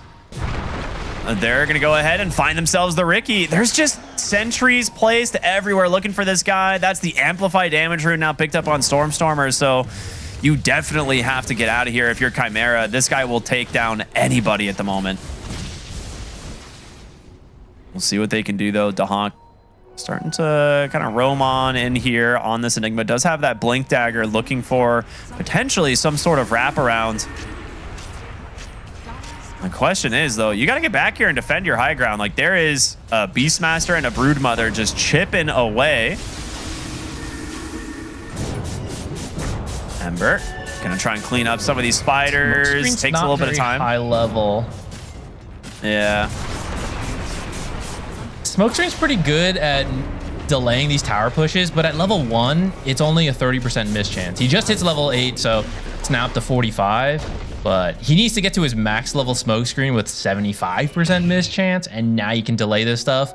Unfortunately, that's the tier 3 down. So the barracks are now open, and you're dealing with a Broodmother and a Beastmaster. So if you lose any fight on your half of the base, you can say goodbye to those mid barracks.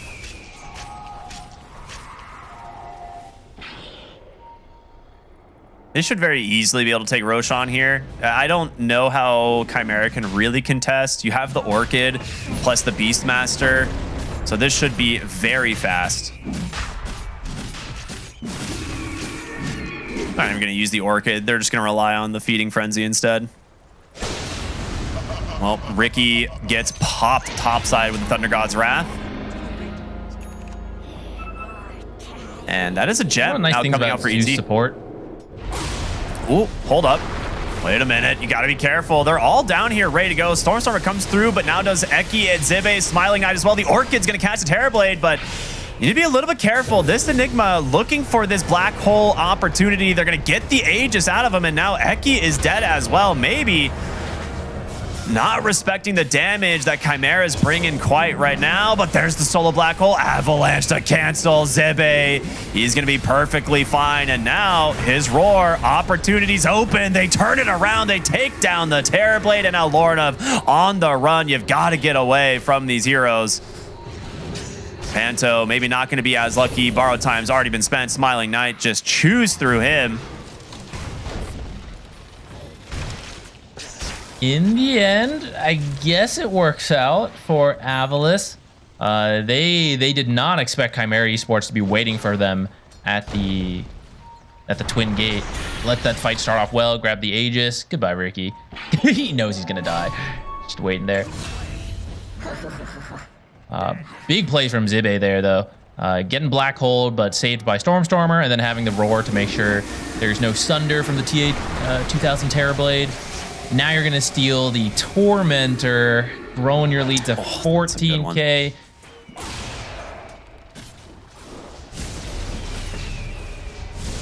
Things are really slipping out of control. Yeah, I mean, Ricky has his Diffusal now, but, you know, this is a hero that can't really do much on its own. He might be able to find heroes like the Zeus, but he's got the items to get himself out of the smoke screen already. Panto dies immediately before you can even get to the ult off. I think it was just a toss damage, was too much. And look at Eki, dude. He's just going aggressively into the enemy's base, trying to force down some spell usage. Avalanche toss, goodbye. Enigma, goodbye, Ricky. The GG's come out in an absolute beatdown from Avalis here in game number 1, all put on the back of just this. Honestly, it's just Stormstormer and Zibe on these like 2 heroes completely controlling the tempo of the game. Yeah, a special shout out to Zibe on the Beastmaster, right? Had such a strong start into a Helm of the Overlord, and I think it was like 7,000 net worth when other people were at like 4 or 5,000, and he was just running around the map, opening things up, which was so necessary for the Broodmother, who was really struggling. I feel like that was the critical moment where Brood and Terrorblade were both suffering, and it comes down to like, who can make more space for the carry to get back into it? And in this case, like you said, it was Zibe and Stormstormer moving around with the supports, just crash landing, roaring people. Even if you don't get the kills, it's all space for Broodmother, just running around with the Broodlings, catching back up, finishing that Orchid, and then suddenly wrapping in on that mid tier 2, getting a bunch of kills, getting that mid chip damage in on the tier 3, just completely changed the game at that point.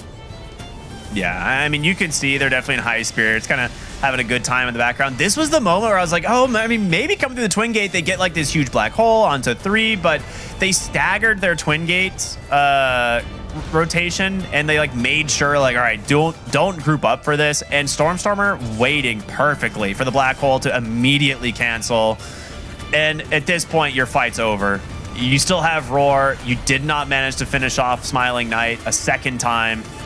And it's just going to be very difficult to keep these, you know, heroes alive. Yeah, Chimera got a little split up on the Twin Gate. So they were waiting there, but then a lot of the heroes moved beyond towards the outpost. But Enigma was actually still stuck on the other side, and that's why he can't get a big black hole next to the meta TV. You can win the fight cleanly at that point, but now he's stuck too far, eventually settles on the Beastmaster. Even if it wasn't insta-canceled, though, I don't know if that's quite enough. So good. Just the coordination on their spells, like that one specifically right there, like Eki just goes in, throws a little, like what damage he can into the Stomp, just a follow-up. Now Stormstormer, the 2-hero Avatos, another follow-up from the Zeus. Like there's just so much like consistent chip and burst damage that you have to respect, and the moment that you don't, you die. And it's just such a sick performance from Avalis. I love this draft. And yes, the game was a little bit rough for Smiling Knight to start things off, but it's a Broodmother carry. We know this hero is going to get the space to recover completely. And he does. He just ends up back at the top of the net worth by the end of the game. I mean, right behind the Beastmaster, but contributes a lot, has a ton of building damage. And yeah, very well done. Yeah, I like the idea overall from both drafts. I think the carry picks are where things got messy as they got to the very end, and in this case, Avalis. I think they ended up with the better carry pick here, like the Broodmother into what they had to deal with, and then the Terrorblade. Terrorblade's game I just ended up being too hard here. Yeah. That's the thing I still didn't quite agree with in the draft, was picking the Terrorblade into some of these matchups is really rough, and it didn't quite pan out for them, but I don't know. We'll see what happens, because there is still a second game here for these two teams. Chimera, maybe they can pull it back and show Avalis what they're made of. But for now, we're going to go to a short break, and we'll be back with our final game of the evening. Everyone stay tuned here for more on Dream League Season 25. We'll see you in a bit.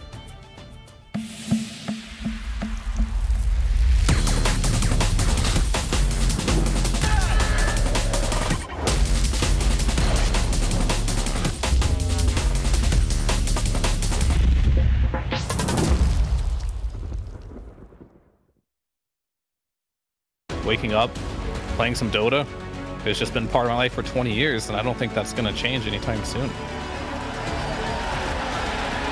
Where we are in the history of this game and where it's come from and how much has been accomplished, I think compared to basically any other esport, it's the best. So I'm grateful for Dota 2 as a game, because Dota as a culture supersedes where we come from. You are a Dota player first, and I love that.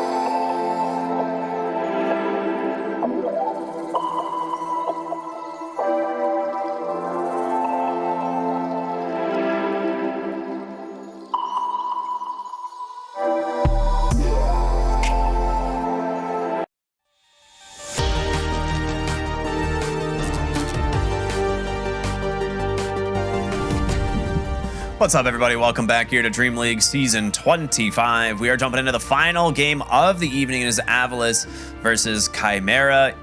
And, I mean, game one, it looked okay at the start of the lanes, and then suddenly Avalis just snowballed this game out of control off the back of Zibe's Beastmaster and Stormstormer's mid lane Tiny, just really coming in strong. Yeah, I think there was a decisive moment in that game where both off lanes were kind of doing well. Both mids were getting what they needed. And then that's where it comes down to the playmaking, who finds what. And Avalis managed to find a bunch off the back of the Beastmaster having such a strong start, picking up big kills, but also at perfect moments, like getting a kill in the top lane just as the Helm of the Dominator finishes. So you also get a tower, finding a kill mid, got an Ancient creep with you from the Helm of the Overlord, so now you get a bunch of tier 2, tier 3 damage. Things really lined up well for Avalis there. Yeah, it really did. And we'll see how Chimera wants to adjust their draft a little bit here for game 2, because we saw the first phase of Bad and we're like, all right, this is cool, very flexible. It plays in pretty much every role except for like mid. Occasionally you'll see in the position 4, but it's really like an off lane or carry is what we see a lot of times. And at the very last second, they pick a Terrorblade, move it to 5 position Abaddon. And we just didn't have a lot of confidence in the Terrorblade based on the draft initially. So it was a little bit of a bold pick. Maybe they thought like, okay, we'll snowball the lane and Terrorblade will just be super farmed and it'll be too big for them to deal with. But that just never happened. This Beastmaster took over their map. Yeah, I wonder if some of it is, we talk about Abaddon being a very flexible pick, but you also have to play it, right? And it is relatively recent. Perhaps they didn't feel confident in their ability to run the carry Terrorblade, or sorry, the carry Abaddon, so they wanted to go with something else they felt more comfortable with.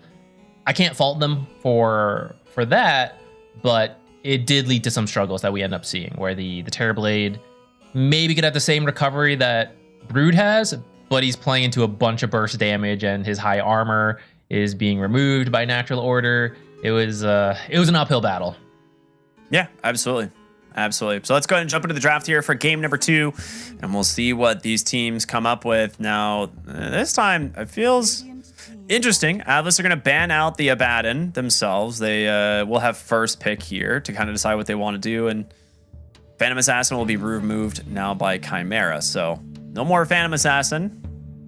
5 seconds remaining. I'm curious what they want to go with, because the Phoenix, which is another also very popular first phase heroes, been removed. They could just open up the Tiny again if they really want here for Stormstormer, which we're going to see the Bristleback. There's still a Doom in the pool, though. 10 seconds remaining. Maybe, well, we don't see first pick Monkey King as much, but it is something Avalis has done. Something that they like a lot. Usually a little later than the first pick, but they've done it, so if they want, they could go for that. Some of the more annoying matchups are out, like the Phoenix and the Batrider are a big pain to deal with. Nyx is also still in the pool. Ooh, the Nyx is actually a big one. There's a lot of options here. The Abaddon making it into the first phase ban is a little bit interesting. Like, we don't see it that often. They will go ahead and get rid of the Monkey King. I would like, yeah, it's just going to be Tiny again. I think that's a great idea. Why not? Had such a great game last time. And it gives you everything you need, really, right? You got the playmaking potential from the Blink Daggers. That is what you have to be careful of, I guess, is the weakness of Tiny. You need the Blink Dagger to get really active. But by leaving support picks open, you can see a little bit more, pick good supports that win your side lanes, and then can rotate in to help the mid Tiny so that he doesn't need to come to you. You can help the Tiny get kills, he gets the blink, and then he can go to you. And like, what do you even pick to hard counter a Tiny mid nowadays? Monkey King, maybe, banned out. Yeah, Phoenix, good versus the Tiny, banned out.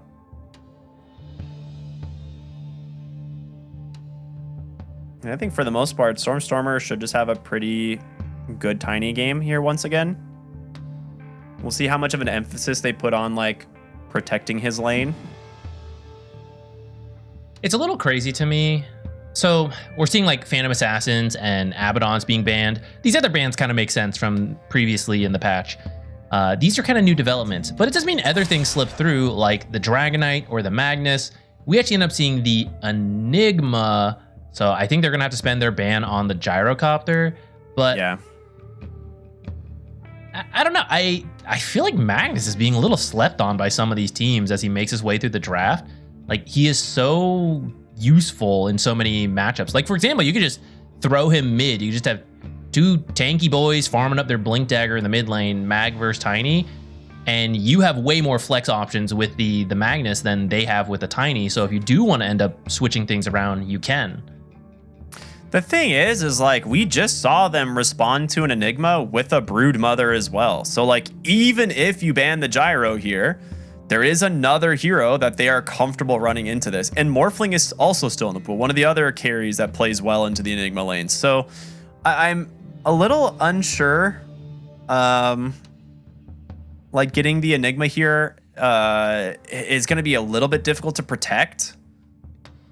Because like you said, you really only have that one ban. But we'll have to see what they do with it. I mean, there's the Medusa as well, if that slips through. So we'll see. I guess we'll have to... Maybe they're trying to bait the Enigma support, you know? But I think Enigma support has not looked as impressive as many other support picks. There's...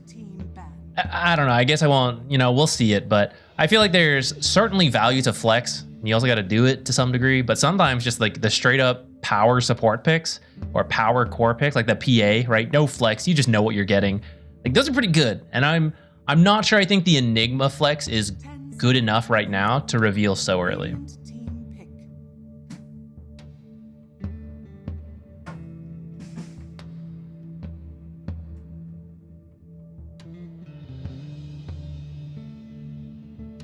There goes the Gyro.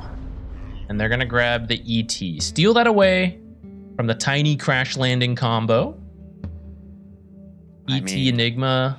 Some cool duos there. Combos potential there. Stomp to set up the Black Hole. Black Hole to set up the Stomp into Earth Splitter. Some potential synergy, but I feel like counterable. And that's kind of what I'm scared about. I wonder if they want to look for something like the Zeus again, just because it was pretty stable in the last game. But I do think part of Zeus's strength is being paired with the Elder Titan there, because they're just how much magic damage he can put out. You can hold your carry pick until 18 here. You don't really need to show it on Avalis. I'd be perfectly fine for them going for their offlane duo. Like, you know, it's an Elder Titan 5, or at least most likely an Elder Titan 5. Could just go for... I was going to say Warlock earlier, dang it. I was like, I like Warlock into Enigma a lot, but I wasn't sure if they were like... Because it's typically Warlock Gyro, so I'm curious what the pairing is going to be with the Warlock here, is the main thing. That's the classic, but I think Warlock has proven to be pretty useful with many other picks, so it's a little bit open.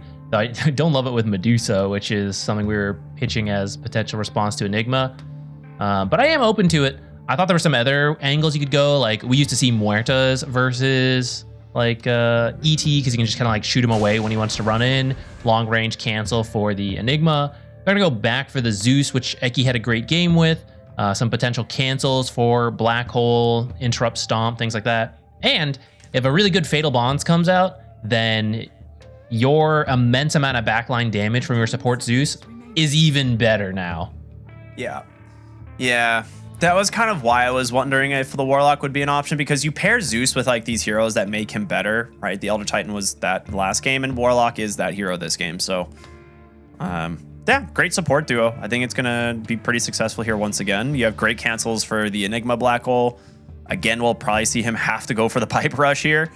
Otherwise, you're going to be in a world of pain. At this point, you're not playing for Black Hole.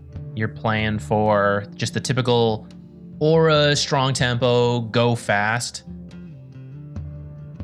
I'm open to it. I'm still question mark. Like, can't you just pick that later?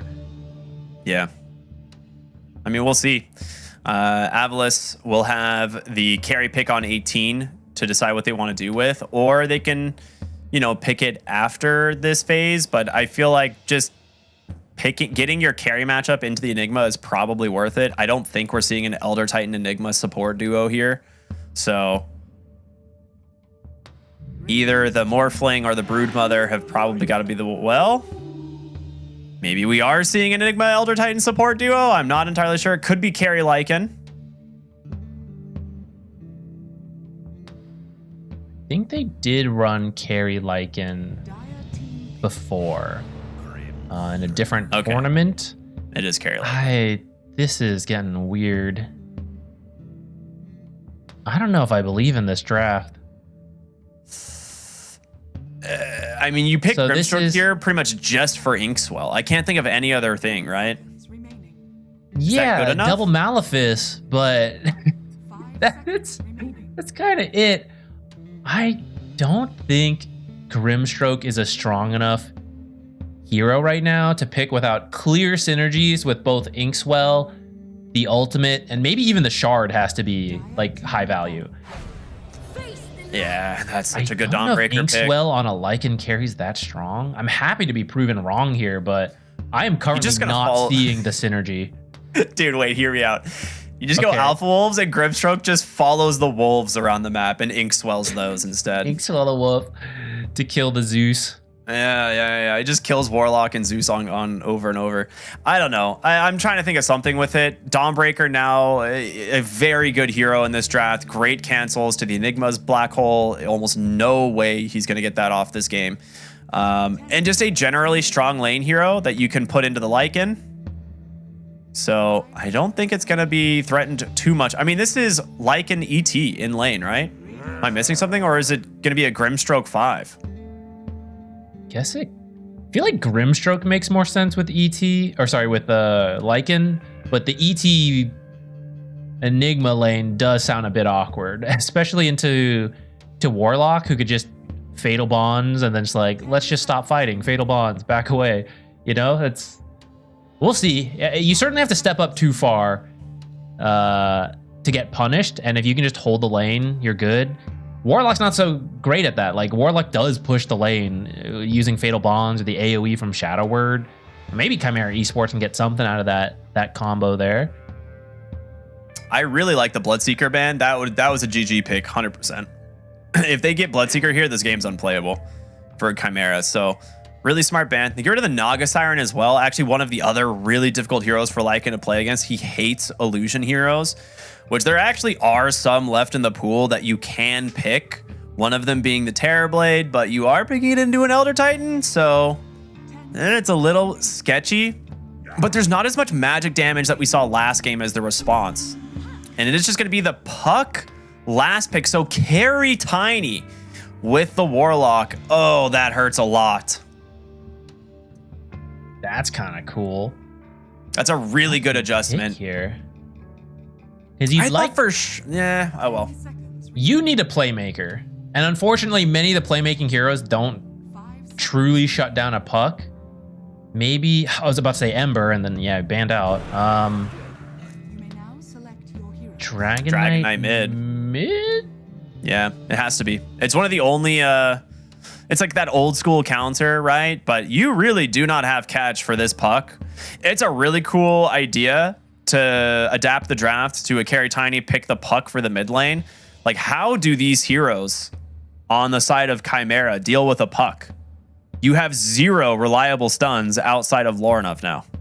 Inkswell into Dragonite, Blink Stun, and then the Silence connects, and then the Wolves kill you.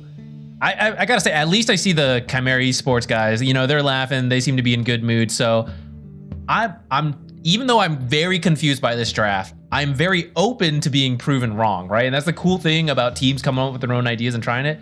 But I currently am not really seeing it. So I really need to see. I really want to be surprised here. I figured it out, actually. Okay. So they picked the Grimstroke to block the Broodmother. 100% is what it is. Like, Broodmother can't play the game into Grimstroke very easily. Like, he basically can never bring his spiders near him. Like, getting the ult onto the Broodmother makes it very difficult to actually get around in the fights. And so they end up just going tiny carry. But whether or not it's going to be worth it, we will have to see. It is a bold strategy because not only is it a Grimstroke, but it is a fine art Grimstroke, something we have been wanting to see for so dang long. And now it is finally here. Game number 2 of Chimera versus Avalis about to begin. And I am really excited to see how he's going to make use of the fine art. I don't think ever seen this in a competitive game, you and me. So it's going to be really cool. Okay, so here's the thing. Instigate is very common to take because it works really well with the shard, and you can control when to dispel. The dispels this game are okay, not the best. Fine art has way better presence in the lane. Most of you have probably never seen this because no one takes fine art. But if you stack the camps, fine art is really funny in the way it works. And that, so for example, you stand in the lane, you choose to fire your Stroke of Fate backwards into the small camp, and then it comes back into the lane after hitting like 8 different creeps because you stack that camp. And it is like a 500 damage nuke if you hit anyone. It's really hard because you're predicting where they're going to be in 2 to 3 seconds. But it is an insane nuke if you can actually land it in the landing stage. And you can win off of just landing a couple of those and getting like these crazy kills, but it's so finicky to actually do. Yeah, I am very curious to see what's going to happen there, but you know, maybe they get something out of it. Interesting draft though from Chimera, and I always give teams props for trying to be creative and do something that we haven't really seen. And you know, this is kind of that. We're back on the old school mid Dragon Knight.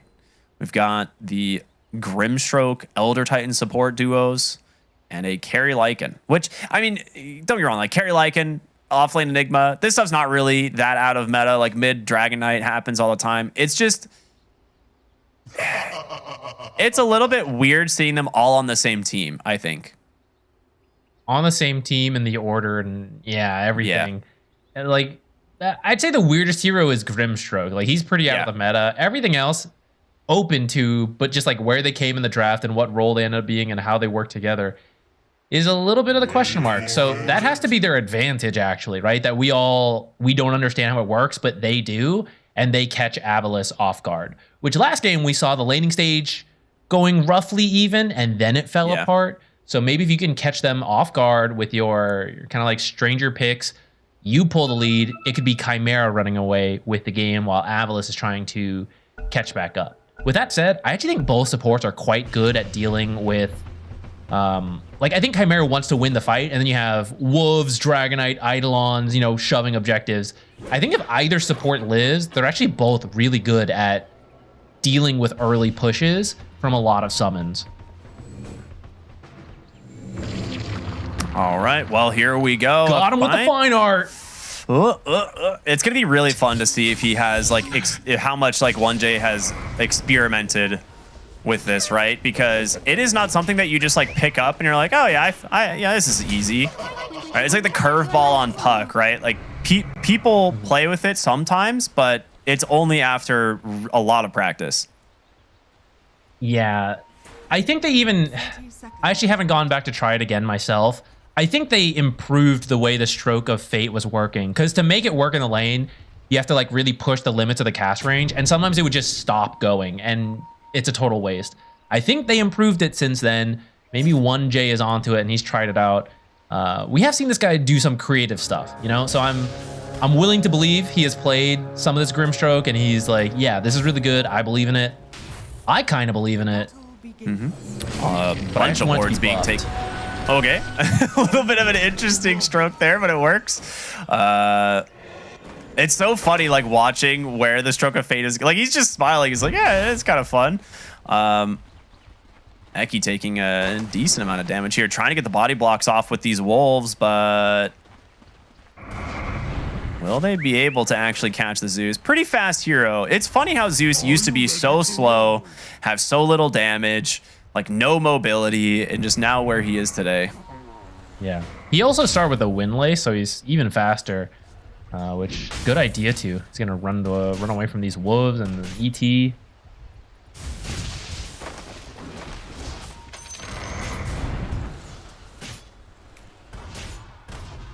All right.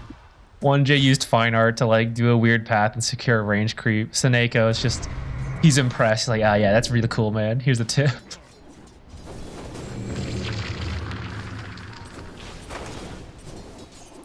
Yeah, well, I mean, I think it's a cool. How much is the bonus damage you just get from the facet anyway? Level 1, it's 20 per target. Okay. Which is why, for example, if you imagine a stacked camp, ooh, close first blood. Yeah, very. Kanto falls, Eki barely lives. That's why you buy all the cheap stats, guys. If you have like a stacked camp, it's like you have an extra level or two in Stroke of Fate when you hit all of them. Like Suneko, totally in kill range. You ready for this? Yeah. Get this go. Get this go through the heroes and the creeps. Oh, dude. A lot of grenades are out. It's a lot of damage. Smiling Knight, though, gets a... Dude, these...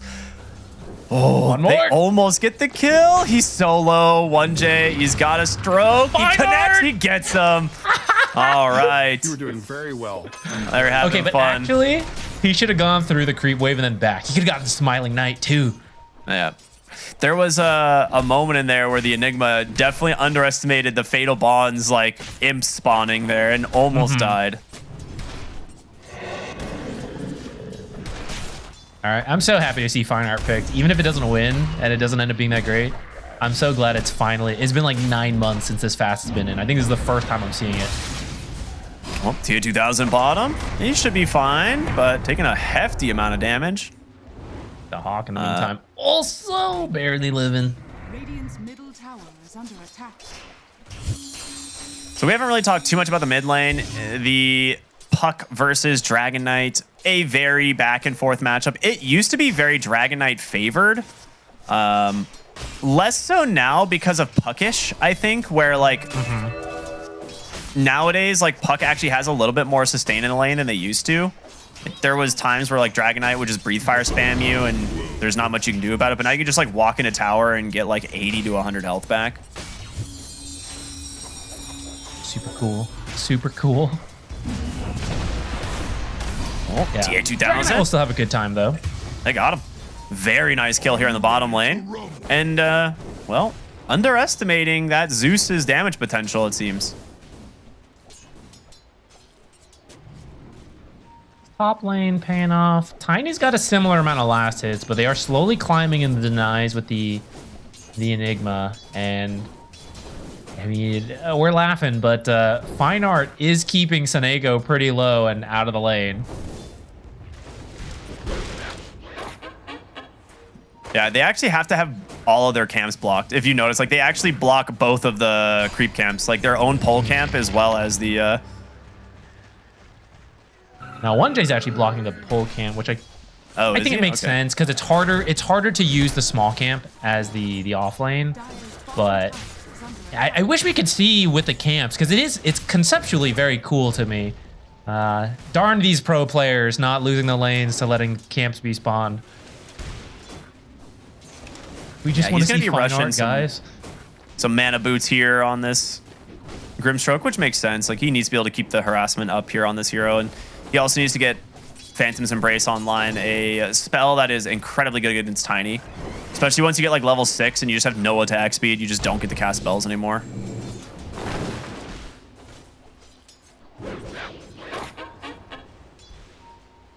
There's Lauren off. 5.5. It's still going to be quite a while. I feel like we don't actually see mid Dragon Knight as much. I think he is just going to go for a blink. Otherwise, I don't know who starts fights on your team. But that blink is going to take a while to get to. So it might be a little bit of a quiet start from him. The most action we might see is when the Hawk finishes the drums. You know, maybe they play around that. Because otherwise, like TA 2000 on the carry Lycan, you want the Midas. You need a lot of levels to make Alpha Wolves good. You want to punish him before he can get there. Some big damage. I don't think you dive into the ET. Oh my maybe, goodness. Dude, every time the Elder Titan backs up even slightly, they just Thunderbolt into the full combo, and it is really making this lane difficult for this Lycan. He has had to buy so many salves. Yeah, this is the strength of the Zeus support. Your base stats are really that's good. Just a solo kill. Ooh, okay, I guess it is still Dragonite favored heavily. I don't think that's supposed to happen. Nah, he just caught a Dragon Tail right to the base. Yeah. Yeah, the lane was really even, and then I think he took a lot of damage from the Dragon form here unexpectedly and kind of turned it back the other way. Now, on top side, we're going to see them try and make a dive here. Panto looking for Seneko in the trees, has a lot of damage, slowed up by the Zeus. Blood Grenade now out, and one more auto attack will finish the job. Now, the question is, can they get Panto? Absolutely. Eki will bolt him down. A bit of a brawl here in the top lane, a 1-for-1.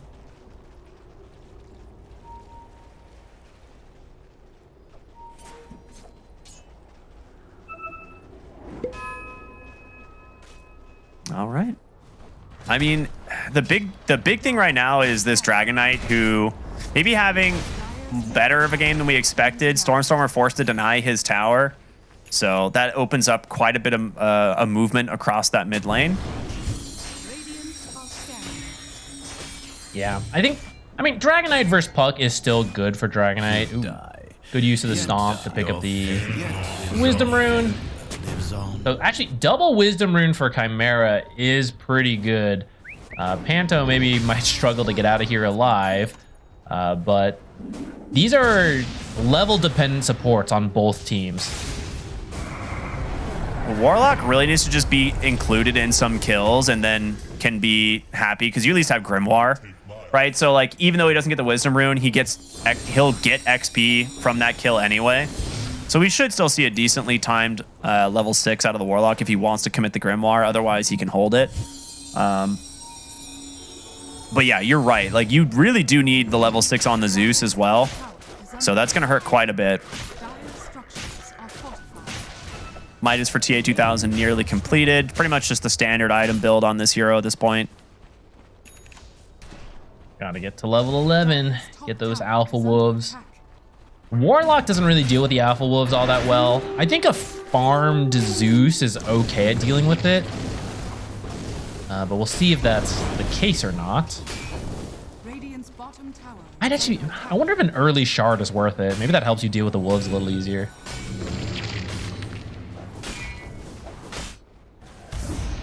I am curious to see how much impact this carry Lycan's going to have, because it does really need to get to the Alpha Wolves quickly if he wants to be able to pressure these supports.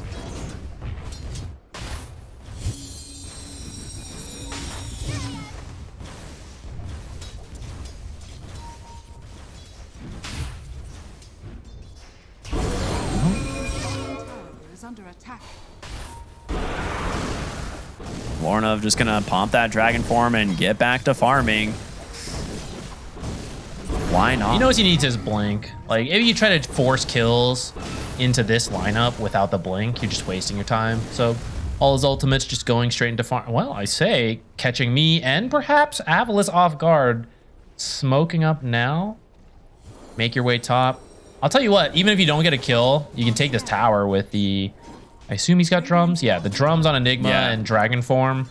Kind of a waste on some of this Dragon form time, though, so they gotta connect on this soon. They really want Tiny. They're going to go for a nice deep wrap around the ward, providing all the vision that they need. The TP is coming in. Seneko. Well, he's dead first. Smiling Knight also completely isolated. Level 7 on this Enigma is now Eki trying to run away, but I don't know how good this is going to work, or how well it's going to work out. He's got no more Heavenly Leap, Heavenly Jump. Lornov gets a double kill back into the mid lane as that Dragon form expires, and well, 3 for 0, a really solid rotation from Chimera, and this should be the tower.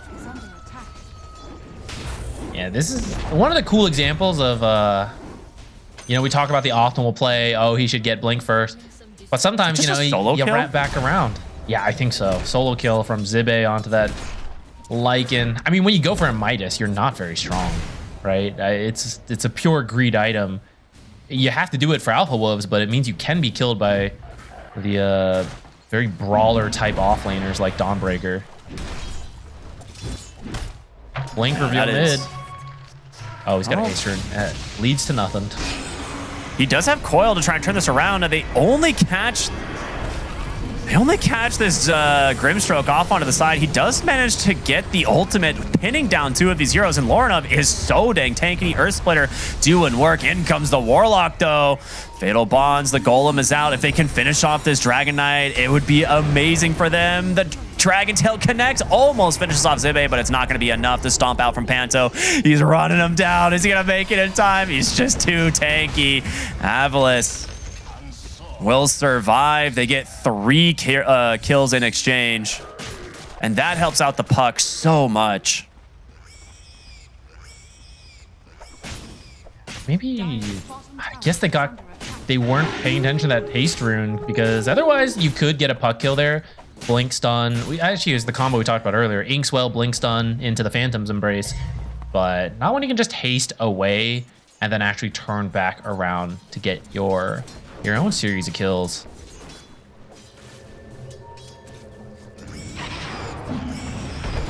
Does he still have his Grimoire? Or did he use it? I feel like he would have used it. He used it for his level 6. Okay, yeah. I was like, I feel like he was not close to being level 7.5 previously, so I'm guessing, yeah, use it at that rune fight. Another breakout fight in the mid lane, looking for the Puck here, as they do manage to get the silence, everything out from the Grimstroke, locking the Puck down, but the Fatal Bonds with all of the damage from the Zeus. A quick 2 kills, Panto with a stomp, doing his best to try and escape, but Smiling Knight, he's got a toss coming through here. And there it is, goes to the Tiny. This helps out Smiling Knight a lot as well. He's been struggling immensely here on the Tiny this game, but it's a little bit of a stimulus package there for him. That's true. I kind of forget we're dealing with a Tiny carry here. He has been struggling a little bit. I think this is where Tiny's farming speed does pick up, though, as you can get like a Shard coming up here, Echo Saber. Yeah, he needs the Echo Saber Shard like ASAP. We're really seeing the impact of the supports here from Avalis, right? This Zeus Warlock completely melted the triple, or like the 3-hero dive in the mid lane. And it's something you have to be aware of, right? Like, these supports are the highest damage heroes right now, it feels like, for Avalis. Smoke Which they actually managed to find them. Yeah, they find themselves a free kill onto the Elder Titan. Maybe not the target they were hoping to find with the smoke, but Puck didn't even have to commit coil, and the Warlock never broke the smoke, so actually still makes use of it to go in a little bit deep, place a ward. They might know now because he actually captured a Watcher. See them take their best guess at where that could be. 14-minute rune. If he jumps to this, they might get in trouble here. Phase shift, silence, coil. He needs to get out. In comes Zibe. There's a great stomp into the Earth Splitter. Seneko is here. She's just going to drop the rock just to make sure there is no more chase. I mean, that's a huge commitment from Avalis. Well, I say that. That's the Soulbind here catching the Puck. He can't get out. Double hero Dragon Tail, and he's dead. Eki now in trouble. Tried to do what damage he can. Finish off Lorinov. The magic damage, it's a lot, but it's not enough. And now Eki tried to TP on out. Root right away. Is that a guaranteed root nowadays? I think so. The first hit is a root. Hamstring. Yeah. As long as you like cast it. I think it's auto cast, that one. Yeah. I think you don't have to auto cast it though. Oh, gotcha. Yeah, like you can stagger them, which is what like most Lycan players will have one on auto cast and then turn on the second one as it goes in. Yeah, I think Puck would have been fine here, but Eki tried to come in to help, and that actually connected the Soulbind. And then that prevents Puck from actually getting out here. And then there we go. The the root. I totally knew about that root. Well, we finally see the Lycan kind of come online here with that Alpha Wolf. Does a lot of damage. Pipe is now done on the Enigma, which is really important this game if they want to try and group up.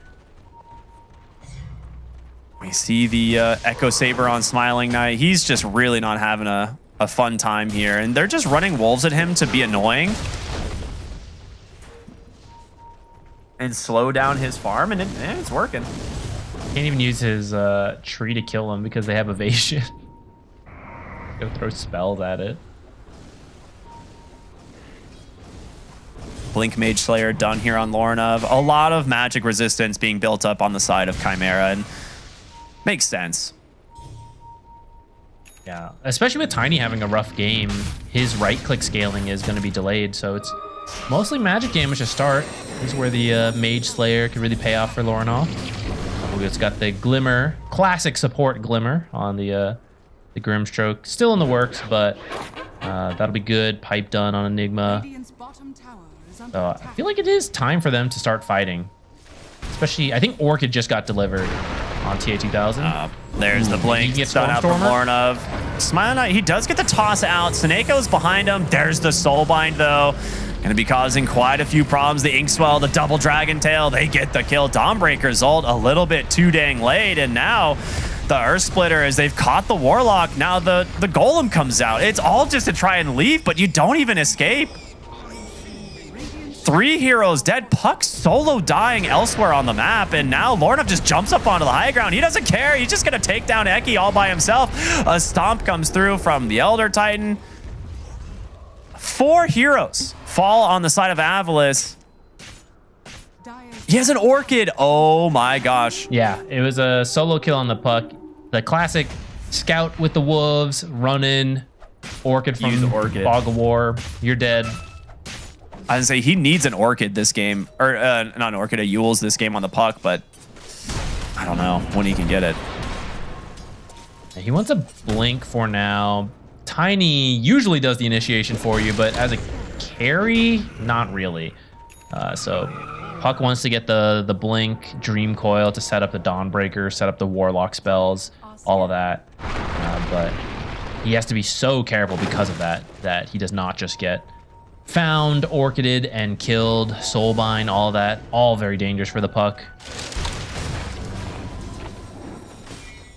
Oh, you guys see that? You see that curving fine art path? That's what I'm talking about right there. It's good stuff. It's good stuff. All right, real talk. Do you think he just misclicked or like forgot to change the facet? No, I think he actually wanted to try it. See how? I mean, I think in the lane it definitely had more, like, at least somewhat of a relevant impact, right? Like it did keep the Warlock quite low and kept allowing them to apply pressure. And I mean, as a result, like this Tiny just had no game. So it kind of worked. I don't know if it would have made too much of a difference if he went the other one, but that is going to be a tier 2 tower down on the top side. They can maybe come bot if they want to defend too. Yeah, they're going through the Twin Gate. They want to wrap around on the bottom side. They saw the Dawnbreaker here on a ward. They're going to see the Warlock now as well. So you either start this fight now and take down TA2000, or you are going to die yourselves. And, well, here they come. Chimera looking for their opening. The ward scouting everything. Coil does connect here on the backside. They get a good stun onto the Zeus. There's going to be the sleep. Seneko in trouble as well, but Eki able to get out for now. A Thunder God's Wrath does connect. The Golem's not up. The Black Hole. Oh, it doesn't catch anybody. They managed to dodge it out. Now Dahak trying to look for something. At the moment, the Blink Dragon Tail connects. The Orchid is there. They have managed to find the Puck, and Zibe, well, you just put yourself in harm's way trying to save him. There's no way out. Nice avalanche toss, but a sleep as well comes through from Ponto. Just puts a complete stop to Smiling Knight on this Tiny, as now he has to run for his life. And Orchid is out. Dragon Tail just in 3 seconds.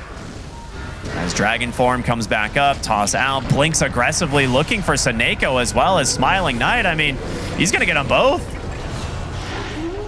What a sick play from Chimera. Avalis committed so hard to try to kill the Lycan to start, and he just barely survived slipping out.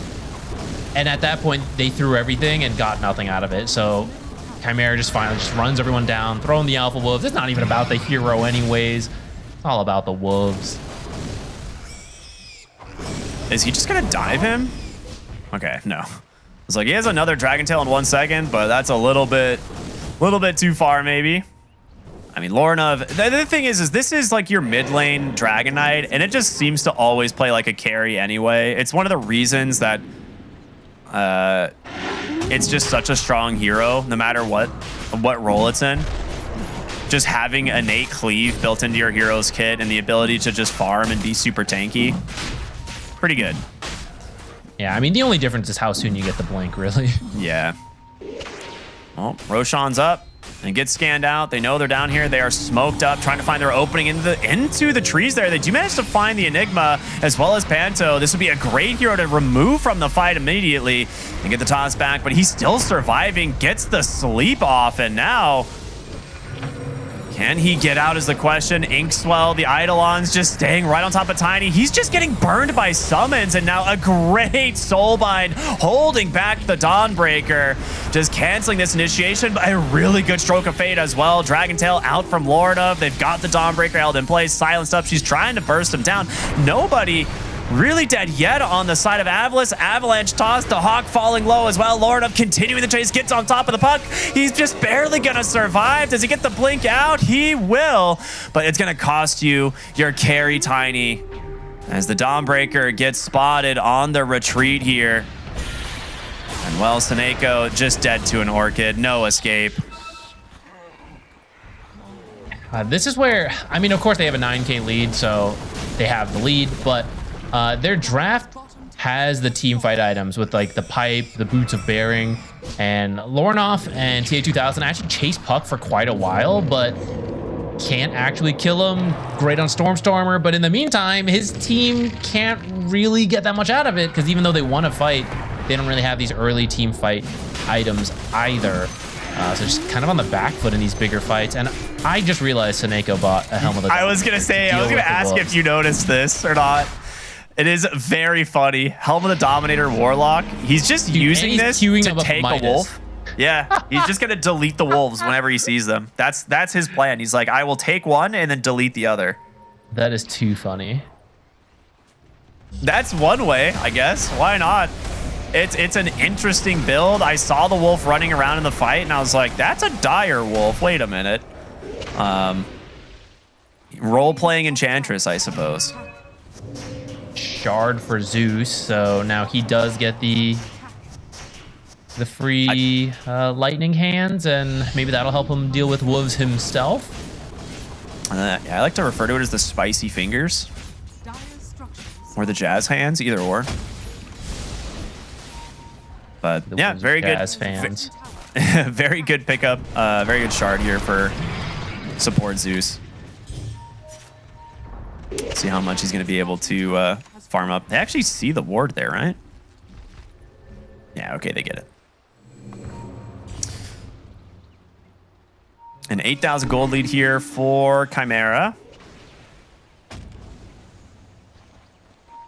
These Alpha Wolves are so annoying.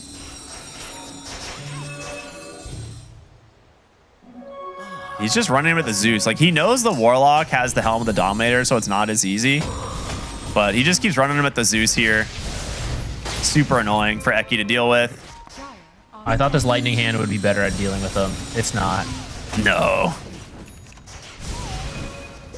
They do have like 70% magic resistance, which, while we have a moment here, why? They used to just get like one-shotted by spells before like Alpha Wolves existed. But yeah, maybe the trade-off with the Alpha Wolves, they don't have as much magic resistance. I don't know. 1,000 health and tons of magic resistance is a little much. Uh-oh. Snako, you used your Helm of the Dominator already. You need to be careful. Uh-oh. That's going to be very annoying. How long until... Okay, good Force Staff. He's out. He's out. Like, he wanted to ignore them, and then he did the mental math. He's like, depending how long they survive, I will actually just die. I have to run back to the base.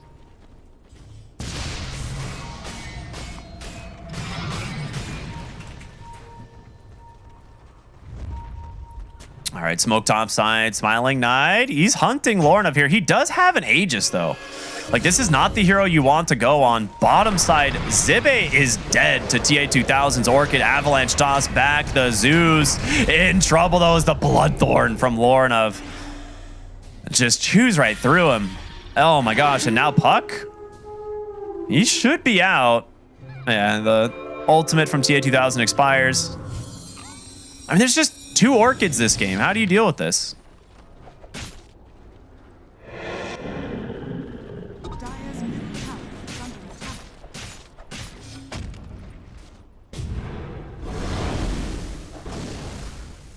We'll have to see. Lornov with that Bloodthorn is going to be constantly hunting this Puck, knowing that he is very susceptible. Gets the TP out. Nicely done, though. As we got about a minute and a half left on this Aegis. We'll have to see what they can get done with it. So far, they are pretty much corralling Avalis inside of the base. They're trying to split push as best they can, but starting to lose more and more of the map as we go. As they get ready to look for the high ground.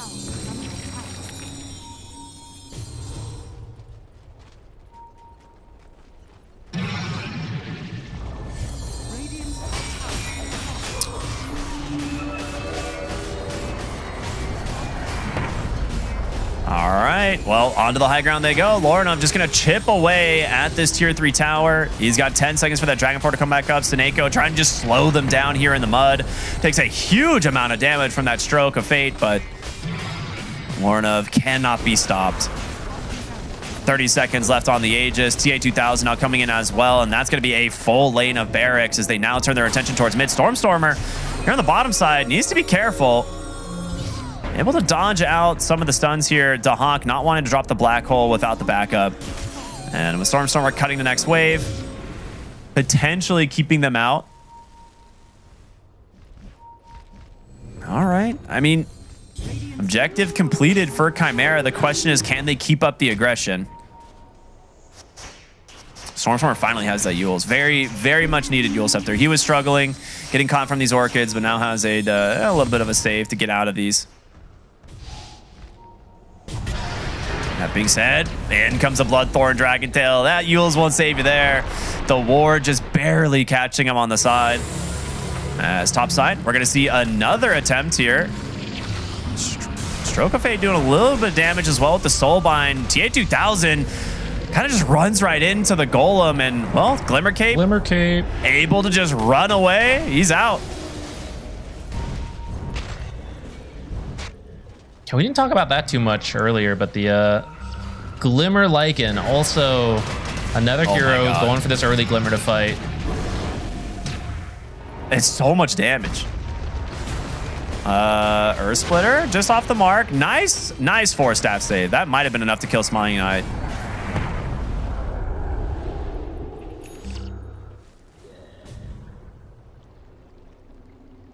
Yeah, what do you do now as Avalis, Zach? Like, how do you hold here at this point? One barracks down is kind of manageable on the map. Your supports are really good at dealing with it. You have to hope for, like, if you look at their high ground defense, it's Tiny Zeus Warlock Puck, right? Like, that's so good. So you need Chimera to kind of slip up on a push. But I feel like they have enough of a lead. You just play it smart. Wait for Roche. You know, get the Aegis on. I think the Dragonite. Just let the Dragonite hit buildings very safely. Don't bait yourself to group up because you have Enigma, right? So as you don't dive, let them come to you, and then you have the good counter initiation with the ET and the Enigma. And then I guess in the meantime, you just send wolves around until you eventually get a free kill.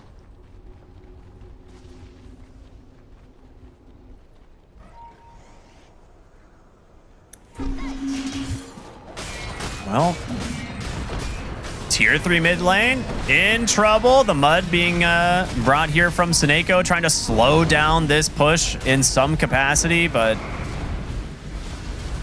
I mean, it kind of works. It's a pretty good ability, but Yeah, now that Elder Titan is here, Orchid, rather Bloodthorn here, catches the Tiny. They're all grouped up. Can the Enigma actually find an opening? No, not quite yet. Soulbind gonna push them back. I mean, that's gonna be Shapeshift down. You still have Dragon Form though coming up, and well, he's just gonna get to work here on your lane of barracks. That ranged pretty low already, but he's really wanting to target down that melee barracks. The cleave actually nearly kills the Warlock as he's just standing nearby. And Smiling Knight taking a beating as well. Blink Bloodthorn out onto the Zeus, pops the BKB, and goodbye, Eki. Lornov showing absolutely no fear in this game at all. Dragontail now catching Zibe. In comes Stormstormer, nice coil here. Gonna catch 3, but can they stop this? Avalanche potentially. There's just no follow-up. Afraid to go in, and here comes the Hawk. He's waiting with that black hole. They don't even need it. Zibe just barely surviving on the backside. Nice Thunder God's Wrath, but no one's dead. They all just barely survived. Dahawk's still inside of the base, though. He's all alone. In comes the Dawnbreaker. They really need to find themselves a kill. Hole. The Golem comes out, blinking from Lornov onto the backside, takes down the Zeus. That's going to be a dieback. You get the Enigma, I suppose. You need to get more. Yeah, I don't know if you can. So, I mean, you did lose some heroes on the way out, but you got the mid barracks. Roche will be up soon. It's looking very slow and methodical for Chimera, right? Just like keep poking. They even did this one without the Aegis. They just know they're strong enough to do so. But now this will just be the safe way to close it out. Finish up this Roshan. Once it spawns, go for the end. Maybe they decide to just do it.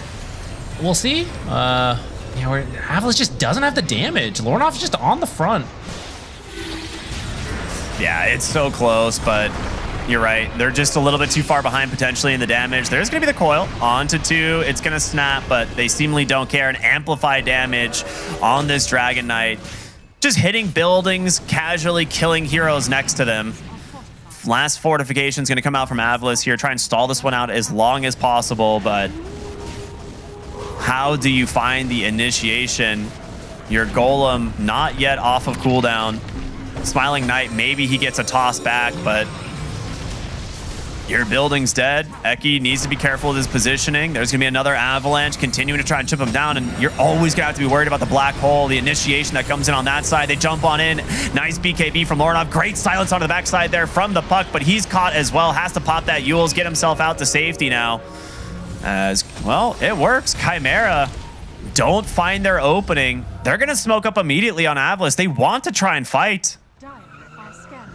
This is the desperation smoke, man. You gotta find something with this. If you can get a kill, you can get Roshan. It'll be a huge gold swing back in your favor.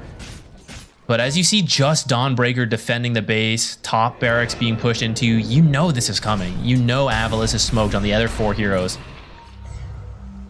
Yeah, I mean, they know that this is going to be a Roche play as well on the side of Avalanche. Like, they don't see them top anywhere. The lanes aren't being, they're not showing in lanes. They're going straight for the Roshan. And they have the Wolves to scout. They have the Eidolons to scout. Both teams currently under smoke, but Avalanche is probably about to expire. And, well, here we go. It's going to pop. They get the Thunder God's Wrath. Gets a little bit of vision here onto TA2000, but the jump onto the backside. Zeus dead again. And now goodbye, Tiny. Doesn't even stand a chance. Black hole on the edge. Going to lock down that Dawnbreaker. And just like this, 3 heroes dead on Avalanche with not much left in the tank. And honestly, Chimera not even feeling like they need Roshan here to finish this off. He's looking for Stormstormer mid. There's the blink, the Dragontail, the Bloodthorn is out, and, well, Puck has a phase shift and an orb. Might get out, but no, it's going to be so close. Nice dodge down to the south. All right, well played from Stormstormer to actually get out of this one, but what can you do? I mean, they're just going to take straight to the base. Yeah, it's a really cool idea, actually, because surely you would think you'd be doing Roche. You win the fight right by the pit, but actually just TP's out trying to get another kill. Because he realizes if we get that kill, we probably just win the game. Turns out, even if we don't get the kill, maybe we're just going to go win the game now while Avalanche is waiting to respawn. At any moment, you could fall back to take the safe play, but it really doesn't seem like they need to.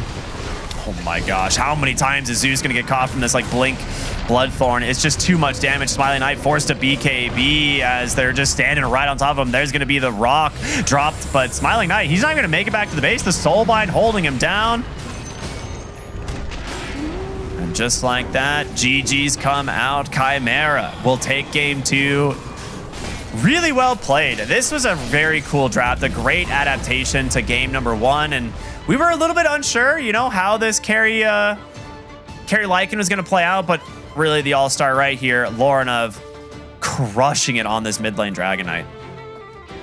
Yeah, the draft as a whole, we were very clear, we were very confused about how it all came together, and I do think the immediate synergy at the start of the game was a little awkward, but as they got to the more mid to late game, you can see the more direct counters, or like Soulbind, very good versus the puck, buy space for Lycan and Dragon Knight to hit their timings. You got the threat of the black hole.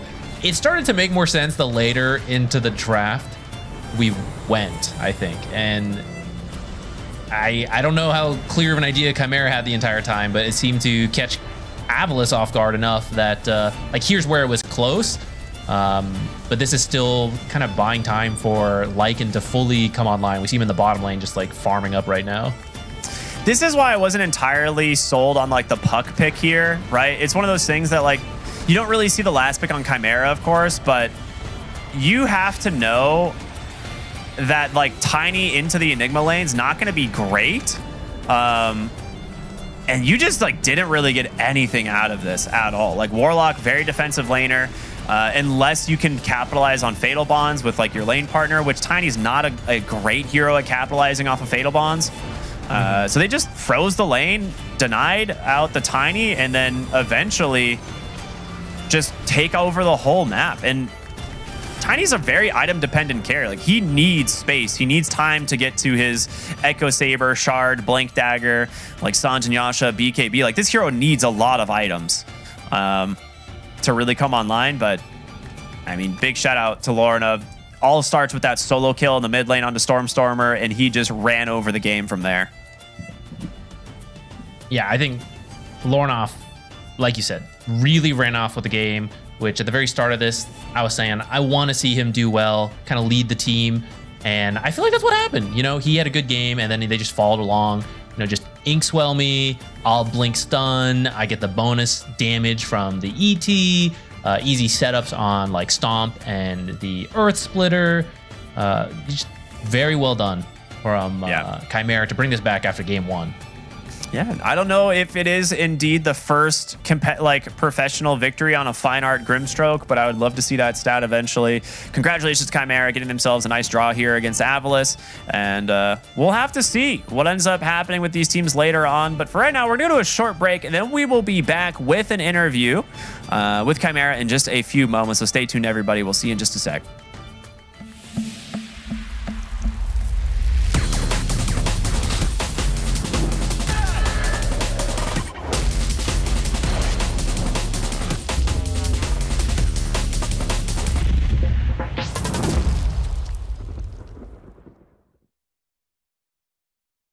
Waking up, playing some Dota. It's just been part of my life for 20 years, and I don't think that's going to change anytime soon. Where we are in the history of this game and where it's come from and how much has been accomplished, I think compared to basically any other esport, it's the best. So I'm grateful for Dota 2 as a game, because Dota as a culture supersedes where we come from. You are a Dota player first, and I love that.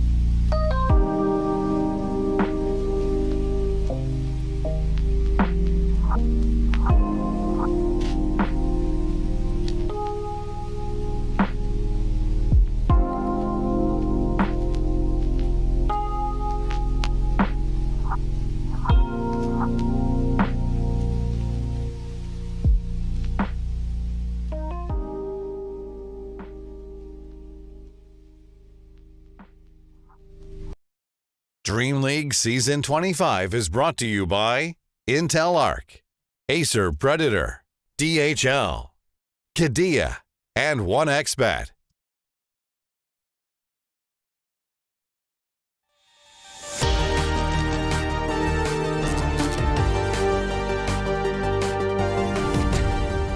Welcome back here, everybody, here to Dream League Season 25. It's the end of the day. It's been a lot of fun, a lot of great Dota.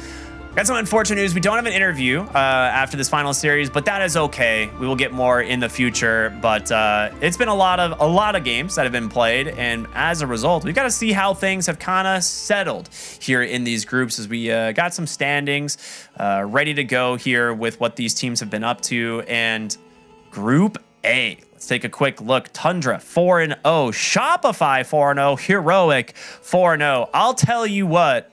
That was not on my bingo card for Shopify. Yeah, I think that's a question for a lot of people are wondering is, you know, a new offlaner and it's a carry player, now an offlaner. So a bit weird, but so far seems to be working. Falcons maybe 1-3, also pretty surprising, though 2 of those losses are to Tundra, which is pretty understandable. Tundra at the top. Also very understandable. I think what most people would expect going in right now. Yeah, I think the thing is from Shopify, I will put a caveat to their 4-0 is that they are probably their 2 series are against, I would say, some of the less consistently strong teams, I guess is the best way to put it. So we'll see how things go tomorrow. Because like you said, a new offlaner and it's a role switch is very, very odd. But yeah, let's take a look at Group B. Group A, very surprising, at least for a few things. Group B, a line definitely being drawn between 5th and 8th is all 4 of them at 1-3. But the top half of the bracket is going to be Spirit, Yakults Brothers, Gaming Gladiators, and Liquid, which I believe they're still playing on mainstream right now, Gaming Gladiators and Liquid. So that either is, you know, we'll see how that's going to end up going out, but very cool stuff so far. Yeah, in a way, for these teams at the bottom, I mean, we have a lot more games to play, of course, but only the top 4 teams move on. So fortunately, none of them, you know, going 0-4 on the first day. That can be really disheartening.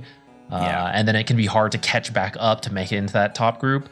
At least here, right? Not feeling great starting on the, you know, the back foot on the day 1, but still feels pretty doable, especially, you know, we'll see on that remaining game how that plays out, you know, to catch the next team at 2-2. Gotta do some learnings from today, right? Yeah. We're seeing some new stuff, the PA, the Abaddons.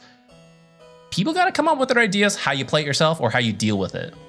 I 100% agree. And, you know, let's go and take a look at tomorrow's schedule to see which teams are going to be going head-to-head over here on the Storm stream. We've got Mudang versus Bent Boom, followed up by Yakults Brothers versus Team Liquid. Mudang again will be back versus Extreme, and then Yakults Brothers in their second series against Gaming Gladiators. So that last one should be really exciting, as both Yakults Brothers and Gaming Gladiators doing a pretty good job so far, I would say. You know, they're both kind of like in the top side of their groups, and that would be a big one to decide, you know, which one starts to pull away. So a lot of good games scheduled here for tomorrow. Excited for those. Yeah, I don't know if I'm excited or not to see if PA continues to do well, because there's something just heartening about a first pick PA. Even though I can say, oh, it's cool, the meta developing or whatever, right? It's like, oh man, this first pick PA is still just killing supports left and right. That's, as a support player, it's scary to see that work. I feel like in most metas where like a carry is first overall pickable, it's not healthy for the game, right? This takes me back to like the Lina major, right? Where Lina was just like the first pick hero every single game until it was just banned every single game. And like we're kind of getting to that point again where it's like it's a little bit too strong. It's just not healthy when a carry can be the overall first pick and have an 80+% win rate. So yeah, we'll see if it just gets banned out for the rest of the game. It's going to get the Alchemist treatment, I think, where there's just no shot of letting it through the bans. It's too good in too many ways. So I don't know. Tomorrow will be interesting. There's still a lot more Dota to be played here in just group stage number 1. And of course, there's group stage number 2. So it's going to be a lot of fun here for Dream League Season 25. We got a lot to look forward to. Yeah, for sure. I'm ready to look forward to it. Even though I was just saying I don't like the PA, I do think we're seeing some cool stuff that I never would have guessed at the start of 7.370, like the first pick PA, the Glimmer Cape meta, Abaddon being in here, right? We're fine art showing up. I don't know if it was a misclick or not, but it showed up. You know, I'm excited to see what else we get for the rest of the group stage. All right, everyone. We just want to say thank you so much for tuning in. We hope you guys enjoyed today's broadcast, but we will be back tomorrow. Same place, same time here for day 2 of the group stage on Dream League Season 25. My name's Cryptic. I've been here with Z Quixotics. We hope you guys have a wonderful evening. We'll see you tomorrow.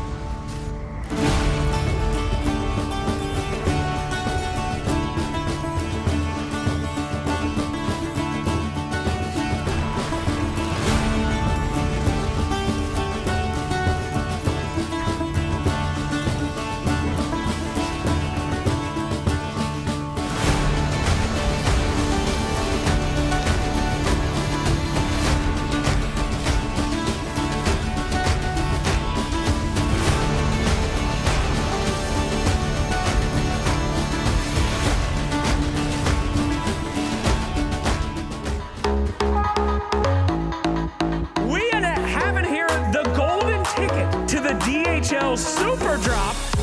I'm gonna get the box over here.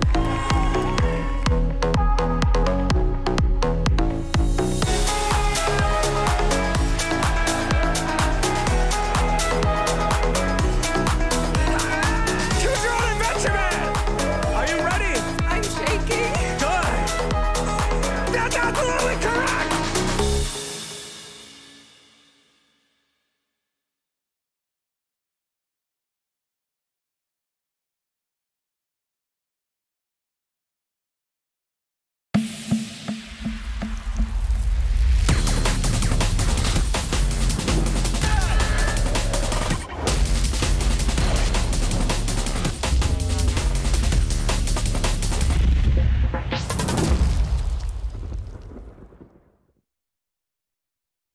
Waking up, playing some Dota. It's just been part of my life for 20 years, and I don't think that's going to change anytime soon. Where we are in the history of this game and where it's come from and how much has been accomplished, I think compared to basically any other esport, it's the best. So I'm grateful for Dota 2 as a game because Dota as a culture supersedes where we come from. You are a Dota player first, and I love that.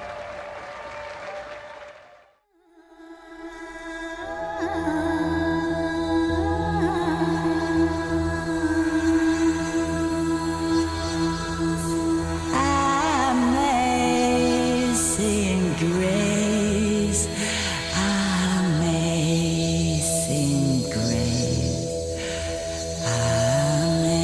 amazing grace, our Lord.